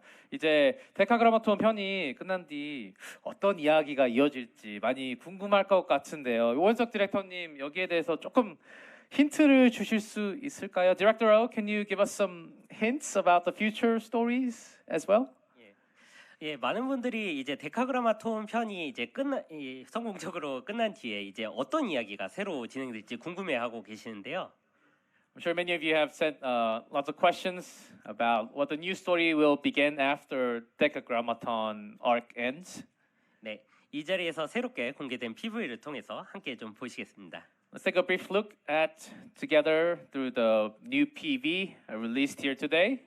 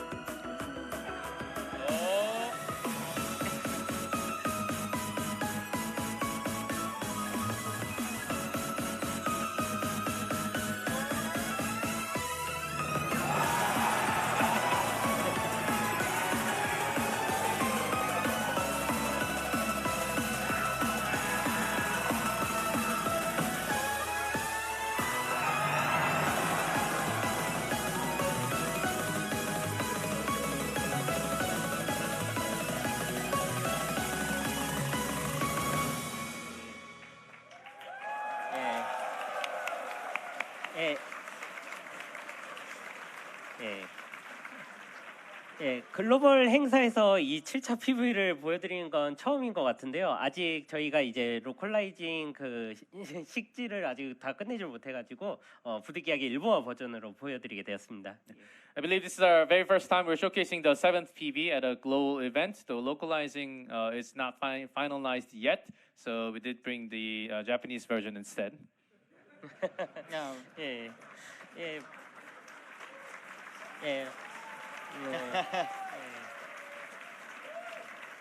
예, 보시다시피 이 PV에서도 예고된 것 같이 앞으로 이제 많은 학생과 또 신규 학원이 공개될 예정입니다. And as you can see, many students and new academy are scheduled to appear. 좀 마음에 드시는 학원이나 학생들이 좀 있으신가요? And can you do you guys see any new students or you shouldn't know? 아우. 폭스. 의견 주시면 열심히 준비를 해서 2부에 또 보여드려야 될 것 같습니다. Yeah, as all the sensei shout out their names each and every one, so we will prepare even further and more detailed students in the future. 예, 그리고 PV를 통해서 짐작하신 분도 있겠지만 앞으로의 이야기에서는 도시전설이나 로어 같은 소재를 활용해서 흥미로운 에피소드도 나올 예정이니 많은 기대 부탁드리겠습니다. As some of you have already guessed from the PV, upcoming stories will also feature intriguing episodes that uses themes like urban legend and lore, so please look forward to our story.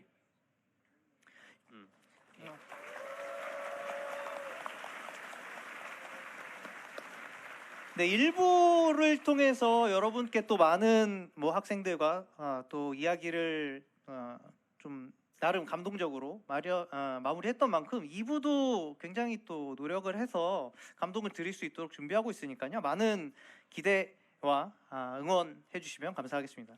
The volume 1 that we have prepared gave lots of emotional feelings and lots of touching stories to all the senseis. So please continue to show your interest and support in the volume 2 stories that follows soon. 네, 지금까지 블루 아카이브 패널 개발자 패널 세션이었습니다. 감사합니다. This has been the Blue Archive Developer Panel session. Thank you, everyone, so much. Thank you. Thank you.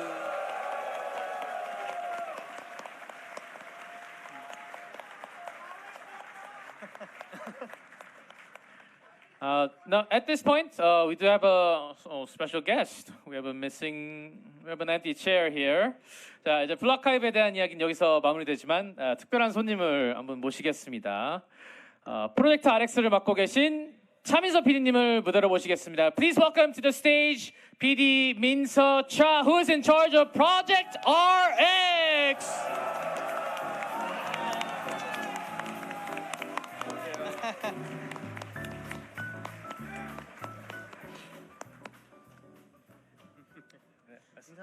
네.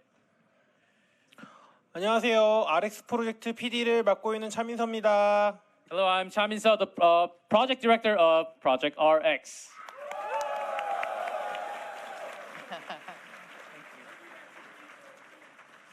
네. 블루아카이브 사실 글로벌 권역 담당의 PD로 일을 했었는데요. 당시에 참 처음에 어려운 일이 많았었습니다. 이렇게 보니 감개가 무량하네요. When I first launched Blue Archive in the U.S. as a global producer, we faced so many challenges. So it brings me back lots of memories being here. 벌써 5주년이라니 정말 여러분들의 사랑에 감사드리고 싶습니다. Thank you so much for all the love that now our 5th anniversary is just around the corner.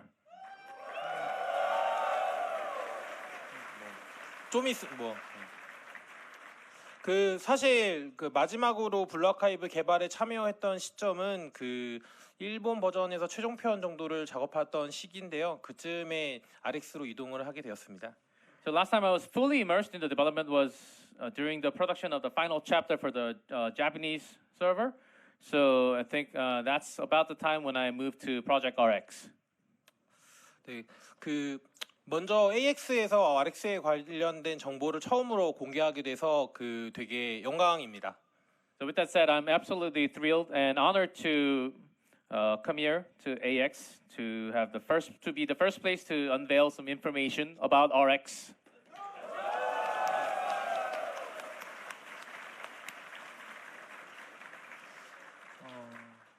오늘 부스에서 RX라는 IP를 처음으로 만나보신 분들이 많을 텐데요. 혹시 부스에서 가위바위보 게임을 해보신 분들이 많을까요? So I'm sure many of you here saw RX IP in our very first time today or yesterday in our booth at South Hall. So by any chance, did some of you or any of you have tried the rock paper scissors interaction at the booth? Thank you. 네 번이나 했다고. 갑자기 웬 가위바위보를 하나 싶으실 수도 있는데 다들 모두 다 이기셨을지 좀 궁금하네요. So here's a question: why on earth are they making us do rock paper scissors out of the blue? Anyways, did you win some of the rock paper scissors? 네. 이런 체험을 왜 시켰는지 좀 궁금하실 수도 있을 것 같습니다. You might have wondered why did they have us do this? What exactly is the point of doing the rock paper scissors? 왜 이런 체험을 하도록 준비했을까요? What 전투가 was 아니라. the reason behind it? And it was not a combat. 사실 오늘 체험했던 공간은 실제 인게임에 있는 장소고요. 굉장히 자주 접하게 될 장소입니다. Oh, the space you have experienced at the booth is an actual in-game location, area you'll be seeing very often when you play. 그리고 또한 오늘 부스에서 보신 클라이언트 자체는 사실 게임 클라이언트에 있는 내용하고 거의 같다고 보시면 될 것 같습니다. The booth, the rock paper scissors space that you have seen is actually very close to the actual in-game client version. 실제 게임 클라이언트이기도 하고요. 거기서 사실은 전투를 실행해서 보여드릴 수도 있긴 합니다. It actually is a part of the actual client, and you can from there go directly into combat. 하지만 전투를 보여드리지 않고 이런 어떻게 보면 다른 체험으로 보여드린 것엔 또 이유가 있긴 합니다. There's a big reason behind why we did not have combat, but instead have interaction for all of you to experience in-game parts. 그 가위바위보를 하실 때 눈을 마주치면서 혹시 가위바위보를 하셨을까요? Did you look into the eyes of the characters when you were doing rock paper scissors? How did it feel?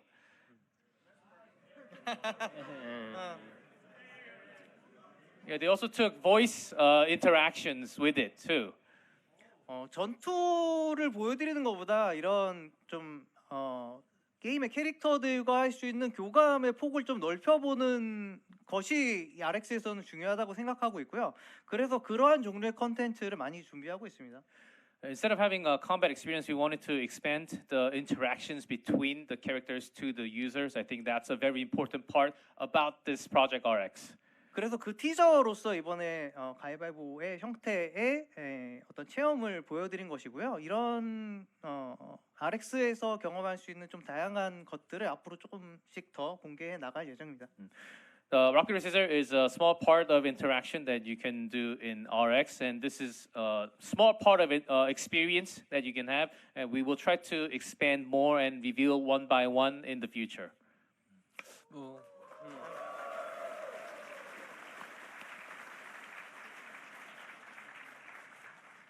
그것도 그건데 사실 그래서 게임 이름이 뭔데?라고 물어보시는 분들이 꽤 있더라고요. So there was a big question. So what's the actual title? What's the actual game name? Not just Project RX. 그런데 이제 게임 이름은 어떻게 공개할 수 있나요? So can we reveal the title of Project RX? 근데 사실은 이 자리에서 공개를 하고 싶었는데. 그렇죠. 예. Honestly, I did want to reveal as the title was decided. 지금 사실 결정은 내부적으로 했습니다. So internally, the game title has been decided.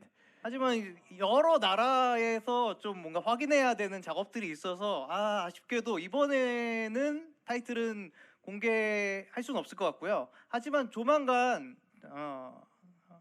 멋진 로고와 함께 공개하도록 하겠습니다. So there's a bit of a check of things to do, depending on because we have a lot of languages out there. So we have to do some internal checks on that, and whenever that is okay, along with the logo, we will try to have the reveal very soon. So stay tuned.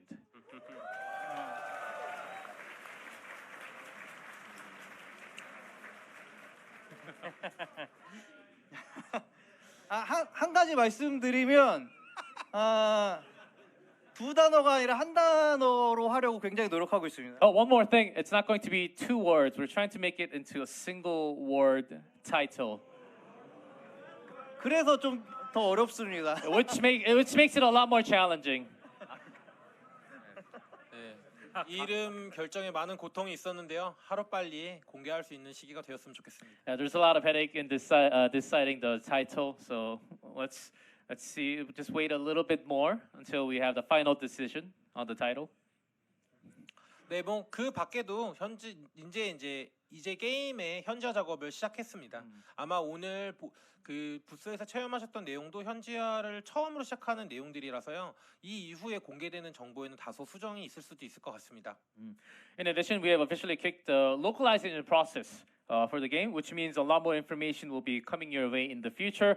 And also just a small heads up, as we adapt the game into different regions and languages, some of its revealed details might undergo some slight changes along the way. So please keep an eye for our upcoming updates.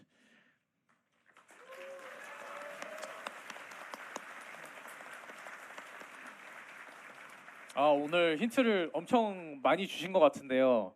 조금 더 부탁드릴 수 있을까요? 민서 PD님 아니면 영화 PD님?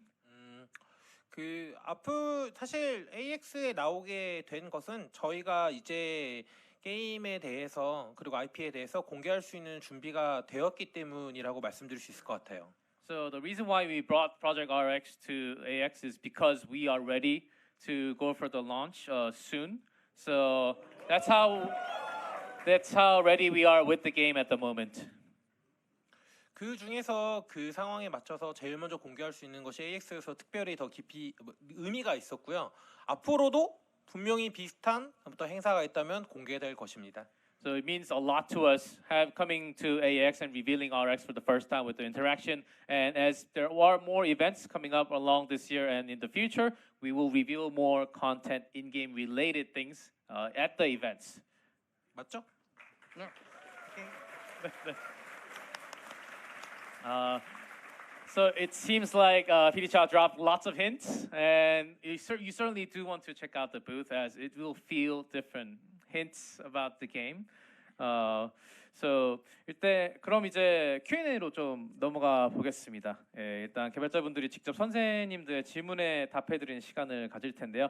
Now it's time for the developers to answer some questions from senseis directly. We'll take a look at the questions we received in advance. 먼저 미리 받은 질문들부터 한번 보겠습니다. So can we have the first question?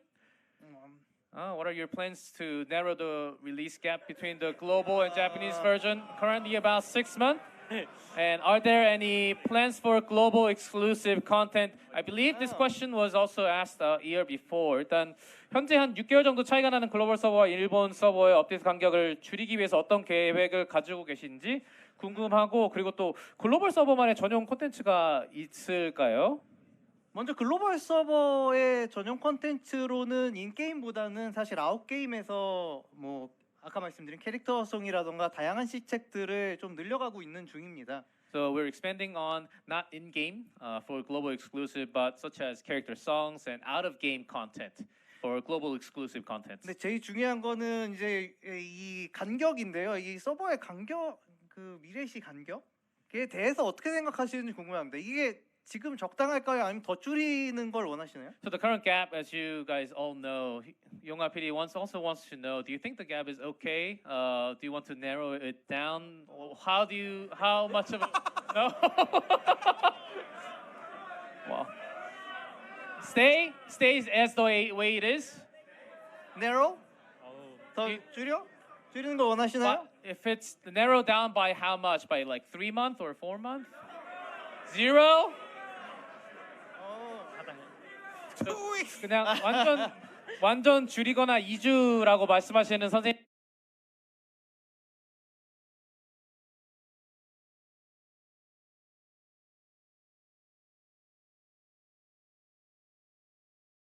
도 계시고 그대로도 괜찮다는 선생님도 계십니다. 수 있을 것 같은데요. Staying the way it is seems like a very fine idea. Let's see hands. How many wants to stay the way it is? 오. Okay. 줄이면 좋겠다. 줄이면 좋겠다. How about let's narrow it down to very small gap, like closer to 0 if possible. Oh, okay. Close to the 0. Okay. 되게 팽팽하네요. 좀 다른 의견들이 있습니다. 다양한 의견들이 있습니다. Okay, thank you for the hands. 저희는 사실 줄이는 게 좋겠다고 내부적으로는 생각하고 있습니다. Internally, we're thinking that it would be a little better in terms of process to narrow it down a little bit. 네, 그래서 궁극적으로는 0으로 줄이는 걸 목표로 하고 있습니다. So eventually, we do want to have a goal of narrowing it down to 0 of a gap. Not near between future. servers. 가까운 장래는 아닙니다. It's not going to be like near future, but that's their goal in the upcoming future. 아마 시간이 꽤 걸릴 것이고요. 그리고 이것은 여러 권역의 퍼블리셔의 협의가 필요하기 때문에 조금 뭐 1년 만에 될 수 있다 이렇게 말씀드릴 수는 없는데 장기적으로는 영어로 줄이기 위해서 계속해서 줄여 나가려는 목표를 가지고 있습니다. It certainly is a long-term goal because we do have to talk to lots of different publishers and lots of different servers to match this schedule. So it will take not just a year, maybe longer time than that. 기대해 주시면 열심히 노력해 보겠습니다. So they'll try their best to narrow this gap down. from the global to Japanese server. 네, 일단 질문 답변 감사합니다. 네, 그리고 다음 질문으로 한번 넘어가 보겠습니다. Let's go to the next questions. Question 2. Are there plans to explore the remaining schools, academies that haven't had their own main story volume yet? 아직 메인 스토리에서 단독 에피소드로 다뤄지지 않은 학교들이나 학원들을 조명할 계획이 있으신지 궁금합니다. 네, 저희도 그 어떤 학교를 원하시나요? Which academy or school do you want?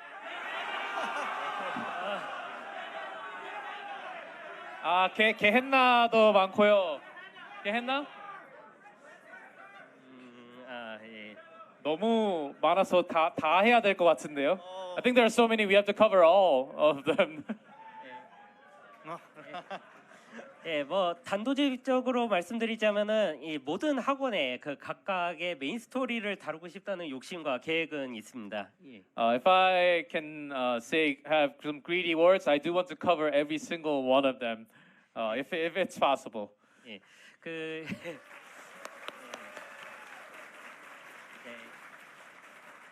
이제 각 학원의 학생들이 각자 그 고유의 그 매력적인 개성을 갖고 있고 또 이 개성을 좋아해 주시는 선생님이 많다는 것을 알고 있기 때문에 이에 응하려고 저희 내부에서도 최대한 노력을 하고 있습니다.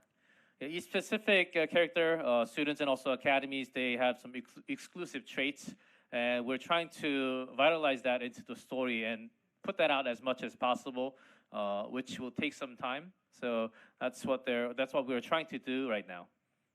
다만 현실적으로 이제 모든 학원의 이야기를 한 번에 다루는 것은 불가능하기 때문에 차근차근 계획을 세워서 하나씩 설명을 해 나갈 예정이니 좀 죄송하지만 조금만 더 기다려 주시면 감사하겠습니다. We'd like to apologize first because putting out all of them at once would be impossible. So we are going to try to work our way one by one. It will take some time. We will try to do our best to put out more in the future. 시나리오 팀을 열심히 제가 응원을 해서 다음 학원의 메인 스토리들을 볼 수 있도록 저도 열심히 노력하겠습니다. PD Yonga says, I will support the scenario team as much as possible to have more stories, covering more academies in the future. Near future. Oh, it says near future.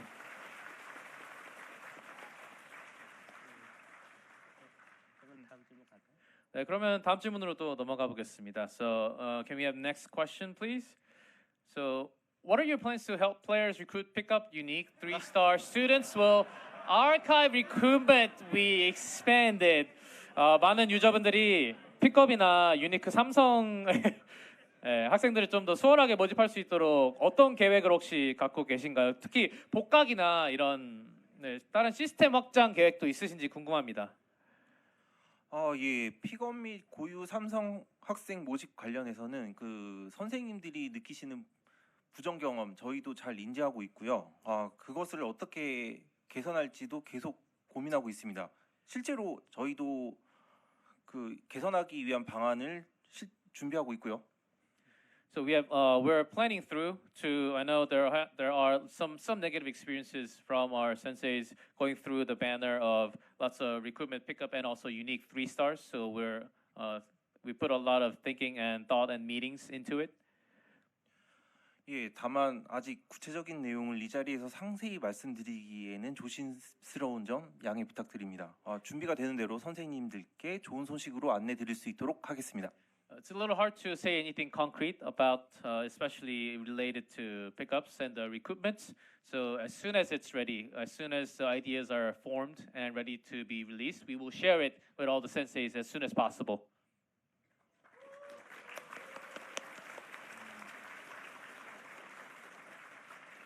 Okay, so 그 다음 질문으로 넘어가 보겠습니다. So 질문들이 어렵네요. It's a very hard question, senseis.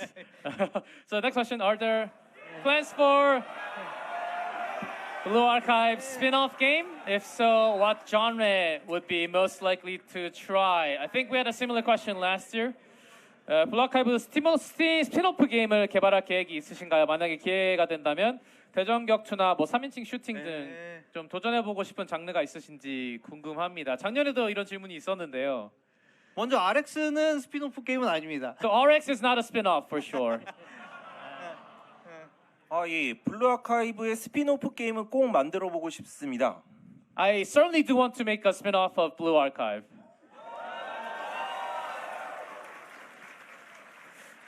뭐 개인적인 생각이지만 TCG 같은 거는 블루 아카이브랑 잘 어울린다고 생각을 하고 있고요. Personally thinking, I think TCG is a genre that fits really well with Blue Archive. 혹시 블루 아카이브와 이러한 시도를 함께 하고 싶은 기업이 있다면은 저희에게 제안을 주시면 꼭 같이 만들어 보겠습니다. If there are any corporate or business relations with TCG, we'd like to form and unite and work together to make a future game. 네, 개인적인 디렉터님의 의견이었던 것 같고요. That was very personal answer. 사실 저도 스피노프 게임을 만들었으면 좋겠다라는 생각을 하고는 있는데 일단은 블루 아카이브의 업데이트를 열심히 또 나가는 게 또 중요한 것 같습니다. I also do think that spin-off of a Blue Archive would be very nice and fun to make, but first of all, priority comes for the future updates for Blue Archive first.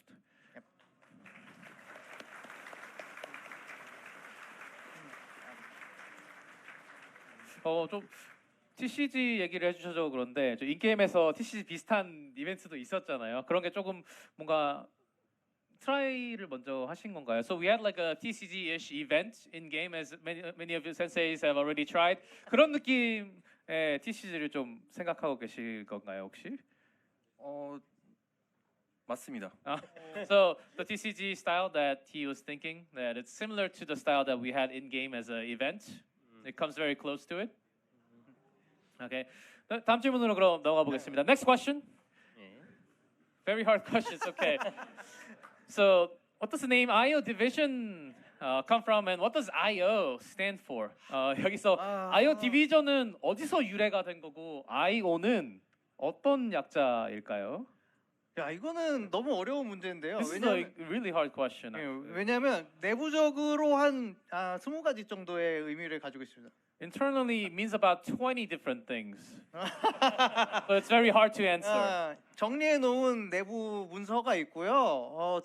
저희 입사를 하시면 보여드릴 수 있을 것 같습니다. 최고 기밀입니다. Oh, it's one of the most top classified document internally. So if you can join IO Division, we are recruiting lots of members. If you join, you can open the documents and understand it yourselves. But it's a top secret. 그 이유는 알 수 없지만 그 과거 큐라레 마법 도서관을 용환님과 같이 만들었었는데 그때 스튜디오 이름이 IO 스튜디오였다는 사실도 한번 생각해 봐주세요. So back in the days when Young PD made Kurare the library, the studio name was also IO Studio back then. So there might be a hint from that. Next question. Okay, next question. What is the current release schedule for the long-term plans of the main story, and how far ahead is actually planned? 현재 메인 스토리 업데이트 주기랑 장기적인 로드맵은 좀 어떻게 준비하고 계신지 궁금하고요. 구체적으로 얼마나 먼 미래 이야기까지 계획이 돼 있을까요? 저희가 이 블루 아카이브는 이제 번역 과정을 거치기 때문에 뭐 전에도 몇 번 다른 데서 말씀드리긴 했습니다만 짧게는 6개월에서 길게는 1년치의 스토리를 미리 이미 작성된 상태입니다. 아마 그러니까 내년 스토리도 저희는 이미 쓰고 있습니다. So because the story does go through lots of localization, we do have stories up to 6 months, from 6 months to an year. Already in plan. So we are currently writing a year ahead stories. 그래서 좀 더 플롯 레벨까지 가면 꽤 긴 멀리까지 보고 있는데 지금 제가 방금 2부를 소개시켜드리고 이런 말을 하는 것도 좀 웃기지만은 2부의 엔딩도 솔직히 생각을 해두고 있기는 합니다. So if you're going to like basics, ideas, and plots. So we just told you a little bit about the volume 2. We expect volume 2 in the future, but we're already thinking and having like brainstorming some ideas about the volume 2 ending. 다만 이 스토리의 정확한 공개 일정을 말씀드리는 거는 좀 어려울 것 같고요. Yeah, to tell you the exact schedule will be, of course, very tough at this moment. 예, 저희가 이제 계획한 목적대로 이 말씀드리려는 바를 이제 하나하나 차근차근 이 말씀 그 공개해 드릴 테니 그 기대해 주셨으면 좋겠습니다. As schedules, we will reveal one at a time, one step at a time, one story at a time. So please look forward to future stories because it's gonna be good.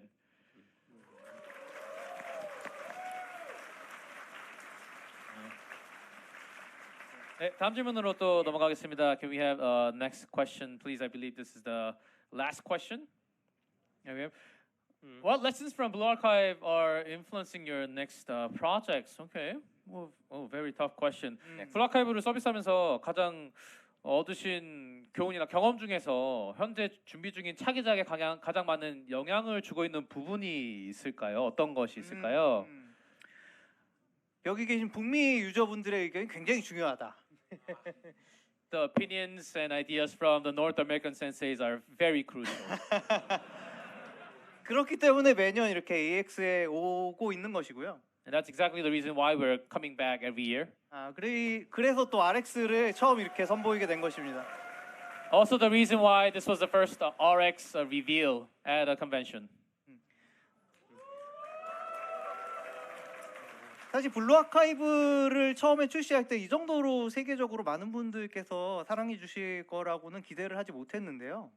As we first launched Blue Archive, we did not expect this much love from all over the world, to receive this much love from all over the world. 그리고 일본뿐만 아니라 뭐 한국 그리고 이렇게 북미까지 매번 이제 선생님들을 만나면서 이렇게 사랑해 주시는 걸 보면서 더 열심히 다음 작품도 실망하시지 않게 열심히 준비해야 되겠다라는 좀 다짐을 하게 됩니다. As we're receiving this much energy and love from not just from Japan and Korea and NA, all over the world, from all the senseis out there, we really do have a hard feeling that we have to do well and prepare really hard for the next upcoming project. 그래서 이런 또 행사에서 여러분께서 주시는 피드백을 굉장히 마음 깊이 간직하고 다음 작품들을 만들어 가는데요. So we do actually put a lot of your feedback into our deep parts, into our hearts, and put that into our upcoming project. 예를 들면 미래 씨는 없는 게 좋겠다. As for example, the gap between the server should not exist. 물론 지금 보장할 수 있는 것은 아닙니다만 그러기 위해 노력을 하고 있습니다. Of course, I cannot guarantee for certain, but that's something that they're really trying right now. 그리고 thank you.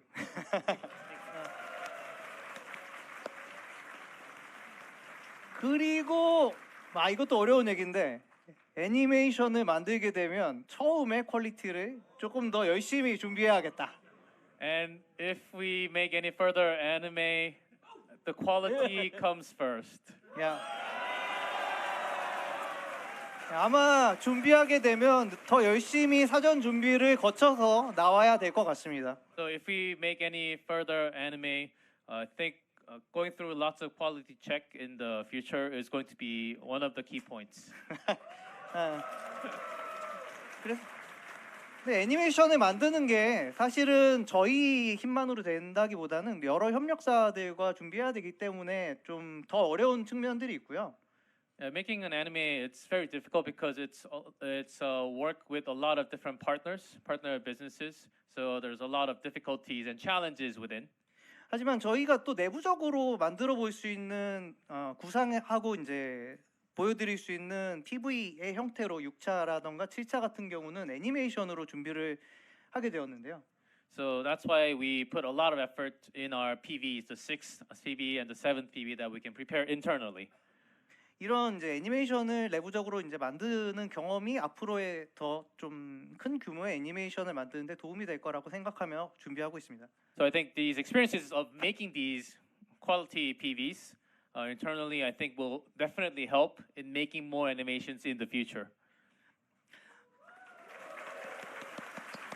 네, 너무 많은 말을 했는데 계속 이렇게 또 피드백을 받으면서 더 나아지기 위해서 노력을 하고 있고요. 그건 이제 다음 프로젝트뿐만 아니라 블루 아카이브도 마찬가지입니다. 그래서 계속해서 선생님들께서 많은 피드백을 주시면 더 나아지기 위해서 뭐 다음 프로젝트나 블루 아카이브 계속해서 열심히 업데이트 해나갈 수 있도록 하겠습니다.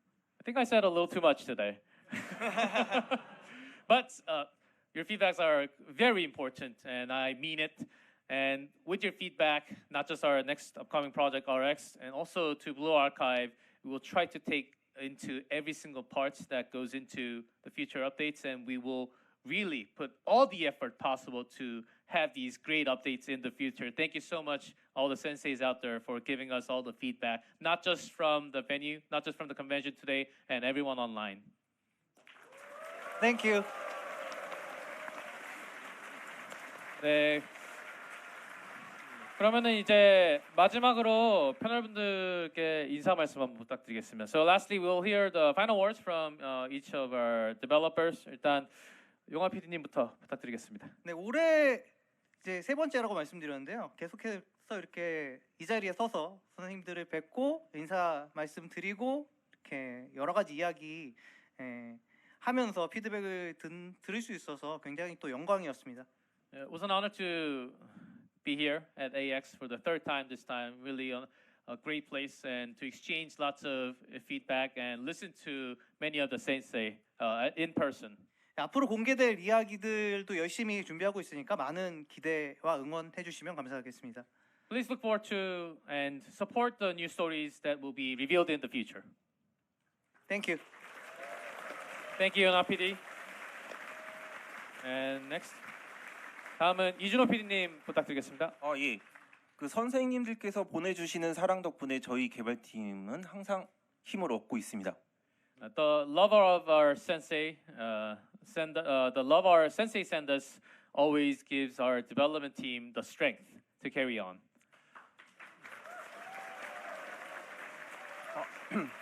We will repay their love with more charming students and stories. Thank you so much.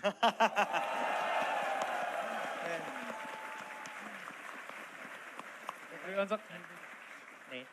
앞으로 이어질 2부 스토리도 많은 기대 부탁드리겠습니다.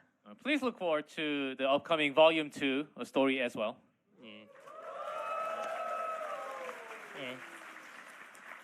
계속해서 좋은 스토리 들려드릴 수 있도록 저와 시나리오 팀 모두 최선을 다하겠습니다. Including myself, the scenario team will do our absolute best to continue bringing you top quality stories. 저도 한마디 드리자면 아시는 분들은 아시겠지만 이제 저는 스튜디오 알로라는 회사를 만들어서 좀 더 규모를 확장해 나가고 있습니다. 앞으로 공개될 그 새로운 음악들도 많은 기대해 주시면 감사드리겠습니다. As many of the senseis, many of you guys might know, actually expanded into Studio Allo with Mitsukiyo. So please look forward to more music that we'll be making. Also, will be revealed in the future.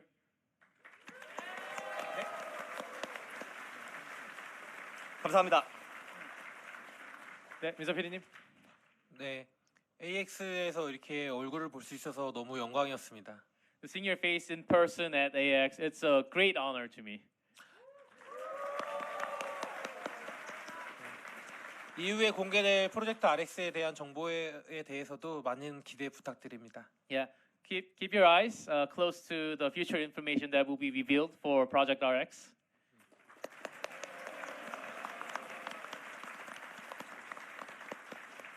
Let's have another big round of applause to all the developers. Thank you so much to all our developers. 일어나서 한번 인사 부탁드립니다.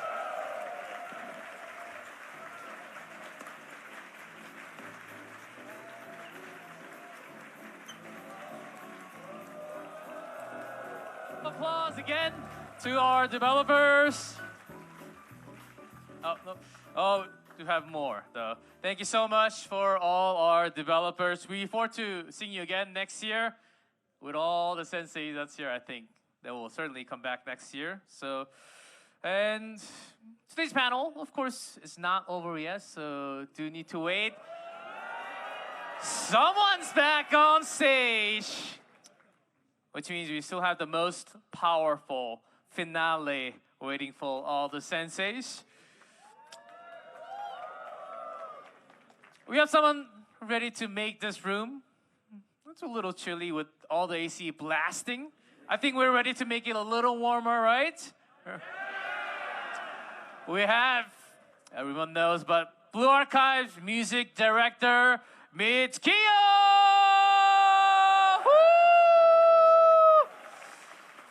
He will now take the stage for the special live DJ performance. Everyone get ready to lose your mind in the sound of Kivotos.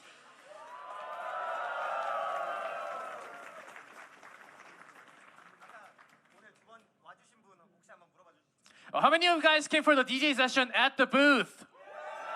Already. This is the final DJ session, so bring out all the energy. Are you ready? Let's go!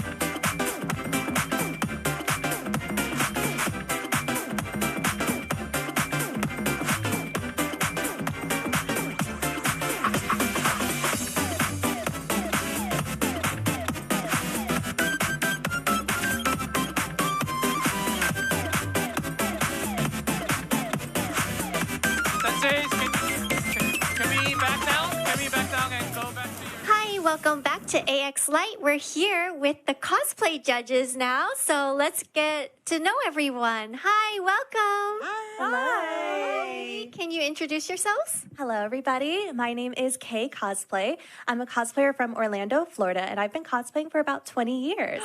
Wow. Yeah, so I've been a cosplay judge for about 13, and I consider myself a competitive style cosplayer where I like to enter in competitions and do craftsmanship and performance contests. Amazing. Yeah. Thank you so much. Welcome.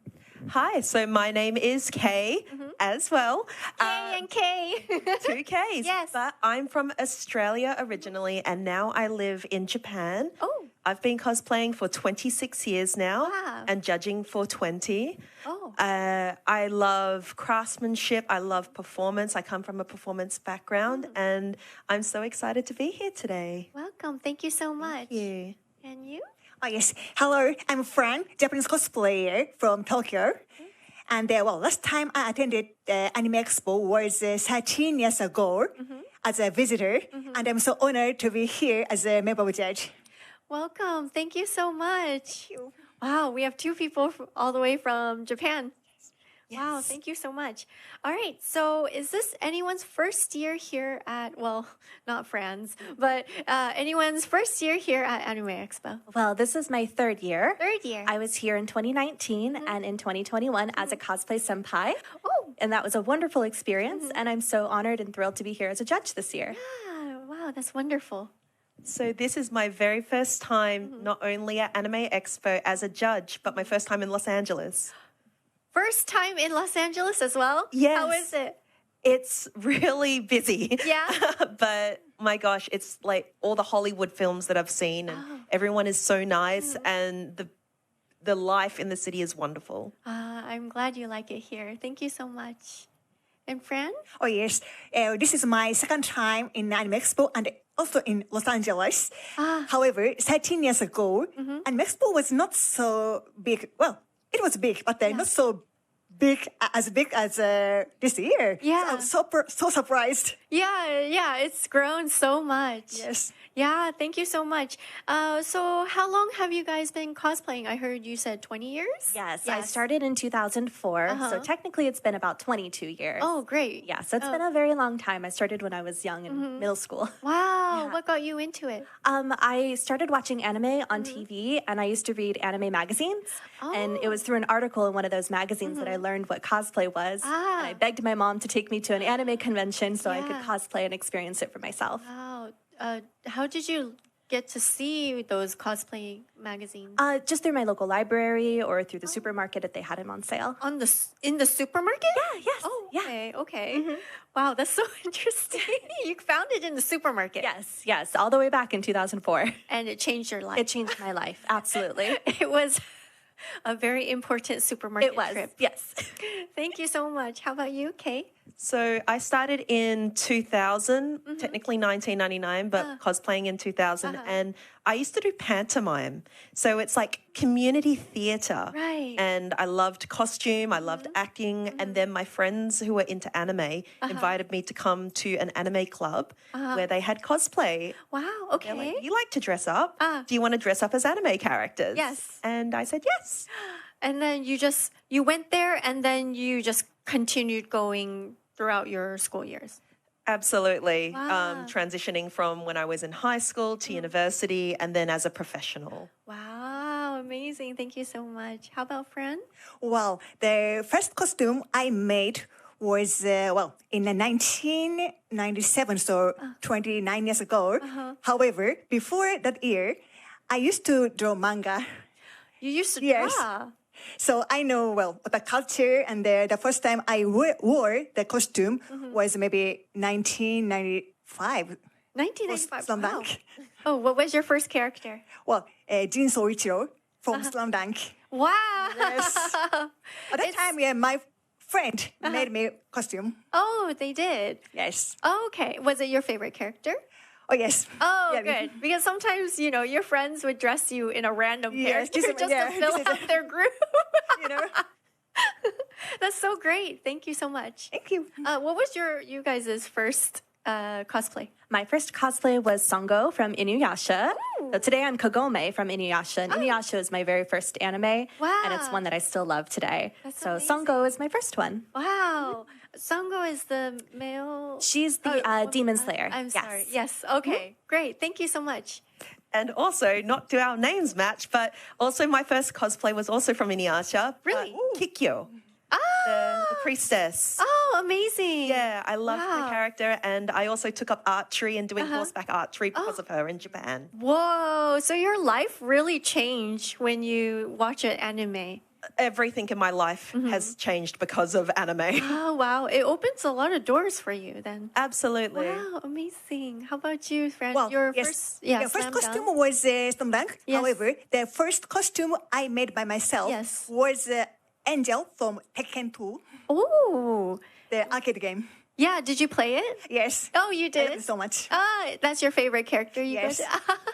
What was like the difficulties when you first started with cosplay and then you worked on it? Well, in my generation, it's very difficult to get the information how to make the costume. So it's very difficult to buy the fabrics and the materials. Right.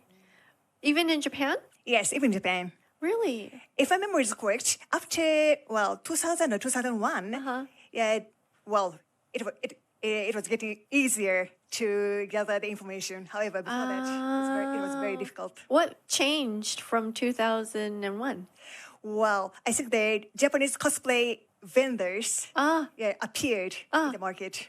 Oh, okay. Before that, we couldn't find wig, contact lens. Oh, everything. Wow, and you worked through that. Yes. Wow, amazing. I know the hard time.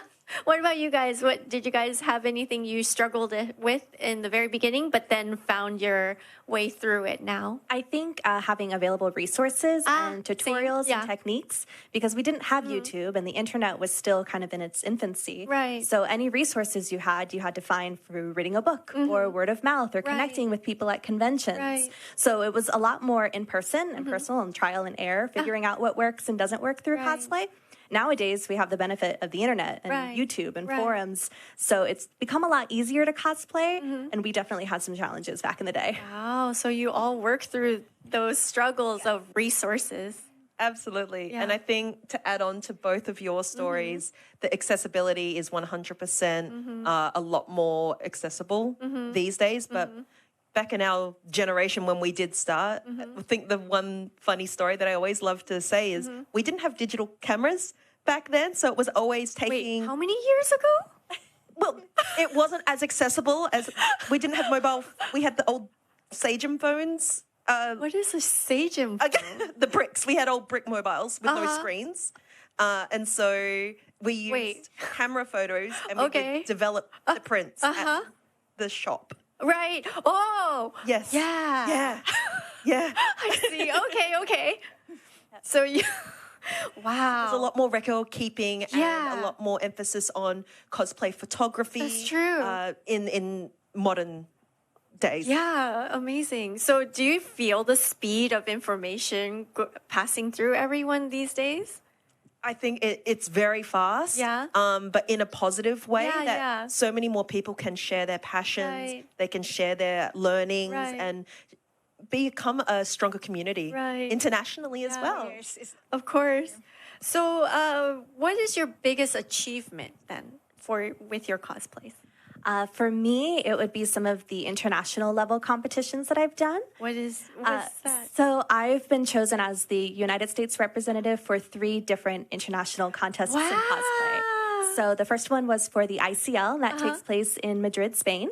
The next one, yes, in Spain. So I get to compete in Spain, and I actually won 2nd place there. Wow, so congratulations. Thank you. And then the next one I did was the GCOF, and that takes place in South Korea. Oh. And then the last one I did most recently was the ECG in Paris, France. And we won 2nd place there too. Oh my goodness. Wow, congratulations. Thank you. So I love traveling through cosplay and getting to meet people all over the world. And it's been a lot of fun. I would consider that an achievement. How many people are there? It depends on the event, but typically there's somewhere between 20 or 30 different countries represented at each contest. Wow. Oh my goodness. Is there only one person per country? Most of the time it's a team of 2 people, but when I did the ICL in Spain, I was a soloist. Whoa, okay. Wow, congratulations. Thank you. Wow. I think for me, my biggest cosplay achievement was my participation in the World Cosplay Summit. So I've that's in Japan. That's in Japan, right? But each country holds its own preliminaries. And so I grew up in Australia. So when I became the representative, my first time was in 2013 as Team Australia, where I actually met Fran as Team Japan. And then again in 2019, where I won the World Championships. So I became the Grand Prix champion. Congratulations. Wow. Was it really fast? Like you just joined and then you were just winning left and right? No. World Cosplay Summit is a very long process competition for Australia. We have our preliminaries a year in advance. And so it was a 2-year commitment to do the competition. And it was a lot of commitment, a lot of blood, sweat, and tears to get to there. But no, I was very proud to represent my country and also connecting with all the other representatives, which that year, I believe there was 42 countries. 42 countries. Wow. Yeah. Well, congratulations. Thank you very much. That's really great, you guys. And how about you, Fran? Well, as Kay already said, yes, I was a Team Japan 2013 at the World Cosplay Summit. And after that, I was, recruited by the World Cosplay Summit Bureau to support their activities with, international organizers. Wow. So I started to work with them in 2014. And now I'm taking the role of the WCS Japan organizer. Wow. Okay, great. All right. Well, thank you so much for joining us. One last question. What are you guys excited to see at the masquerade? Ooh, we have a lot of great contestants who entered this year, so I just can't wait to see everybody's performance. I know we're all going to do a really good job on stage. Yes. I think I'm excited with the performance, but also we've seen a lot of the costumes and pre-judging, so to see them on the stage and see them moving. Right. Yes. Well, yesterday and today, we have already seen lots of amazing cosplays in the pre-judging, so I'm so excited to see their performance on stage. Yes. Okay. Thank you guys so much. And thank you all for joining us today. I hope you guys learned a lot from our cosplay judges and how amazing they are. And I hope you guys stay tuned. We're at AX Light. Hey guys, we're at AX Crossing right now, and we've gotten to see so many cosplayers, and we have some with us today. Yay! Will you tell us, what are you? I am Garp from One Piece, one of my favorite characters. Yes, so. yes. Oh, and I'm Shinobu Kocho from Demon Slayer. All right, we know these characters, we love these characters, but I want to also ask, what brought you to cosplay, anime watching, and everything? Well, honestly, I'll have to go shout out to Burning Heart Cosplay on that. She's the one she's a big One Piece fan. I literally have Ace's tattoo on her. Does a lot of cosplays of him. So she sort of got me into the series. And then the Anime Club at Orange Coast College is what really got me back into anime and then into photography. Then one of my friends, Ren, shout out, she's the one that really pushed me to actually start cosplaying. Awesome. I actually went to lots of anime conventions, and I always saw people who's doing cosplay, and I always thought, yeah, I want to do that. I absolutely want to do that. And this is my first time doing actual cosplay. And is it also your first time at AX? Yes, it is. Whoa! First time, yes. First time, and you? Probably about 15 or 16 times, so a little bit. Wow! Yes. The OG. Well, thank you guys so much. Hope you enjoy AX. Thank you. Definitely been enjoying it. Yep.